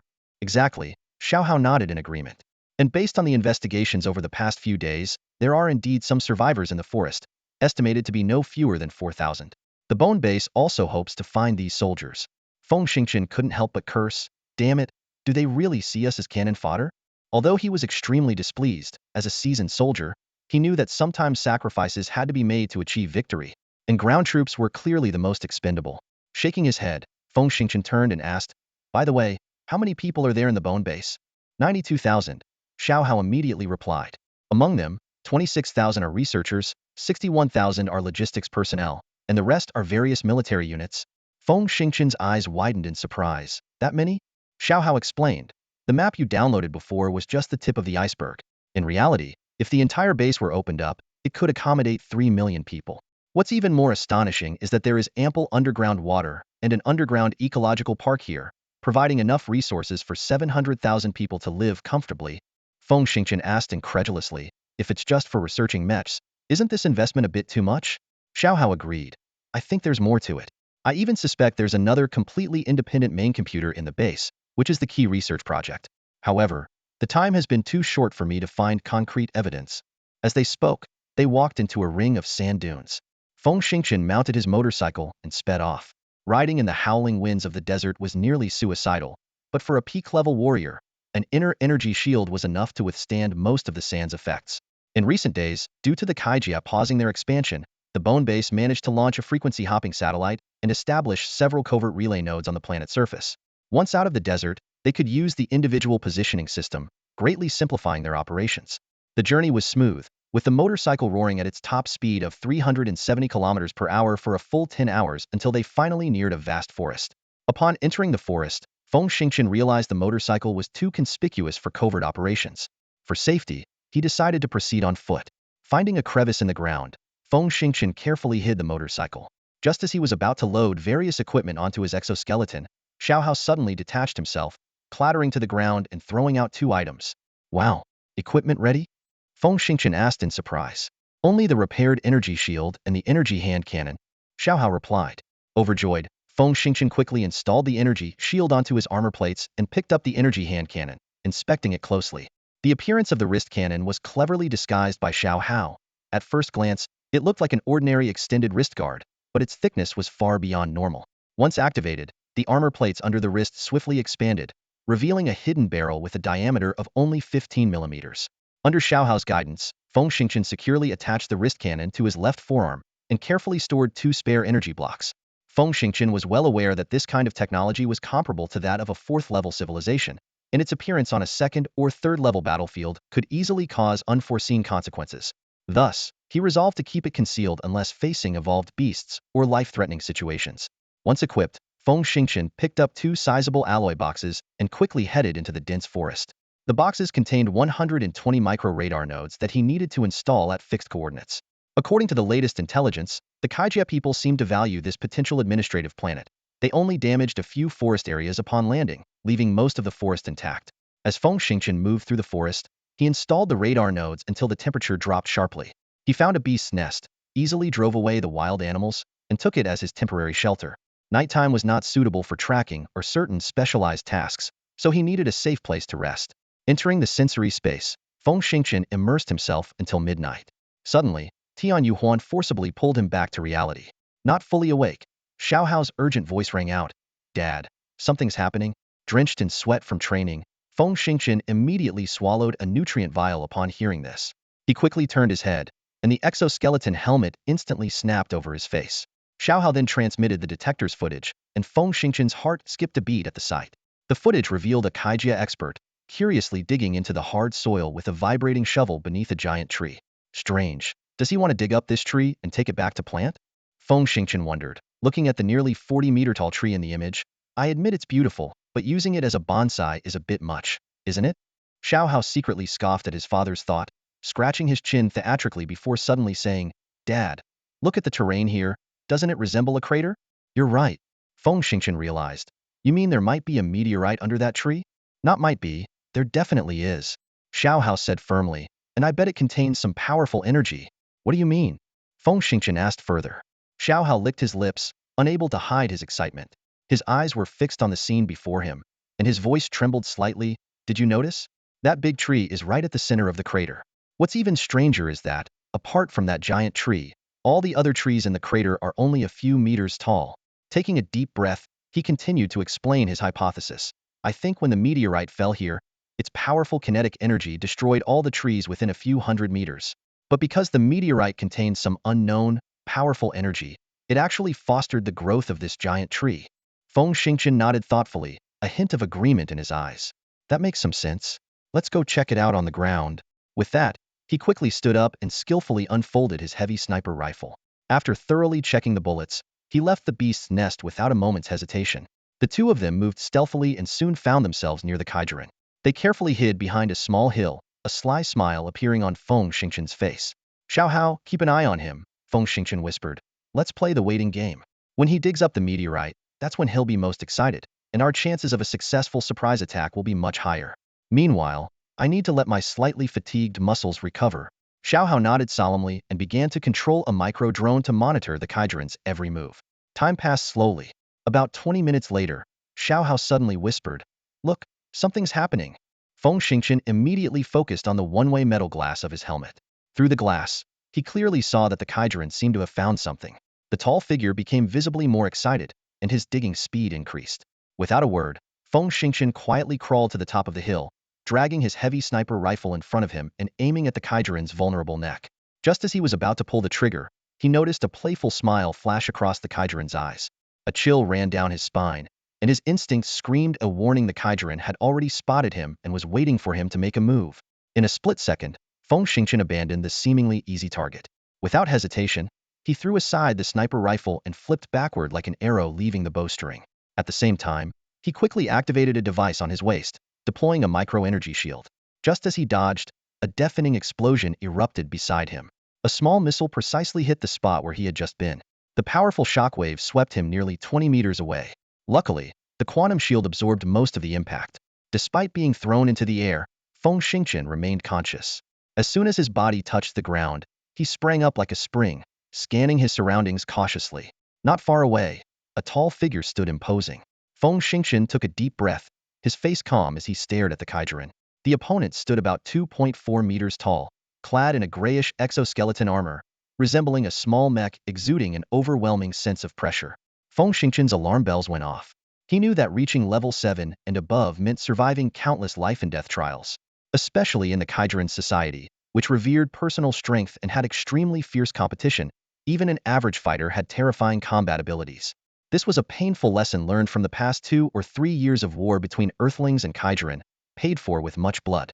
Without a moment's hesitation, Feng Xingqian drew an ion vibration blade from his waist, gripping it tightly.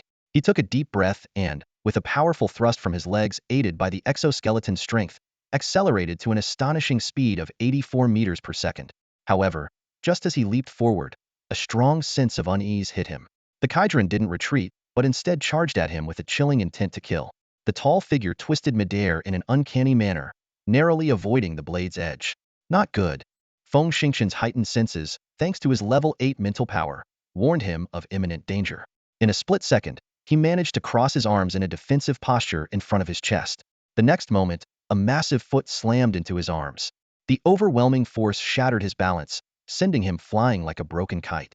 In that critical moment, gratitude surged in Feng Xingqian's heart, gratitude for the military's rigorous training and for the relentless challenges posed by Tian Yuhuan. These experiences had taught him to stay calm in the face of danger and to know how to respond. While airborne, his body made a bizarre move. His extended frame suddenly curled up, then explosively straightened. The ion blade in his hand slashed through the air, creating a dazzling arc that sealed off the space behind him. His judgment was spot on. Behind him, the Kaijia warriors had planned to follow closely and take advantage of his vulnerable state. However, they underestimated their opponent's formidable intuition. Even in midair, he managed to launch precise and sharp counterattacks. The Kaijia warriors sensed the impending danger from the glint of his blade. Suddenly, their rapid movements came to an abrupt halt, suspended in midair. Feng Xingqian breathed a silent sigh of relief, but quickly realized that the Kaijia warrior before him was no ordinary foe. His only advantage lay in his superior combat skills and the robust defense of his quantum shield. As soon as his feet touched the ground, Feng Xingqian sprang back up, intending to use the quantum shield to block an attack and create an opening for his own strike. But just as he leaped, a warning bell rang in his mind. With a lightning-fast glance, he noticed the kinetic weapon on the Kaijia warrior's shoulder trembling slightly. The Kaijia Empire's kinetic weapon technology was highly advanced. A device no larger than a backpack could, with the help of a powerful electromagnetic accelerator, propel a 50mm alloy sphere to 18 times the speed of sound with remarkable accuracy. At a range of about a kilometer, even a peak-level 10th rank warrior would struggle to emerge unscathed, let alone a 9th rank one. This realization made Feng Xingqian's heart skip a beat, but it also brought him a sudden calm. His mental faculties went into overdrive, instantly entering a superconscious state, with all his senses heightened to their limits. Time seemed to slow down, and he could clearly see the kinetic projectile hurtling toward him at 18 times the speed of sound. His pupils contracted sharply, and his micro-quantum shield activated just in time. As the projectile was about to hit, Feng Xingqian slightly shifted his body. A dark object slammed into the side of the quantum shield, sending him crashing to the ground like a snooker ball, kicking up a cloud of dust. The Kaijia warriors were baffled. How had this seemingly frail human detected the kinetic projectile's attack and managed to dodge in such a short amount of time? Such prowess was rare even among the top mech pilots. Their astonishment caused a brief hesitation in their actions. Feng Xingqian seized this fleeting opportunity. Harnessing the immense explosive power of his internal force, he shot up like an arrow, leaving a blur in his wake, and launched another offensive. Attack, attack, attack again. From the very beginning, Feng Xingqian had been on the offensive. The old adage, the best defense is a good offense, instilled in him through rigorous training, was now second nature. This time, he changed his strategy. Instead of leaping into the air, he lowered his body, using the terrifying support of his exoskeleton armor as a fulcrum. Feng Xingchen moved at an astonishing speed, breaking through 120 meters per second. In just 0.06 seconds, he was in front of the Kaij warrior. With a swift motion, he swung his vibrating blade. The sound of it slicing through the air filled with a deadly intent, targeting the Kaij's chest. The Kaij warrior, honed by a brutal environment, sensed the danger and desperately leaned back.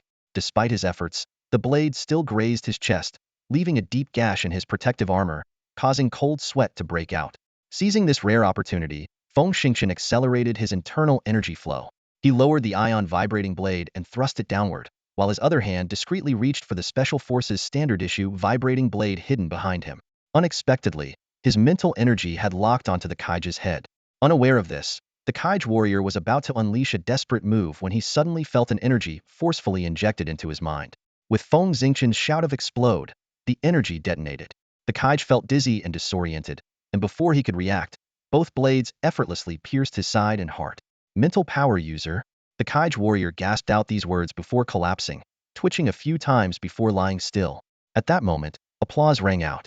Xiaohao's simulated image appeared, genuinely praising, "Dad, you're amazing. To think you could combine mental power with the 9th level internal energy shield so effectively. Even without the 50 million iterations of the ion vibrating blade, you still managed to kill him." Feng Xingchen exhaled deeply, smiling bitterly. "Honestly, I almost didn't make it." Xiaohao chuckled.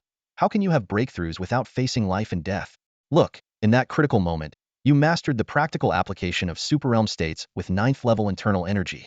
I bet that once you accumulate enough mental energy, you'll easily enter the 10th level club and become a true mental power expert. You might even step into the 13th level master realm with ease because you've already grasped the superrealm operation." Feng Xingchen was equally amazed. Many complex things had become so simple in his hands. Just as he was about to say something, he saw Xiaohao detach and swallow the Kaij's equipment, then swiftly move to the excavation site. With just a glance, Xiaohao's face lit up with joy.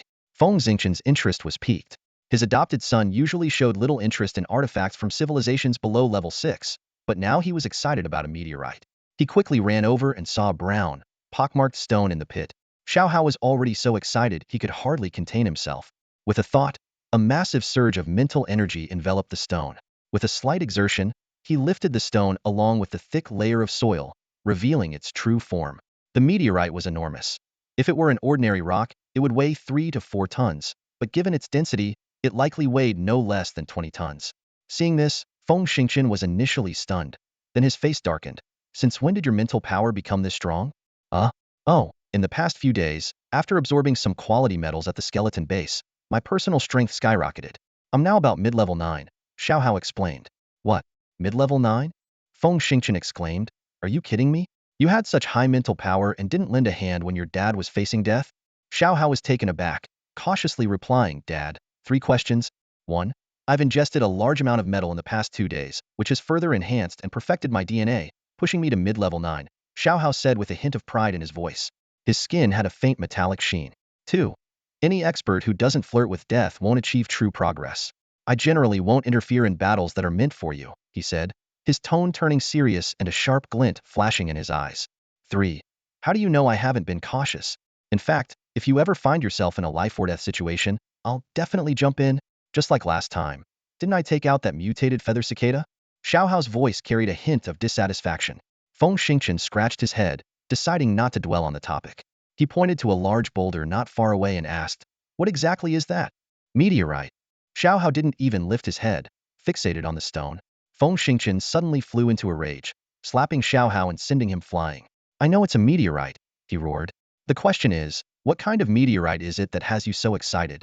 Grimacing in pain, Xiaohao quickly explained, "This is a rare product of a supernova explosion. It contains a lot of rare metals and even a piece of 633 radiation material, which has strong life energy." His eyes sparkled with excitement. "Heh, Earth's technology doesn't have any records of 633 radiation material, but countries with level 6 civilizations and above are all researching it." Feng Xingchen suddenly understood. "So, you're saying this thing is valuable?" Hearing this, Xiaohao looked devastated. He raised his head to the sky and shouted hysterically, "Valuable? Oh my god. How did I end up with such a foolish father?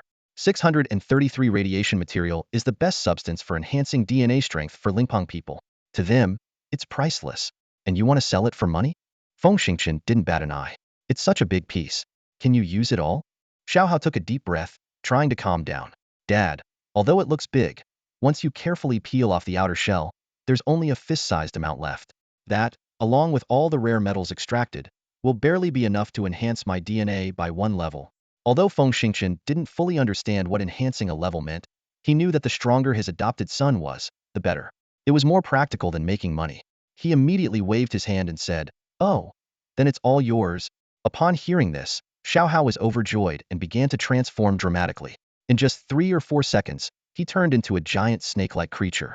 The snake opened its large, metallic-colored mouth and swallowed the meteorite whole. "Holy cow, you really ate it," Feng Xingchen exclaimed. Although he had seen such scenes many times, he couldn't help but feel a jolt of shock each time. "Hee hee, it tastes pretty good," Xiaohao said with a grin. "Dad, why don't you head back first? I need to find a quiet place to optimize everything to maximize the DNA strength. Oh, by the way, this will take about 2 months." Before Feng Xingchen could respond, a gigantic mechanical serpent began to twist and turn. With a deafening roar, it burrowed into the ground, leaving behind a massive hole. Feng Xingchen stood there, stunned and speechless at the sudden turn of events. It took him a while to gather his thoughts and realize his predicament. "That little rascal," he shouted in frustration, "leaving his old man alone in the forest? What if I get annihilated by a third-stage evolved beast?" Just as he finished speaking, Feng Xingchen's personal AI device lit up, and a 3D image of a young woman appeared. Mimicking Feng Xingchen's tone, the image said, "Your son really is unreliable." Feng Xingchen jumped in surprise, staring wide-eyed at the unexpected image. "Don't be alarmed," the image said with a smile. "I'm a program set up by Xiaohao, but I don't represent his thoughts. I'm an independent, human-like AI assistant. You can give me a name."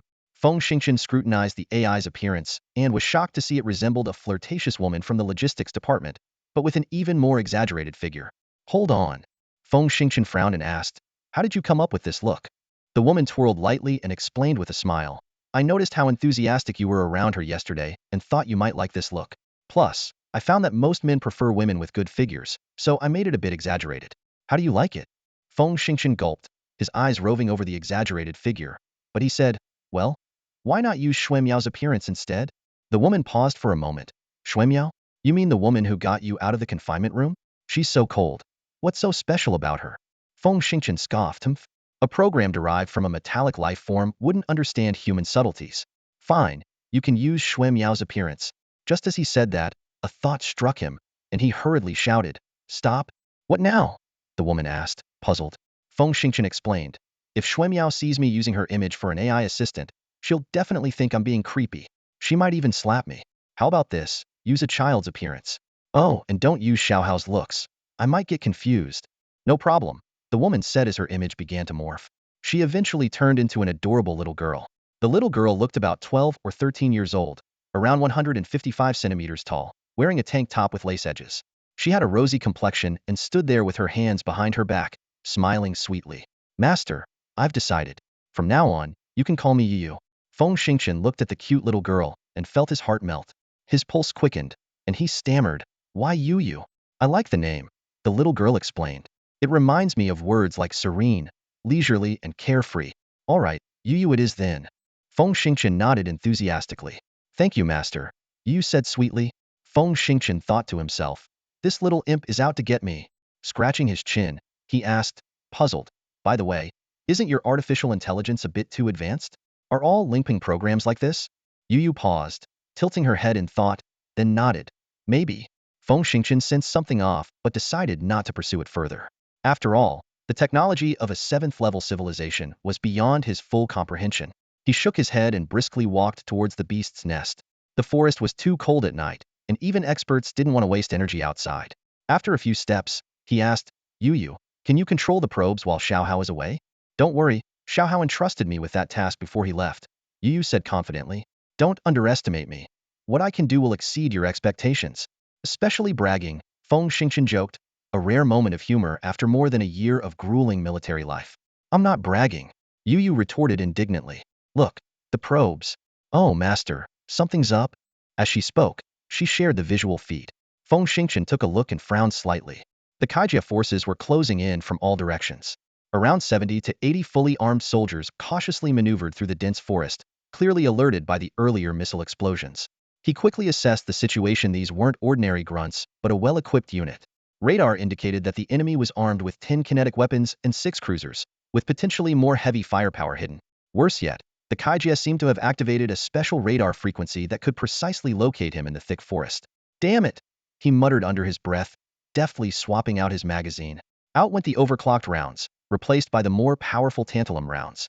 Bending low, he sprinted towards the designated area. Sure enough, after just 60 to 70 meters, a barrage of firepower came his way. Kinetic projectiles whizzed past, shredding the surrounding giant trees into splinters. Shit, he cursed, his body instinctively performing evasive maneuvers. The enemy's web of fire grew denser by the second. Kinetic rounds, micromissiles, heavy sniper bullets, energy beams, and even shoulder-launched missiles. Every conceivable weapon was being thrown at him. Although the dense forest provided natural cover, the kinetic rounds and shoulder-launched missiles remained a lethal threat. In the chaos, he glanced at the radar screen. His heart sinking. The number of Kaijia within the encirclement had surged to about 120 in just a few minutes. This unusual figure raised questions in his mind. What secret did this forest hold that warranted such a large-scale deployment? Or what were these people searching for? Shaking his head, he set aside his doubts for the moment. Through constant movement and observation, he roughly determined that the effective range of the Kaijia radar was no more than 700 meters. With a plan in mind, he suddenly raised his gun and fired 2 shots ahead. Pop! Pop! The 21mm bullets precisely threaded through the gaps between the trees, instantly blowing apart a Kaijia soldier who was about to launch a kinetic projectile. He quickly sidestepped and fired 2 more shots. With his enhanced abilities, his ballistic calculations were impeccable. The bullets once again found their mark through narrow gaps, and another Kaijia soldier fell. After taking down 2 enemies, a flaw appeared in the encirclement of the Kaij soldiers. Seizing the opportunity, Feng Xingchen darted through the gap like lightning. His movements were swift and agile, dodging attacks while his left hand flicked, releasing a quark bomb. With a thunderous explosion, the bomb detonated in the distance, seemingly off target. However, a greenish mist suddenly emerged from the blast site, propelled by the shockwave to rapidly cover a large area. The dozen or so pursuing Kaij soldiers were caught off guard and engulfed in the fog. In an instant, screams pierced the air. The single-direction metallic glass helmets of the Kaij soldiers began to soften and crack. They writhed in the mist, and within seconds, collapsed to the ground. This horrifying scene struck fear into the remaining pursuers, who desperately tried to avoid the mist while transmitting the footage to their comrades. What's happening? Confusion spread among them. The commander roared, "Stay clear of the green mist. Keep pursuing." Reluctantly, the Kaij soldiers pressed on. Feng Xingchen felt a surge of satisfaction, thinking, the highly corrosive chemicals released by the vibrant fungus upon impact are enough to instantly destroy fragile single-direction metallic glass and rapidly corrode lung tissue. The Kaij soldiers clearly haven't encountered this fungus before, making them easy targets. Earth scientists paid a hefty price to develop an immunity serum. Fortunately, this fungus is quite rare, and I just happened to find a few clusters on a giant tree earlier. They certainly came in handy. The green mist hindered the pursuers, causing them to fall several hundred meters behind. Feng Xingchen successfully exited their radar range, a mischievous smile forming on his lips. Let the counterhunt begin. Yo-Yo popped out excitedly, waving her chubby little hands. Haha, I love it. Quick, quick, someone's isolated on the right. As Feng Xingchen darted through the forest, gunfire erupted, occasionally accompanied by screams. The chase continued until near noon before finally dying down. The Kaij commander looked ashen, staring at the mere 7 soldiers left under his command. A wave of helplessness washed over him. After a long silence, he gestured slightly. We're heading back. Facing a court-martial is better than sending you to your deaths. The 7 survivors breathed a sigh of relief and quickly followed the commander out of the nightmarish forest. In stark contrast was Feng Xingchen's mood. He sat leisurely on a thick tree branch, counting his ammunition. 3 high-frequency rounds and 66 tantalum rounds left. Not bad considering I took out 112 enemies. Not bad at all. He grinned. Yo-Yo glanced at him and poured cold water on his excitement. A 9th-level peak expert taking down 5th and 6th-level soldiers isn't likely to earn much merit. I bet the merit points from those 112 barely matched the points from the first Kaij expert you killed. Yeah, you're probably right, Feng Xingchen admitted.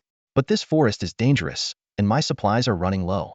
Too bad the Kaij snipers' rifles aren't suitable for Earthlings, and their bullet calibers don't match.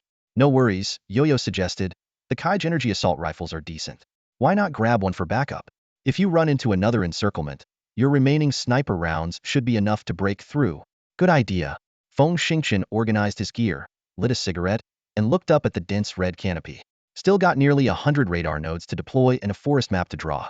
What a pain. Hey, it's not our fault your previous garrison didn't scout thoroughly, Yo-Yo teased. 10 years, and they still haven't mapped out half the forest. Come on, Feng Xingqian retorted. Easy for you to say. An 18,000 kilometer diameter planet with no oceans, satellite signals don't work in the forest, and ground troops had to map it on foot. Getting even half done in a decade is impressive. Don't just talk nonsense. My bad. Yo-Yo sheepishly backed down. Feng Xingqian, unwilling to argue further, decided to conserve his energy and cover more ground. After packing up, he prepared to continue his mission. After finding some field rations to fill his stomach, he nimbly jumped to the ground. Scanning the bodies of the Kaijians, he quickly gathered an intact energy assault rifle and a few energy clips. Returning to the beast cave to retrieve the large crate, he took a deep breath and began the monumental task of traversing the planet on foot. For the next 3 days, he walked tirelessly. From the first day, he released Ming Ming, the mutated female insect, to follow him. As they walked, he began attempting to train his unique companion. Though 3 days was too short to achieve ideal results, their bond had noticeably improved. Mengming's fear of him had diminished, and she even started to show signs of dependence. This sense of reliance was the crucial bridge to taming an animal. Surprisingly, over those 3 days, aside from encountering a few dozen local beasts that Mengming easily dealt with, he neither saw any more Kaijians nor ran into any evolved beasts. This made his mission progress exceptionally smoothly. Around 10 p.m. on the 3rd day, he finally set up the last radar node. After trekking several thousand kilometers in winding paths, a wave of exhaustion washed over him. He plopped down on the ground, affectionately patting Mengming before taking out the high-speed, dedicated locator to begin operations. 20 minutes later, the radar nodes he had installed over the past few days finally connected and began automatically mapping the area. He estimated the process would take at least 3 to 4 hours, and the resulting map might be incomplete. High-on concentration areas would impair the radar's effectiveness, requiring him to personally survey and manually supplement the information. Finding a comfortable spot, he instructed Mengming to keep watch while he lay down to rest. It wasn't long before his tired body drifted into sleep. A few hours later, a series of urgent beeps jolted him awake. The map was finally complete. However, upon closer inspection, he noticed a blank area about 1.5 kilometers in diameter. Damn it, he muttered, scratching the back of his head in frustration. Could the radar node in that area be damaged? Looks like I'll have to map it manually. What a pain. Despite his grumbling, he hauled himself to his feet. Calling out to Mengming, he set off at a brisk pace towards the mysterious blank area, determined to uncover the truth himself. After running 700 or 800 meters, Yo-Yo suddenly let out a sharp, urgent cry. Master, look at the sky. Feng Xingqian looked up and saw a vague shadow streaking across the pitch-black night sky, with several faint glows flickering behind it. Based on these features, he immediately deduced that it was a small spaceship. Yo-Yo quickly projected the captured image in front of Feng Xingqian, skillfully removing the night sky background to reveal the general outline of the spaceship. By comparing the exhaust flame pattern and the silhouette, Yo-Yo not only identified the true appearance of the spaceship but also generated a clear 3D image. Feng Xingqian was stunned, his shock evident. He was amazed for 2 reasons. First, Yo-Yo's handling of the information was as professional as Xiao Hao's, indicating that Xiao Hao had spared no expense in replicating an excellent program for his father. Second, the spaceship was neither owned by the Earth Federation nor the Kaiji Empire. It was a black gold-class speedboat from the 3rd-level civilization of Caslan, a rare gem even in Caslan. The black gold-class speedboat is a high-end product ordered by the Caslan Empire from the 4th-level civilization Jimon Alliance using rare materials. It incorporates alloys, control systems, and engines produced by 4th-level countries, making it extremely valuable. The Caslan military also equipped it with the latest small weapon systems, fire control systems, and radar systems, along with luxurious interior decorations. Each one costs 8 billion Caslan credits, equivalent to over 70 billion Earth credits, comparable to the cost of 9 of Earth's most powerful starships. In Caslan, purchasing a black gold-class speedboat requires strict qualification checks, demanding at least 5 generations of noble lineage. Beyond that, they are never sold externally. This means that the spaceship must have a member of a Caslan noble family on board. This discovery left Feng Xingqian puzzled. He recalled that when he first met Xiao Hao mentioned that the Kaiji Empire had acquired information technology from Caslan, enabling them to effectively track Earth communication signals and respond quickly, leading to heavy losses for the Earth Federation forces. And today, a Caslan noble spaceship had quietly entered the war zone under cover of night. Could this mean that a Caslan noble was backing the Kaiji people? Could this family even be the ones instigating the war? As Feng Xingchen pondered, Yo-Yo suddenly shouted, based on the angle of the spaceship's descent, they are likely to land in the blank area on the map about 10 kilometers away. Feng Xingchen frowned and murmured to himself, why would Castellan people land in the blank area? Is there a secret there? Should we go check it out? Driven by curiosity, Feng Xingchen didn't hesitate to send Mingming back to the Worm King space. He immediately crouched down, activated his quantum microshield to avoid radar detection, and sprinted toward the direction where the spaceship disappeared. However, he didn't dare to get too close. Castellan's radar technology was extremely advanced, capable of detecting up to 4 kilometers even in the forests of Kuntan. The Black Gold-class speedboat used 4th-level civilization's military-grade radar, which was even more exceptional. Despite the strong shielding effect of the quantum shield, Feng Xingchen remained cautious. The Castellan Empire had been a 3rd-level civilization for over 2,200 years, with technological advancements nearly reaching the 4th level. Compared to the Kaij people, who were also a 3rd-level civilization, the gap between them was beyond conventional measurement. More importantly, Castellan had access to 5th-level civilizations, putting them 2 major steps ahead of Kaij. No one could be sure whether this noble possessed any 5th-level technology. With these considerations in mind, Feng Xingchen advanced only a little over 4 kilometers. He quickly found a tree hollow, crawled inside, and had Yo-Yo release microdetectors. These detectors, painstakingly developed by Xiao Hao, were difficult for ordinary equipment to detect and had a range of up to 20 kilometers, making them excellent for gathering intelligence. Soon, one of the detectors reached the blank area and indeed found the landing site of the Black Gold-class speedboat. It was a relatively spacious depression, with the small speedboat quietly parked in the center. 8 bodyguard-like figures were scattered around the spaceship, vigilantly monitoring the surroundings. Seeing all this, Feng Xingchen sighed quietly. 8 bodyguards surrounded the spaceship, clad in exoskeletal armor from a level 4 civilization, each with a level 4 oscillation blade hanging from their waists, capable of vibrating 400 million times per second. The sight made Feng Xingchen frown, contemplating his next move. About 30 meters to the left of the spaceship, 3 uniquely shaped individuals caught his attention. They stood around 160 centimeters tall, with human-like hands and feet but heads resembling those of majestic lions, their golden manes explosively fluffy and faces covered in fur. Judging by their opulent attire, they appeared to be nobles from the level 3 civilization of Castellan. Feng Xingchen carefully maneuvered a miniature probe, letting it glide close to the ground as it approached the trio. Fortunately, the area seemed to be under some powerful shielding field, and the probe's movements went unnoticed by the vigilant bodyguards. As the probe drew nearer, their conversation became audible. With the help of a language translation program, Feng Xingchen could accurately understand their dialogue. The Castellanian in the middle spoke first. Master Alucci, are you certain this is the correct location? The man on the left, named Alucci, responded with a serious expression, 4th young master, I cannot be entirely sure. But judging from the surrounding terrain, this is clearly a crater formed by a high-speed impact. More importantly, there is a powerful shielding band here that completely blocks our nation's information bands, and even the radars of level 4 civilizations cannot detect this place. Even if it's not what you're looking for, there is undoubtedly significant technology hidden here.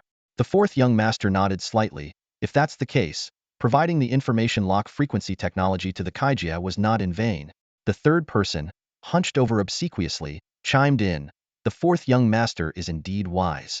By offering a minor piece of technology, we incited the Kaijia to wage war on Kuntan Star. Meanwhile, from 2 light-years away, we used the information lock frequency device to easily locate this shielding signal's coordinates. The 4th young master lifted his head with a hint of pride. The Kaijia are indeed foolish. However, our nation is far from Kuntan Star. If the Staya Republic discovers our unauthorized presence in this area, it will undoubtedly spark a huge conflict, potentially leading to war between our nations. Therefore, our actions must be swift and discreet, without leaving any trace. Alucci nodded in agreement. The 4th young master has considered everything. We can begin the operation now. The 4th young master turned and walked towards the spaceship, with the others following suit. The spaceship silently ascended and stabilized about 600 meters above the ground. An ion cannon quickly charged and fired at the ground. Boom! With a deafening roar, dust and debris flew everywhere. The ground within a few hundred meters was instantly leveled, with a depth reaching several meters. Witnessing this, Feng Xingchen held his breath, realizing the gravity of the situation. Feng Xingchen was startled, watching the probe vaporize in an instant. Fortunately, his earlier caution paid off, had sent only 1 probe for reconnaissance, while the other 2 remained safely a kilometer away. Once the dust settled, the small spaceship gently descended. Feng Xingchen quickly maneuvered the 2nd probe, cautiously guiding it into the area. On the ground, a 2-meter diameter circular hole appeared. slanting into the depths of the earth, seemingly bottomless. Master Waluki agilely jumped off the spaceship and strode to the edge of the hole. After a careful observation, he pulled out a small device for testing. A joyful expression suddenly appeared on his face. Fourth young master, our hypothesis was correct. Oh. The fourth young master approached with interest. Pointing to the hole, Waluki explained, look, this circle is unusually regular, and the walls have clear signs of vitrification. This indicates a high-temperature conical object caused the impact. The laser rangefinder shows the object penetrated 2,200 meters underground. Based on the hardness of the Confronting star surface and the resistance of the conical object, I estimate the impact speed to be about 0.3 times the speed of light, comparable to the ejection speed of high-grade warship escape pods.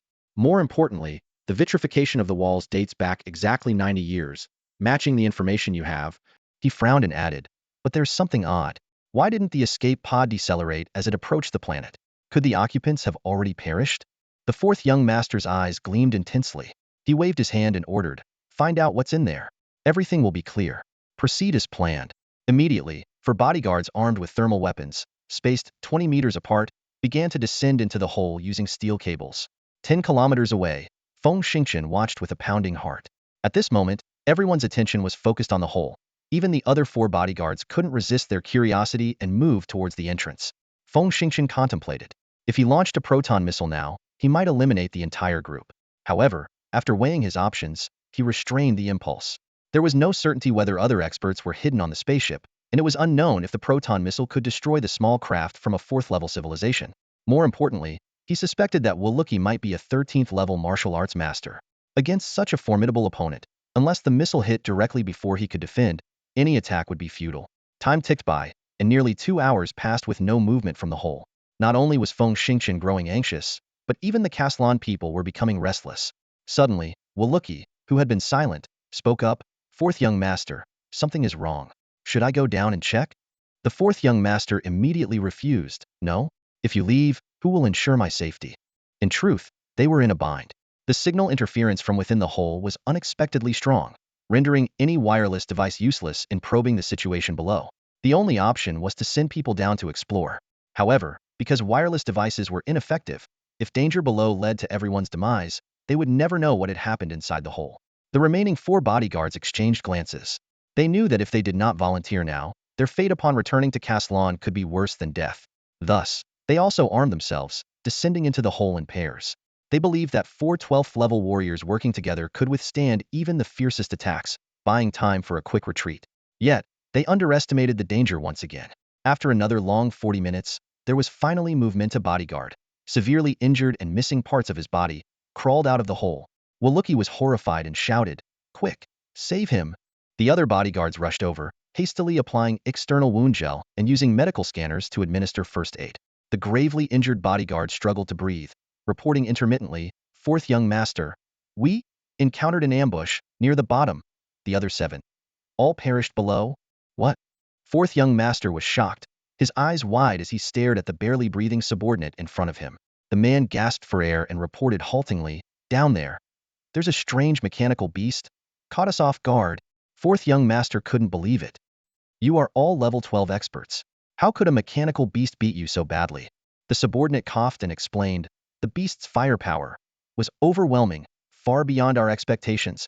The passage is only 2 meters in diameter, with smooth walls. Nowhere to hide." Before he could finish, the man's mouth gaped open, and he stopped breathing. The medical scanner emitted a sharp alarm, clearly indicating that the ship's medical equipment was insufficient. Unless they could get to a hospital immediately, which was impossible being tens of light years away on an alien planet, there was no hope. For a moment, everyone exchanged glances, and silence enveloped the entire cabin. Finally, Ulrich broke the silence. "Fourth young master, I believe that mechanical beast is guarding something and won't leave the cave. We have 2 options. Either leave immediately and reorganize our exploration, or release a wired probe to investigate before making a decision." "A wired probe?" Fourth young master frowned slightly. Ulrich explained, "The ship has a 3D printer. We can print a 500-meter-long metal wire and modify the ship's wireless probe. This should give us a clearer picture." Fourth young master fell into deep thought. Reorganizing the exploration would require returning home to gather personnel and equipment, which would take at least 20 days. If anything changed during that time, the consequences would be unimaginable. However, if 8 level 12 experts had been defeated, who knew how strong that mechanical beast really was. If they accidentally provoked it and damaged the ship, they might not even have a chance to leave Cunton Star. Regret welled up in his heart, and fourth young master sighed inwardly. If only he hadn't impulsively decided on a secret mission. They had grossly underestimated the situation. Who would have thought that the escape pod that crashed 90 years ago would still be guarded by a mechanical beast? After weighing the options, fourth young master finally made up his mind and said coldly, "Prepare the wired probe. Sorrow will handle this." A well-dressed man beside him immediately bowed and responded, "Rest assured, fourth young master, I will take care of it." Then, three people lifted their comrade's body and boarded the ship. The hatch closed, and silence fell once more. Feng Xingchen witnessed everything and felt a splitting headache. He lit a cigarette, scratched his head vigorously, and plunged into deep confusion, not knowing what to do next. At this moment, Yu Yu suddenly appeared, her voice brimming with excitement. "Master, I have an idea." With Caslin's level of technology, it would take at least an hour to print a 2,500-meter metal wire. Our microprobe, created by Xiao Hao, seems unaffected by the shielding suppression wave. Why not use this time to explore the cave's interior? That way, we can proceed with a clear plan. Feng Xingchen's curiosity was piqued by Yu Yu's suggestion. He carefully maneuvered a probe into the cave entrance. Sure enough, just as Yu Yu had predicted, the probe was unaffected by the suppression wave inside the cave. Whether it was due to the advanced technology of the 7th-level civilization or the signal frequency avoiding the suppression wave's range, all the images were clearly transmitted to Feng Xingchen's helmet. As the probe ventured deeper, Feng Xingchen's heart beat faster. Nearing the bottom of the cave, he had the probe stick close to the wall and advance slowly. Suddenly, 7 bodies came into view. The corpses were in a horrific state, with none of them intact. Even the exoskeletons from a 4th-level civilization were shattered to pieces. Feng Xingchen licked his dry lips, becoming increasingly cautious. 3 minutes later, the probe finally reached the cave bottom. The bottom was gourd-shaped, much more spacious than he had imagined. In one corner crouched a bizarre-looking mechanical beast. In the center of the cave stood a circular metal ring. The moment Feng Xingchen saw the metal ring, he was stunned. The circular metal ring looked like an enlarged version of the Tianyu ring. His Tianyu ring was only bracelet-sized, but this one had a diameter of over 7 meters, its radiant glow dazzling. Could this be another Tianyu ring? Feng Xingchen murmured, puzzled. Not quite. Yu Yu suddenly interrupted his thoughts. She thoughtfully enlarged the Tianyu ring's pattern and placed it side by side with the metal ring. "Master, look, the patterns are different." The metal ring's pattern, though intricate, is actually composed of the same rune repeated. In contrast, the Tianyu ring, though smaller, is much more complex. "I found at least 20 different runes on it. Darn it." Feng Xingchen scratched his head vigorously. "If I could get in there and observe it up close, I might be able to figure something out." His words were somewhat insincere. In truth, he wanted to touch the metal ring to see if the Tianyu ring could replicate it. The teaching and replication functions of the Tianyu ring were his secrets, known to neither his devoted AI Yu Yu nor his son Xiao Hao. Deep down, these had long become his untouchable private treasure. Unaware of his true thoughts, Yu Yu pondered seriously before replying, With just the two of us, figuring out its purpose would be extremely challenging. At most, we could determine its manufacturing date. Hey, the real question is, how do I deal with that mechanical beast?" Feng Xingchen asked. "Deal with it? Are you kidding?" Yu Yu exclaimed in surprise. "Did you notice the patterns on the mechanical beast? Those are genuine beast patterns. The technology to apply beast patterns to machines requires at least a 7th-level civilization's top scientists." "What? Are you saying this thing is a product of a 7th-level civilization at the very least?" Feng Xingchen scratched his nose in frustration and fell silent, focusing on the screen with Yu Yu. After a while, Yu Yu suddenly pointed out, "Master, look here. This is strange." Following her direction, Feng Xingchen saw a pile of rocks accumulated below the passage. He laughed. The Castlin people blasted the cave entrance, and some debris rolled down the smooth passage. "What's so strange about that?" "Idiot," Yu Yu said angrily. "Didn't you notice that these rocks haven't been attacked?" Feng Xingchen paused and finally realized the mechanical beast didn't attack the falling rocks, nor did it attack my microprobe. Does this mean the mechanical beast only targets objects with life signs? Exactly, Yu Yu said excitedly. So, Master can control the probe to circle around the mechanical beast, creating a detailed 3D map for closer study. If we can find the activation switch. Here, Yu Yu trailed off. Feng Xingchen's heart was pounding as he stared at the mechanical beast in front of him. His mind raced, trying to figure out how to find the activation switch. If he could control the beetle-shaped detector to turn off the switch, he could not only sneak in but also possibly have Yu Yu modify the protocol, turning this terrifying machine into his obedient pet. This thought excited him to the point of madness, and he didn't hesitate to maneuver the detector around the mechanical beast. However, reality quickly dampened their enthusiasm. Once the 3D mapping was completed, no matter how hard they searched, they couldn't determine the location of the switch. Yu frowned, her small face full of confusion. Could it be voice-activated or remotely controlled? Feng Xingqian fell into deep thought. He couldn't help but think that if Xiao Hao were here, he might come up with a solution. But he quickly dismissed the idea. Actually, I've been trying to contact Xiao Hao, but it seems like he's blocked communications. No response so far. He lit a cigarette and slowly squinted his eyes, a new idea flashing through his mind. I'm wondering if Ulrich knows there's only one mechanical beast down there. Will he try to take it out? If they end up fighting, maybe I can play the fisherman. Yu couldn't help but mutter, again with the fisherman. I think you've become the fisherman's dad by now. What? Feng Xingqian didn't catch it. Nothing. Yu brushed it off. To be a fisherman, you need to understand the situation inside the black gold-class ship first. Feng Xingqian flashed a fox-like grin, took a deep drag of his cigarette, and said with unusual certainty, I know. Heh. Time slowly passed, the sun rose, and the temperature soared. Even wearing their biofabric military uniforms, the tree hole felt like a steamy oven. Feng Xingqian checked the time again. The ship had been silent for a full hour and a half, and he was eagerly anticipating some movement. Sure enough, Yu suddenly shouted, Quick, quick, the hatch is opening. Feng Xingqian quickly fastened his helmet, just in time to see the hatch of the black gold-class speedboat slowly open. Ulrich, clad in black exoskeleton armor and carrying a giant alloy box, stepped out. He turned back to wave at the ship, which then started up, became airborne, and slowly turned invisible, flying south for over 2 kilometers before finally hiding in the depths of the forest. Clearly, the Caslon people were also worried about accidentally provoking the mechanical beast and destroying the ship. However, they didn't know that just as the hatch was about to close, a beetle-shaped micro-detector silently slipped inside. Feng Xingqian was well aware of Ulrich's exploratory actions, and at this moment, his attention was fully focused on the interior of the black gold-class ship. He already had a clear understanding of the situation in the underground cave. Now, it was time to unveil the secrets of this mysterious spaceship. As the probe cautiously advanced, Feng Xingqian couldn't help but exclaim, Damn, this spaceship is ridiculously luxurious. No wonder it can only accommodate a few people. Indeed, the spaceship wasn't very large to begin with. Besides the unalterable cockpit, the massive engine room, and the condensation chamber, the remaining space was quite limited. However, after significant modifications, its interior was transformed into a spacious villa-like layout. This redesign severely reduced the living space, allowing only about 20 people to reside comfortably. Yu carefully maneuvered the probe deeper into the spaceship. From the gathered information, he already understood the crew composition.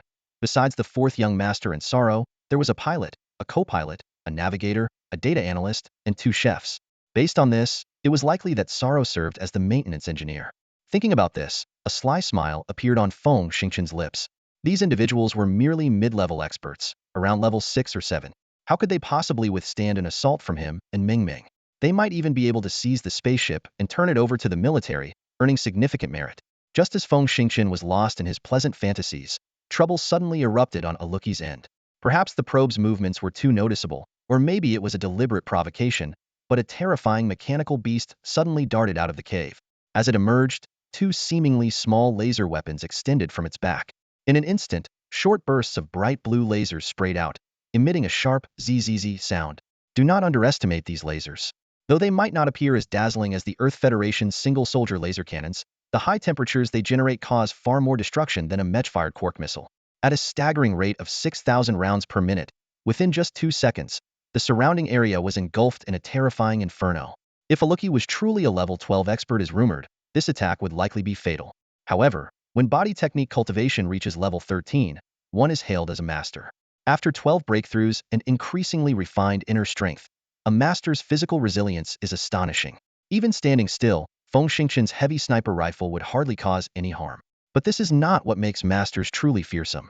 In fact, what makes them formidable is their ability to merge countless compressed force fields into nature, entering a mystical realm. Their inner strength perpetually flows, and coupled with the force fields they begin to comprehend at level 10, they can create incredibly effective barriers. Once the barrier is formed, who can contend with them? Within the barrier, masters can exert up to 150 of their strength. Even in the entire universe, masters are far from ordinary.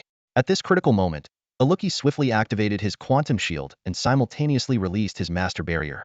He dispersed the encroaching flames and dashed out of the inferno like lightning, letting out a fierce shout as he turned to charge at the mechanical beast. However, the technology level of the civilization to which the mechanical beast belonged was beyond imagination, and the weapons it carried were terrifying.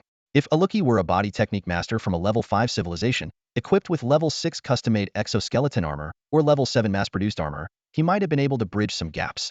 But now, despite his formidable strength as a body technique master, the massive technological chasm created by the civilization level was insurmountable. Just as Aluki lunged forward, the mechanical beast suddenly opened its mouth and launched 2 small missiles. Alarmed, he exerted all his strength and speed, leaping away like a bolt of lightning. Boom, boom. 2 not-so-loud explosions occurred, but they brought about devastating destruction within a 200-meter radius. All the giant trees and rocks in this range were instantly dissolved. Amid the wreckage, only 2 figures emerged unscathed.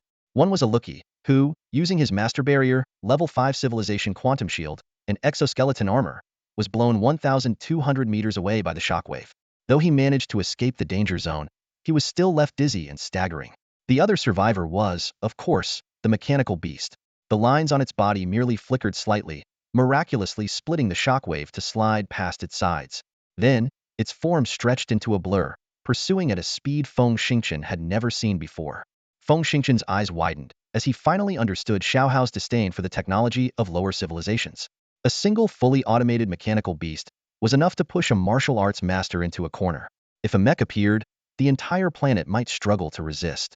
Unfortunately, his other probe was destroyed in the explosion, making it impossible to track the situation, let alone keep up with that incredible speed. At that moment, it seemed that Ulrich had reached some sort of understanding with the 4th young master. After leading the mechanical beast away with great difficulty, the spaceship's hatch suddenly opened, and the 4th young master and Sorrow shot out like arrows, sprinting towards the cave entrance. Feng Xingchen could no longer hold back. He shot out of the tree hollow like lightning and quickly reached the cave's entrance, only to find that the 2 had already entered the cave. Without a moment's hesitation, he immediately released his mental power to summon the mutated queen bug, Meng Meng. With a gesture, Meng Meng burrowed into the cave to hunt down the 2. Feng Xingchen then turned south, heading straight for the spaceship's location. He knew time was of the essence because the spaceship, to avoid detection by the mechanical beast, was currently in complete radar and communication silence, like a blind and deaf entity. This was his best, and possibly only, chance. Yo-Yo had already taken control of the ship's detectors. As Feng Xingchen reached the side of the spaceship, the detectors triggered the hatch door from the inside. The door opened, and he slipped inside. Over the past hour, he had memorized the layout of the ship. He sped along the route etched in his memory, and as he passed the kitchen door, his mental power shot out like a sharp blade, instantly locking onto and exploding the minds of the 2 chefs inside. This all occurred within the closed kitchen, and the chefs didn't even have time to react before they met their end. Using the 7th sense developed through his advanced state, Feng Xingchen could perceive everything clearly, even through the solid alloy doors and walls. However, the current intensity of his mental power limited the maximum range for his piercing explosions to just 10 meters, forcing him to get close to his targets for a lethal strike. Without pausing, he swept past the kitchen and burst into the luxurious dining and living areas. He leaped into the air and instantly arrived at the cockpit door. Relying on the password he had seen multiple times through the detectors, he effortlessly input a few simple digits, and the door slid open. As he slipped inside, he saw 4 people standing up in shock. Their abilities were only at level 7, insignificant to Feng Xingchen. He casually threw a shock blade, precisely killing the one furthest away. Immediately, a heavy punch whistled through the air, exploding the head of the nearest person. His mental power, like an invisible blade, took down the 3rd. The last one hadn't even reacted before Feng Xingchen had him by the throat. Feng Xingchen stared coldly at the last person, his voice like ice. Hand over the spaceship's activation key. Gulp. A single swallow broke the tense silence. The interrogator stared intently at the Castellan in front of him, whose Adam's apple bobbed as he struggled to speak. I'm sorry, I don't know the key. A flicker of coldness flashed in the interrogator's eyes. Then you die. Before the words had fully left his mouth, his wrist twisted sharply, and with a sickening crack, the Castellan's neck snapped. He released his grip, and the lifeless body crumpled to the floor. His thoughts drifted back to the past, remembering the wars secretly instigated by the Castellans, which indirectly led to the deaths of his 4 closest friends and over 300,000 comrades. Deep down, he felt that even killing 10,000 Castellans wouldn't ease his hatred. Shaking off these thoughts, the interrogator turned to his assistant. Yu, can you crack the key? Yu hesitated slightly. I think so, but it will take some time. All right, take your time, the interrogator said, carefully extending his right hand to press gently on the control panel. Suddenly, a familiar voice echoed in his mind. Contact with a lower-level civilization's ship detected. Low technological content. Inhabitant can use it. Do you want to copy and extract data? Yes, the interrogator replied without hesitation. A few seconds later, the voice of Tianyu Huan spoke again. Copy successful. All data extracted. Do you want to learn? Yes. With that response, the interrogator felt a wave of dizziness as his consciousness was pulled into a sensory space. He looked up and saw a sleek, black and gold ship quietly parked not far behind the Reaver Mech. As his gaze fell on the ship, a torrent of data surged into his mind, causing a pain that made him groan. After a few dozen seconds, the pain began to subside. Clutching his head, he gritted his teeth and shouted, "Damn it! It always feels like a violation. Can't you give me a heads up?" Tianyu Huan's cold voice responded, "This is the fastest way to master routine data and basic instruments. If the host body is unwilling to accept the data stream, an alternative would be an 800-hour basic learning period." Ah, never mind, this method is fine. But could you at least warn me first next time? When carbon-based life forms are mentally prepared, the forceful introduction of data streams is more painful. Do you confirm the reminder mechanism before the next data introduction? No. Just keep it this way, the interrogator screamed neurotically. He finally understood that Tianyu Huan was a stickler for rules. Rubbing his temples, he walked over to the black and gold ship. A string of data flashed in his mind. Black gold-class speedboat, 62 meters long, 19 meters wide, 11 meters high, single pilot capable. Modified to accommodate a maximum of 28 people. Equipped with 2 impulse engines, max speed 0.5 times the speed of light. 1 warp engine, max jump distance 3.6 light years, with a 21-hour recharge and cooldown time after each jump. Main armament consists of 3 280mm ion cannons. Secondary armament includes 6 200mm energy cannons, 16 Closian 45mm laser defense guns, and 2 torpedo launchers capable of firing various long-range torpedoes. Entire ship powered by third-level civilization energy cores, low combat effectiveness. The interrogator glanced helplessly into the distance. In Tianyu Huan's eyes, anything from a civilization below level 7 was probably trash. He was about to leave when Tianyu Huan spoke again. 328-bit startup key cracked. Host body can operate through the control panel using Tianyu Huan's actual modification protocol. What? The interrogator froze, eyes wide with disbelief. Cracking a 328-bit key in minutes? That's incredible. Sensing the interrogator's surprise, Tianyu Huan calmly explained, to copy data, the primary requirement is to connect to the mechanical brain to download it completely. Since it's an instant copy, it requires instant key decryption. Therefore, when dealing with higher-level machines, the copying speed will be significantly reduced. It's recommended that the host body find the key when encountering machinery from civilizations above level 6. I'll worry about that when I come across a level 6 civilization machine. The interrogator shook his head and quickly exited the sensory space, pouncing on the control panel like a starving dog. He scanned the area and quickly found a data interface, hurriedly placing Tianyu Huan on it. The moment Tianyu Huan touched the interface, it transformed in a bizarre manner, extending a spike that inserted into the port. After a few seconds, the control panel spoke in Castellan. Key correct, protocol can be rewritten. Yo-Yo suddenly popped her head up, looking surprised. Oh my gosh, it's decoded? I haven't even started yet. Who did it? Feng Xingqian, beaming with joy, replied casually, Tainuan did it. Hurry up, select the language again, and transmit the Earth Federation's Chinese character database and the bound user data to the main brain. Yo-Yo nodded blankly and immediately began transmitting the data. The speed of data transfer between the quantum brains was astonishing, and the task was completed in just a few seconds. Feng Xingqian quickly pressed his thumb onto the activation button, leaving his fingerprint. In an instant, the spaceship became his private property. After completing this series of operations, Feng Xingqian rushed out of the spaceship and shouted, Yo-Yo, lock down the spaceship immediately. We can't let them take it back. Yo-Yo, slightly annoyed, rolled her eyes and said, Don't worry. A 328-bit key isn't something just anyone can crack in a short time. Besides, I designed the key using a mix of English letters, numbers, Chinese oracle bone script, Tibetan script, e-script, and even symbols from several small tribes in the Americas and Africa. I doubt anyone capable of cracking it has been born yet. Feng Xingqian didn't bother to argue with Yo-Yo and quickly returned to the vicinity of the cave entrance. However, Ming was nowhere to be seen.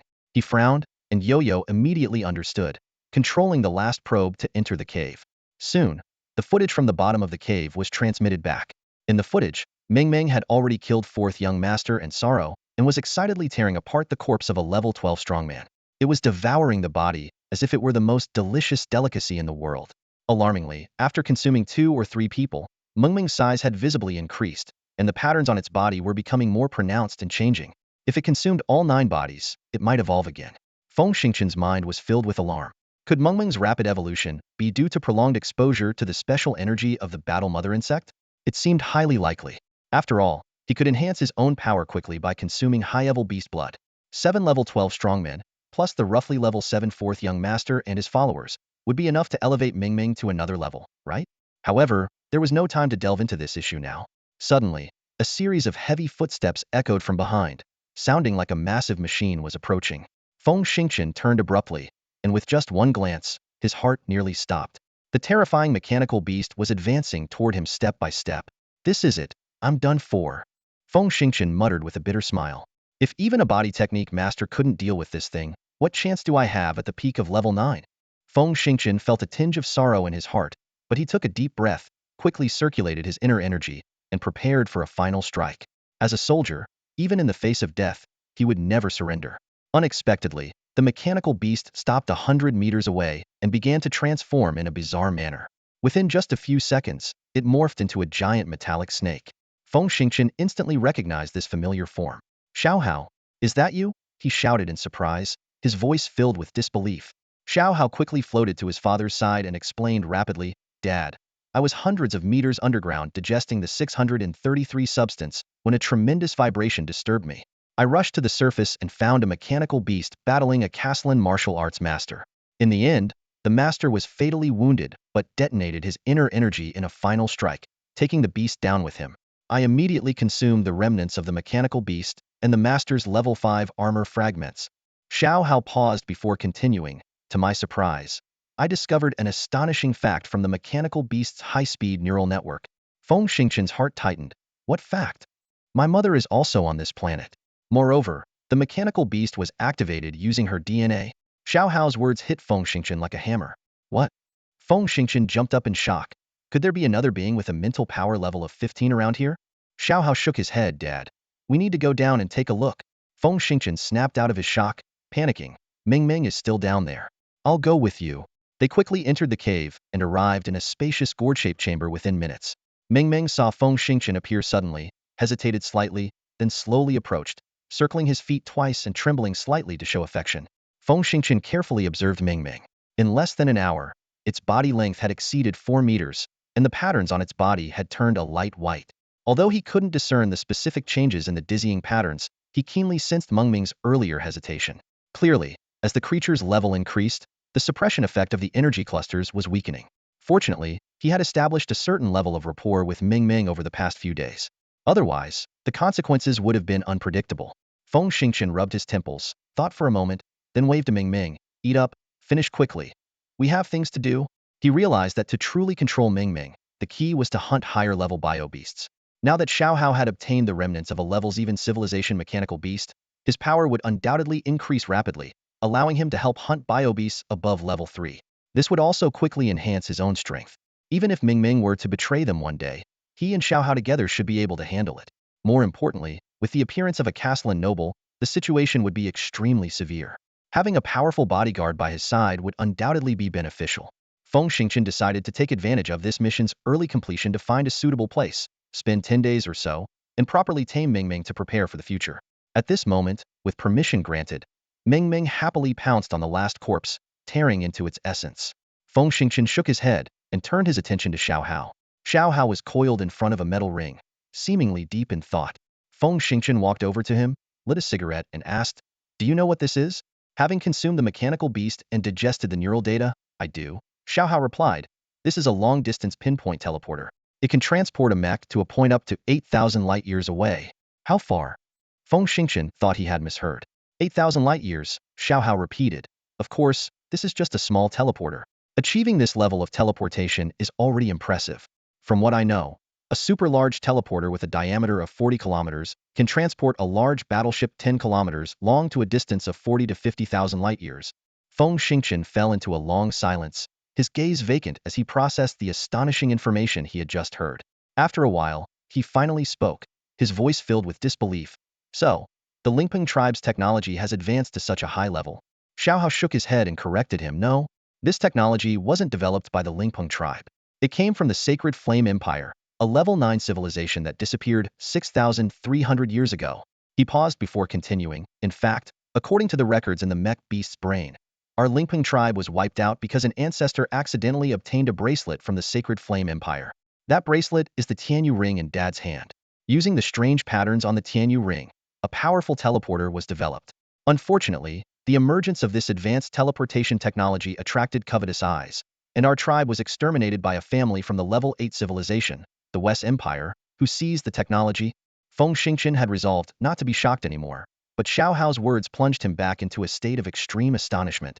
He was speechless for a long time, instinctively touching the Tianyu ring on his right pinky. A thought flashed through his mind. So this thing is a product of a level 9 civilization. No wonder it's so incredible. Noticing his father's reaction, Xiao Hao continued, Dad, the Tianyu ring used to be with my mother. It must have been flung away during the collision with the Kuntan star and ended up wrapped by the carnivorous king vine. Feng Xingqian came to his senses and asked, do you want to retrieve the Tianyu ring? It's impossible to get it back, Xiao Hao replied bluntly. Oh, why is that? Feng Xingqian asked, his brow furrowed. Xiao Hao shook his head and explained, the Tianyu ring is a product of the Sacred Flame Empire, whose inhabitants were carbon-based life forms. They designed the Tianyu ring to be dual-bound by carbon-based DNA and mental energy. We have metallic DNA and are not recognized by the Tianyu ring. We don't even know its true purpose. If that weren't the case, how could such a small ring slip from Mother's grasp? Feng Xingqian breathed a sigh of relief, thinking to himself, it seems this super valuable item is safe. He then asked, do you think your mother built this teleporter? Xiao Hao nodded almost imperceptibly. Yes, Mother did set it up. In fact, she has a powerful subspace within her that holds a teleporter she successfully built years ago. After falling onto this planet, she woke up about 20 years ago. Due to the poor conditions here, which hindered her recovery, she had to leave through the teleportation gate. Oh, where did she teleport to? Feng Xingqian asked, his eyes gleaming with curiosity. Xiao Hao shook his head, a hint of regret in his voice. I don't know. Before she left, Mother activated the Mech beasts, which evolved from our Lingping tribe, to guard the teleportation gate, hoping to retrieve it someday. After all, the materials to build such a gate are extremely precious, and even level 7 civilizations struggle to gather enough. Unfortunately, she didn't leave any clues about her whereabouts in the Mech beast's DNA. A brief silence enveloped Feng Xingqian and Xiao Hao. A glimmer of hope flashed in Feng Xingqian's eyes as he softly asked, do you think we can find your mother after using the transporter? Xiao Hao shook his head with a bitter smile. Highly unlikely, he explained. This transporter requires an immense amount of energy.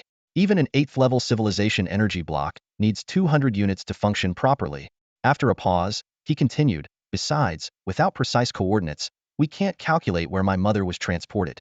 The universe is vast and boundless. We could end up traveling light years in any direction. He looked at Feng Xingqian. Do you know which direction my mother was transported from? Or how much energy she input into the transporter? Without this precise data, how can we determine the distance? Xiao Hao sighed.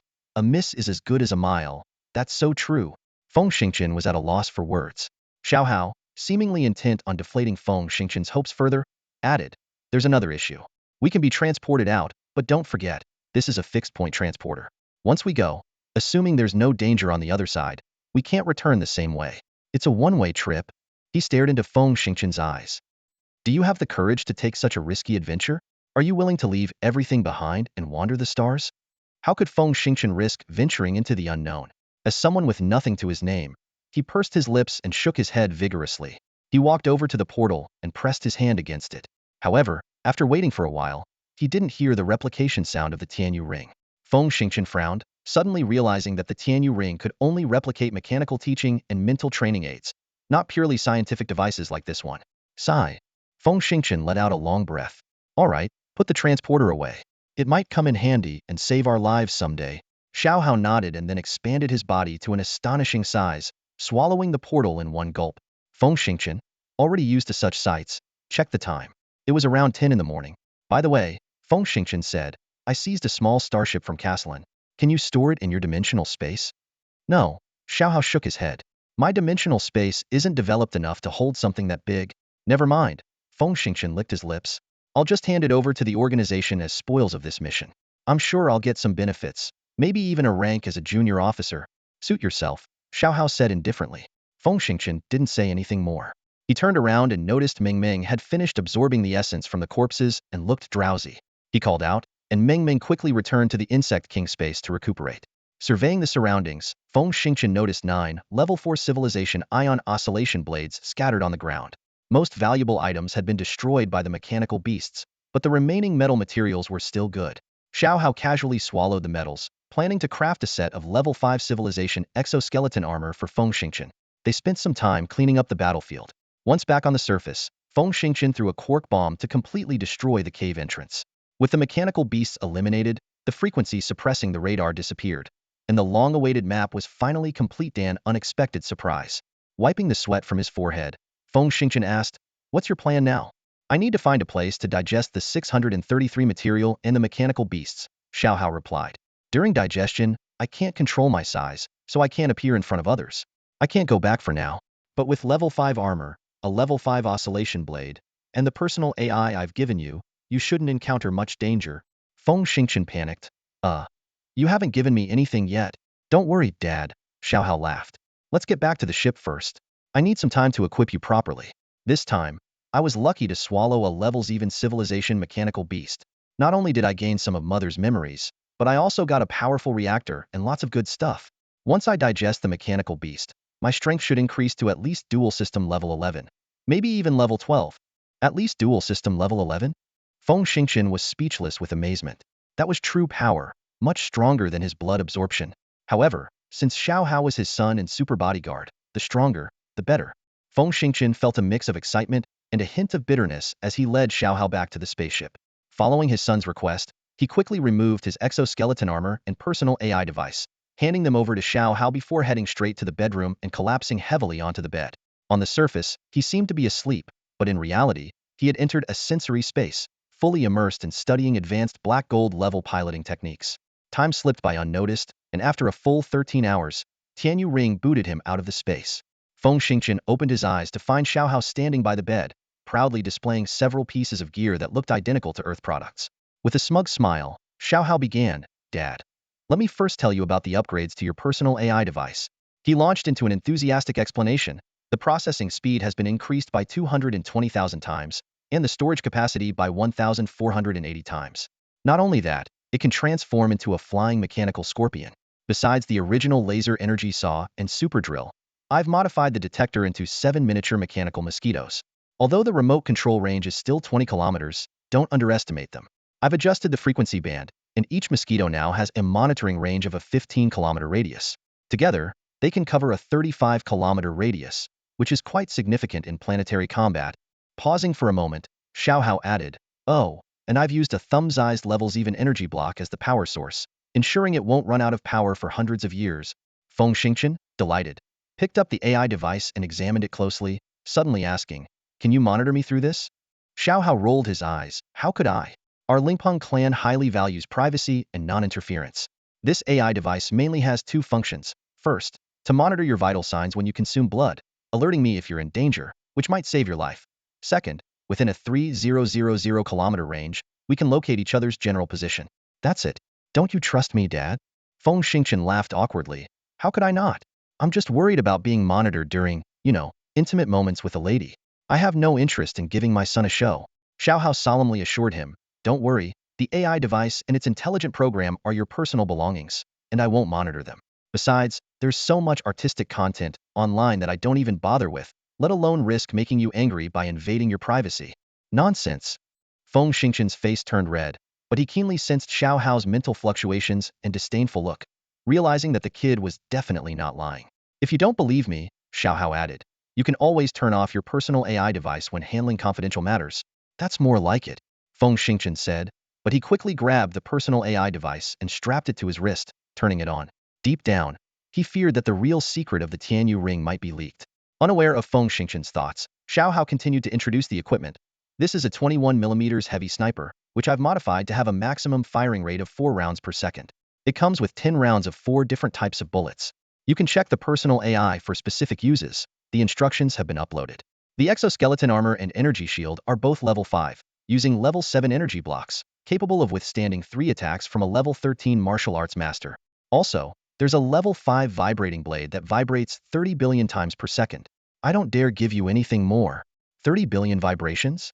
Wow, that's more than enough." Feng Xingqian's eyes lit up as he grabbed the vibrating blade, nodding repeatedly. I still have 2 blades that vibrate 4 billion times per second, which I can use in front of others. They might even take down a tier 3 beast. Too many items, if leaked, could cause big trouble. Alright, Dad, since everything's clear, I need to hurry. I'll find you as soon as my training is over. Go on. After seeing Xiao Hao off, Feng Xingqian sat in the luxurious living room, smoking a cigarette with eyes half closed, his mind racing as he pondered the secret of the Tianyu ring. He had a strong feeling that the strange symbols on the ring were the key to pinpoint teleportation, potentially connecting to another space, like a psychic space. He speculated that the Tianyu ring might be damaged, or that his level was too low to use most of its functions properly. Suddenly, he thought of a crucial point. Couldn't the Tianyu ring expand and contract? If it expanded enough for a person to pass through, could it achieve pinpoint teleportation? This way, he could complete many tasks without anyone knowing. Excited, he ordered his personal AI, Yu, make the spaceship invisible, enter absolute silent mode, and deploy the scout mechanical mosquitoes to monitor all movements within a 30-kilometer radius. No problem. Yu executed the command, deploying the mechanical mosquitoes from the spaceship. Feng Xingqian eagerly closed his eyes. With a thought, the Tianyu ring appeared. Another thought, and the ring rapidly expanded in a peculiar manner until it stopped at a 2-meter diameter. Staring at the arch-like object before him, he suddenly realized 2 critical issues. First, teleportation required massive energy. Where would he get it? Second, even if he could teleport, the Tianyu ring would have to stay behind. What if someone stole it? Feeling extremely frustrated, he stroked the strange runes on the ring and smiled wryly. So, there are things you can't do? Huh? I thought. Before he could finish, a surge of information shot through his fingertips straight into his brain. Before he could react, a wave of pain hit him, causing him to scream and crouch down, clutching his head. The sharp pain surged like a tide and quickly subsided, lasting only 4 or 5 seconds. Feng Xingqian took a deep breath and cursed angrily. You really overdo it every time, making it feel like a violation. However, the Tianyu ring remained quietly in place, showing no response to his complaints. Feng Xingqian smacked his lips, lit a cigarette, took a couple of deep drags, and squinted as he began to carefully examine the newly acquired information. As he read further, his eyes widened, and he grew so excited that he almost started scratching his head in anticipation. The core of the information was surprisingly simple. Using mental power as an energy source, the Tianyu ring could facilitate teleportation over varying distances based on the amount of mental power input. This was followed by a detailed user manual. An epiphany struck Feng Xingqian, and a vivid analogy flashed through his mind. The Tianyu ring was like a spaceship, and mental power was the fuel. The teleportation distance depended on the quality and quantity of the fuel. However, just as a spaceship needed to place the fuel into a converter to function, mental power had to pass through a specific rune to truly drive the Tianyu ring for teleportation. Yuyo! Feng Xingqian suddenly stood up and shouted. Retrieve the mechanical mosquito immediately! With a thought, the Tianyu ring quickly shrank and hid itself back on his finger. A few minutes later, the mechanical mosquito returned. Feng Xingqian immediately focused his mental power, channeling it into a rune. As a large amount of mental power flowed in, a bright white area began to expand from his current location in his mind. He understood that this area represented the maximum teleportation range of the Tianyu ring. Without hesitation, Feng Xingqian increased the input of his mental power. However, as time went on, a sense of exhaustion gradually set in. His mental power seemed to be nearing its limit, yet the teleportation distance was still less than 1,000 kilometers. Damn it, Feng Xingqian cursed with a bitter smile. This all boils down to my own lack of strength. Nonetheless, he quickly adjusted his mindset. A distance of nearly 1,000 kilometers was enough to handle many crises. Heck, even 500 meters could help me escape a lot of dangers at critical moments. After pondering for a moment, Feng Xingqian ordered, Yuyo, open the planetary map. With a soft click, a map with a scale of 1 in a million unfolded before him. After carefully examining it, Feng Xingqian realized that the distance was still not enough to teleport to the outskirts of the skeleton base. However, it was sufficient to reach the edge of the skeleton desert. With a strange smile on his lips, Feng Xingqian's mind conjured up a bold plan.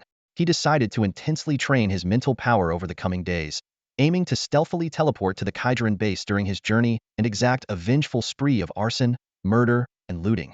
This thought brought him a perverse sense of satisfaction, as if only such actions could avenge his fallen comrades. However, reason quickly took over. Feng Xingqian realized that before taking any action, he needed to understand the extent of the commotion teleportation might cause. Without further hesitation, he selected a forest over 700 kilometers away on the map as his target location. After precisely calculating the coordinates, he issued the teleportation command in his mind. A gentle breeze swept through, and Feng Xingqian's figure vanished from the spaceship's living room. Almost simultaneously, another breeze stirred in the forest 700 kilometers away, where Feng Xingqian suddenly appeared. However, his state was somewhat disheveled. His zipper was torn open, and his hair stood up like a porcupine's quills.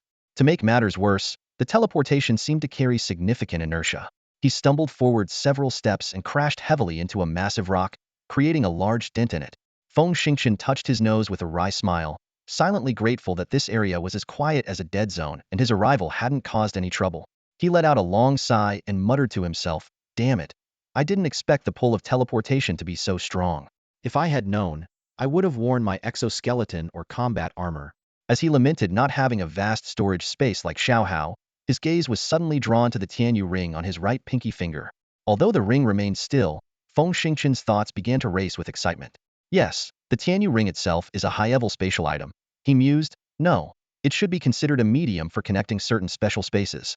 Thought space is a special space, and pinpoint teleportation is another special space. So, is it possible to develop a special storage space? This idea thrilled Feng Xingqian. He eagerly looked around for a secluded spot to quietly study the ring. He recalled that activating thought space and teleportation mode for the first time involved his mental power, or fingers touching a specific rune. The Tianyu ring had 20 runes that looked like cracks. Could it mean that each activated rune granted a different function?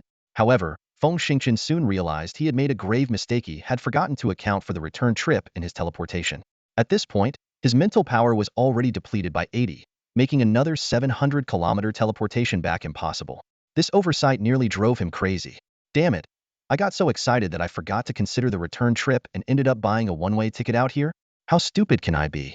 Helpless, Feng Xingqian had to let Yu release mechanical mosquitoes to search for a beast's den where he could rest. He wandered around aimlessly until his eyes lit up. Had discovered a cluster of white mushrooms under a giant tree. Wow, so many white sheep mushrooms, he exclaimed excitedly. This is great. I haven't had these in so long. I really missed them.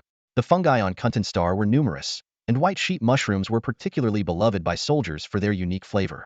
Feng Xingqian eagerly picked the largest, whitest one and popped it into his mouth. A cool sensation slid down his throat, followed by a burst of exotic fragrance in his stomach, clearing his mind and seemingly accelerating the recovery of his mental power. So refreshing, he sighed in delight. He then took out a small pouch and started harvesting the mushrooms like a madman. Once he had gathered enough, Feng Xingqian savored the delicious taste as he headed towards the beast's den Yu had found, ready to take a good rest. After walking several dozen steps, he looked at the white mushroom in his hand with surprise and muttered to himself, strange, it seems to really speed up mental recovery. How did I miss this effect before? He frowned and pondered for a moment before a light bulb went off in his head. Could it be that the special substance from the battle mother bug caused a mutation, unlocking a new function of the white mushroom? If that's the case, his eyes lit up. Maybe I should gather more of these and keep them for emergencies. Just as he was lost in thought, Yo-Yo suddenly appeared on the communicator, urgently saying, Master, there's a situation 6 kilometers to the southeast. He quickly opened his helmet and scanned the display screen. In an instant, a hint of ferocity flashed in his eyes. Without hesitation, he tossed aside the bag containing the white mushrooms and sprinted towards the southeast. Meanwhile, in the dense forest 6 kilometers away, Hushasha was in a life-and-death chase. She was gasping for breath, turning to fire a shot every few steps to fend off the relentless Kaij pursuers. As a female heavy sniper, her very existence was an anomaly. Even more rare was her role as the captain of a field squad. She was the only one of her kind among the 23 bases on Kuntan Star. All of this was thanks to the meticulous training from her retired heavy sniper father. Coupled with her peak level 7 personal strength and 2 A-level sniper skills, Hushasha was undeniably an elite. It was these exceptional qualities that allowed her to narrowly survive the brutal war 25 days ago. After firing another shot to push back a few Kaij pursuers, Hushasha sighed. She folded her heavy sniper rifle, attached it to her back, and continued running with full concentration. 12 days ago, she had stumbled upon a supply box for snipers, which had allowed her to hold out until now. However, today her ammunition was finally depleted. If she couldn't shake off the snipers behind her with guerrilla tactics, she and her injured comrades would face certain death. Using the survival skills passed down from her father and her exoskeleton armor, Hushasha was incredibly fast in the forest. Normally, these would be enough to get her out of danger. But today, facing a dozen elite Kaij warriors, the situation was dire. The constant whistling of bullets filled the air, as massive rounds flew past her, blasting large holes in the surrounding trees. These were 19.8mm special rounds, fired from the Kai's custom 19.8mm heavy sniper rifles. The recoil was so immense that only warriors of level 8 and above could handle it. Out of ammunition and pursued by over a dozen level 8 warriors, despair began to well up in Hushasha's heart. She knew that under these circumstances, her chances of survival were close to zero. Hushasha curled into a ball and rolled past a giant tree. However, luck abandoned her this time. As she sprang up, a specialized bullet grazed her right leg's propulsion device. The sound of metal shattering was accompanied by intense pain as two rigid springs pierced her calf, and blood instantly soaked through her pants. Gritting her teeth to endure the pain, she stumbled a few steps before crashing heavily to the ground. Looking up, she saw four Kaijuran closing in on her. In her desperation, Hushasha reached for her only single-soldier quark bomb, ready to take the enemy down with her. Just as she was about to pull the pin, a muffled bang sounded. The helmet and head of the nearest Kaijuran exploded, splattering green blood and brain matter all over Hushasha's face. Before she could react, the second Kaijuran fell to the ground as well. The remaining Kaijuran instantly became alert, quickly rolling to dodge while throwing smoke grenades. In an instant, the surrounding forest was enveloped in thick smoke, and visibility plummeted. From a distance, Feng Xingqian gripped his sniper rifle, seething with rage. How dare these Kaijuran hunt down a survivor, and with a dozen elite soldiers against one woman? He decided it was time for a massacre. Despite the enemy's concealment, Feng Xingqian charged into the smoke without hesitation. In his transcendent state, the smoke barely affected his vision. Suddenly, a sense of danger struck him, and he instinctively performed a side flip. 3 micromissiles whizzed past, striking a distant rock. The explosion's shockwave destroyed nearby trees, but it was negligible against Feng Xingqian's inner force shield. Realizing that Hushasha might be hurt by the falling trees, Feng Xingqian accelerated instantly. He darted over 200 meters like a ghost, scooping Hushasha up just before the giant tree crashed down. With a thunderous crash, Feng Xingqian and the Kaijuran were forced apart. He carefully placed Hushasha in a safe spot, then locked onto a Kaijuran target 700 meters away. Roaring with fury, Feng Xingqian charged at an astonishing speed of 270 kilometers per hour. The Kaijuran, clearly unprepared for such a formidable opponent, retreated in panic. But once locked on, there was no escape. Die! Feng Xingqian shouted, firing 2 shots in rapid succession. The 21mm caliber bullets flew out at 6 times the speed of sound, precisely penetrating the gaps in the Kaijuran's exoskeleton armor, blasting the target to pieces. Though he had easily dealt with 2 enemies, Feng Xingqian remained vigilant. Expanding his mental energies range to its maximum of 1,000 meters, he sensed that the remaining 13 Kaijuran were formidable opponents. He could feel at least 5 single-soldier kinetic cannons locking onto him. Attaching the heavy sniper rifle to his back, Feng Xingqian's movements became increasingly agile. Like the most nimble monkey in the world, he executed a series of flawless evasive maneuvers, making it impossible for the enemy to predict his next move. His instincts were always spot on. Feng Xingqian deftly dodged amidst the barrage of explosions, the ground beneath him being blasted into deep craters by the relentless kinetic rounds. A confident smile played on his lips. In recent training sessions within the sensory simulation space, Tian Yuhuan had set the speed of the kinetic rounds to an astounding Mach 30, or 9,000 meters per second, with 1 round fired every second. Yet, with his extraordinary perception and skilled evasive maneuvers, Feng Xingqian managed to evade hits for an entire hour. This astonishing feat nearly drove Tian Yuhuan to despair. Dodging a 50mm round might seem like it only requires a few centimeters of movement, but detecting the projectile, predicting its trajectory, and deciding on the evasive action all demand time and skill. For a level 13 martial arts master, this might not be a challenge, but Feng Xingqian, being only level 9, accomplished it with ease, leaving everyone in awe. At this moment, facing attacks at 18 times the speed of sound, Feng Xingqian moved effortlessly. Amidst his rolls and dodges, he found time to pull out his heavy sniper rifle, firing massive bullets in rapid succession. The deafening roars echoed around, shaking Hushasha from a distance. Using the captured Kaijuran 3D radar system, Hushasha could clearly see the agile figure frequently raising his rifle amidst complex evasive maneuvers. Each shot he fired resulted in a Kaijuran being obliterated into fragments. The Kaijuran finally felt fear. A sharp wail pierced the air as the remaining 8 abandoned their original plan and desperately fled deeper into the forest. Feng Xingqian, exuding a murderous aura, quickly scanned his helmet radar screen, locking onto 4 fleeing targets on the left. The Kaijuran, aided by their exoskeleton armor, could reach speeds of up to 240 kilometers per hour. However, maintaining such speed required a frantic consumption of their internal energy, testing their endurance. Unfortunately for them, today they faced an exceptionally formidable sniper. Bang, bang, bang. Bullets whistled through the air, and even if they didn't hit directly, they suppressed the Kaijuran to the brink of collapse.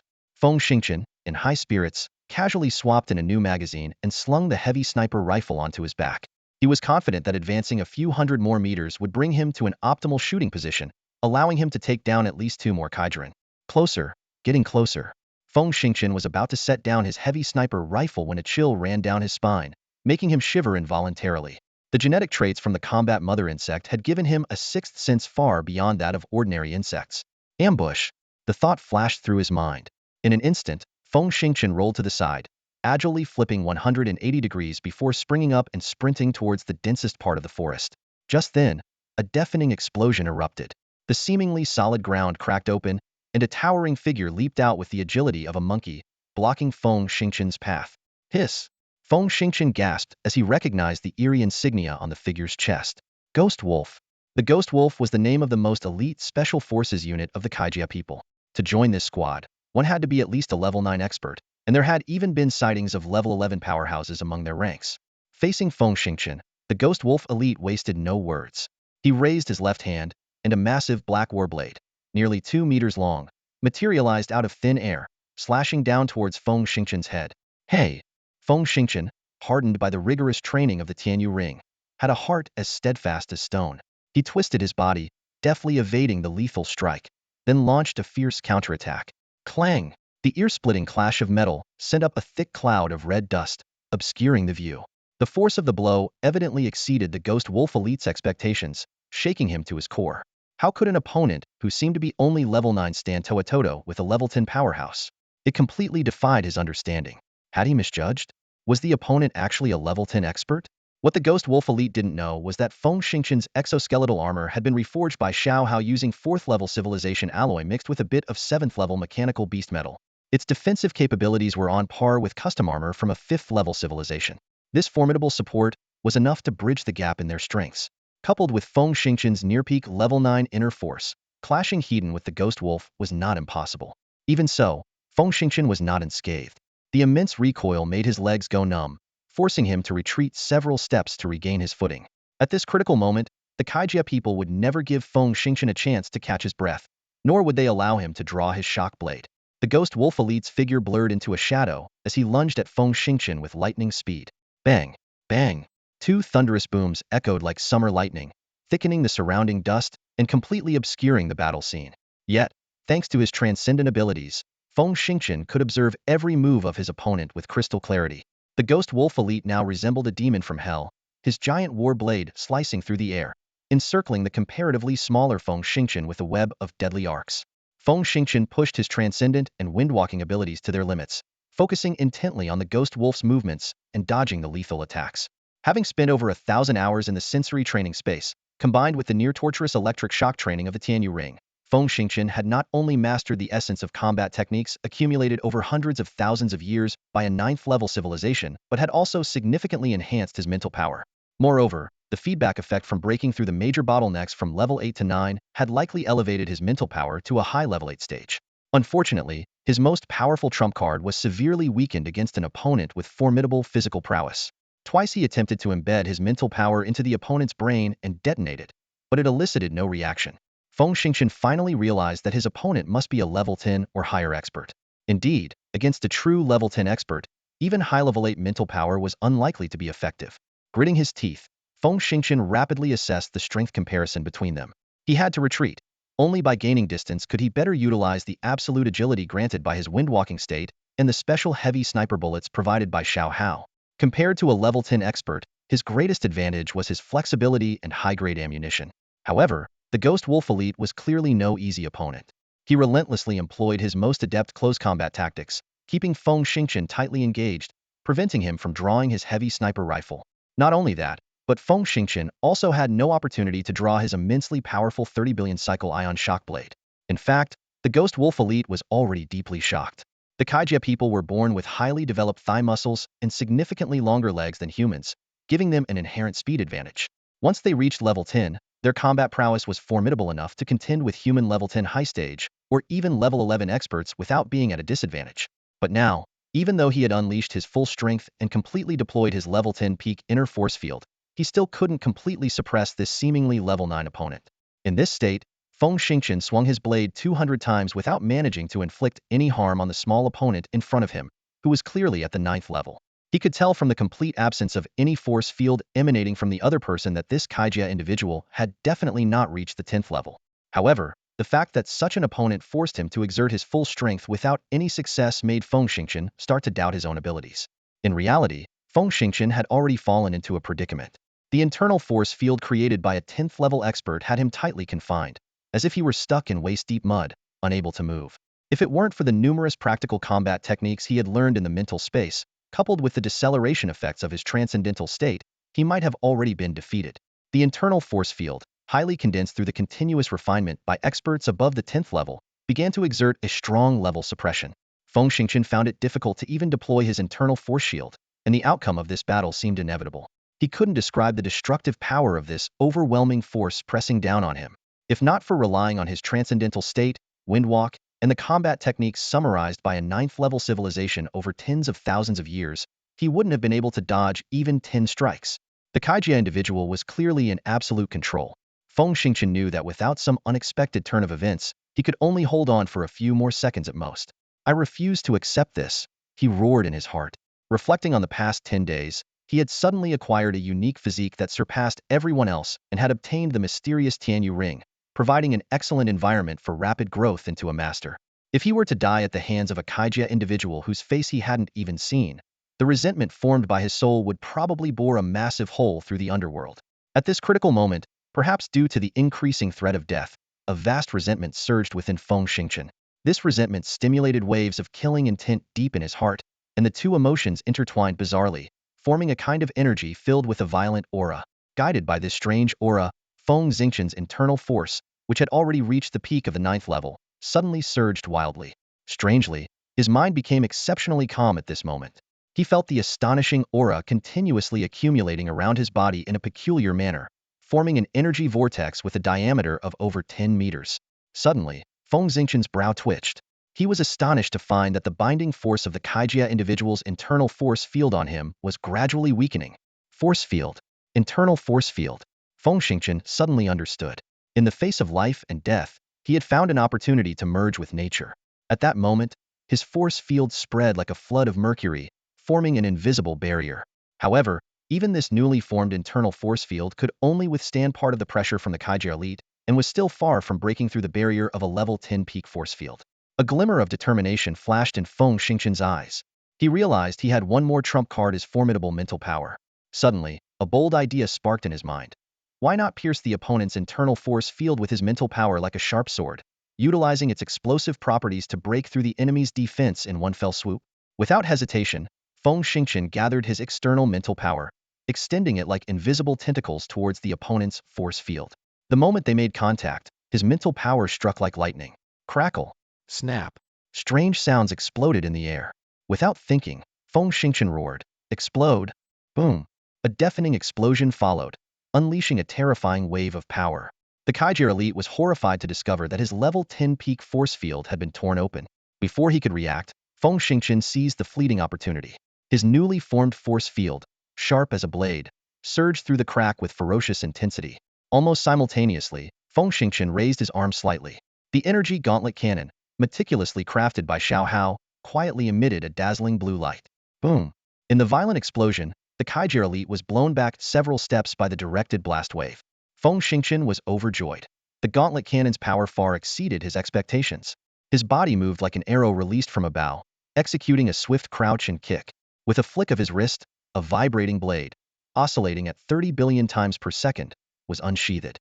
Extending his arm, he thrust the blade forward. This strike encapsulated all the insights Feng Xingqian had gained from thousands of hours of practice in his mental space. The blade was not only as fast as lightning, but also carried an unstoppable momentum, as if the entire universe could not impede his progress. Slice. Time seemed to freeze. A dark flash accompanied by a piercing whistle precisely struck the connection between the Kaijia elite's exoskeleton and helmet, carving a deep gash. Sizzle, crackle. The virtual screen inside the Kaijia elite's helmet flickered erratically, accompanied by harsh static. He stared in disbelief at the gash on his neck armor, where a few exposed power lines silently testified to the terror of that strike. The Kaijia elite snapped back to reality, realizing that without his internal force field, That strike could have severed half his neck. Acting decisively, he swung his giant battle blade while 2 micromissiles launched from his wrist-mounted steel armor. Damn it! Feng Xingqian instinctively rolled backward, narrowly avoiding the missile's direct hit. He then rolled sideways, trying to evade the explosion's shockwave. Boom! Boom! After 2 loud explosions, the Kaiser elite seized the moment. Using the shockwave's thrust, he accelerated to his limit and retreated 300 meters in an instant. He glanced back at the devastated battlefield, shouted in frustration, and then disappeared into the dense forest, cloaked in a cloud of dust. Feng Xingqian stood up from behind a large boulder, watching the Kaiser elite's retreating figure in a daze.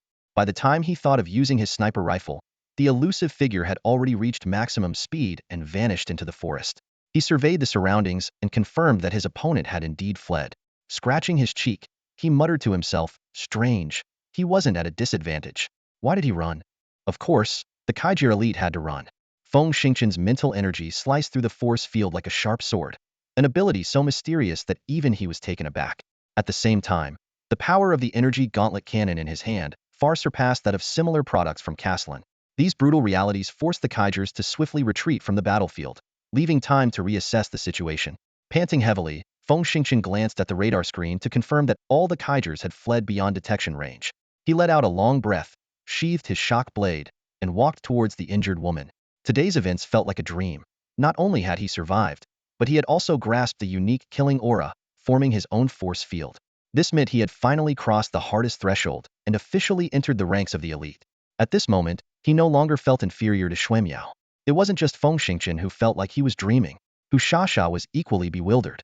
She had been in despair, only to see the tide turn at the last moment.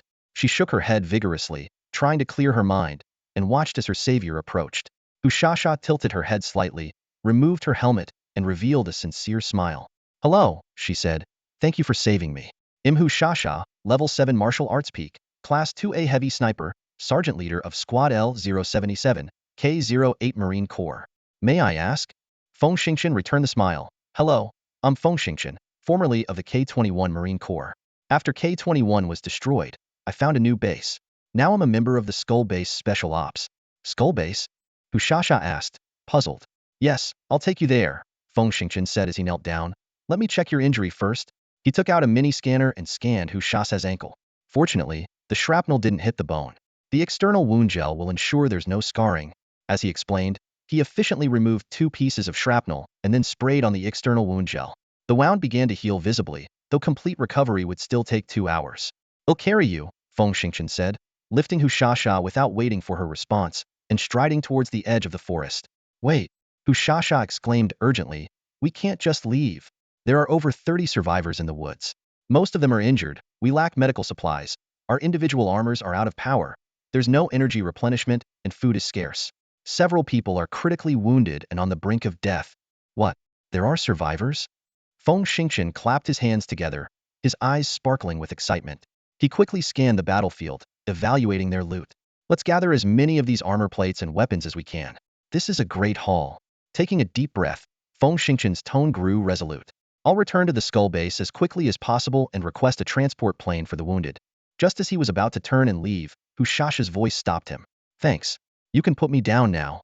A confident smile played on her lips. These minor injuries are nothing to me. Pointing to some equipment nearby, Hushasha added, there are some damaged exoskeleton armor plates over there. Just remove the jump devices and attach them to my armor. It won't hinder my movements. Feng Xingqian nodded. All right. He gently put Hushasha down and started cleaning up the battlefield. Have you noticed any activity from the biobeasts recently? He asked. Yes. Hushasha's voice suddenly rose, a flicker of fear in her eyes. 5 days ago, on the other side of the forest, I encountered a tremendously powerful tiger-like beast. If another evolved beast hadn't appeared and distracted it, I wouldn't have made it out alive. She paused, then added, oh, and I have footage of it. Hushasha quickly sent over a short 20-second video. Feng Xingqian's heart raced as he glanced at it. The strange patterns on the beast unmistakably indicated it had reached a higher level of evolution. Taking a deep breath to calm himself, Feng Xingqian tried to act nonchalant. That's indeed a formidable evolved beast. Where exactly did you see it? Hushasha eyed him warily. What? Are you planning to hunt it? I can't leave you all now.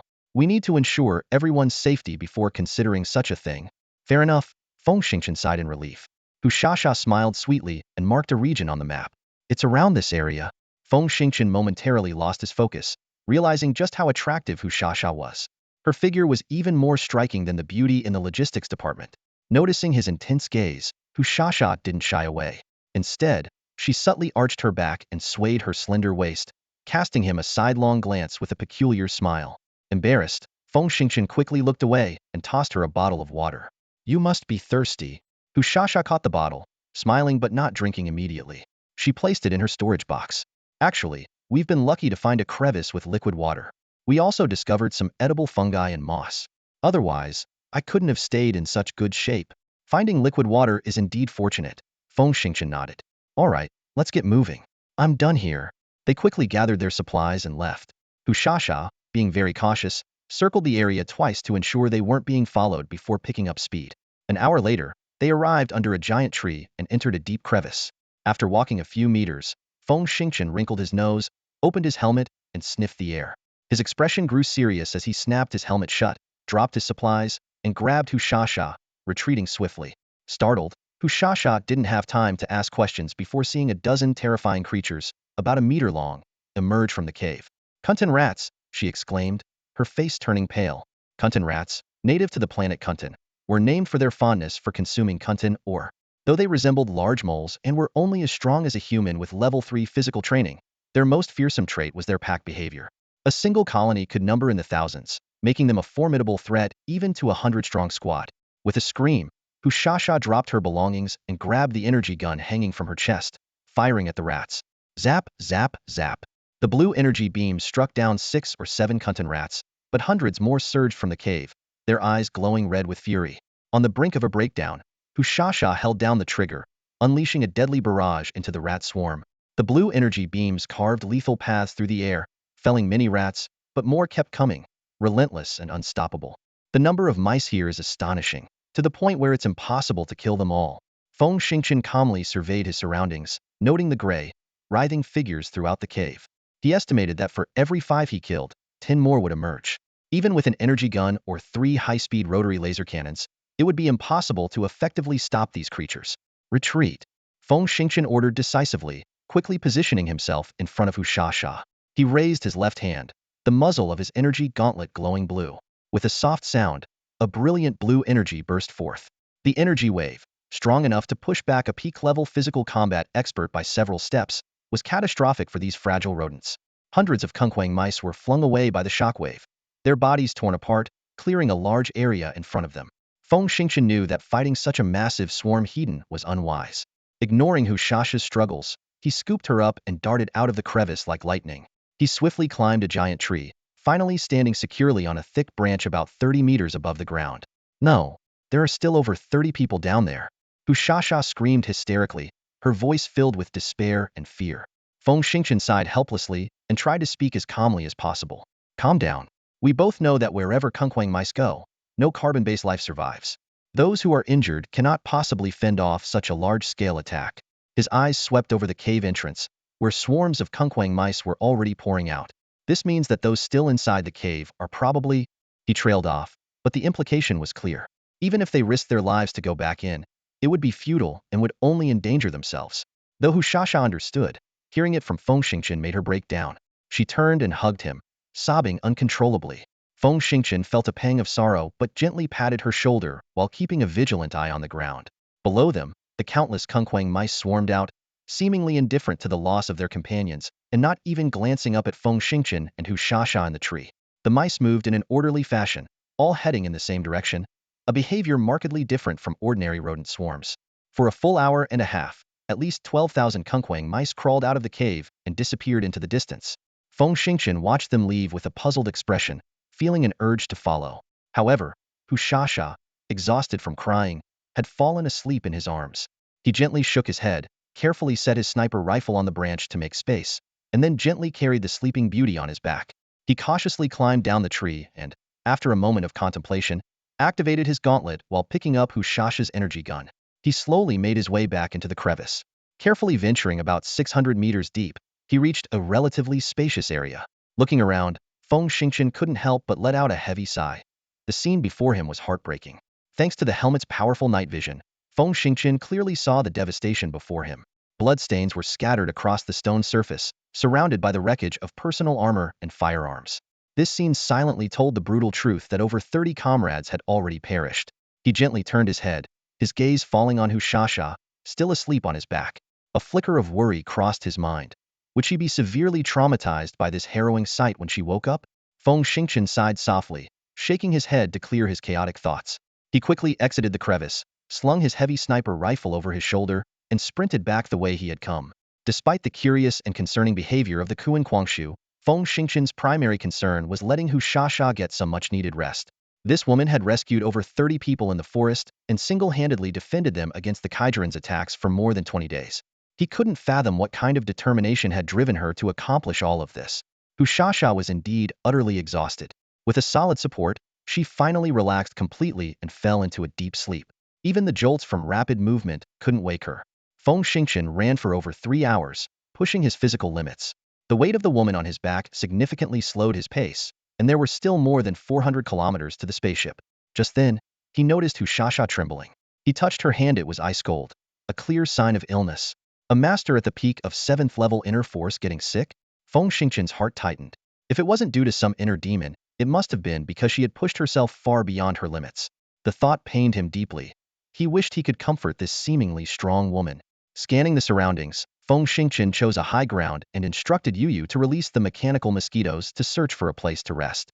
Traveling with a sick person in sub-zero temperatures at night wasn't rescue engine, it was a death sentence. 7 mechanical mosquitoes were deployed simultaneously, quickly finding a deep cave where they could shelter from the cold. In fact, due to the uneven distribution of minerals in the soil of Kuantanqing and the effects of strong winds, the planet's surface was dotted with such caves. Finding one over 50 meters deep, suitable for both heat and cold protection, wasn't difficult. Feng Xingqian swiftly entered the cave and carefully settled Hushasha. At this point, he could only wait for her to wake up on her own. Modern soldiers, thanks to their inner force, rarely fell ill, suffering mostly from external and bone injuries. Therefore, apart from a few essential injury medicines, no one carried antibiotics or cold medicine. In such cases, they could only rely on their body's resilience. As he waited, Feng Xingqian noticed that Hushasha's body temperature seemed to be dropping slightly, giving him some relief. He intended to take the opportunity to enter the mental space for study, but the word space suddenly reminded him of his earlier hypothesis. Licking his lips, Feng Xingqian quietly signaled Yu to monitor the cave entrance, then raised his hand. With a thought, the Tianyu ring appeared on his finger. After over 9 hours of recovery, his mental power was fully restored. He carefully released a wisp of mental energy, circling the Tianyu ring twice before selecting a spot and concentrating his mental energy into a piercing shape, slowly driving it in. However, luck wasn't on his side this time. No matter how hard he tried, the mental energy couldn't activate the rune, which was supposed to inject information like a torrent. Reluctantly, Feng Xingqian began testing each rune one by one. The Tianyu ring had a total of 20 runes, 2 of which were used to activate the mental space and teleportation abilities. The functions of the remaining runes were still unclear. After several attempts, most runes failed to activate any new abilities. With only 1 rune left, Feng Xingqian's confidence was nearly depleted. He casually directed his mental energy towards it. Suddenly, as if piercing through a thin membrane, the mental energy easily penetrated the rune. The familiar yet dreaded sensation of information forcefully flooding his mind struck again. This time, Feng Xingqian was prepared. Despite the excruciating pain in his head, he gritted his teeth and endured, making no sound. However, anyone hearing the guttural growl emanating from his throat would know he was enduring unimaginable agony. The intense pain was brief, fading away after just 3 seconds. Feng Xingqian took a couple of deep breaths, feeling a mix of excitement and anticipation as he read the information. The content was so simple that it made him doubt its validity. If it were any more complex, it might have overloaded his brain. The message contained just a few sentences. The item is stored in subspace, a high-level technological product with an internal space of 2 million cubic meters. It cannot store living things. It is activated through mental power, and the channel for transportation is also established through mental power. Wow, 2 million cubic meters? Feng Xingqian was nearly stunned, quickly calculating what this meant. A single Reaper mech takes up 140 cubic meters, which means the space could hold over 10,000 mechs or 14 or 15 Black Gold-class ships. 10,000 mechs could form 15 special mech battalions. He couldn't help but imagine that if the humans of Kuntan Star had such a powerful army, counterattacking the Kaijuran camps would no longer be a fantasy. Eagerly, Feng Xingqian projected his mental power into the space, hoping to find a treasure trove of items possibly stored by Xiao Hao's mom. However, When his mental power touched the interior of the space, he was dumbfounded. The vast space was astonishingly clean. Not even a speck of dust. A wave of disappointment washed over him, and he almost felt like crying. He had originally thought that such an incredible item as the Tianyu ring, which had been obtained by Xiao Hao's mom, would surely store hundreds of 7th-level civilization mechs or several 7th-level warships, befitting her status as a super expert of the Lingping clan. But this priceless space was as clean as if it had been washed hundreds of times by the world's most diligent neat freak, complete with detergent. Licking his lips, Feng Xingqian suddenly had a bold idea. If he could use the Tianyu ring's ability to transport next to a black gold-class ship and hide the entire ship in subspace, then stealthily return, wouldn't that kill two birds with one stone? It would make the disappearance of fourth young Master Castellan untraceable and leave him with a backup plan. This thought made his heart race. Deep down, Feng Xingqian always felt that the future of Kuntan Star was uncertain. Although the mysterious disappearance of the fourth young master here wouldn't leave any traces, it might still attract further investigation by the Castellan people. If it caught the attention of the Staya Republic, once these two old third-level civilizations went to war, both the Earth's military and the Kaijian's forces would likely have no choice but to retreat. Thinking of this, Feng Xingqian couldn't help but worry about his relationship with Xue Miao. If such a situation really occurred, wouldn't they soon become strangers? Feng Xingqian didn't dare delay any longer. He quickly stepped out of the cave and released the mutated queen insect, giving it a stern command. Guard this place carefully and protect everyone inside. If you find any non-Earth creatures, kill them without mercy. The intelligence of the mutated queen insect evidently surpassed that of a 5-year-old child. After a few days of initial training, it had begun to understand Feng Xingqian's orders. It tilted its head, surveyed its surroundings, and sent a mental message of compliance to Feng Xingqian before darting back into the cave entrance. Feng Xingqian shook his head privately. While having Ming Ming completely under control would be a significant asset, its nature was bloodthirsty and violent, making its future unpredictable. Unless absolutely necessary, he dared not use it lightly. Pushing aside further thoughts, Feng Xingqian focused his mental energy sharply on the teleportation rune. A bright white area rapidly expanded, and he quickly locked onto the black gold coordinates using the map. A gentle breeze blew, and Feng Xingqian appeared beside the black gold coordinates. This time, he was prepared and managed to steady himself after just a stumble. He immediately extended his advanced perception, covering a 1-kilometer radius. Suddenly, his brow furrowed. Opposite the black gold coordinates, a Kaijian was meticulously examining the area. Although the black gold ship had a 4th-level civilization's cloaking system, the technology was not yet mature, and the vessel still emitted noticeable gravity waves. The Kaijian seemed to be an expert, holding a sophisticated radar device. Having detected the gravitational anomalies, he was now touching the invisible hull with a puzzled expression. Feng Xingqian's sudden appearance startled the Kaijian. But upon realizing that Feng Xingqian was not a formidable figure, the Kaijian's eyes instantly filled with murderous intent. Feng Xingqian's heart sank. Judging by the killing intent and stern demeanor, this was clearly a far more powerful expert than a 10th-level peak ghost wolf elite. Could this be an 11th-level master? Facing such a formidable opponent, Hedon would be suicidal. With this in mind, Feng Xingqian turned without hesitation and sprinted away at full speed. The Kaijian roared in anger, pushing off the ground with a burst of speed, reaching an astounding 160 meters per second, and viciously chased after him. Damn, what kind of speed is that? Feng Xingqian inwardly wailed. Although he had advanced to the 10th level, and with the windstep state and exoskeleton assistance, he could only reach about 130 meters per second. Worse still, having just advanced, he hadn't had time to study the use of internal energy fields, making his strength far from that of a true 10th-level master.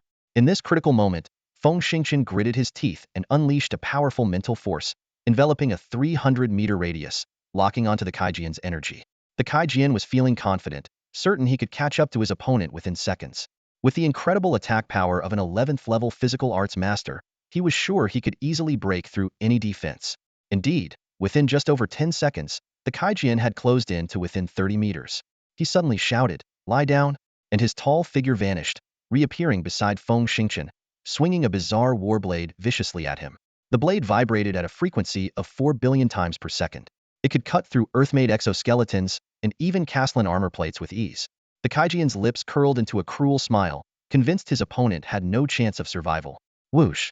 The blade edge almost touched the black armor plates of Feng Xingqian's exoskeleton. However, a strange scene unfolded. The blade passed directly through Feng Xingqian's body. A phantom, the Kaijian realized with a jolt, quickly retracting his warblade. In an instant, he released an 11th-level initial stage energy field, attempting to capture the Earthling's presence. A sudden sense of danger surged from behind, instantly putting Kaijian on high alert. His finely tuned force field perception detected the unexpected threat. Surprised, he quickly compressed the force field behind him to form an impenetrable barrier, preparing to take the hit hidden and then counterattack. However, a razor-sharp force effortlessly sliced through his force field, directly reaching his exoskeletal armor. Kaijiren raised an eyebrow, a deep sense of peril welling up inside him. In that moment, a long-lost feeling of exhilaration erupted within him. Kaijiren's movements were fluid and seamless, twisting, kicking, exerting force, and drawing his blade in one smooth motion. The immense power he unleashed was like a high-speed drill, fiercely striking towards the source of the danger. Even in such a disadvantageous position, his exquisite evasion and counterattack techniques proved he was a true master. Such quick reflexes, Feng Xingqian silently praised. Using his transcendent perception, every move Kaijiren made was crystal clear to him. Yet, he suddenly realized that his own actions couldn't keep up with Kaijiren's speed. Reluctantly, he abandoned the ambush, retreating as light as a falling leaf, turning into a shadow moving backwards. You won't escape. Missing twice in a row, Kaijiren's anger flared. He unleashed his full speed and force field, closely pursuing the Earthling. The peculiar war blade in his hand spun like a windmill, launching relentless attacks. Facing such ferocious aggression, Feng Xingqian finally grasped the terror of an 11th level master. Under Kaijiren's incredible speed, his windwalking state was almost useless. Against that terrifying strength, his defenses were paper-thin. Within Kaijiren's more refined force field, his attacks were as feeble as a child's stick waving. At this moment, all Feng Xingqian could do was use his powerful transcendent perception to slow down the opponent's assault and dodge in advance. But he knew this evasion tactic couldn't last long. The suffocating confinement formed by the 11th level internal energy force field would soon exhaust him, leading to defeat without a fight. Counterattack! I must counterattack! Feng Xingqian shouted internally, yet he couldn't find a single opportunity to create distance. This left him in a dilemma. Without creating distance, he couldn't use his mental power to cause an explosion within the opponent's force field. And given their rapid speed, to successfully use a piercing explosion, he needed to find the weak point in the force field, which required time. Unfortunately, he didn't even have that bit of time now. Worse still, his mental power, only at the high end of the 8th level, couldn't even shake a 10th level peak Ghost Wolf Master, let alone the 11th level opponent before him. At this moment, rather than futilely attempting a mental attack, it was better to focus on consolidating his transcendent perception and searching for a flaw in the opponent's defenses. Meanwhile, as Feng Xingqian fretted over his predicament, Kaijiren found himself in a similar bind, equally filled with frustration. The 11th level force field couldn't completely suppress the unstable 10th level force field. In reality, Feng Xingqian had just advanced a few hours ago and hadn't had time to study the force field. He was holding his ground purely based on 9th level civilization combat experience, his transcendent state, and his windwalker status. Crucially, the 5th level civilization exoskeleton armor created by Xiao Hao, with its technology surpassing by 2 levels, almost leveled the playing field between them. The Kaijar had no knowledge of these details. Consumed by extreme imbalance, his killing intent grew stronger. He wished he could immediately crush the Earthling before him, grinding him into a pulp or tearing him apart with his bare hands to quell his nearly frenzied state of mind. The Kaijar unleashed the full extent of his 11th level initial stage power. The strange battle blade in his hand created a storm eye of swirling energy, with thunderous explosions shaking the surrounding giant trees. Even 3 or 4 kilometers away, you could feel the intensifying rumble. At this moment, Feng Xingqian seemed like a leaf in a storm. The biofabric military uniform clinging to his body was shredded into strips by the surging force field energy. Though he hadn't taken a direct hit, the blade-like energy left bloody gashes on his body. Damn it! Is this the strength of an 11th level fighter?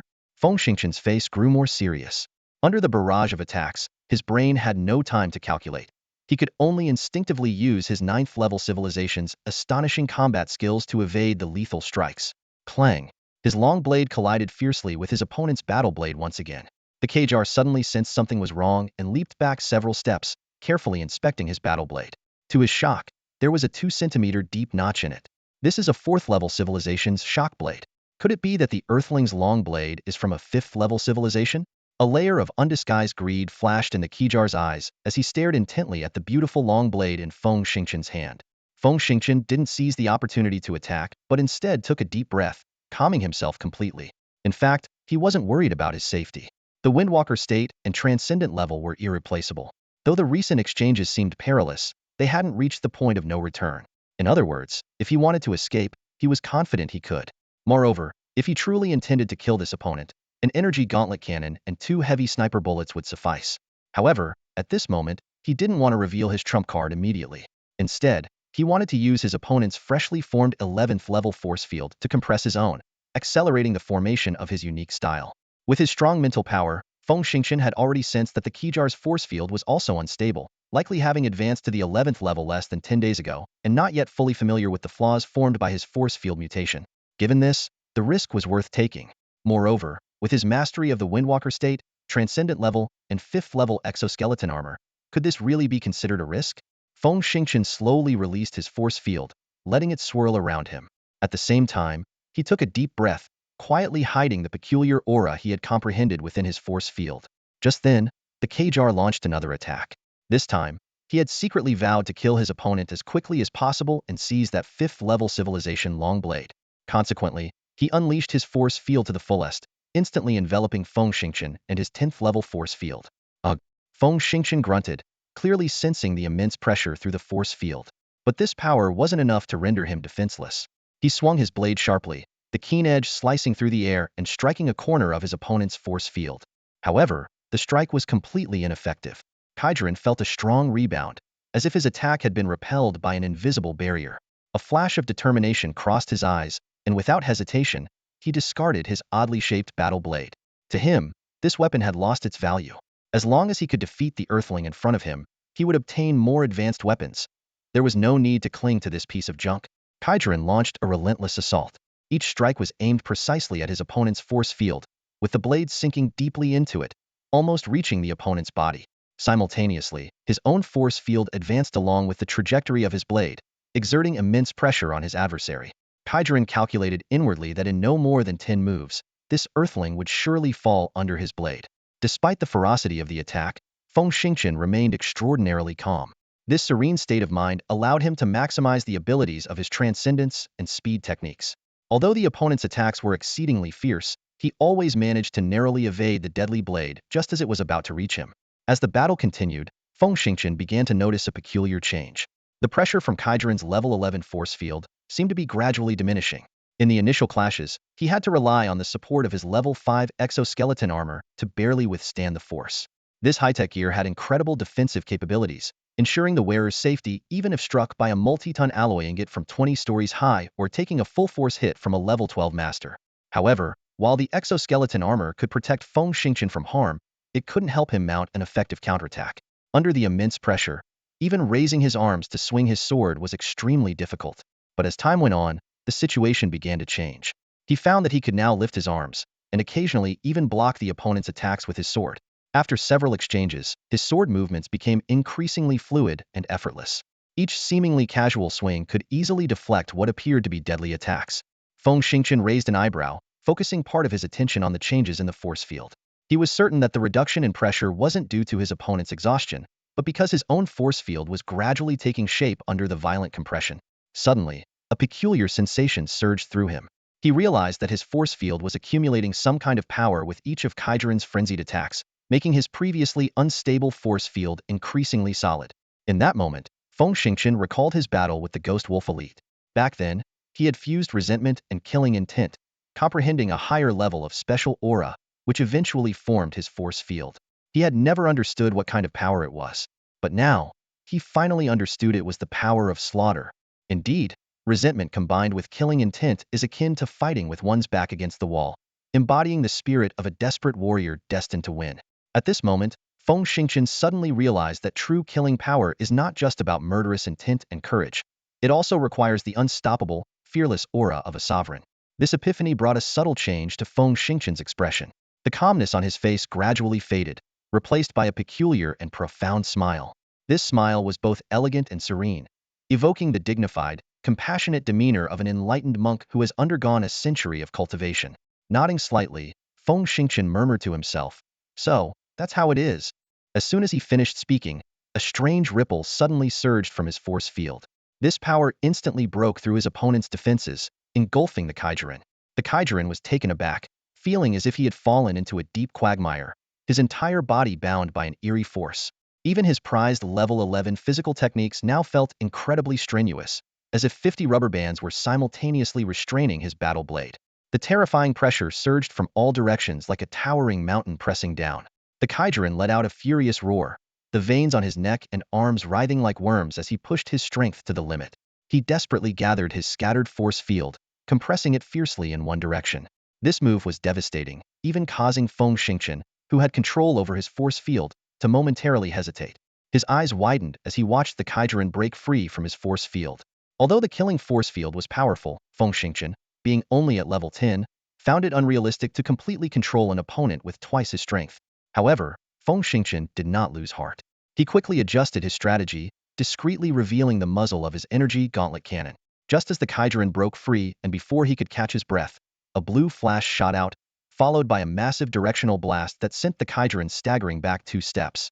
The Kaijuran was instantly filled with terror, desperately trying to regain his footing and pull back his deformed force field. But it was too late. Feng Xingqian, moving like lightning, had already unslung the heavy sniper rifle from his back and fired 2 shots. These were no ordinary bullets. They were crafted from a special material extracted from a level 7 civilization's mechanical beast by Xiao Hao. The first shot was a plasma round, which exploded less than a foot in front of the Kaijuran, releasing 7 million volts of plasma and instantly enveloping him in a 2-meter radius, causing his entire body to convulse. Before the Kaijuran could recover from the convulsions, the second shot, an armor-piercing explosive round, precisely struck his head. Despite the exoskeleton armor protecting him, his head burst like a smashed watermelon, and his convulsing body collapsed to the ground. Wow, these bullets are amazing, Feng Xingqian exclaimed, his eyes wide with astonishment as he watched the sparks still dancing on the Kaijuran's body. At that moment, Yu Yu emerged, grinning from ear to ear. Congratulations, Master, on defeating a level 11 opponent. Feng Xingqian sighed deeply. Sigh? You don't need to flatter me. This was all thanks to Xiao Hao. If it weren't for the powerful energy gauntlet cannon and sniper bullets, I couldn't have killed him even if I managed to defeat him. Yu Yu immediately retorted, that might seem reasonable, but don't forget, Master. This is the interstellar era and a brutal battlefield. Your ability to obtain Xiao Hao's help and wield high-level civilization weapons is a testament to your own strength. Feng Xingqian stood next to the spaceship, pondering what truly constitutes strength. He believed that aside from physical skills and mental power, high-tech weapons and extensive experience were equally indispensable. Just as he was lost in thought, the mention of a mutant queen bug snapped him back to reality, prompting him to urgently change the topic. Ming Ming, go guard Hashasha. I'm not comfortable leaving her alone. We need to pack up the spaceship quickly, he said hastily, a trace of worry in his eyes. Feng Xingqian glanced down at his torn military uniform and gave a helpless smile. Fortunately, he had learned from his last bear encounter with Shui Miao and had brought spare clothes this time. He quickly retrieved a set of clothes from his backpack and changed, then released his ultrasensory powers to meticulously scan the area within a kilometer. After confirming the surroundings were safe, Feng Xingqian's gaze fell on the quietly docked black gold speedboat. Suddenly, a crucial question flashed through his mind. Yuyo, did we forget to check if there are any Mechs on the ship? He asked urgently. Yuyo paused for a moment, then her eyes lit up as she excitedly pumped her tiny fists. You're right. Let's quickly board and check the inventory. It won't take more than a few minutes. Feng Xingqian nodded in agreement, and then pressed a button on his portable communicator, sending a discreet signal. The black gold hatch opened silently. They swiftly boarded the spaceship, with Feng Xingqian jogging towards the cockpit. Yuyo, even more eager, detached from his wrist and transformed into a flying scorpion, darting ahead into the cockpit. She quickly scanned the instrument panel, flew to a gauge, and extended a metal stinger to connect to the ship's main computer, beginning to query various data. While Yuyo was busy, Feng Xingqian started to clean up the scene. He carefully handled the bodies of the Caslan people, disposing of them in subspace to avoid leaving any traces. The bloodstains on the ground were left to the fully automated cleaning machines. When he returned after finishing the cleanup, Yuyo had completed her search. She flew up to Feng Xingqian, her tone noticeably disappointed. Master, I'm sorry, but this noble didn't bring any Mechs. Feng Xingqian's eyes widened in disbelief. How is that possible? This is a perilous expedition. Mech should be an essential and powerful support. Master, this kind of thing is quite normal, Yu explained, causing Feng Xingqian to fall into deep thought. Through the records of the spaceship's mainframe, he discovered some surprising information. It turned out that the family of the fourth young master had lost their heir due to an accident, forcing them to choose a new successor. This news was like a bombshell, igniting the ambitions of the 5 direct descendants. They began a fierce competition, both openly and in the shadows. During this critical juncture, the fourth young master happened to salvage the wreckage of a Caslan merchant ship. The logs from the spaceship's mainframe revealed that 90 years ago, this merchant ship had been destroyed in this star region by a spherical object resembling an escape pod. Interestingly, That mysterious escape pod seemed to have fallen on Star. A glint of greed flashed in the fourth young master's eyes.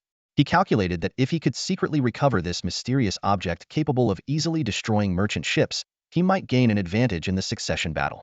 Therefore, he cleverly used the pretext of a vacation to discreetly take the family's Black Gold-class spaceship, which was reserved for entertaining VIPs. To avoid arousing suspicion among the other competitors, the fourth young master had to act cautiously. He didn't dare bring any mechas or equipment that might attract attention. This explained why the seemingly ordinary spaceship was, in fact, a formidable weapon hidden in plain sight. After hearing Yu Yu's explanation, Feng Xingchen wasn't interested in delving into the fourth young master's family drama. His attention quickly shifted to the spaceship itself. Although the ship couldn't currently utilize all its functions, its arsenal alone was enough to make anyone envious. Yu Yu, seemingly well aware of her master's preferences, smiled as she listed the inventory. This ship has 200 star missiles, 3,000 units of third-level energy blocks, and several Castlin standard energy weapons. Oh, and the performance of the 2 sets of personal armor is quite impressive as well. She paused and added, once Xiaohao returns, I'm sure he can create even more good stuff for you. Besides, with a spaceship on Star, will logistical supplies still be an issue? However, Feng Xingchen wasn't dazzled by these impressive statistics. He calmly analyzed, these are all personal equipment and have limited use. Moreover, I haven't mastered the technology to utilize third-level energy blocks. Without that, logistical problems still remain. Seeing Feng Xingchen's slightly disappointed expression, Yu quickly reassured him, come on, we can't be too greedy, right? Think back to the past. As long as we had enough spore smoke and strong liquor during missions, it was already a luxurious life. Now our expectations are growing, and that's not necessarily a good thing. Suddenly, Yu Yu seemed to remember something important. Excitedly clapping her hands, she exclaimed, oh, I almost forgot to tell you. The supply bay is stocked with luxury items and food, especially spore smoke from the Xaiman Alliance and Castlin wine. The quantities are astonishing. For just you, it would last decades. Upon hearing this, Feng Xingchen's eyes lit up. He quickly headed to the supply bay, and the sight before him left him in awe. Yu Yu's estimate was clearly conservative. The sheer volume of smoke and alcohol stored here could last a century. Feng Xingchen even suspected that the fourth young master's family might be using this Black Gold-class spaceship to smuggle these items. Shaking his head vigorously to clear his thoughts, he carefully stored the enticing supplies in the subspace. Just then, an important question suddenly struck him. He asked in alarm, Yu Yu, I have a problem. My personal chip has a military achievement recording program. Could it have recorded my capture of the Black Gold-class ship? Yu Yu, however, seemed confident. She smiled and replied, since you're worried, I'll check it right away.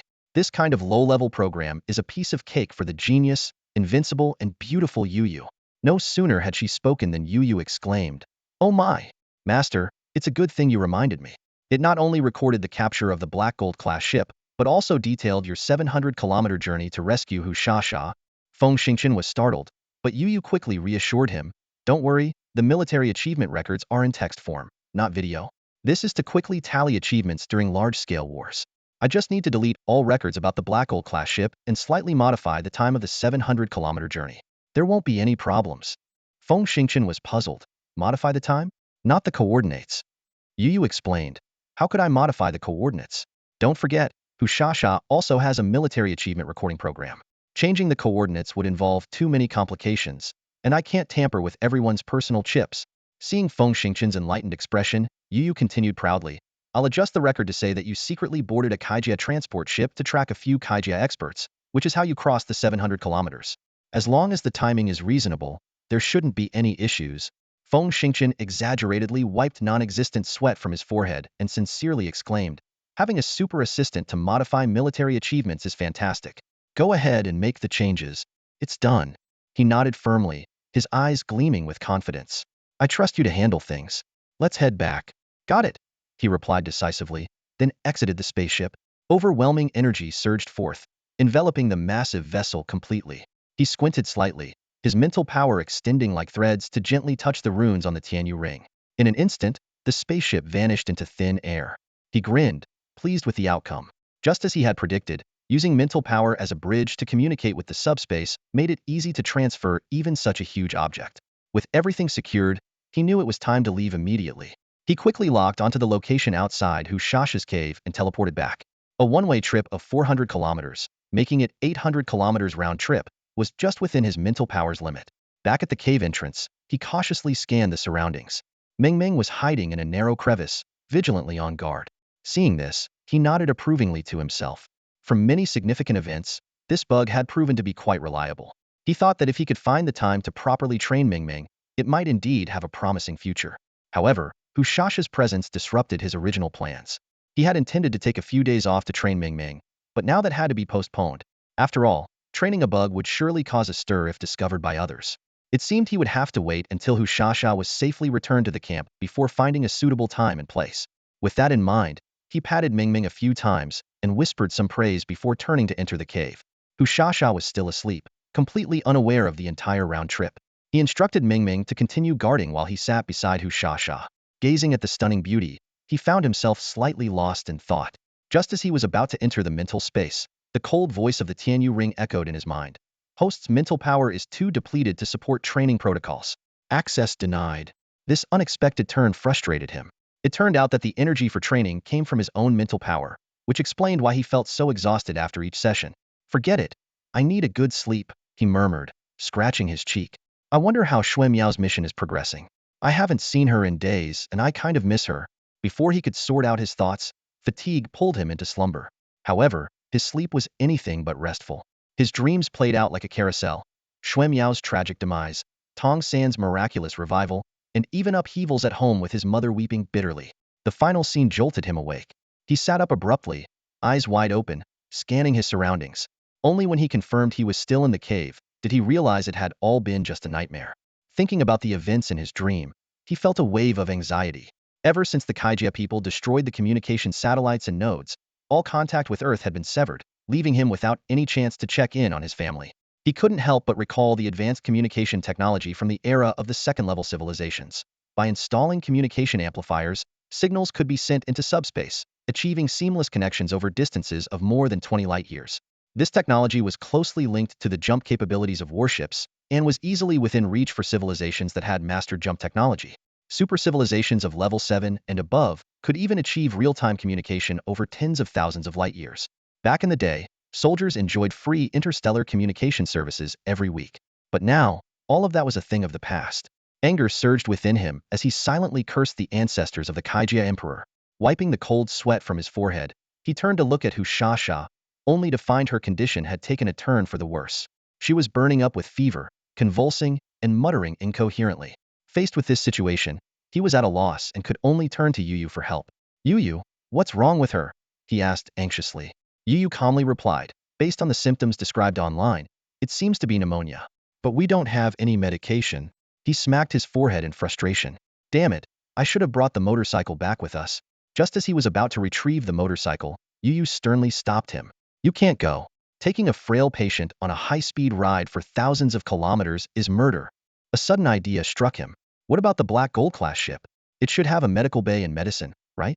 Yu explained that the medical bay was designed for the caste blue people and required professional adjustments to be used for humans. Moreover, caste blue medications were ineffective for humans. Seeing Hushasha's condition deteriorate, he almost lost his mind. I don't care. She survived the war. She can't die from pneumonia. Suddenly, Yu reminded him, Master, don't forget about the Kuntan star botany. The remark hit him like a bolt of lightning. He immediately dashed out of the cave. Recalling the knowledge from his training, he remembered that some plants on Kuntan star were similar to herbal medicines on Earth. Among them, the roots of 2 plants and several types of fungi had significant anti-inflammatory effects. He quickly ran towards the nearest forest, instructing Ming Ming to stay behind. Once in the forest, he released 7 mechanical mosquitoes to search for the herbs while he found a clearing to take out the Black Gold-class ship, fetching water and an alloy cup. Soon, the mechanical mosquitoes brought good news, locating the target plants.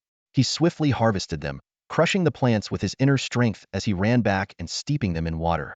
Back in the cave, he force-fed the herbal concoction to Hushasha and covered her with his biotechnological fabric jacket for warmth. Half an hour later, her symptoms began to ease, and he finally breathed a sigh of relief. By sunrise, Hushasha had regained consciousness but remained weak. Considering her condition, he decided to set off immediately.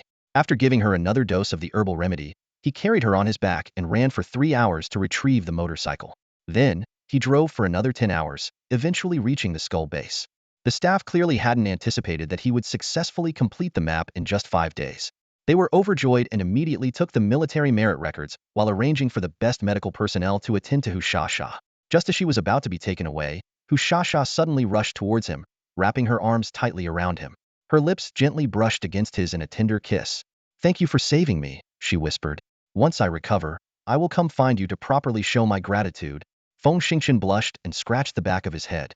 At that moment, he wasn't really concerned about Hushasha's gratitude. He was more eager to find out about Xuemiao's whereabouts. Watching Hushasha leave reluctantly, he looked around the enormous tarmac. Dozens of towering mechas were neatly lined up, making his fingers itch with excitement. He secretly imagined how amazing it would be if he could pilot such an ultimate weapon and fight alongside Xuemiao. Just as he was about to ask someone about Xuemiao's current status, he suddenly saw 4 or 5 mecha pilots running hurriedly towards the elevator, shouting, "Hurry up! Xuemiao, and the instructor simulation battle has already started. If we're any later, we'll miss it." Overjoyed, Feng Xingqian quickly joined the crowd and squeezed into the elevator. After descending 2 floors, they jogged into a vast hall covering about 5 acres. It was clearly a combat simulation room, with 2 virtual 3D mechas already locked in an intense battle in the center. Xuemiao's opponent today is the close combat mecha instructor, Brigadier General Wan Liqing, the top mecha expert at the Skull Base, someone explained excitedly. Feng Xingqian had to admit that compared to the technology of the Tianyu Ring, the Earth Federation's simulation system seemed quite inferior.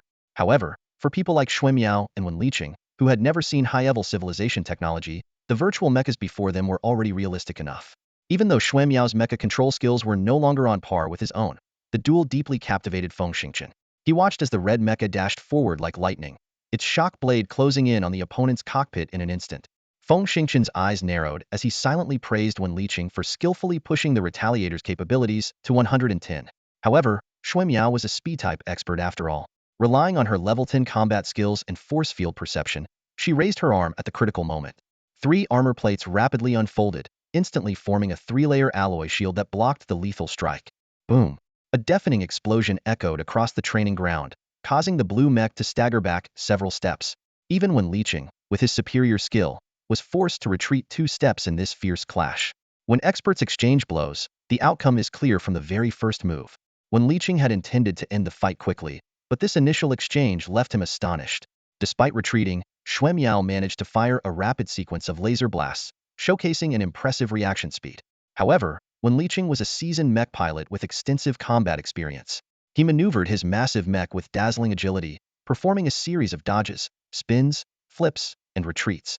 Not only did he evade the laser attacks, but he also seized the opportunity to counterattack. In a flash, he lunged forward and swung his blade. Boom! Another loud crash rang out, and the 2 mechs separated instantly. Neither side launched the next round of attacks, instead standing still as if assessing each other's strength. What incredible speed! Feng Xingqian, watching from the back of the crowd, couldn't help but exclaim. He pushed through the throng, trying to find a better spot to witness the thrilling duel. Just as Feng Xingqian secured a good vantage point, Wan Liqing's laughter broke the silence. He stepped out of the simulator pod, and the red mech dissipated. "Excellent! Excellent!" Wan Liqing praised. "I've heard of your reputation, that among the younger generation across all bases, you're unmatched. It seems your fame is well-deserved. What's even more impressive is that in just a few days, you've fully mastered the force field and integrated level 4 mental energy. Remarkable, truly remarkable." Xuemiao also exited the simulator pod and gave a slight bow to the brigadier. "Without the dedicated guidance of the instructors, I wouldn't have this combat prowess even if I reached level 10. Your comprehension is exceptional." Wan Liqing continued to commend. "Among the many elites I've encountered, you're already among the top. I dare say, with persistence, you'll become the first female master in the Earth Federation within 30 years. Xuemiao didn't show joy but responded sincerely. "If that day comes, it will be thanks to the instructor's generous teachings." "No need to be modest," Wan Liqing said with a smile. "In the next couple of days, get familiar with the new mech. The responder is quite different from the storm for you used to pilot." Xuemiao gave a solemn salute. "Thank you for the reminder, instructor." Hiding in the back, Feng Xingqian grinned, thinking that Xuemiao's training for the day must be over.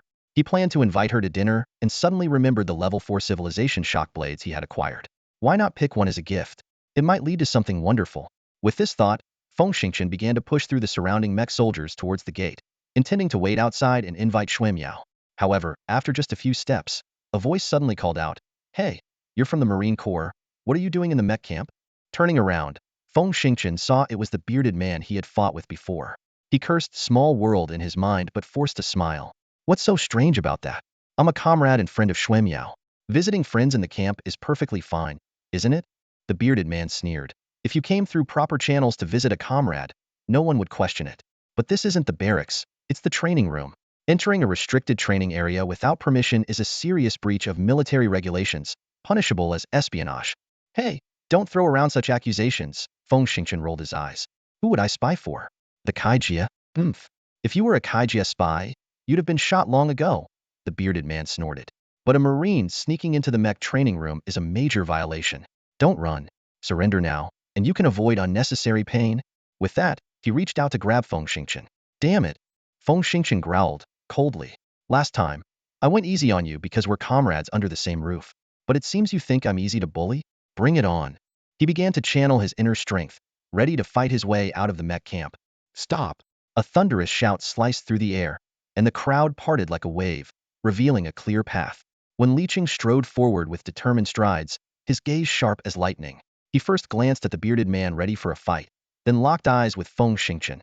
His pupils narrowed, and his voice was icy and piercing. So, it's you, Feng Xingchen. Impressive, very impressive. I heard you were at the peak of level 9 just a few days ago. I didn't expect you to return from a mission having reached level 10. Feng Xingchen shrugged casually. Hey, you're too kind. On this trip, I happened to encounter a level 10 peak warrior from the Ghost Wolf Special Forces. After a tough battle, I had a breakthrough. The crowd of hundreds collectively gasped. The Ghost Wolf Special Forces were the elite of the Kaijers, known to instill fear in even the untested soldiers of the Federation. They were a formidable force, having inflicted heavy casualties on Earth's military. When Liqing's eyes gleamed as he pressed on. So, you managed to escape their pursuit? Wrong. Feng Xingchen's lips curled into a slight smile. It was the Ghost Wolf expert who escaped from me. When Liqing was momentarily stunned, then laughed. I heard that the General Staff recently offered you a position in the Mecha Battalion. Why did you turn it down? Feng Xingchen's eyes shifted briefly to Xuemiao standing beside Wen Liqing, a mysterious smile playing on his lips. Because, although I do want a mecha, it seems the Mecha Battalion can't teach me the advanced techniques I seek to master. This audacious statement stirred an uproar.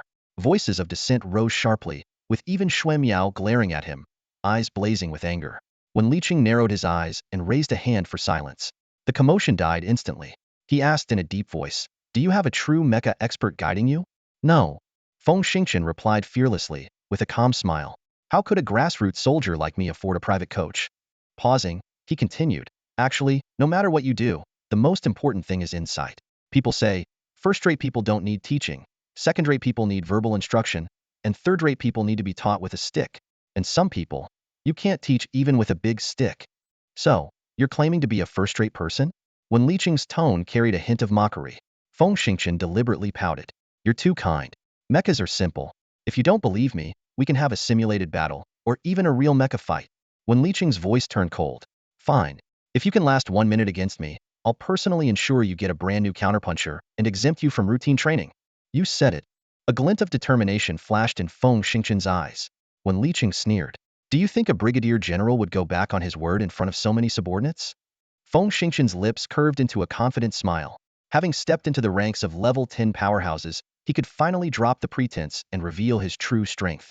However, ever since encountering the Caslan people, the Ghost Wolf Special Forces, and that mysterious level 11 expert, a sense of unease had lingered in his heart. Determined to protect Xuemiao, he decided to join the Mecha Battalion as soon as possible. Striding up to Xuemiao, Feng Xingchen nodded slightly and said, Beautiful lady, could you help me decode the simulation pod? Xuemiao's face flushed, and she glared at him without a word. She led him to the simulation pod and silently inserted a card into the door. As Feng Xingchen settled into the pod and the system connected successfully, he whispered, You idiot! Be careful. Don't worry. Feng Xingchen grinned and shut the pod door. With a faint hum, a blue mecha appeared in the center of the room. The mecha took 2 steps forward, executed a perfect military salute, and declared loudly, Ground Soldier, Sergeant Feng Xingchen, requesting guidance from Instructor 1. Good. When Liqing nodded solemnly and then activated his own simulation pod, a red mecha appeared before everyone. All the mecha operators stepped back, giving the 2 mechas enough space for the duel. When Liqing cracked his neck and said coolly, You go first? Wait, Feng Xingchen suddenly shouted. Let me get familiar with this for 5 minutes. I've never used a simulation pod before. His words triggered a burst of laughter from the crowd. Xuemiao nearly twisted her ankle, and when Liqing's face darkened instantly. After a long pause, he managed to say, I'll give you 10 minutes. Outside the ring, a man with a beard laughed uncontrollably, pointing at the simulation's 3D model as it warmed up. Oh man, this guy's hilarious. He's still stretching his wrists. A burly man in the crowd raised his middle finger. You don't get it, do you? He's sharpening his skills at the last minute. The bearded man taunted. Haha, yeah, right? Last minute sharpening. Come on, I'll be the bookie. Let's bet on how long this guy can last. 5-second intervals. Bet on a quick knockout, 1 to 3 odds. A draw, 1 to 10. And if he wins, 1 to 30. The burly man immediately responded. Damn, a draw? Win? Idiot. I bet 15,000 points he won't last 5 seconds. Voices calling out bets filled the air. Some bet 15 seconds, others 10, and some even 25 seconds. When Leeching's face turned ashen, and he snorted, "What are you all doing?" The crowd fell silent but continued to secretly place their bets through their personal terminals. The bearded man's eyes gleamed as he calculated his potential winnings, which could exceed 100,000 points, possibly even 400,000 with some luck. Just as he was lost in his daydreams, a new message popped up on his terminal. 150,000 points, betting on a draw. The bearded man checked the sender's information and sneered, "Damn, I thought someone was stupid, but it's this guy betting on himself." And he put all his military bonus on the line. Hee, let's see how he crashes and burns. Indeed, this hefty bet was placed by Feng Xingchen himself. Not only did he wager his bonus from a second-class merit, but he also staked his savings from the past 15 months. As an A-level sniper in the Marine Corps, Feng Xingchen earned 70,000 points annually, plus extraterrestrial allowances and rank bonuses, easily surpassing 100,000 points a year. Since the military covered his basic needs, most of his income went towards buying tobacco, alcohol, training supplements, or occasionally splurging on better food. Saving 40,000 to 50,000 points a year was not difficult if he wasn't extravagant. Feng Xingchen calculated in his mind. He had no intention of defeating Wen Liqing outright, as that would be excessive and invite hostility from the Mecha battalion. However, achieving a draw with Wen Liqing was a breeze for him. So why not seize the opportunity to make a tidy profit? Moreover, he didn't have a good impression of beards. Feng Xingchen thought to himself, how could I let him off the hook? He had already warmed up and adjusted his body to its optimal state. Stepping forward with a confident smile, he said, "Instructor, I'm ready." When Liqing raised an eyebrow, a hint of approval flashing in his eyes. "All right, I'll let you make the first move." Feng Xingchen didn't hold back. He took a deep breath and let out a roar. "In that case, take this." Before his words even faded, his blue mech sprang to life, accelerating to 60 kilometers per hour in an instant. The massive metal frame charged towards the red mech like a descending demon god. Oomph! When Liqing snorted coldly, driving his red mech to meet the attack heat. Boom! The two metal giants collided fiercely, the deafening crash perfectly reproduced by the hall's sound system, making everyone's hearts pound as if they were about to leap out of their chests. Damn! What's happening? Hee. The crowd was stunned, collectively frozen in shock. Haha, this is freaking exhilarating. Feng Xingchen laughed loudly, his hands moving rapidly as he launched a barrage of attacks with the blue mech. Wen Liqing, however, remained calm, slowly retreating while showcasing an impeccable defense, engaging in a tactical dance with the blue mech. Xuemiao, standing in the corner, had initially worried that Feng Xingchen was overestimating himself. But with each thrilling exchange, her eyes began to shine with a strange light, and her mouth hung open in awe. She started to be amazed by the scene unfolding before her. The battle between the two mechs lacked flashy moves, relying mostly on straightforward punches. Yet these seemingly simple actions packed an astonishing punch, leaving Xuemiao on the edge of her seat. Each mech displayed its unique strengths. Feng Xingchen's blue mech moved with incredible speed, sometimes like a nimble elf dancing on the edge of a blade, showcasing agile and varied movements with a rhythmic grace. It wasn't just masterful, it exuded a carefree elegance. At other times, it transformed into a raging demon god, unleashing earth-shattering power that was both awe-inspiring and destructive. Under Feng Xingchen's control, the massive mech moved fluidly and naturally, as if it was born to move this way, providing an indescribable sense of exhilaration. In contrast, Wen Liqing's performance was noticeably more seasoned. He always found the perfect openings while retreating to strike at his opponent's weak points. Faced with Feng Xingchen's lightning-fast attacks, he managed to deflect them with ease at the critical moments. Every leap and strike was executed flawlessly, making the massive machine seem like an extension of his body, with no trace of mechanical stiffness. Xuemiao was completely captivated. She fully unleashed her internal energy field, concentrating intensely on every move Feng Xingchen made. Inside the mech cockpit, the two giant robots clashed fluidly like dancers, with the sound of metal colliding echoing throughout the space. The more Xuemiao observed, the more incredulous she felt. Could Feng Xingchen really be the legendary mech spirit, able to control such a superweapon so skillfully without any training? It wasn't just Shui Miao and the hundreds of mech pilots present who were astonished. Even Wen Liqing's surprise was no less than theirs, perhaps even greater. By now, the duel had lasted over 4 minutes, far exceeding the initial minute mark. Yet, Wen Liqing did not call for a halt. Instead, he let the extraordinary contest continue. As a mech instructor and new mech tester at the skeleton base, Wen Liqing understood the importance of combat experience. Over the past few years, he had survived more than 50 fierce battles, accumulating a wealth of practical experience far beyond what someone Feng Xingqian's age could hope to achieve. However, at this moment, he had a strange feeling, as if the person facing him wasn't Feng Xingqian but one of the elite warriors who dominated the battlefield. Wen Liqing quickly dismissed this notion. Upon closer inspection, he noticed that Feng Xingqian was not entirely familiar with the mech simulation program, frequently revealing minor flaws. Yet, this young man seemed aware of his shortcomings, cleverly using broad and varied techniques to cover up those fleeting mistakes. This strategy was highly effective, making it difficult even for the experienced Wen Liqing to exploit any flaws before they vanished.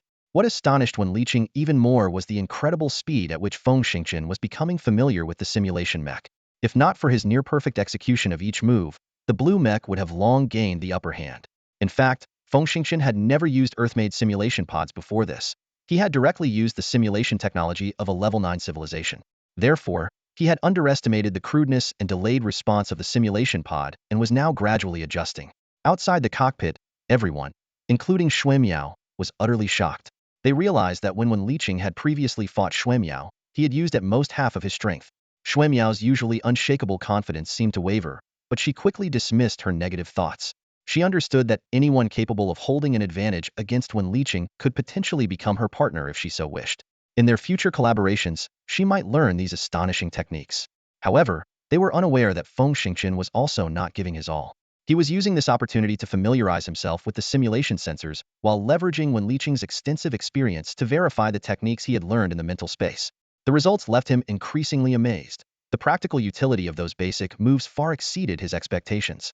This reinforced his belief that the training mode recorded in the Tianyu Ring was indeed a classified curriculum for training elite mech pilots of a level 9 civilization. Suddenly, the two mechs collided several times like lightning, then both retreated with a massive crash.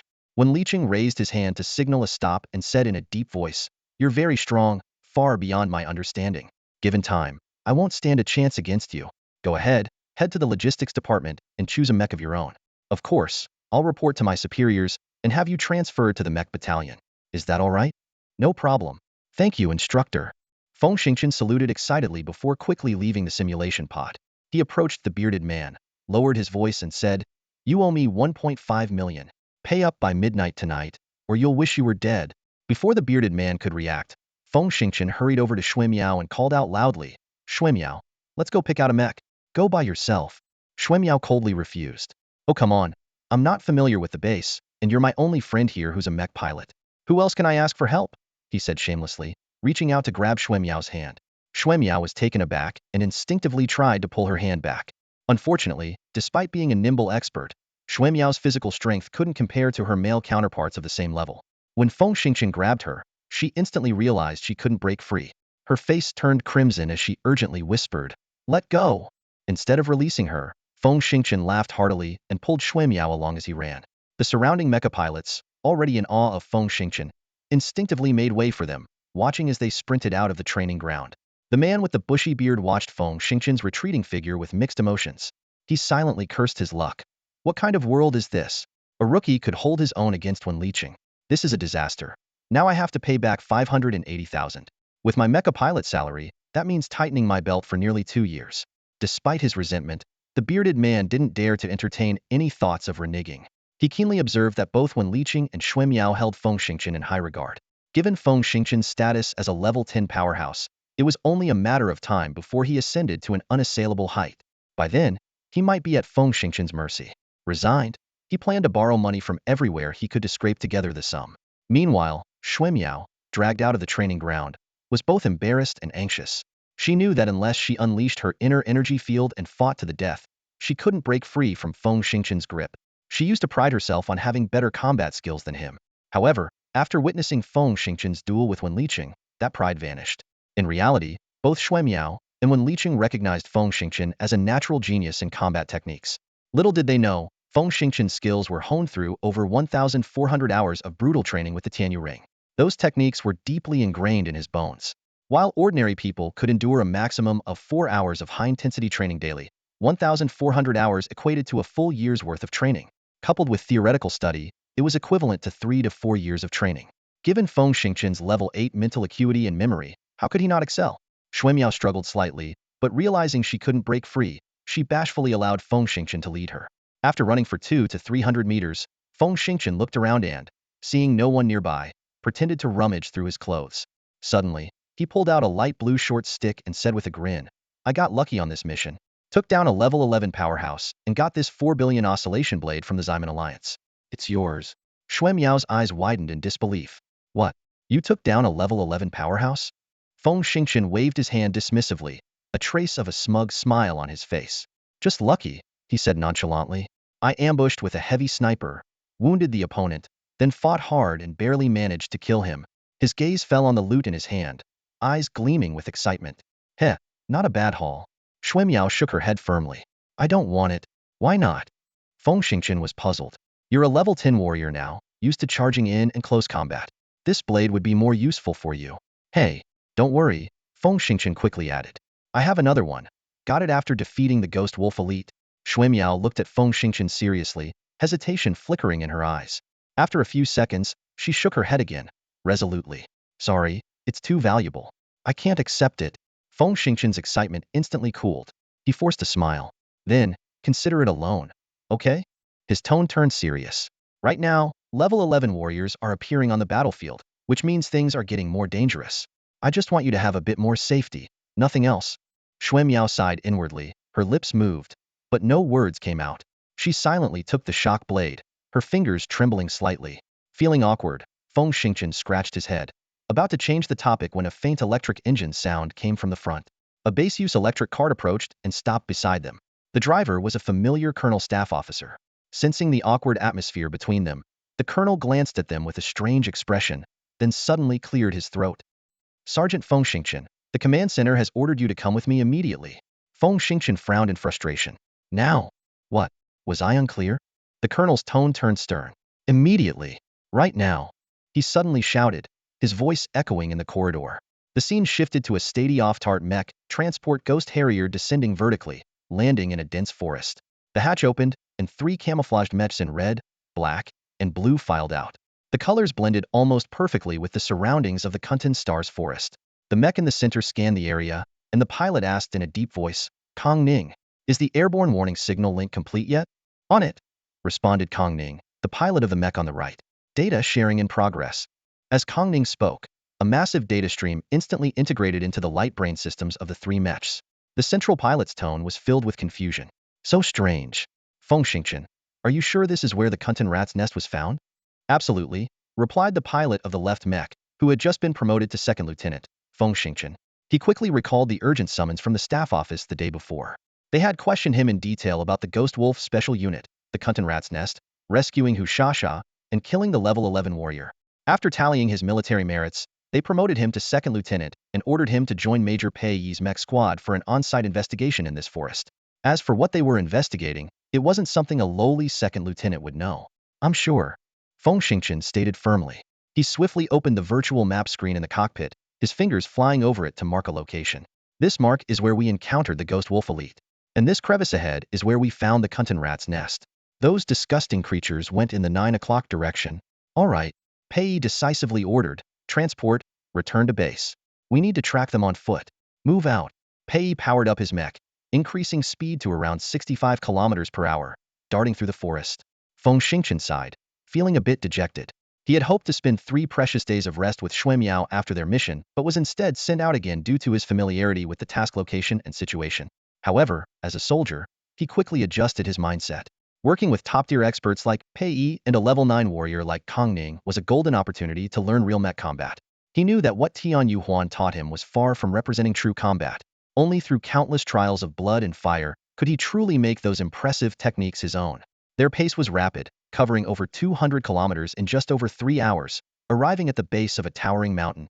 Pei Yi, who had been sprinting ahead, suddenly came to a halt, his eyes fixed on the radar screen. The screen displayed a densely packed 3D simulation of a beast horde, with numbers astonishingly exceeding 50,000.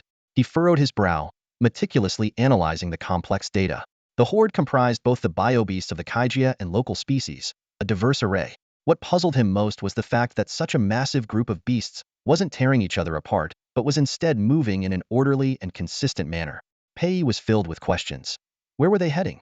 Following their trajectory, 3,000 kilometers away lay the Bone Desert. Could it be that this enormous horde was on a long-distance charge? As Feng Xingqian spoke, an inexplicable sense of crisis surged within him.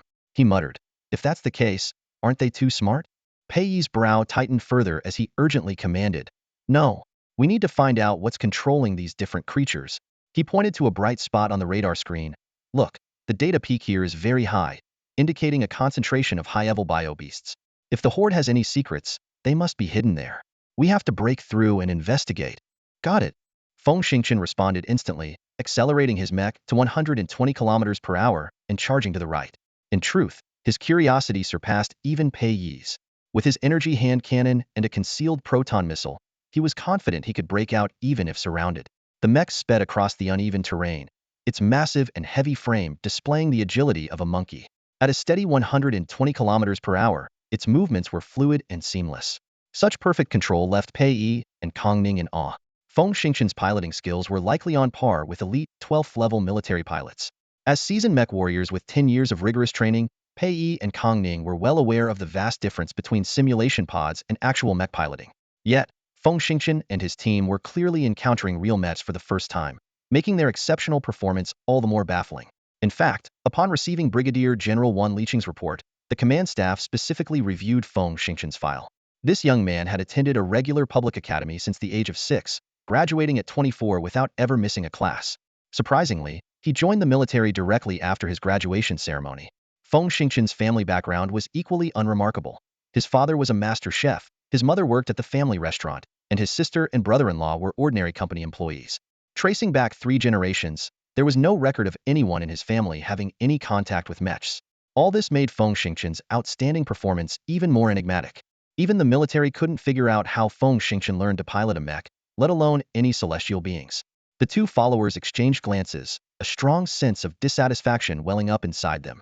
They took a deep breath and pushed their speed to the limit, but their control was slightly inferior, causing them to gradually fall behind. 3 mech shadows shot forward like bullets, tearing through the wilderness with a sharp, whistling sound.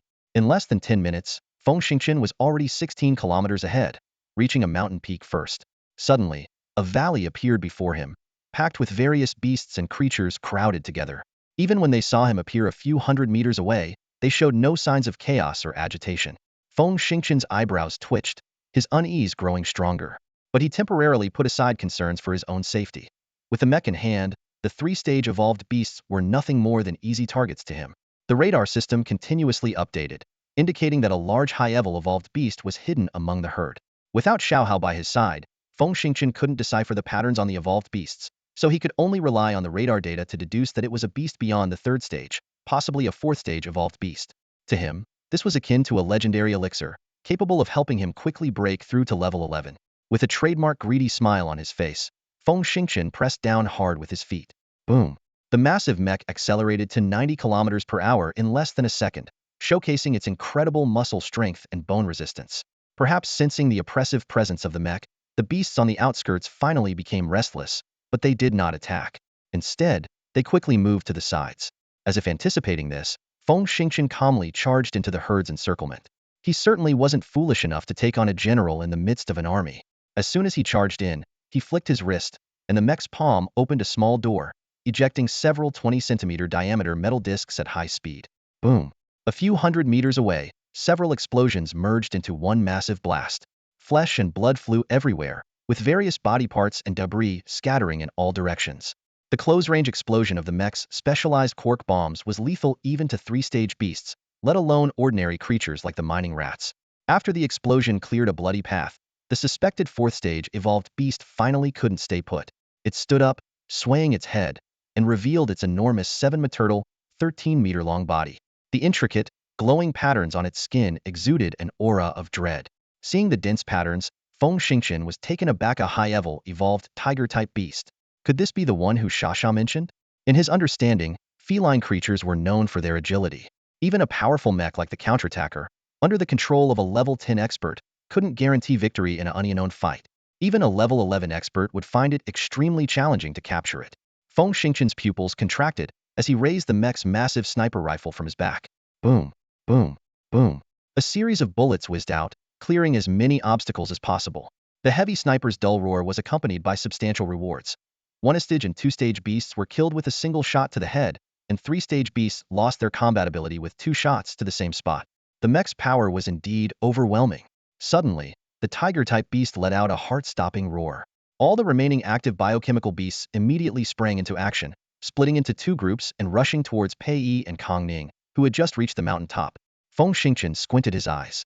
Indeed, a 4-stage beast could be considered a beast king, and biochemical beast's intelligence would significantly increase with continuous evolution.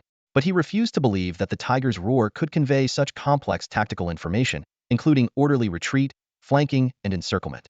As he pondered this, the tiger-type beast's 4 giant yellow eyes narrowed, locking onto Feng Xingqian with an unyielding gaze. You're not mistaken, this 4-stage evolved tiger beast indeed has 4 eyes. Besides the normal pair, it has an additional smaller eye beneath each of its tiger ears. This unique structure grants the tiger beast an impressive 270-degree field of vision.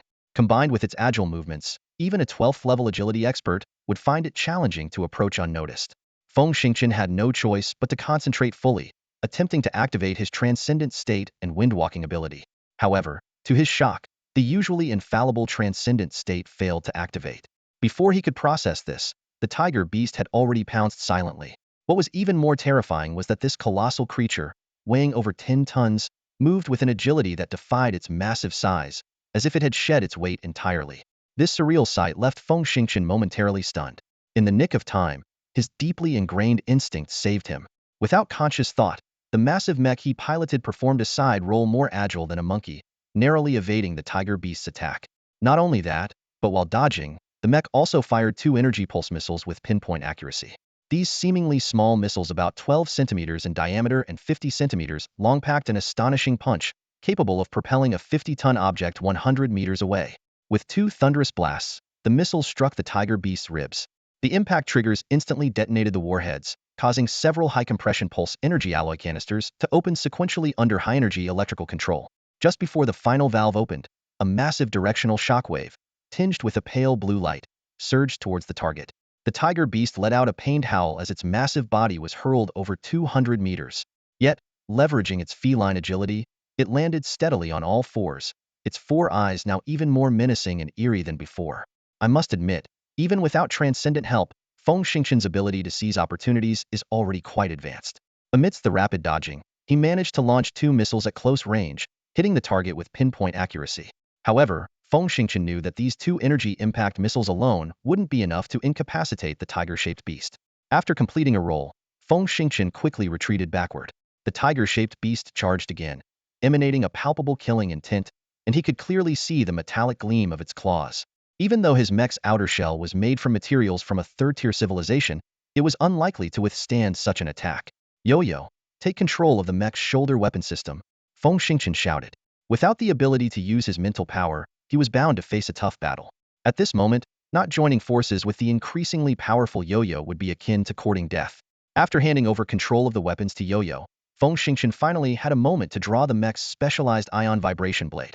The blade's vibration frequency of 7.2 million times per second might not be enough to pierce the hide of what seemed to be a 4th-tier beast, but with the mech's tremendous explosive power and the right angle, it could still pose a threat. More importantly, he could infuse the blade with 10th-level internal energy, creating even greater destructive power. This is why a skilled pilot can unleash a mech's full potential by generating an internal energy field. They can integrate the mech's attack and defense zones into the field, leveraging the mech's larger frame and superior defense. However, as Feng Xingqian released his internal energy field, he immediately heard a familiar cracking sound, reminiscent of the clash between his mental power and the elite Ghost Wolf's energy field. Mental type, Feng Xingqian exclaimed, realizing that the opponent not only had a mental energy field, but also the ability to suppress others' fields and even dismantle their transcendent abilities. What? Yo-Yo was startled, her voice turning sharp. When did BioBeast start producing espers? After a brief silence, Yo-Yo said, I want to use the mech's radar. Alright, you must find a weakness. Feng Xingqian agreed without hesitation. In such close-quarters combat, he didn't need to rely on radar. As a master with an energy field, he could sense all changes within the field. Although his mental power was suppressed and unusable, Feng Xingqian still had his internal energy field. He didn't believe a biobeast could cultivate mental power above the 10th level, nor did he believe it could possess the piercing and explosive features needed to disrupt his internal energy field. While it is generally accepted that only those who break through to the 10th level of mental power can release a mental energy field, Feng Xingqian never adhered to conventions. Hadn't he already activated the transcendent ability typically mastered by a 13th level mental master? It was just that his mental power was slightly inferior, making it difficult to fully integrate with the transcendent ability and form a true field or barrier. Feng Xingqian also had a peculiar thought. The hidden enemy's mental power might be highly suppressive, specifically designed to break others' mental energy fields. This theory wasn't far-fetched, as both mental energy fields and transcendent abilities are primitive forms of barriers. At this moment, the tiger-shaped beast was already upon him. For such a massive creature, a distance of over 200 meters was covered in just a few leaps. In fact, the brief conversation between Feng Xingqian and Yu Yu caused his reaction to slow for a split second. In that critical moment, the massive tiger-like beast had already lunged at him, its sharp claws glinting menacingly as they aimed straight for the mech's cockpit. Feng Xingqian's heart tightened. His level 10 inner force field was useless against such a high-level evolved beast. Just as the claws were about to tear into the cockpit, an idea flashed in his mind. His hands moved like lightning, manipulating the mech's arms to cross in front of his chest in a bizarre manner, precisely catching the oncoming tiger claw. Huh! Feng Xingqian roared, dropping the mech to one knee to form a stable pivot. He twisted his waist sharply, hoisting the massive tiger-like beast high into the air before slamming it down hard onto the ground. With a thunderous crash, dust and debris flew everywhere. But Feng Xingqian didn't stop there. He took a diagonal step forward, mustering his strength for another fierce over-thresholder throw. Boom, boom, boom, boom, boom. 5 times in succession. Each throw sent the colossal beast flying high before crashing back down. The ground around them was pockmarked with craters, and the rising dust cloud enveloped the entire battlefield. Everyone who witnessed the scene, whether human or beast, couldn't help but be terrified. However, lifting and slamming down a 12 or 13-ton behemoth 6 times in a row was too much, even for the mech. The high-energy battery pack overloaded repeatedly, and the mech's metal joints groaned under the unbearable strain, far exceeding what the laboratory experts had ever anticipated. Just as Feng Xingqian was reaching his limit, the tiger-like beast seized the opportunity and swiftly flipped over. Its 10-meter-long tail, as agile as a whip, instantly coiled around one of the mech's legs. Damn it! Feng Xingqian barely had time to shout before the massive mech lost its balance and crashed heavily to the ground. The tiger-like beast, seizing the advantage, pounced like lightning, seemingly intent on pinning the mech down and tearing it apart slowly. At this critical juncture, Feng Xingqian's deeply ingrained combat instincts erupted. Thanks to the training in the Tianyu Ring's sensory space and the countless evasive maneuvers summarized by high-level civilization experts, he twisted the mech's elbows and knees in an incredible manner, managing to flip upright and directly confront the beast's fierce attack. Inner force at full throttle. The power core overloaded once more. Feng Xingqian maneuvered the mech's arms to extend and precisely grasp the Tiger King's front paws, locking them in a deadlock. Crack, creak, crack. Every joint of the mech emitted ominous groans under the immense pressure. Feng Xingqian's heart sank, but it was far from over. The entire mech teetered on the brink of collapse in this earth-shattering confrontation. At this moment, Pei Yi and Kong Ning had just arrived about 60 meters from the battlefield. They were covered in blood and panting heavily, clearly having fought a fierce battle. Despite being delayed by several kilometers, they were immediately surrounded by a swarm of creatures as soon as they crested the hill. Fortunately, the powerful weapons on their mechs allowed them to break through the encirclement in such a short time. As they rushed forward, the scene before them made their faces turn pale. Feng Xingqian's mech was being ruthlessly suppressed by a gigantic, tiger-like beast, with the mech's joints creaking under the strain. The situation was dire. If the joints gave way, Feng Xingqian would surely be doomed. Cold sweat poured down Feng Xingqian's forehead as he gritted his teeth, his eyes bloodshot. In this life-and-death moment, he instinctively activated his life-saving psychic-piercing explosion ability. The strange psychic suppression seemed to be completely forgotten, driven purely by the survival instinct. Suddenly, a bizarre tremor erupted in front of Feng Xingqian, crackling through the air with flickering sparks like tiny fireworks. Simultaneously, deep gashes appeared on the tiger-like beast's body, as if sliced by invisible blades. Pei Yi and Kong Ning stood in stunned silence, their faces filled with disbelief. The wounds were deeper and sharper than those inflicted by the most advanced ion oscillation blades of a level 5 civilization. The tiger-like beast suddenly became aware of the excruciating pain and the rapid loss of blood that sapped its strength.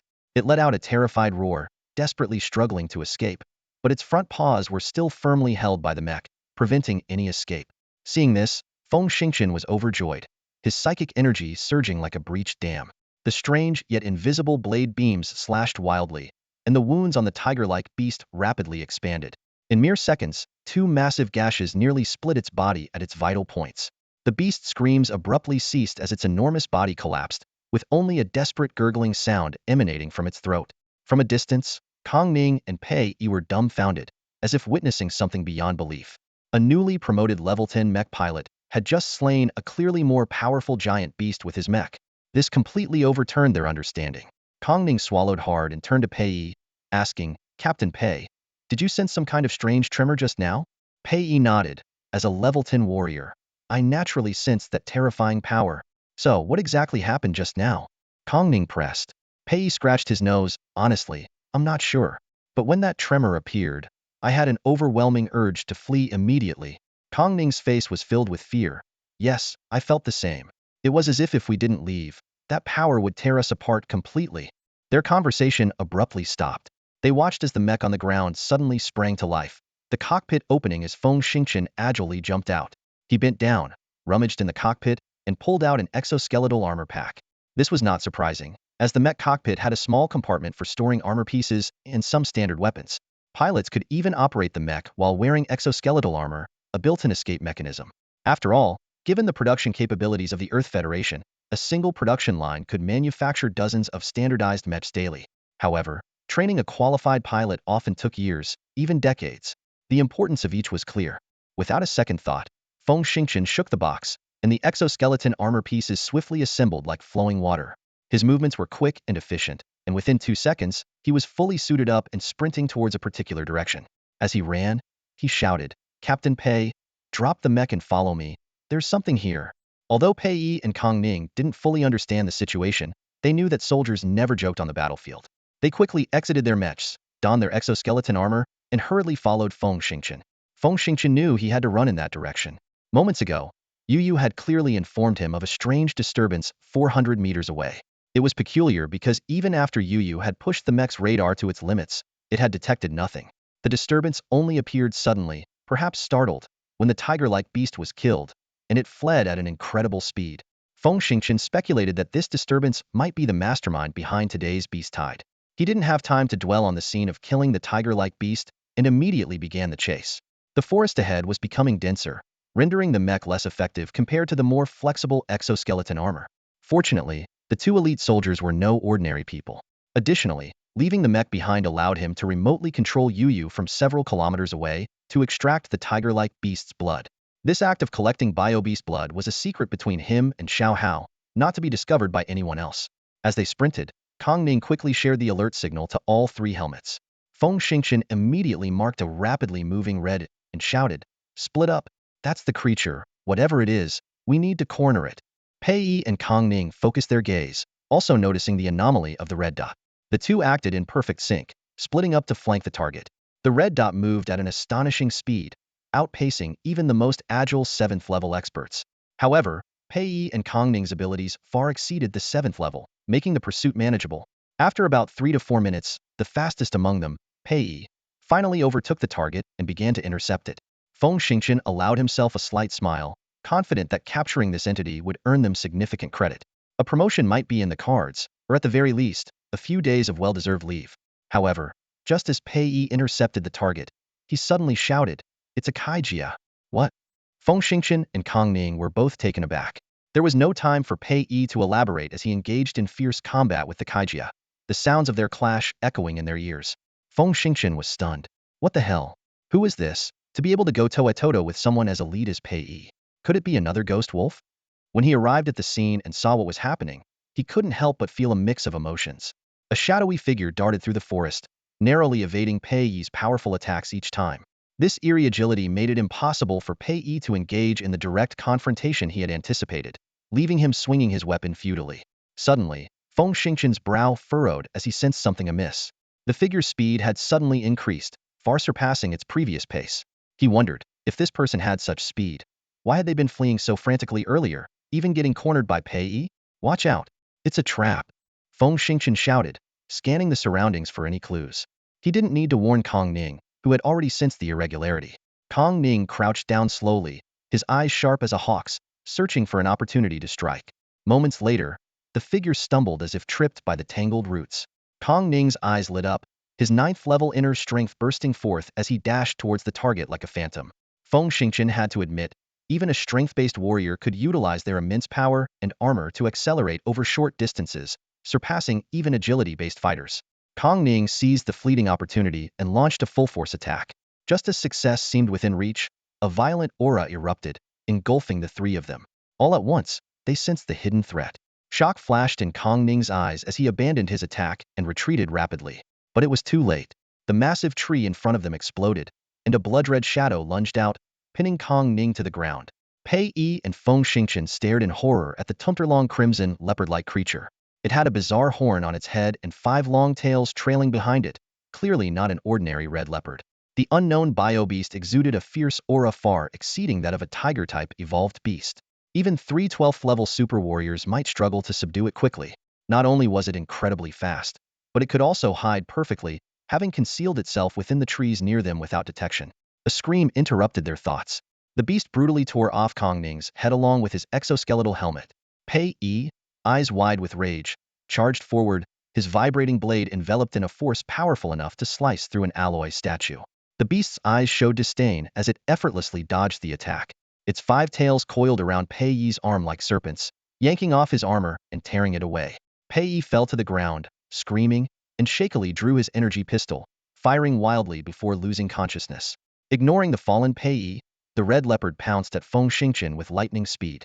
Terror flashed in Feng Xingqian's eyes as he instinctively retreated, drawing his 30 billion vibration blade and activating his transcendent state. Yet, the transcendent energy dissipated the moment it left his body. At that moment, Feng Xingqian realized that the kaijia they had been chasing must possess a suppressive mental power. Fear washed over him like a tidal wave, and he felt an unprecedented sense of helplessness in the face of this unknown and formidable opponent. Feng Xingqian realized he had to expose the horrifying truth. This vicious beast was actually a deadly weapon controlled by someone. However, before he could speak, the crisis was already upon him. The distance was too close. There was nowhere to hide. His heart pounded like a drum, but he didn't hesitate. With a thought, a bizarre figure suddenly appeared in front of him. Standing between him and the crimson leopard was his ace, the mutated mother bug, Ming Ming. The crimson leopard was clearly caught off guard by the sudden appearance of the mutated mother bug. Taken by surprise, it collided heavily with Ming Ming. A deafening crack, accompanied by chaotic bursts of energy, swept through the surrounding 10 meters instantly. The crimson leopard let out a painful howl and retreated rapidly. Feng Xingqian's sharp eyes caught sight of a ghastly wound on the leopard, blood gushing out. Yet, to his astonishment, the wound was healing at an incredible speed, visible to the naked eye. Ming Ming, on the other hand, was also in a dire situation. One of its forelimbs was broken, and it let out a hoarse cry, seemingly filled with fear. However, the innate battle lust of the combat mother bug drove it to pounce at the crimson leopard again. Damn it! Extreme fear made Feng Xingqian calm. He realized that teaming up with Ming Ming was their only chance of survival. In a flash, he unleashed the force field imbued with killing power and simultaneously drew his heavy sniper rifle, firing 2 plasma rounds at the crimson leopard. These specially crafted bullets by Xiao Hao could release 7 million volts of electricity instantly, enough to challenge even a level 11 powerhouse. With his remarkable marksmanship, Feng Xingqian rarely missed a shot. The crimson leopard, preoccupied with dodging Ming Ming's attacks, couldn't evade and was hit in the hind leg by one of the bullets. The plasma exploded with a sizzle, forming an impressive arc of electricity that enveloped the crimson leopard. However, the next scene left Feng Xingqian dumbfounded. Instead of the expected convulsions, the crimson leopard seemed invigorated, as if on stimulants. Its movements suddenly sped up, and it performed an incredible mid-air flip, easily dodging Ming Ming's lethal swipe. In the blink of an eye, the crimson leopard's claws were already on Ming Ming's head. With a sickening thud, the mutated mother bug's proud defenses crumbled under the seemingly delicate claws, leaving a horrifying blood hole. Ming Ming didn't even have time to scream before it was killed instantly. Having landed a successful blow, the crimson leopard stood firmly on Ming Ming's corpse before leaping towards Feng Xingqian.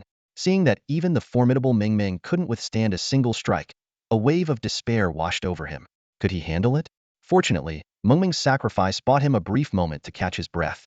We still have to thank Seagon Space for their support, and fortunately, Feng Xingqian managed to retreat 70 to 80 meters, buying himself some precious reaction time.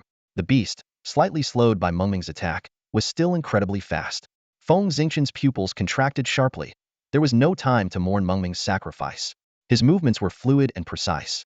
First, he activated the micro-quantum shield, then immediately channeled his internal energy throughout his body. With a faint whoosh, an energy field burst forth, forming an invisible barrier around him. But Feng Xingqian knew this wasn't enough. He quickly gathered the immense mental power accumulated from the piercing explosion. His eyes burned with intensity as he charged towards the crimson shadow. In an instant, the air crackled with a series of sharp sounds, as if countless tiny bolts of lightning were exploding. Within a range of several meters in front of him, a chilling energy field abruptly formed. The beast, moving with astonishing speed, rushed into this eerie zone in the blink of an eye. What followed was shocking. The beast's seemingly indestructible mutated fur split open with countless finger-width gashes, and blood gushed out like a fountain. The beast let out a piercing screech, twisted its body, and barely escaped the strange field but continued circling Feng Xingqian, seemingly searching for an opening. In the distance, a look of intense surprise flashed in the Kaijia man's eyes. He suddenly raised his hand, and the crimson beast immediately turned and transformed into a blur, arriving in front of him. The Kaijia man agilely mounted the beast, and with a whistle, they vanished into the dense forest. Feng Xingqian blinked in confusion, unable to fathom how he had generated such a powerful rift force. But now wasn't the time to ponder. He rushed over to check on Pei Yi. Pei Yi had fallen into unconsciousness. Feng Xingqian frantically took out 2 syringes and administered the injections. 2 minutes later, Pei Yi finally awoke with a faint groan. Feng Xingqian was overjoyed and quickly asked, "Captain Pei, how are you?" Pei Yi glanced at his wound. The bleeding had stopped thanks to the injections, but his face remained pale from massive blood loss and pain, sweat pouring down his forehead. Despite this, he calmly said, "I'm fine, I won't die." "What about the beast and that man?" Feng Xingqian replied rapidly, "The beast is injured, and the man has fled riding it. Forget about them. We need to get you back quickly. If you get medical attention within 5 hours, there's still a chance to save your hand." Pei slowly stood up and waved his hand slightly. "Don't worry about me. Go after them, and find a way to take down that Kaijia man. If we don't seize this chance while the beast is hurt, the skull base will be in danger." Feng Xingqian nodded slightly but remained resolute. "You need to retreat to an open area and call for an evac. Get back to the skull base for the best treatment possible. If you don't agree, I'm not leaving." He continued to explain, "Medical technology is extremely advanced now. Injuries like this can be treated. Even if the limb is detached for several days, it can still be restored to normal function. However, for someone of your caliber, it's not just about normal function, it's about maintaining your immense striking power. Treatment within 5 hours is crucial. Otherwise, you'll need a high-tech prosthesis. As advanced as prosthetics are, they can't fully replace your limbs, especially for a level 10 expert like you. Even imported alloy prosthetics from a level 5 civilization won't match the strength of your own trained arm, and your abilities will be limited." Pei sighed deeply, knowing Feng Xingqian was determined, and reluctantly nodded, "Thank you." He laboriously stood up, retrieved his severed limb, tucked it under his arm, grabbed Kong Ning's body, and dashed out like lightning. By this time, the beast horde outside had lost the power controlling them, reverting to a chaotic mob, tearing at each other frantically. The scene was utter chaos. Thus, Pei Yi encountered no obstacles on his way out, quickly reaching his mech, contacting the transport ship, and flying back to the skull base. Watching Pei Yi leave, Feng Xingqian didn't rush to pursue the enemy. Instead, he stood sorrowfully before Mengming's body, sighing deeply. Despite Mengming's fierce appearance, it had saved his life at a crucial moment, filling him with a profound sense of loss. After a while, he stored the corpse in the subspace and sat down, feeling helpless. Lighting a cigarette, he took a deep drag and exhaled a smoke ring, while instructing Yu to have the Retaliator transport the tiger-like beast over. Before long, the Retaliator appeared in sight, dragging the massive corpse of the tiger-like beast. With a wave of his hand, he tossed it into the subspace and then swiftly climbed into the mech. Despite his joint injuries, he skillfully operated the colossal machine. "Yu, activate the radar. Can you track that strange red leopard?" he asked in a deep voice. "Yes." Yu responded excitedly. "The beast was wounded by you and left a trail of blood. Just a slight adjustment to the radar frequency, and we can track it." "Haha, that's my brilliant and unbeatable genius girl." Feng Xingqian exclaimed with delight. "I'll leave the tracking to you." As he spoke, he maneuvered the mech to take large strides forward. At this moment, he was full of confidence. With the force field capable of killing a high-level tiger-like beast and the mech at his disposal, there was a chance he could slay the terrifying creature and obtain 2 liters of elixir. Suddenly, a thought flashed through his mind. Wait, a force field? He muttered to himself. What exactly is that terrifying force field? When did I gain such powerful inner strength? He frowned in contemplation. No, it's not inner strength. Is it mental power? That doesn't seem right either. Could it be that the mental power overlapped with the force field imbued with killing power, creating a special effect? Recalling his previous encounters with the elite ghost wolf and the two beast kills today, he seemed to find the answer. The first time he killed the tiger-like beast, he had maintained an inner strength force field, and then instinctively released a mental power spike, causing a new force field that instantly shredded the beast. The second time against the red leopard, he was forced to release the inner strength force field and, out of fear, released his mental power again, creating another new force field. This discovery thrilled him. He came to an abrupt halt, opened the cockpit, and jumped out. Walking 20 or 30 meters ahead, he faced a massive stone and took a deep breath. Slowly releasing the inner strength force field, he suddenly unleashed his mental power, simultaneously attaching the transcendent energy to it. The two distinctly different forces began to merge. In an instant, a chaotic sound erupted. Crack, snap, sizzle. Everything within a 10-meter radius around him was sliced by an invisible force. Dust and debris filled the air, obscuring his vision. Oh no! The thunderous crash of the falling tree startled him, making him run for his life. He bolted far away, and once the chaos subsided, he cautiously peeked out, wide-eyed at the mess around him. Wow, what was that move of mine? He exclaimed. He quickly approached the massive boulder, only to find it split cleanly in half by some terrifying force, the cut smoother than any handcrafted work. What the heck? He muttered, squinting at the cut as he ran his fingers over it. When did I get such scary powers? Then, he let out a bitter laugh. Although the move was powerful, it was hard to control its direction, causing indiscriminate damage to the entire area. If a friend got caught in it, he could become an accidental killer. It must be because my mental strength is much lower than my inner energy, making it hard to control the force field's direction. Still, it's a pretty good desperate measure, he analyzed. Having figured this out, he grinned foolishly, climbed back into his mech, and continued on his journey. He had already made up his mind. Once he returned, he would use tiger beast blood to boost his strength and then find a place to retreat and focus on enhancing his mental power. Once my mental power breaks through to level 10 and I master short-distance teleportation, he'll be unbeatable against high-level bio-beasts or anyone I don't like. He'll teleport close and then unleash the new force field. Victory will be assured, he schemed. Suddenly, he frowned. New force field? That name sounds awful. I need a better one. He slapped his forehead in frustration. I should have studied more languages. Now I can't think of a cool name. He racked his brain. This move combines mental power and inner energy, attacking invisibly, kind of like Foshan Shadowless Kick. How about Kundan Shadow Slash? No, why would I use Kundan? Just Shadow Slash? That doesn't sound cool enough. Besides, the combined force fields make noise, so it's not truly silent and invisible. Then, a light bulb went off. Got it. They'll call it Divine Slash. And when I add piercing or explosive power, ITLLB, Divine Implosion. Wow, that sounds violent and awesome. That's settled. As he daydreamed, he let Yo-Yo control the mech. After traveling about 70 or 80 kilometers, Yo-Yo suddenly shouted, "Watch out!" Almost simultaneously, Feng Xingqian felt a terrifying force strike the side of the mech, creating a huge crack in the thick armor of the Earth Federation's most advanced mech. The sensors were damaged, causing the mech to stumble and fall. It's that monster again. Without hesitation, he hit the ejection switch. With a loud thump, the ejection seat shot out, instantly deploying protective foam. The foam ball smashed into a tree, and before it even hit the ground, he fused his mental power with the inner energy field and shouted, "Divine Slash." With a crackling sound, the foam ball shattered into pieces under the Divine Slash. He landed and immediately scanned the surroundings warily, spotting the red leopard 100 meters away with the motionless Kaijian behind it. Feng Xingqian quickly sprang to his feet, drawing his vibroblade and glaring at the Kaijian. His mind raced, strategizing how to retrieve the heavy sniper rifle still in the Mech's weapon rack. Feng Xingqian was racking his brains for a strategy when suddenly, the Kaijian across from him spoke. "Don't be nervous," the Kaijian's voice came through the translator. "I'm not here to fight to the death. I want to talk." Talk? Feng Xingqian blinked, a perplexed expression crossing his face. He couldn't help but wonder if there was truly a common language between Earthlings and Kaijians. Sensing Feng Xingqian's doubt, the Kaijian continued, "Of course, we have a common language."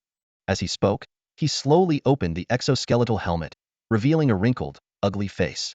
"I command powerful beasts in battle, while you control mutated insects. If we set aside racial prejudice and open our minds to learning from each other, Wouldn't we both make tremendous progress by complementing each other's strengths? Set aside prejudice? Feng Xingqian smirked, thinking this Kaijian actually believed he had the means to control insects. The Kaijian seemed oblivious to Feng Xingqian's sarcasm and continued enthusiastically. In high-level civilizations, there are no racial barriers between psychic superhumans. In fact, people of our esteemed status shouldn't even be on the battlefield, risking our lives for some meaningless military honor. With our wisdom, that's a foolish endeavor. Feng Xingqian's expression gradually calmed. He took out a cigarette, lit it, and silently observed the Kaijian. Outwardly calm, his mind was racing, strategizing how to deal with the Kaijian. He had to admit, the Kaijian had a point. Those with psychic power above level 7 not only had quick reflexes but also possessed strong offensive capabilities, earning them the title of superhumans. Among superhumans, communication through psychic resonance allowed cross-species interaction without the need for translation devices. This form of communication was incredibly fast, far surpassing the understanding of physical martial artists. This was one of the reasons for the high status of psychic individuals. It was said that in high-level civilizations, physical martial artists couldn't even catch the attention of superhumans. Many top-tier martial artists considered it a great opportunity to serve as bodyguards for level 10 psychics. Seeing Feng Xingqian remain silent, the Kaijian mistakenly thought he was interested and smiled. Let me introduce myself. My name is Ryu, and my psychic power is at level 8, high tier. Feng Xingqian replied impassively, I'm Feng Xingqian. Coincidentally, my psychic power is also at level 8, high tier. Despite his composed response, he couldn't help but internally mock the Kaijian's parents for the simplistic name Ryu. He wondered if there were also Iyu, Sanyu, Bayu, and Shiryu. Ryu grinned and pointed to the red leopard beside him. This is my battle beast, Chiemo. Chi-emo? Feng Xingqian glanced at the fierce red leopard, feeling a twinge of unease. Is that a name or a species? Ryu squinted slightly, scrutinizing the creature before her. It was a being named Chimo, classified as a zhang by the Earth Federation. Feng Xingqian carefully observed Chimo and couldn't help but exclaim, a zhang? It's truly beautiful. Unfortunately, it wiped out the bug I painstakingly found. It seems Chimo is much stronger. You don't really need to communicate with me. Ryu shook her head and explained. It's not that Chimo is stronger, but your bug is clearly a level lower. It has just entered the 4th evolutionary stage, while my Chimo is at the peak of the 5th stage. If your bug reached the 5th stage, Chimo might not be a match for it. Feng Xingqian nodded and finally got to the point. All right, we can have a discussion. Since you brought it up, why don't you start by explaining how you control 40 to 50,000 biobeasts? Ryu smiled. Of course. I use a method of spreading my mental power to cover the beast horde, then connect my mental power with Chimo's brainwaves, simulating its unique frequency to form a special means of subduing even 4th stage beasts. Feng Xingqian's eyes widened in surprise. Are you saying your mental power can simulate Chimo's brainwaves? Does Chimo also have mental power? Ryu shrugged. I'm not sure if Chimo has mental power. However, my mental power's characteristic is simulation. I can break through your mental field by mimicking your mental wave patterns, naturally neutralizing your mental attacks or mental field. Feng Xingqian frowned and thought, wow, doesn't that make your ability invincible? Ryu shook her head and explained, how could it be invincible? To simulate, my mental power can't be lower than yours. If you're stronger, not only will I fail to simulate, but I might also be counterattacked. Additionally, simulating doesn't mean I possess your power, nor can I invade your brain through your mental power. So far, this ability is mainly useful for controlling certain special beasts and neutralizing mental attacks. I haven't found other suitable applications yet. Feng Xingqian suddenly understood, thinking to himself. So this guy thinks I'm controlling Meng Meng using some special vibration method. It seems Ryu is quite devious. He realized that Ryu's mental power characteristic is simulation. If Feng Xingqian released that vibration method, Ryu could easily learn it. But Feng Xingqian's mental power characteristic is not simulation. So even if Ryu demonstrated his beast control method, Feng Xingqian couldn't learn it. Clearly, Ryu was using seemingly fair exchange to learn from each other, but only he would benefit. This was a win-win for him. Understanding this, Feng Xingqian wanted to eliminate this sinister guy immediately. But glancing at the menacing Chimo and remembering Ryu's bizarre physical skills, which were faster than elite fighters like Pei Yi, he restrained his impulse. Without absolute certainty, it was best not to act rashly. He casually said, your mental power ability is indeed quite unique. Ryu responded, unique? Yes, but to control a large number of biobeasts, I still need Chimo. Besides, I can't do anything to you, right? Feng Xingqian showed a hint of pride but modestly replied, yes, yes. Our mental powers are both high-level 8th grade, yet you can easily neutralize my attacks, showing you're more powerful. By the way, you can release a mental field, so you should be a 10th level superpower, right? This perfectly timed expression made Eryu slightly lower her guard. Eryu was secretly pleased but showed a bitter smile. I don't have a mental field. In fact, I simulated your field to create that momentary effect. But you said your 8th level mental power. How can you release a mental field? Feng Xingchen laughed. I don't have a mental field either. Actually, being pressured by you today, for some unknown reason, I somehow merged my mental power with my internal energy field, accidentally creating a strange field. Eryu showed a puzzled expression. Really? As a mental power expert, your brain neurons are highly developed. At level 7 or above, you'll have keen perception. You should be able to tell if I'm lying. Feng Xingchen nodded in agreement. Yes, that's indeed the truth. Eryu tilted her head, her eyes sparkling with curiosity. It seemed she genuinely believed Feng Xingchen wasn't lying, which softened her expression a bit. Feng Xingchen noticed this subtle change, and a faint smile tugged at the corners of his mouth. He casually tossed the cigarette, but in his hand to the ground, and crushed it lightly with his shoe. We've talked quite a bit about mental power, Feng Xingchen said, a hint of anticipation in his eyes. Isn't it time we moved on to some practical exchange? His tone grew serious. Don't worry, I'll let you feel my mental power first. But you have to swear that after experiencing my mental power, you'll release yours and let me sense it for a few minutes. Also, you must swear that once the exchange is over, we go our separate ways, and you won't harm me. Eryu nodded slightly, her expression turning solemn. All right, I, Eryu, swear to the great god of primordial power that in the upcoming exchange, I will give it my all, allowing Feng Xingchen to fully experience the characteristics of my mental power in controlling beasts. Furthermore, once the exchange is over, I will not harm Feng Xingchen, and we will part ways. If I break this oath, may a heart demon arise during my meditation and cause my brain to explode. After she finished, a slight smile reappeared on her lips, and her eyes narrowed into crescent moons. Your turn. Feng Xingchen listened, and then repeated the oath word for word, just as Eryu had done. Watching him finish, Eryu felt secretly pleased. Swearing by heart demons during meditation was the most serious oath a mental power practitioner could take. She thought to herself, now she could learn a new technique for free. However, Eryu didn't know that Feng Xingchen was completely ignorant of the so-called god of primordial power and had no idea who this deity was. In fact, Feng Xingchen's training no longer involved meditation. Instead, he used the rune-drawing methods from a 9th-level civilization. Get ready. Eryu took a deep breath, closed her eyes, and released her mental power, slowly enveloping the nearby crimson demon. Not far away, Feng Xingchen's eyebrow twitched suddenly. He sensed a peculiar rhythm in Eryu's mental power, a sensation that felt strangely odd. Though he had interacted with Eryu's mental power multiple times today, he had never experienced this bizarre feeling before. A question flashed through Feng Xingchen's mind. Was it because they were so close at this moment? Or perhaps because Eryu wasn't hostile toward him right now? But this was no time to ponder such questions. Feng Xingchen made a quick decision and used his mind techniques to memorize the unique rhythm deeply. Eryu was completely unaware of Feng Xingchen's reaction. She was wholly focused on enveloping the Crimson Demon with her mental power. Watching the Crimson Demon revel in the sensation, Feng Xingchen suddenly had a strange thought. Everything before him seemed like an animal lover playing with their favorite pet.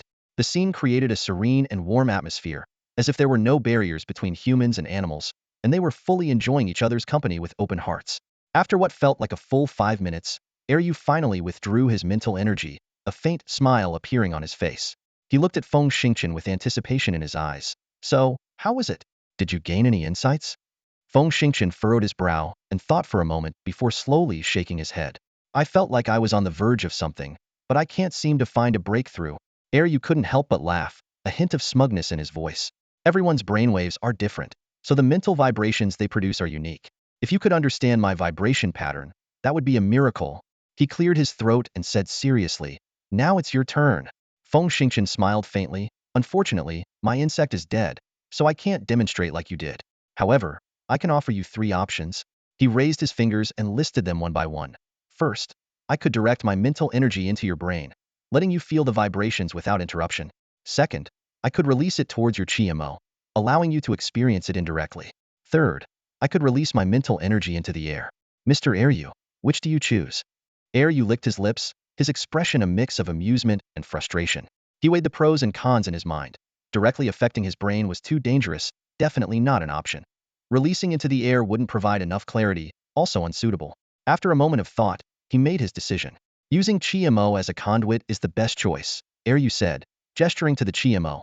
The massive creature slowly moved between them and stopped. Eryu explained, I've been in sync with chi-mo for a long time, creating an almost seamless resonance. It should be able to fully simulate the vibrations. Feng Xingqian narrowed his eyes, his expression becoming extremely serious. Get ready. I'm going to go all out. Whether you can learn this or not is up to you. Yu's heart skipped a beat, feeling that he had forgotten something important. He strained to recall and finally remembered. Feng Xingqian's mental energy, when combined with his internal force field, could produce unimaginable power. This meant that Feng Xingqian's mental energy was inherently highly aggressive. But before Yu could fully grasp the implications, Feng Xingqian had already unleashed his mental energy. Yu quickly attached his own mental energy to it. In the instant his focus locked onto Qimo, a deafening explosion went off in his mind. Yu felt as if a massive bullet had pierced through his body, shattering it to pieces. At the same time, an explosive roar erupted in Qimo's brain, causing the giant beast to stagger and collapse heavily. In reality, if this were a true battle, Feng Xingqian's current strength would be insufficient to knock out Qimo. However, Yu's greed led him to have Qimo completely drop its mental defenses, allowing Feng Xingqian's mental energy to reach the core. An unguarded Qimo, struck directly at its core by Feng Xingqian's mental energy, was lucky to not be killed outright. Feng Xingqian had anticipated this outcome and immediately lunged towards Qimo. He pressed one hand against the beast and swiftly drew out his vibration knife, ready to strike. But just as his hand touched Qimo, a familiar voice echoed in his mind. Contact with an immature interstellar beast. Low current strength, but capable of becoming stronger as it grows. Do you wish to collect DNA and various data? At that moment, Feng Xingqian was almost petrified with shock. He recalled that he had previously handled the corpse of a tiger-type beast without receiving such a prompt. More importantly, this was the first time he had heard the term interstellar beast. A bold hypothesis formed in his mind. Could it be that the Tianyu ring was so selective that it disregarded the corpses of fourth-tier beasts or ordinary biobeasts, showing interest only in so-called interstellar beasts? Overwhelmed with astonishment, Feng Xingqian unhesitatingly chose yes. As soon as he made the choice, he felt the Tianyu ring slightly morph, extending a needle finer than a strand of hair. It gently pierced Qimo's hide, extracting a drop of blood before quickly retracting. For Qimo, this was no more than a slight itch, causing it to shake its fur briefly before ignoring it. But for Feng Xingqian, the entire process was so vividly detailed through his heightened mental perception that it felt like a slow-motion replay, leaving him almost petrified with shock. He knew that Qimo's hide was tough enough to resist even the vibration knives of a fourth-level civilization. Yet the Tianyu ring had effortlessly collected a blood sample without the beast noticing. At that moment, Feng Xingqian gained a whole new understanding of the true capabilities of the Tianyu ring. That's not even the most shocking part. Tianyu Huan's thieving skills are truly astonishing. Her techniques are flawless, as if honed over countless trials, perfectly embodying the principles of decisive, swift, covert, and unready. She executed everything in under 2 seconds, showcasing her unparalleled expertise in this field, earning her the title of the King of Thieves. While Qimo was still in a daze, Feng Xingqian shook his head and, without hesitation, swung his shock blade, driving it deep into the target. The poor infant interstellar beast, completely unprepared, was caught off guard by the sudden pierce and explosion, dying instantly without a chance to react. Feng Xingqian looked impassively at the corpse of the Kaijuran and said coldly, I swore I'd show you my mental power signature, and I've done that. I never intended to kill you. Your death has nothing to do with me. He paused, a slight smile forming at the corner of his mouth. However, I never promised to spare Qimo. Hee. At this moment, an eerie child's voice sounded nearby. Killing the Kaijuran was my idea. It has nothing to do with my master. The voice came from the battered Mech, which was slowly sitting up. This wasn't surprising. The child, Yu, had successfully controlled the Mech to launch a sneak attack with a heavy sniper rifle. However, despite having a mental power level of high grade 8, his physical capabilities were only at the early stage of level 6, making it impossible for him to withstand the impact of the Mech's heavy sniper bullets. Feng Xingqian contentedly collected 3 vials of Qimo's blood and released a tiger-like beast to collect 3 more vials. As for the 2 bodies, he planned to study them further and casually toss them into a subspace for preservation. Looking at the damaged Mech, Feng Xingqian felt a bit frustrated. The waist armor was cracked, many circuits and sensors were severely damaged, and the joints were badly impaired. The cockpit had even been ejected. Unable to control the Mech himself, he had to wait outside the forest for the rescue transport. To avoid unnecessary trouble, he couldn't store the Mech away. So he let Yu take over the AI program, attempting to slowly move toward the forest's edge. Despite its staggering steps, the Mech could still move a short distance. Feng Xingqian felt somewhat relieved and climbed into the large frame where the cockpit used to be, closing his eyes to enter his mental space. In the mental space, aside from the rebounder and the black gold speedboat, Feng Xingqian's gaze quickly locked onto the simulated Qimo in the nearby forest. Approaching Qimo, he asked, Tian Yuan, what exactly is an interstellar beast? A familiar voice echoed in the space. Any beast capable of surviving outside the atmosphere and space is called an interstellar beast. People from high-level civilizations refer to them simply as star beasts. What? Living in space? Feng Xingqian's eyes widened in disbelief as he asked, what's the big deal? Feng Xingqian thought to himself. He recalled some residual data, and more terrifying monster images flashed through his mind. In fact, there are even more formidable beings in the central regions of black holes, Feng Xingqian said, his voice tinged with excitement. They are known as extinction-level or black hole-level monsters. These are the real powerhouses. Even a single extinction-level monster could easily decimate an entire fleet from a ninth-level civilization. As soon as he finished speaking, Feng Xingqian realized he had almost lost control of his emotions. Taking a deep breath, he tried to calm himself down. However, he quickly added, but, since extinction-level monsters rarely leave their habitats, their overall impact on the universe isn't the greatest. Feng Xingqian paused for a moment, then hesitantly asked, so, which species is the most powerful? Is it humans? Tian Yuhuan shook her head firmly. No, it's not humans. Humans are formidable because they continuously accumulate knowledge through their advancing intelligence, and then use that knowledge to create powerful weapons. That's how they've managed to carve out a place for themselves. Unfortunately, this development has veered off the right path. Feng Xingqian was momentarily confused. What do you mean by the right path? Tian Yuhuan explained, no matter how advanced technology becomes, it remains an external force. The truly powerful species are those that don't rely on any external aids. For example, the beast clan or the insect clan. Feng Xingqian was puzzled and countered. But in the society I'm familiar with, aren't humans dominant? Tian Yuhuan sneered. Dominant? Slaughtering weaker livestock is dominance? Shoving everything you find into your mouth is dominance? Having some status on a couple of planets is dominance? Ha, there's an ancient earth saying, sitting in a well and looking at the sky. That perfectly describes you. Feng Xingqian was left speechless by this barrage of questions. Seeing this, Tian Yuhuan shifted the topic. Alright, what kind of training do you want to do today? Feng Xingqian snapped back to reality and exhaled deeply. Today, I saw a kaijia person using mental power to tame a star beast. How is that even possible? Tian Yuhuan thought carefully for a moment and then replied, the wonders of mental power are undeniable, and its diversity doesn't need further discussion. Theoretically, such a miraculous and diverse non-material force could indeed affect even silicon-based life forms and insect clans, let alone a lesser beast. So, there are many individuals capable of using mental power in various ways. I can't say for sure what method he used. Hearing this, Feng Xingqian eagerly explained. He used a method that simulates the brainwave vibrations of the star beast, forming a special bond and seamless communication in a short time. Can I achieve that? Tian Yuhuan first chuckled, then firmly stated. Simulate? What a fascinating trait. Unfortunately, you can't achieve that. Mental power is highly individualistic. Among the countless species in the universe, finding two individuals with identical mental power frequencies is nearly impossible. How can you change your own piercing and explosive characteristics to a simulation trait? Feng Xingqian was deeply disappointed and hung his head. But in just a moment, he raised his head again, eyes gleaming with determination. How can I give up without even trying? With that, Feng Xingqian closed his eyes and began to release his mental power. He carefully recalled the unique rhythm of the kaijia, trying to integrate it into his own mental power. The peculiar rhythm had been etched into his memory, and as he released it, it began to merge with his piercing and explosive traits. Feng Xingqian's mental power started to vibrate in an unpredictable manner, yet it was clearly changing into a special pattern. Although he was unaware of these changes and remained motionless with his eyes closed, his mind vividly displayed the brainwave patterns of the star beast. Suddenly, Feng Xingqian felt a surge of confidence. He believed he could easily merge with those waves. Without hesitation, he directed his mental power towards the faint waves.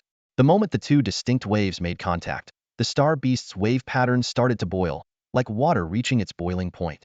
Feng Xingqian suddenly opened his eyes, his face filled with a strange expression. He couldn't believe what he was seeing as he stared at the crimson demon star beast before him. At that moment, he felt as if he had merged with the ferocious creature. Not only could he understand its thoughts, but he could also influence its behavior through his own language. Within the sensory space, everything was simulated with highly realistic technology. Due to the advanced level of civilization, the simulation was almost indistinguishable from reality. What shocked Feng Xingqian even more was that the star beast, called Zhang by Eryu, nodded at him and slowly approached. How is this possible?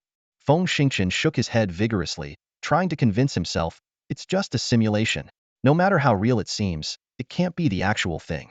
At best, it can only serve as experience. This self-hypnosis was both a reminder to himself and a reflection of the true nature of the sensory space. Skills learned here for piloting mechs and starships could be directly applied in reality, but changes in mental power were not guaranteed to be effective. Just as Feng Xingqian was about to exit the sensory space, Tian Yuhuan sighed. I underestimated you. Feng Xingqian was taken aback. What do you mean? Your mental power isn't just about piercing and exploding. There should be a second characteristic. Tian Yuhuan's tone was filled with surprise and admiration. Feng Xingqian was completely puzzled. As far as I know, it's impossible for a person's mental power to have a second characteristic. As far as you know? Tian Yuhuan chuckled. How arrogant. How much knowledge does a small soldier from a second-level civilization possess to make such a claim? I admit, in the entire universe, individuals with dual-nature mental power are exceedingly rare, perhaps 1 in a trillion. But it's not impossible. Feng Xingqian smacked his lips, his curiosity fully piqued. All right, so what's my second characteristic? Induction. Tian Yuhuan said firmly. What? Your second characteristic is called induction. It's even rarer than dual-nature mental power. Feng Xingqian vaguely felt that he might have acquired some powerful ability and hurriedly asked, let's not talk about distant matters. I want to know, what is the use of induction? Tian Yuhuan explained. You know that superhumans can easily communicate with others through mental power diffusion and vibration, even if they are from different species, achieving quite perfect and efficient communication. Yes, I understand that. Feng Xingqian nodded. Superhumans from the Earth Federation can communicate well with people from third-level civilizations? Exactly. Tian Yuhuan continued. In essence, this communication is more like telepathy. Tian Yuhuan patiently explained, mental communication requires 2 fundamental conditions. Both parties must have similar levels of intelligence and share common norms, such as order and moral standards. Without these, communication cannot be achieved. This is why psychics find it difficult to communicate with bio-beasts or reptiles. Feng Xingqian pondered and suddenly thought of an exception. But air you can communicate. Tian Yuhuan shook her head and said, that's an extremely rare case, not a common phenomenon. Just like your mental power is piercing and explosive, while others might be able to move objects. Everyone's abilities are different. Feng Xingqian scratched his chin and said helplessly, all right, I guess I didn't say anything. So, what is this about inducement characteristics? Tian Yuhuan organized her thoughts and slowly said, in terms of language, inducement is about using a powerful knowledge system to persuade others to accept your viewpoint or to instill thoughts through complex speech, aiming for assimilation. But here, you are using mental power, not language. Seeing Feng Xingqian's confused expression, Tian Yuhuan further explained, simply put, when your mental power contacts the other party, it successfully catches their attention and triggers a desire in them to approach you and change themselves to become one with you. This is the essence of mental inducement. Feng Xingqian suddenly understood and exclaimed excitedly, I get it. This inducement is like using desires to lure others. His mind raced. Every creature has desires, whether it's to fill their stomach, reproduce, or enjoy or destroy. And I use these desires to entice the other party, making them heavily dependent on me. Tian Yuhuan nodded in affirmation. Exactly. This is much more powerful than mere simulation. Simulated things are always fake, but dependency is real. That's the fundamental difference between the two. The more Feng Xingqian thought about it, the more excited he became. But Tian Yuhuan reminded him, of course, inducement also has its limitations. If the other party is highly intelligent or has diverse desires, it will be difficult to successfully induce them. However, it will definitely work against beasts, as they rarely possess mental power, and your ability will be greatly amplified. Feng Xingqian started to imagine the future. Maybe tomorrow I can run into the forest and induce a couple of powerful 4th, or even 5th-level beasts to be my pets. But he soon calmed down. But I should wait until my strength improves. If the inducement fails, it could lead to a life-and-death battle. Just as he was about to arrange for mecha training, Feng Xingqian suddenly remembered another question. By the way, Tian Yuhuan, some beasts have noticeable markings on their bodies. What's that about? Tian Yuhuan smiled and explained. You're talking about beast markings. Any beast that evolves with beast markings theoretically has the potential to evolve to a level where it can survive outside the atmosphere, in space.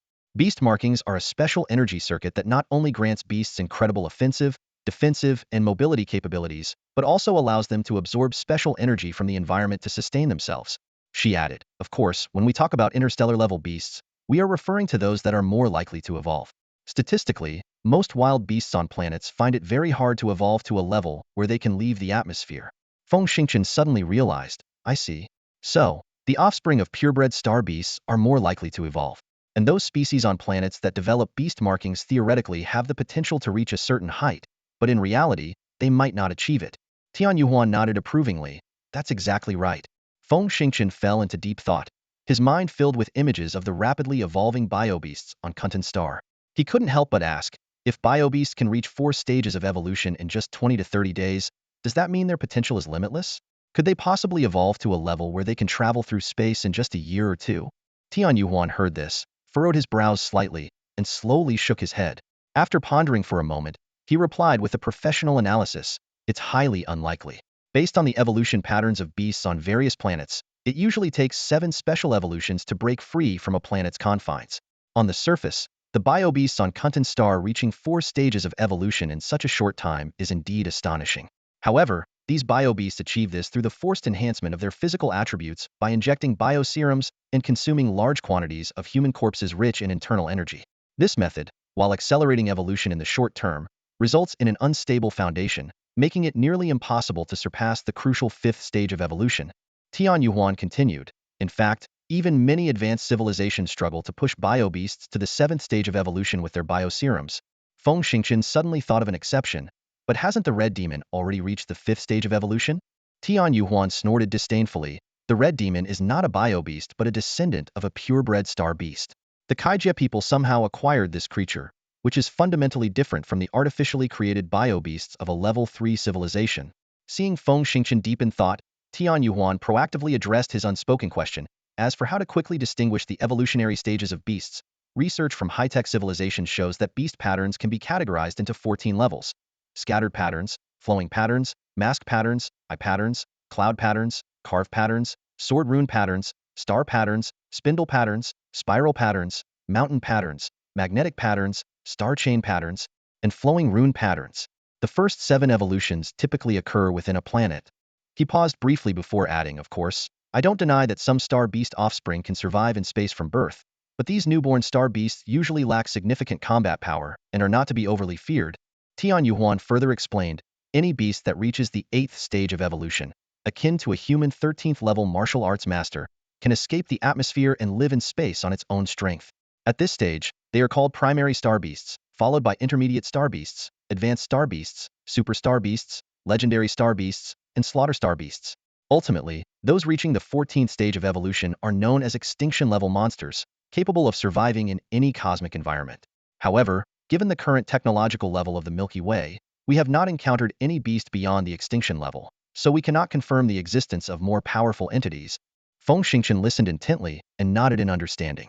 Yet, he had one more question. I get it. But could you describe the characteristics of these 14 patterns in detail? Tian Yuhuan's memory stored the characteristics of 9 different patterns, making Feng Xingqian excited. He couldn't wait and exclaimed, Great! Let's schedule the beast pattern recognition training. Although the training was enjoyable, it was quite exhausting for Yu. As a mecha pilot, Feng Xingqian had the privilege of deploying transport ships. When he maneuvered through the dense forest and reached a relatively open area, he received a cryptic message. At a certain coordinate, a transport ship, reassigned to him by Pei, had been waiting for a while. After a brief consideration, Feng Xingqian decided to release the tiger beast and the corpse of the red demon to be dragged by the mecha. He soon found the waiting transport ship. Once aboard, the ship quickly ascended and returned to the Skull base before nightfall. Feng Xingqian was surprised by the special treatment given to mecha pilots. As soon as the ship landed, the logistics personnel, who had been waiting, used heavy machinery to hoist the massive corpse of the tiger beast and the damaged mecha from the transport ship. At that moment, a beautiful repair engineer happened to pass by. She noticed the large crack in the mecha's waist, and after a brief assessment, she angrily approached Feng Xingqian, pointing at him and scolding, I thought you were a skilled mecha pilot, but I've never seen someone so reckless. Don't you know that the waist armor is the most reinforced part to protect various internal connections? Yet, you couldn't even protect it against a 4th-level beast? You might as well crash into a wall. Feng Xingqian was taken aback by the sudden reprimand and tried to explain, but the engineer cut him off. Shut up. Take the mecha to the repair shop yourself. If you dare ask for help, I refuse to fix it. With that, she stormed off. Feng Xingqian scratched his head and gave a wry smile.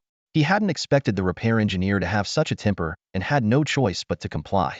He looked around for a forklift and then noticed something that made his eyes light up. 20 meters away, Hu Shasha was leisurely leaning against an engineering vehicle, smiling at him. Feng Xingqian shouted in surprise, Wow, you're looking well. Hu Shasha responded casually, hee hee, With today's medical technology, a minor pneumonia is nothing. Want to grab a drink later? To celebrate my reaching level 8. Feng Xingqian's eyes widened. What? Level 8? Hushasha explained, yes, after battling for over 20 days, I had some insights and was on the verge of breaking through. I held back because the wilds aren't safe. Now that we're back at the base, it was just a matter of time. Feng Xingqian clapped excitedly. That's great. Drinks are on me. But you'll have to wait until I get this mecha to the repair shop. I don't want to anger that repair engineer. Hushasha laughed and waved her hand. No need. Engineer Meili is all bark and no bite, and she has severe OCD. Once she sees a damaged mecha, she won't rest until it's fixed. Feng Xingqian was curious. So? You seem to know her well? Hushasha replied, of course. We've been best friends from kindergarten through high school. We chose different specializations later, and I never expected to see her here. Feng Xingqian was still a bit worried. What if she really doesn't help me? Hushasha made a reassuring gesture. Don't worry. Your battle with Wen Liqing has spread throughout the base. No one will let a talent like you go to waste. If you're without a weapon, the base will simply equip you with a brand new mecha. Finally at ease, Feng Xingqian smiled. Haha. With you saying that, I feel relieved. Let's go get that drink. They laughed and chatted as they walked towards the elevator. Suddenly, a voice called out from behind. Feng Xingqian? Turning around, Feng Xingqian's face lit up with a smile as he walked towards the voice. Haha. Xuemiao, you look great. Your complexion is glowing, and your steps are steady. You must have rested well? Xuemiao rolled her eyes impatiently. What nonsense are you talking about? Feng Xingqian widened his eyes in defense. What nonsense? Everyone says the best beauty sleep is essential for women. I can tell you've had plenty of it. Xuemiao, uninterested in his ramblings, simply said, I don't have time for this. Xuemiao sidestepped the leering guy and extended her hand to Hushasha, wearing a friendly smile. Hello, I'm Xuemiao. Hushasha, slightly taken aback, gently shook Xuemiao's small hand, her voice tinged with nervousness. Hello, Commander Xue. I'm Hushasha. I've heard of your reputation since our days at the original base. I didn't expect to meet you so soon after Feng Xingqian rescued me yesterday. A flash of surprise crossed Xuemiao's eyes. Oh, you're Hushasha, the two-a-grade sniper? She added with a smile. Your reputation on Confronting Star is quite impressive.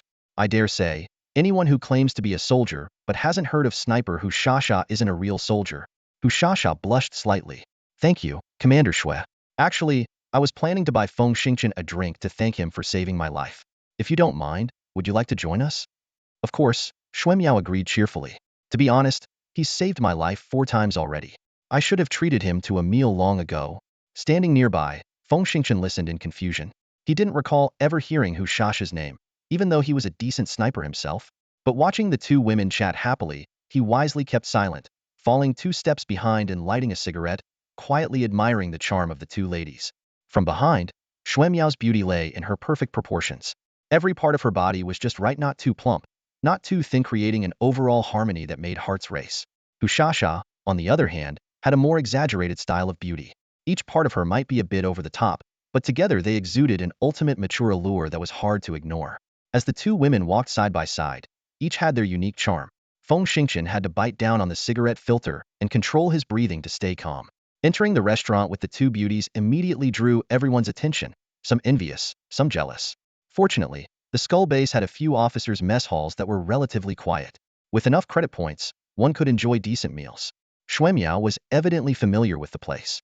She skillfully navigated the electronic menu, quickly ordering 7 or 8 dishes before sitting down gracefully. Meanwhile, in the base's command office, Colonel Zhang Shaoying sat behind his desk with a grim face. He stared at the virtual screen in front of him, which was showing a live feed of Feng Xingqian and Xuemiao dining together. In the footage, Xuemiao's smile was bright, and her demeanor was natural, looking both happy and relaxed.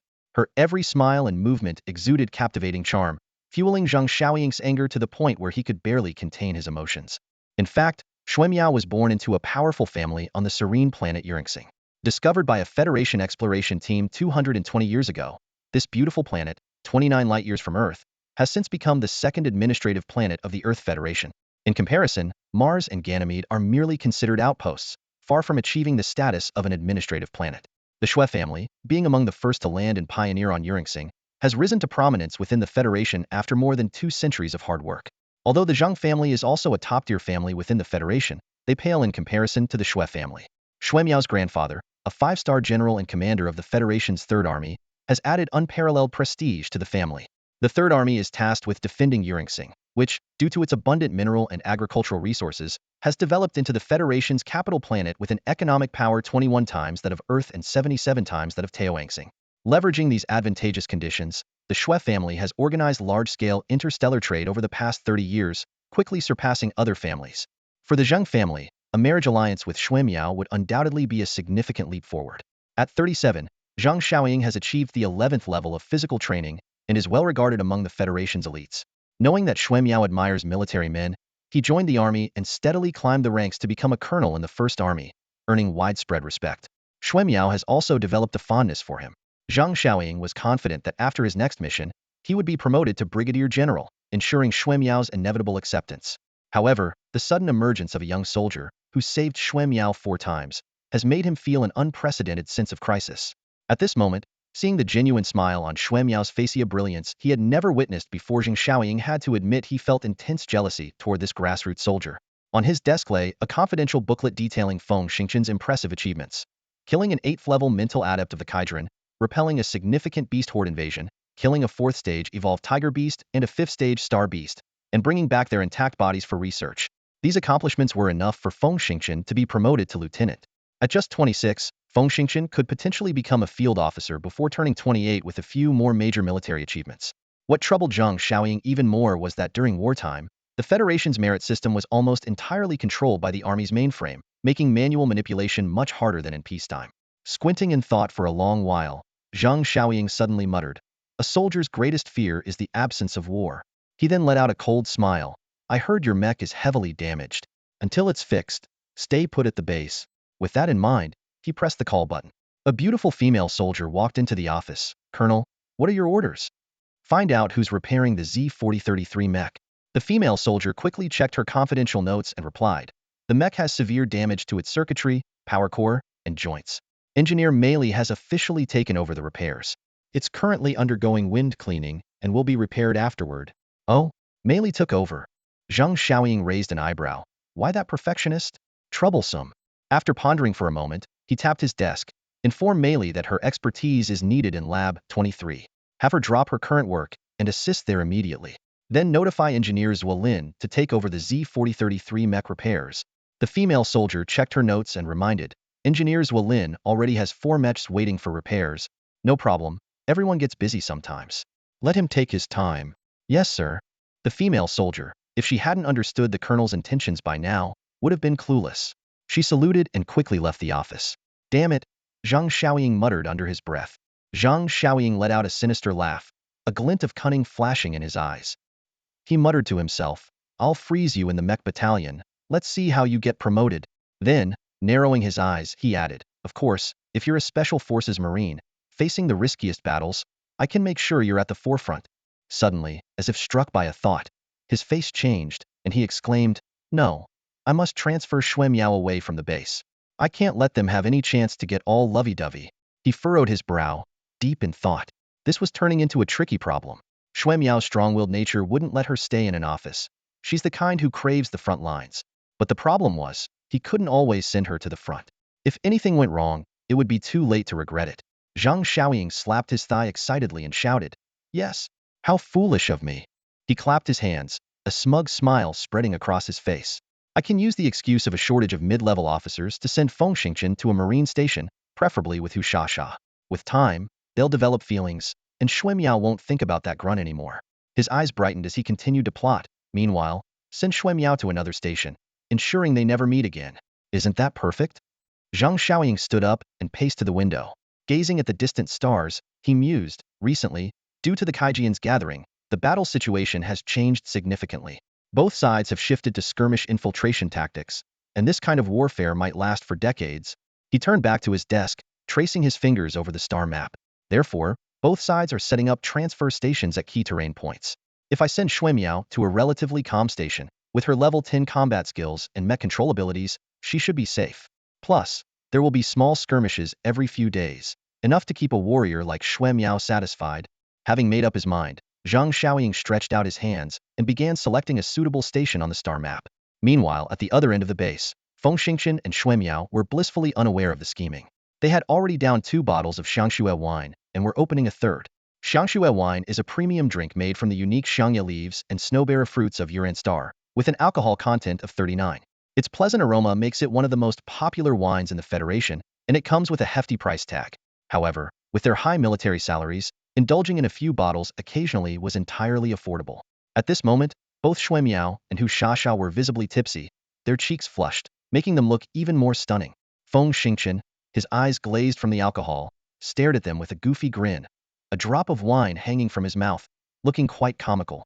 But the two women seemed to enjoy his silly expression, laughing and pointing at him, their laughter ringing out melodiously. Feng Xingchen stood up unsteadily, clutching the third bottle tightly. He gave the two women a mischievous look and chuckled. How about we take this back and keep drinking? Going back to drink? Where to? Shui Miao asked, eyes wide with confusion. Hu Shasha chuckled, her eyes narrowing with amusement. He's trying to get us both into bed. Feng Xingchen broke into a cold sweat, thinking Hu Shasha was way too bold, saying anything that came to mind. He had no idea how to explain himself now. Surprisingly, Shui Miao didn't get angry. Instead, she looked at Feng Xingchen with interest, like a curious child. Both of us? Can you handle that? A man's pride was instantly ignited. Feng Xingchen straightened his back and thumped his chest loudly. Want to try? Shui Miao smiled sweetly. Are you any good at it? Of course. Feng Xingchen replied confidently. Shui Miao's smile grew even more charming. So, you've tested it many times? You know your own strength well? Feng Xingchen was instantly at a loss for words, his eyes wide, unable to respond. He realized then that Shui Miao was no pushover. Pour the wine. Shui Miao didn't press further and handed her glass to him. Feng Xingchen gave a wry smile at this extraordinary woman and reached for the bottle. But before he could pour, Shui Miao's personal communicator buzzed with a new message. Shui Miao, slightly tipsy, glanced at the screen and stood up. I have a mission. Gotta leave now. Enjoy your evening. Seriously? You're this drunk and heading for a mission? Feng Xingchen asked, astonished. No worries, Shui Miao waved her hand dismissively. Prep takes an hour, travel 2 hours, and there's always a buffer before the real action starts. I'll be sober by then. She firmly paid for the meal and declined Feng Xingchen's offer to see her off. She wobbled out of the officer's mess, hailed a passing electric cart, and left. Watching Feng Xingchen's despondent expression, Hu Shasha chuckled lightly. I didn't realize you were so ambitious. What do you mean? Feng Xingchen snapped back to attention. Do you want the truth or a lie? You such nonsense. I want both. Hu Shasha grabbed the bottle from Feng Xingchen and poured herself a glass. The lie is, you two are a match made in heaven, destined for a happily ever after. Feng Xingchen was stunned. He knew exactly what Hu Shasha meant. Hu Shasha took a sip and continued, setting aside Shui Miao's incredible background. Wait, Feng Xingchen interrupted. What background? My goodness, Hu Shasha looked at him in surprise. You're adorable, not knowing Shui Miao's background. Her father is Shui In, the governor of Yuan Star. Her grandfather is Shui Bumi, a 5-star general and commander of the Federation's 3rd Army Group. Feng Xingchen was speechless. Though he was from Yuan Star, he wasn't interested in politics, so the governor's identity hadn't mattered to him. He'd heard of Shui In, but nothing that seemed personally relevant. However, as a qualified soldier, he was very familiar with General Shui Bumi's illustrious career. Hearing this name left him completely stunned. Hu Shasha took another sip and continued. Do you know where she went to school? The Federation's Gauss Noble School. Feng Xingchen was shocked again. He knew of the school, renowned for its top-tier faculty and luxurious facilities. The education lasted 20 years, from age 5 to 25. Graduates were elite in any field they chose. But the tuition was astronomical. Grades 1 through 5 cost 6 million credits per year, and by grade 20, it soared to 5.5 billion credits annually. To put it in perspective, a successful white-collar worker in the Earth Federation earned between 400,000 and 600,000 credits annually. A major with real military power earned about 600,000 credits a year. Feng Xingchen's parents both worked in a restaurant. Thanks to their skills as top chefs, business was good, and they earned around 1.3 million credits a year, close to an upper-middle-class income. But that was still far from affording a luxury school. Feng Xingchen had attended the most affordable public schools. Hu Shasha continued, in an education system we can't even imagine, her values, outlook on life, and worldview are completely different from yours. Perhaps, for a short time, you might find some common ground due to this damned war. But war is not the norm. Feng Xingchen listened to Hu Shasha's words, his brow furrowing unconsciously. Hu Shasha continued, as long as you're alive, one day you'll leave the battlefield and return to a comfortable life. Then, the differences in your thinking and family backgrounds will become more apparent, and conflicts will escalate. In the end, it will only bring great harm to each other, turning you into the protagonists of a tragedy. Feng Xingchen fell silent. He reached for the glass in front of him and took a long, hard drink. The burning sensation down his throat paled in comparison to the sting of Hushasha's words. Every word she spoke was like a sharp blade, cutting open the harsh reality. The love stories between beggars and princesses in movies and TV shows are just artistic fabrications. In the real world, such possibilities are incredibly slim. Hushasha also downed her drink in one gulp and suddenly broke into a smile. Haha, I'm drunk and talking nonsense. Don't take it seriously. Her tone lightened considerably. A man should follow his own heart, not someone else's ideas. Thank you. Feng Xingchen laughed along him. He looked thoughtfully at Hushasha. You seem to know a lot about Shuimiao, don't you? Hushasha chuckled softly. Hee. Shuimiao is quite rebellious. She rejected her family's arrangements, secretly ran away from home without taking any equipment or credits, and joined the military here, dreaming of carving out her own path to success. She paused before continuing. She thought she hid it well. But there are always people who notice, and rumors spread. And as a woman, I hear a lot of gossip from other women. So naturally, I know. Got it. Feng Xingchen nodded, then changed the subject. Haha. Let's not talk about those heavy topics, okay? Do you remember I said I would give you a surprising gift once I recovered? Hushasha rolled her eyes dramatically. You were serious about that? Her expression turned serious. The Hu family, even its daughters, knows the principle of repaying kindness. We're no less than men in that regard. Give me your communication frequency, and I'll send you a gift. Although puzzled, Feng Xingchen complied. Hushasha quickly operated her device. Sent. It's a folder. She warned him sternly. Remember, once you memorize it, you must delete it. It must not be leaked. Feng Xingchen's curiosity was piqued, and he was about to open his device, but Hushasha stopped him. What are you doing? Let me tell you. This thing has an illicit origin. You need to keep it hidden. Find a quiet place to look at it later. Standing up, Hushasha said, I'm drunk and need to rest. Thanks for saving my life. As he watched Hushasha leave, a hint of reluctance appeared on Feng Xingchen's face. You're leaving already? His tone was full of wistfulness. Husha looked at Feng Xingchen with a half smile, her eyes sparkling with mischief. What's this? Shuimiao just left, and you're already trying to flirt with me? Aren't you afraid I'll report you? Feng Xingchen raised an eyebrow and retorted. Would you really? Of course I would. Husha took a light step forward, leaving a trail of bell-like laughter in the air. Feng Xingchen, feeling frustrated, grabbed a bottle of liquor, took a swig, and set it down with a sigh. He trudged out of the officer's mess hall, his mood dark. Muttering to himself, he activated his portable brain terminal and discovered that his quarters had been reassigned to the mecha camp. Following the navigation system, Feng Xingchen soon arrived at the mecha camp. He glanced around casually, ready to find his new place, when a distant figure caught his attention. A peculiar smile crossed his face as he muttered, Damn, it's that bearded guy again. Still hasn't transferred the bet money. Perfect. I'm in a bad mood and need to blow off some steam. With that thought, Feng Xingchen marched straight towards the bearded man. The bearded man had just sold a cherished collectible, barely scraping together 1.35 million, but was still 150,000 short. He was deep in thought, trying to figure out a solution, when he noticed a pair of feet blocking his path.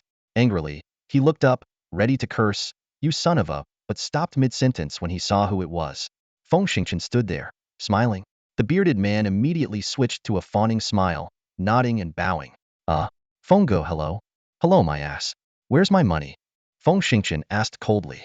Sorry, I had a hard time, but I've got 1.35 million now, the bearded man said, grinning. Fenggu, you're the boss. Could you give me 2 more days? Feng Xingchen's anger flared. Damn it, gambling rules are clear. No cheating, no defaulting. If you can't pay up, don't host the game. I warned you, if you try to cheat, I'll make your life miserable. The bearded man broke into a cold sweat, hastily explaining, Boss, I'm not cheating. The Kaiser invasion cut off external communications, so I couldn't get money from home and had to borrow from teammates. Look, I'm just 150,000 short now. Please, give me 2 more days.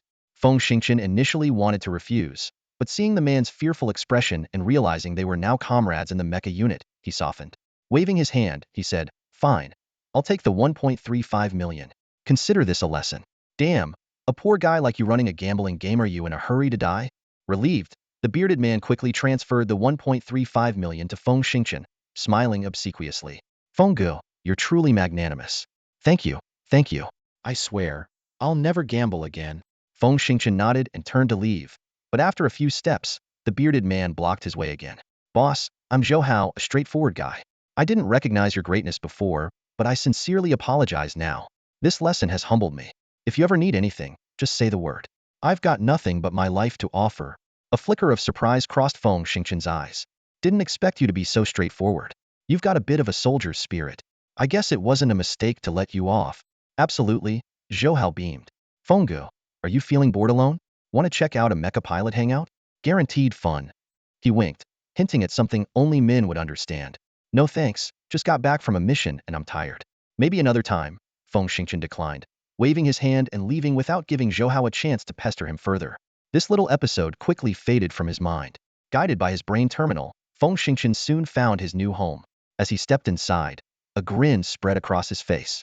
The conditions here were far superior to the infantry barracks. An 80 square meter space divided into a living room, bedroom, and bathroom, fully furnished, with even the latest model desktop quantum brain in the bedroom. After a quick tour, Feng Xingchen was thoroughly satisfied with his new place. He settled into the couch in the living room and suddenly remembered something. Yo-Yo, what was in the folder Husha gave me? Show me. Yo-Yo immediately appeared, opening a document and displaying it on a virtual screen. Feng Xingchen glanced at the title and asked curiously, Three Sovereigns' Fist? What's that? Yo-Yo smiled and explained. The Three Sovereigns' Fist is, of course, a martial art. Feng Xingchen opened the second document and discovered it detailed a technique called Thousand Shield Technique. He recalled Husha's warning that this technique had a dubious origin and required caution. However, Feng Xingchen paid little heed and began to focus intently on the document's content. The document contained not only textual descriptions, but also several video clips. After carefully watching them, Feng Xingchen gained a preliminary understanding of the Three Sovereigns' Fist. This martial art seemed to originate from ancient times and consisted of only 3 moves: Fushi praying to the gods, Nuwa mending the sky, and Shenong whipping herbs. Initially, he found the moves somewhat comical and unremarkable. However, remembering Husha's serious demeanor, Feng Xingchen didn't take it lightly. Using mental techniques, he memorized the forms within minutes. He then turned to the Thousand Shield Technique and soon discovered its intricacies. The Thousand Shield Technique is a special method that utilizes the immense internal energy of a 10th level master. By channeling energy through specific routes and acupoints in a unique arrangement, it creates a defensive field far stronger than a typical energy shield. Feng Xingchen realized that this technique could only be practiced at the 10th level, as it required substantial internal energy and mental strength to control. He quickly analyzed the advantages of the Thousand Shield Technique. Once mastered, it would make challenging higher-level opponents much easier. Combined with his abilities to pierce and detonate with mental energy, he felt confident that he could escape unscathed even when facing an 11th level peak master. Feng Xingchen was astonished by the means through which Husha had acquired these techniques, suspecting they might have originated from an ancient family. He understood the reason behind Husha's admonition to keep them secret and agreed it was prudent. Following this, Feng Xingchen instructed Yu to securely hide the techniques. Standing in the center of the room, he closed his eyes and reviewed what he had learned. Moments later, he opened his eyes and began to practice the first move of the Three Sovereigns' Fist Fushi, praying to the gods. He slightly bent his body, clasped his hands together, and slowly extended them forward, silently reciting the mantra of the technique. The movement resembled an ancient ritual of prayer more than a conventional martial arts move. Behind this seemingly comical movement, his internal energy was flowing through his Ran and Du meridians in a peculiar manner. As the circulation speed of the internal energy increased, a powerful aura suddenly surged from every part of his body.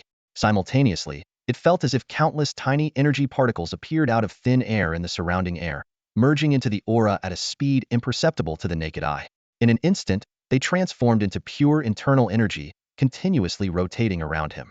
He suddenly realized that the Sanhuang Fist was not merely a set of boxing techniques, but a bizarre method for cultivating internal energy. This discovery utterly stunned him. This method absorbed external energy at a rate more than 10 times stronger than the highest level techniques disclosed by the military. With his special physique altered by the energy of the queen insect, practicing for just 1 hour each day was equivalent to an ordinary person's entire day of cultivation. This astonishing 20-fold efficiency left him in disbelief. He understood that such a high-level technique was probably only available to the elite disciples of some hidden sects in ancient China. No wonder Hu Shasha, despite being a woman and coming from humble beginnings, could reach the 8th level at such a young age. It was clearly the credit of the Sanhuang Fist. Suppressing his shock, he took a deep breath and refocused on the boxing technique. He performed the prayer-like movements front and back, completing a small cycle. After 3 consecutive small cycles, the circulation speed of the internal energy noticeably decreased. He wasn't surprised but smoothly transitioned his stance, shifting from Fux's prayer to Nuwa mending the sky. A series of seemingly clumsy and laborious movements began, as the powerful aura released outside his body, carrying a large amount of energy, gradually returned, unhesitatingly entering his meridians and dantian. Next, the movements changed again, mimicking a shepherd boy wielding a whip. This was the Shenong whip. In these strange movements, the internal energy quickly circulated throughout his body, being refined with each cycle. After 9 cycles of refinement, the internal energy finally returned to his dantian. He exhaled deeply and glanced at the time. This session had only taken a little over 40 minutes. Without hesitation, he sat down cross-legged and began circulating the internal energy through that special meridian. 1 cycle, 4 cycles, 8 cycles, 10 cycles. By the 10th cycle, pushing the internal energy became exceedingly difficult, but he stubbornly persisted. Finally, the internal energy halted 7 centimeters beyond his dantian. Opening his eyes, his face was filled with astonishment. If he remembered correctly, this session had advanced his internal energy by a full centimeter.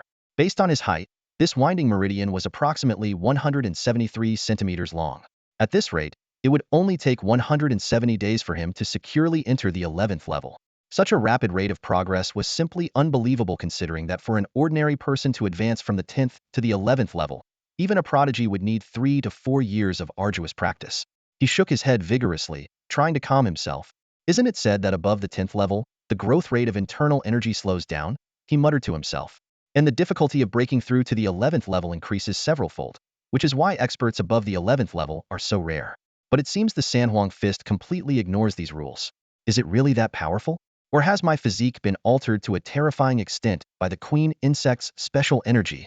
Of course, he also considered that this might just be the rapid progress typical of initial practice, and once his potential stabilized, the speed might significantly decrease. However, he still had an ace up his sleeve: the precious blood. Thinking of this, a sinister smile crept onto his face. Taking a deep breath, he began practicing the Thousand Shields technique. As someone who had already comprehended the power of nature and refined an internal energy field, practicing the Thousand Shields technique was a natural progression for him. In just over half an hour, a strange defensive circle had begun to take shape within his energy field. Faced with such astonishing progress, he couldn't find any grand words to describe his feelings.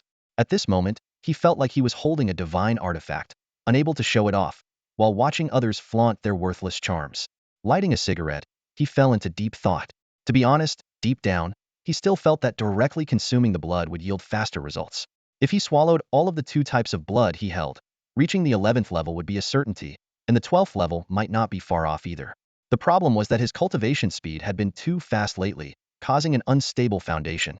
Standing in the training ground, he felt the surging inner energy within him, his brow furrowed. His control over the internal energy field was far from perfect, each operation bringing a hint of unease. He recalled the words his teachers and instructors had repeatedly emphasized since he was young. The foundation determines the superstructure, and don't rush the process. These warnings echoed in his mind, making him question his path of cultivation. In just over 30 days, he had rocketed from level 6 to the early stage of level 10, a progression that was clearly abnormal. He looked down at his hands, pondering the only possible explanation: a unique physique altered by special energy, perhaps able to mitigate some of the negative effects. The last intense battle with the level 11 master, although it helped him start grasping the internal energy field, was just the beginning, far from true mastery. To avoid future regrets, he decided to carefully balance all aspects of his state. His choice was to combine the 3 Sovereigns' Fist, the gravity field, and the training ground. The 3 Sovereigns' Fist had the ability to refine inner energy, exactly what he needed now. Forcing himself not to think about the matters concerning blood, he closed his eyes and entered the sensory space. In the following days, he rotated his training between the 3 Sovereigns' Fist, the Thousand Shield technique, the military gravity training ground, and the sensory space. The rate of improvement in various aspects was astonishing, but it also brought new troubles. For 5 consecutive days, he received no mission instructions, and there was no news about the new Mech. He went to the repair shop, only to find his Mech carelessly dumped in a corner, unattended. Recalling Meili's previous warning that unless he personally delivered it for repair, it would be refused, felt a headache coming on. Unwilling to face the fiery-tempered female engineer directly, he turned to the Marine Corps. However, another piece of bad news awaited him. Hashasha had already taken on a 28-day garrison defense mission and had left 2 days ago. He hesitated whether to approach Meili to inquire about the situation, but remembering her violent tendencies, he ultimately decided to cherish this rare leisure time and continue adjusting his state. With that resolution, he first went to the cafeteria for a hearty meal. Just as he stepped out, the light brain on his wrist suddenly vibrated. He opened it to find a short message: "Save us." According to scientists, prolonged exposure to a red environment makes humans unusually irritable. As a result, The main color scheme in all major bases on the planet Confronting is green. However, for soldiers at war, this environmental optimization has little effect. Most of their time is spent fighting on the planet's surface, and gradually, many have harbored intense resentment. Feng Xingqian was one of them. At this moment, Feng Xingqian stood on a steep mountainside, his gaze fixed like a hawk on the 600 to 700 Kaijuren in the valley below. Among them were 60 to 70 scouts and dozens of heavy weapons. This enemy force was besieging the H-019 outpost 3 kilometers away. Feng Xingqian clenched his fists, fury boiling inside him. However, his anger wasn't entirely directed at the enemy before him. More of it stemmed from his dissatisfaction with how the Skull Base was handling the situation.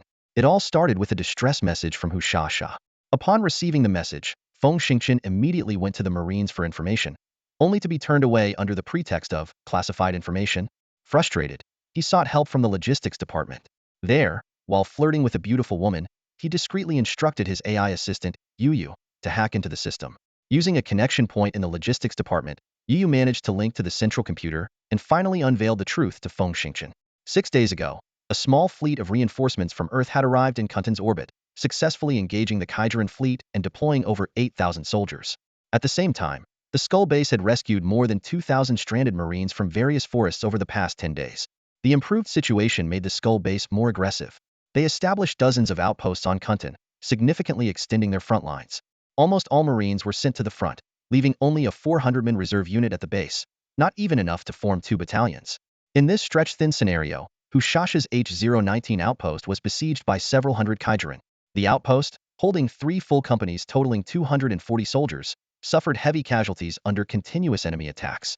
Worse yet, in the past 2 days, the Kaijuren seemed to have gone mad, launching simultaneous attacks on all Earth outposts, making it impossible for the base to send reinforcements. In desperation, Hushasha thought of Feng Xingqian and sent out a distress message. Feng Xingqian had strong opinions about Skull Base's strategy. In his view, although the base had tens of thousands of troops, they were far from capable of directly confronting the Kaijuren.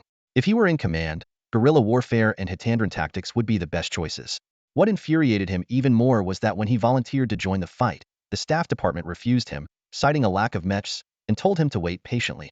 Burning with anger, Feng Xingqian stopped asking and secretly gathered his marine gear, sneaking out of the base alone. After hours of mad dashing, he finally reached the front line of the H-019 outpost. Standing on the mountainside, Feng Xingqian carefully observed the battlefield.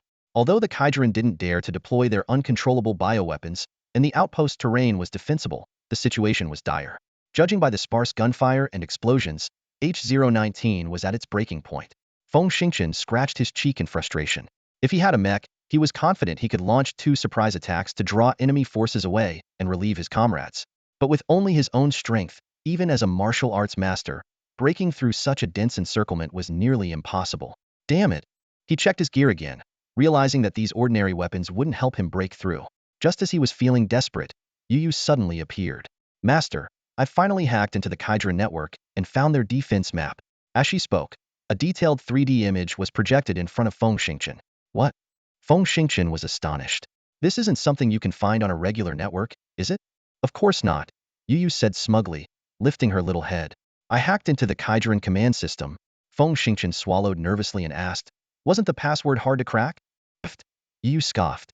I'm a product of a levels-even civilization. A level 3 civilization's password is child's play. Feng Xingqian said no more and focused intently on the 3D image before him. He zoomed in on the image, found his current coordinates, and then pointed to a location. Is this outpost Kaijuren's? The Kaijuren call it the Lays Outpost, 32 kilometers from H-019, Yu explained. So, all the Kaijuren below came from the Lays Outpost? Feng Xingqian asked. Correct, Yu confirmed. The Kaijia forces, determined to capture outpost H-019, launched an all-out assault. Nearly 1,000 elite soldiers gathered at the Lays Outpost, led by a commanding officer with the rank of Brigadier General, who personally oversaw this critical battle. Feng Xingqian's brows were furrowed, a glint of resolve in his eyes. He slapped his palm, activating a miniature detector. Find Hushasha, he ordered in a low voice, his gaze fixed on the detector as it flew towards H-019. Understood. Yu responded promptly, instantly deploying 2 mechanical mosquitoes. These tiny reconnaissance units slipped through the Kaijia defenses like phantoms, heading straight for the depths of the outpost. Despite the Kaijia forces' intense efforts to implement electronic pulse suppression, their attempts were futile against the technology of a 7th-level civilization. Surprisingly, the Earth forces seem to have made some breakthroughs in communication technology, significantly diminishing the effectiveness of the Kaijia electronic suppression. This unexpected advantage allowed Hushasha to send out a brief but crucial distress signal. The mechanical mosquitoes quickly infiltrated the outpost, transmitting real-time footage back to Feng Xingqian's terminal. He scanned the dire situation, his frown deepening. The defending forces within the outpost had dwindled to less than 90, with most of their personal armor severely damaged and barely functional. The only saving grace was their home field advantage. Their supply lines remained intact, and food and ammunition were just enough to sustain them. The outpost's energy reserves were sufficient, and the Closian defense system continued to play a vital role, temporarily holding off the enemy's missile attacks. However, the Kaijia kinetic projectiles were devastating. After relentless rounds of bombardment, H-019's long-range artillery had suffered heavy losses. Feng Xingqian knew all too well that in a few hours at most, the vaunted alloy walls would be breached. When that happened, the enemy's energy weapons would flood in, and the outpost would likely face annihilation. Time was running out. Feng Xingqian quickly pinpointed Hushasha's location. The female warrior was currently huddled in a sniper's hideout, peering through several narrow observation slits. With her exceptional 2A-level skills, she was continuously taking out enemy soldiers. Her precise shooting forced the Kaijia forces to retreat to a distance of 1,500 meters, significantly reducing the lethality of their kinetic weapons. As a professional heavy sniper, Feng Xingqian couldn't help but admire this formidable woman. Her efforts alone had successfully delayed the fall of the outpost. Yet, Hushasha's exhausted appearance made Feng Xingqian's heart tighten. She was clearly at her limit and could collapse at any moment. Feng Xingqian maneuvered the detector closer to Hushasha, suddenly projecting a fist-sized 3D hologram. Hushasha, he called softly. Startled by the unexpected voice, Hushasha whipped her head around. Seeing Feng Xingqian's holographic image, she instinctively looked around, trying to locate the source of the sound. Don't bother looking. I'm 3 kilometers away, Feng Xingqian explained, his tone urgent and firm. Listen, tell the commander to hold on for another hour or two. Once chaos breaks out outside, lead the team and break through. Hushasha hesitated for a moment, then responded resolutely, breakthrough? No. Our mission is to hold the outpost, not abandon it. That's all for today. Thank you so much for watching. I hope you guys enjoyed. If you wish to have another part of this recap, please give us at least 1,000 likes. Please don't forget to comment and subscribe to our channel for more content like this. Until next time.